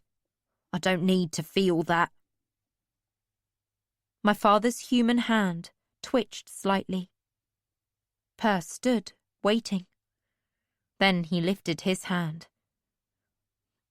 I don't think anything happened, he admitted. Don't feel bad, Nettle told him. I think you must have a bit of the skill to be able to do it. But I think it's a good idea, and he's in no position to prevent us from doing it. She stood, graceful as she always was. She put her hand on the wolf's muzzle. Dream wolf, take something sweet from my memories of you. She did not say what it was, but I could tell by how she stood that she gave him something. When she sat down, Lance stood. I want to try, he said. I'd like him to take my first meeting with him. I was terrified. He set his hand to the wolf's shoulder. He stood for a very long time. Then he put his finger on my father's fleshly hand. You take it, Fitz, he said. And perhaps he did. Spark tried but failed. Kettrican gave a small smile. I already gave him what I wished him to put into our wolf, she said. She left us all wondering. No, Hap said. I'm keeping every memory and emotion I have about him. I need them. How else do you think minstrels make up songs? He knows that. He wouldn't want me to give them up. Dutiful stood and motioned his two sons back. Lads, you need to hold tight what little you knew of him. But I have something. There was a night we fought, and I hated him. I've always regretted that. Perhaps it will be useful now. When he was finished, he wiped tears from his cheeks and sat down. I glowered at the fool, for he was the fool now. All of Lord Chance and Lady Amber and Lord Golden scraped away by sorrow. He was no one's beloved now. He was a sad little man, a broken jester. But he did not stand and say he would give anything to my father. I was very still. I needed a strategy, for I knew they would drag me away before I could succeed. I hung my head as if I feared to try. And after a moment, people shifted, and Spark offered to bring tea for us all. And some cool water, Kettrican requested. I'd like to try to at least moisten his mouth. He looks so uncomfortable. Not now. I must not do it while there were onlookers. They were accustomed to me sleeping near my father's wolf. Some of them, at least, would fall asleep. Don't die just yet, I thought fiercely at my father. I dared not skill the thought, and I kept my walls tight, lest Nettle hear what I intended. Night had never deepened so slowly. We shared tea, and Kettrican wiped my father's broken lips with a wet cloth. His eyes were closed and likely to remain so. His bony back rose and fell with his slow breaths. Spark persuaded Kettrican to lie down and sleep. Then she and Lant went to the upper lip of the quarry to keep watch. Dutiful and Nettle had withdrawn a small distance to have an intense conversation. The princes sat back to back, leaning on one another and drowsing. Hap sat at a distance, his fingers wandering on the strings of his instrument. I knew he played his memories, and I wondered if the sound could sink into the wolf. I curled up and pretended to sleep. After a very long time, I opened my eyes. All quiet. I edged closer to the wolf, moving as if I shifted in my sleep. I slid my hand along the gritty stone toward his leg. As I lifted my hand and opened my fingers to clutch the wolf's leg, the fool spoke. "Bee, don't do it. You know I can't allow it." He did not leap to stop me, but leaned forward to put 2 more pieces of wood on the fire. I drew my hand back a little. "Someone has to do it," I told him. "He's holding on, experiencing the pain, so he has something more to put into the stone, because he doesn't have enough to fill it." "He would not want you to pour yourself into his wolf." I stared at him, refusing to look away from his eyes. I knew the most terrible truth. My father would not want me to join him in the stone. He would want his fool. I nearly said the words aloud. Nearly. Instead, I asked a question. "Why don't you go, then?" I wanted to hear him say that he wanted to live, that he had important things still to do with his life, that he was afraid. Instead, he said very calmly, "We both know why, Bee. You wrote it, and he said as much to me. It's his decision to make, and finally, it's his own decision. Your dreams spoke of it. You wrote it all down for me to read. A black and white rat that runs away from him. His final letter to me saying that he wished I'd never come back, wished that he could reach his own decisions without me, that he knew how I had used him so very many times." He took a sudden gasping breath and covered his face. A terrible sob shook him. "If he ever wanted vengeance on me for all I did, he has it now. This is the worst thing he could do to me. Now I know how it feels to be left behind, as I left him." What had I done? Old words came into my mind. I'd heard them from my father, read them, heard them from others. Never do a thing until you consider what you can't do once you've done it. Slowly, he lifted his face. Not a perfect quote, but close. He looked ill and dwindled. Don't do what you can't undo until you've considered what you can't do once you've done it. The words I dreamed so long ago. The words I came so far to say to King Shrewd, so that he would not let Prince Regal kill chivalry's bastard. I knew if I could but say those words to him, I could keep Fitz alive.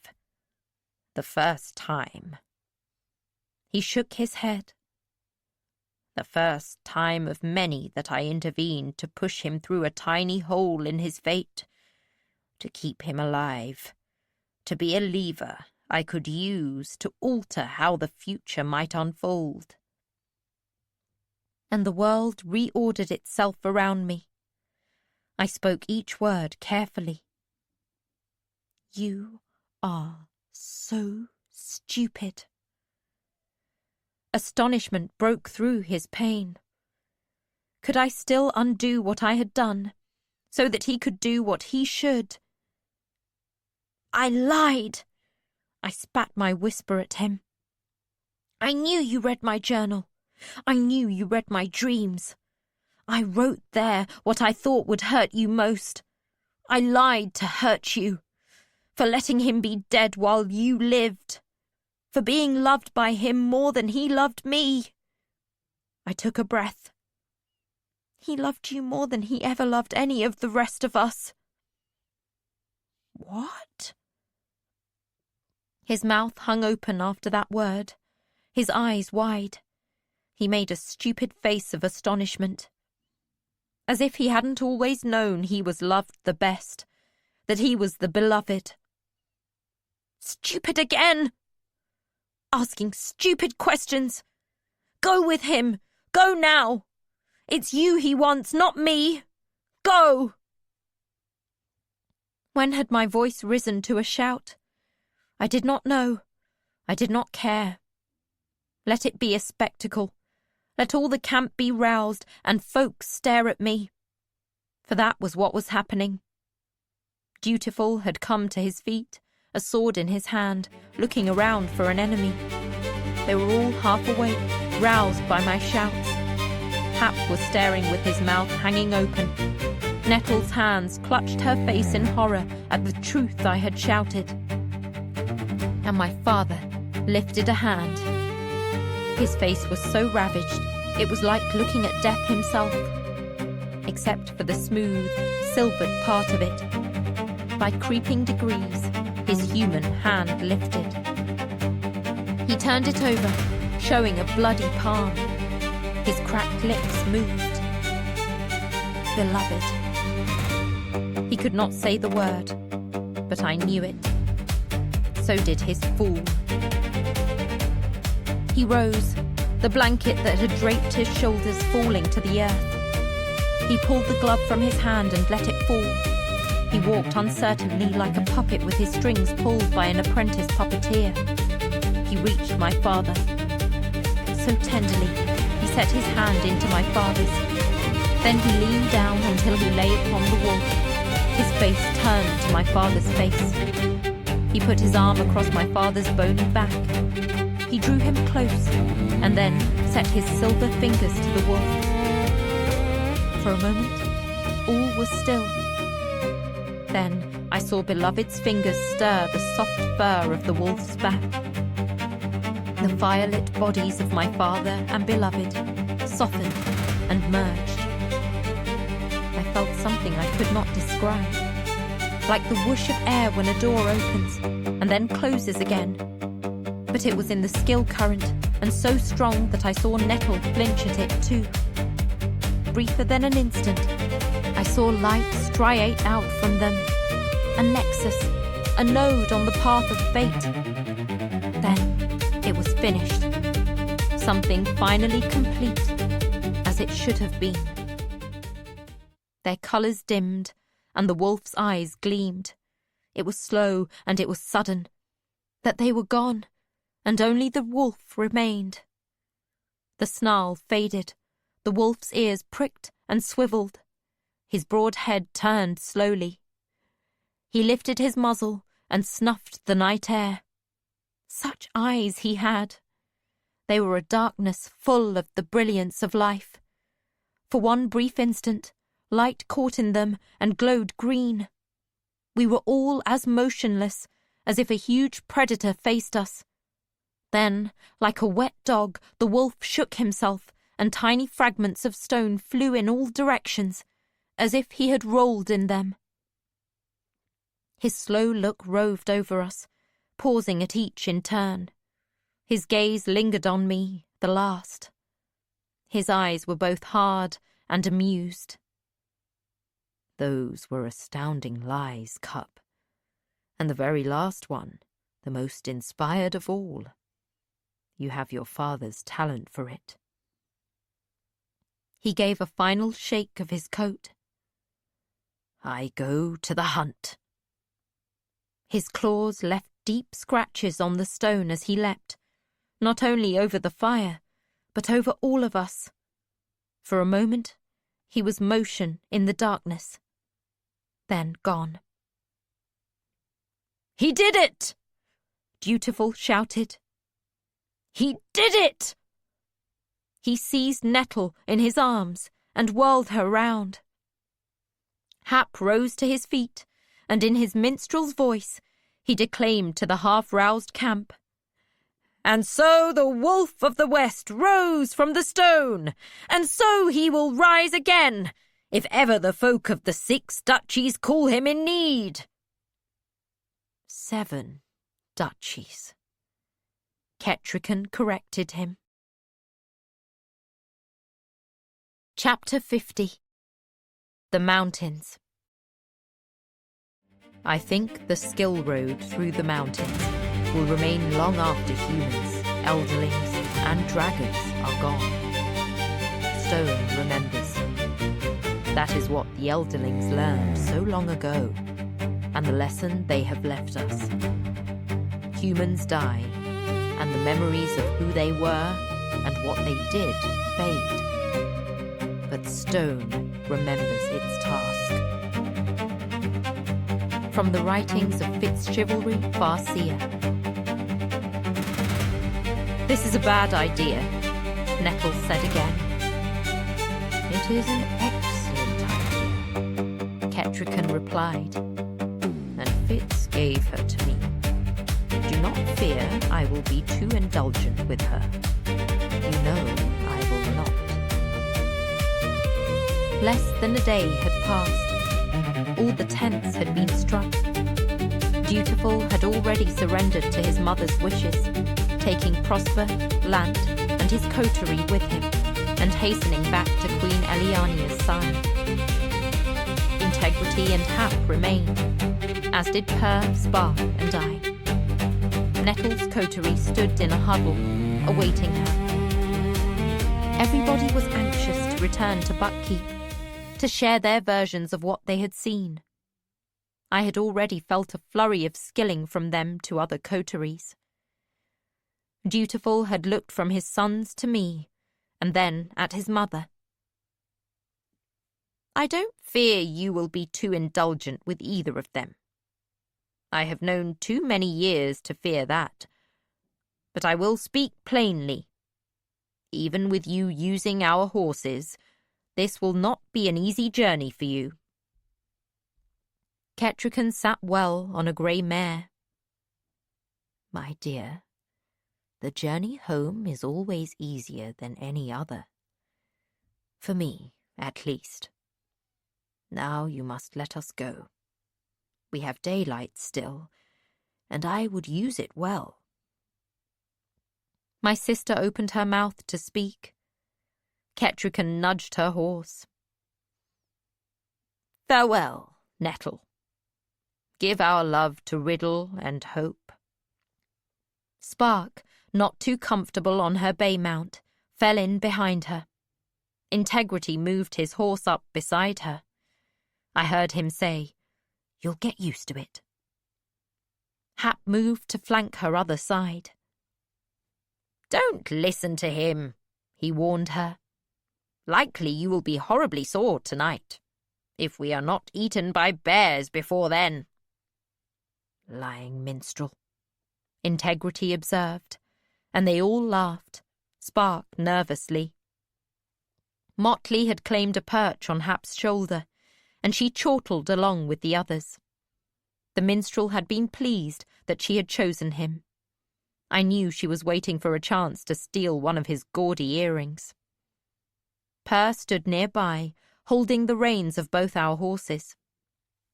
Nettle hugged me, and I allowed it. Then I demanded better of myself, and hugged her back. I am going to try much harder, I told her. I know you will. Now go, before you are left behind. Purr stepped forward, but it was my sister who boosted me onto my horse. Behave, she admonished me sternly. I will try, I replied. Watch over her, she told Purr, and turned away from us. She was not crying. I don't think any of us had any tears left. She walked toward her coterie. We're leaving, she told them. And so we parted. I rode side by side with Purr. I had the smallest horse. He was brown with a black mane and tail, and a star on his brow. We had already discovered that he liked to bite. Purr said he could teach him better. Purr rode a gelding, the colour of creek mud. The fox pin glittered on his breast. I was thinking about things like that. Biting horses and fox pins. Thieving crows. How soon we could send for our own horses to be brought to the mountains. What Spark and Lant felt for each other, and what they might do about it. Hap was trying out lines and rhymes. "Nothing rhymes with wolf," we heard him exclaim in annoyance. "There must be something," Integrity insisted, and began to suggest nonsense words. As we left the quarry behind, I was astonished to find that we were on a smooth road, with little encroachment from the forest. The Skill Road. I lowered my wall slightly, and heard whispers of the many travellers who had once come this way. It was annoying. I closed my walls again. "Did you hear something?" Per asked us suddenly. That startled me. He had no magic. Of that we were now certain. "The crow isn't worried," Hap observed, and then, "Ow!" as she made her first try for the earring. Per was serious. "Stay close beside me," he warned me, and urged his horse to a faster walk. He looked all about us as we moved through the dappling shade of the forest.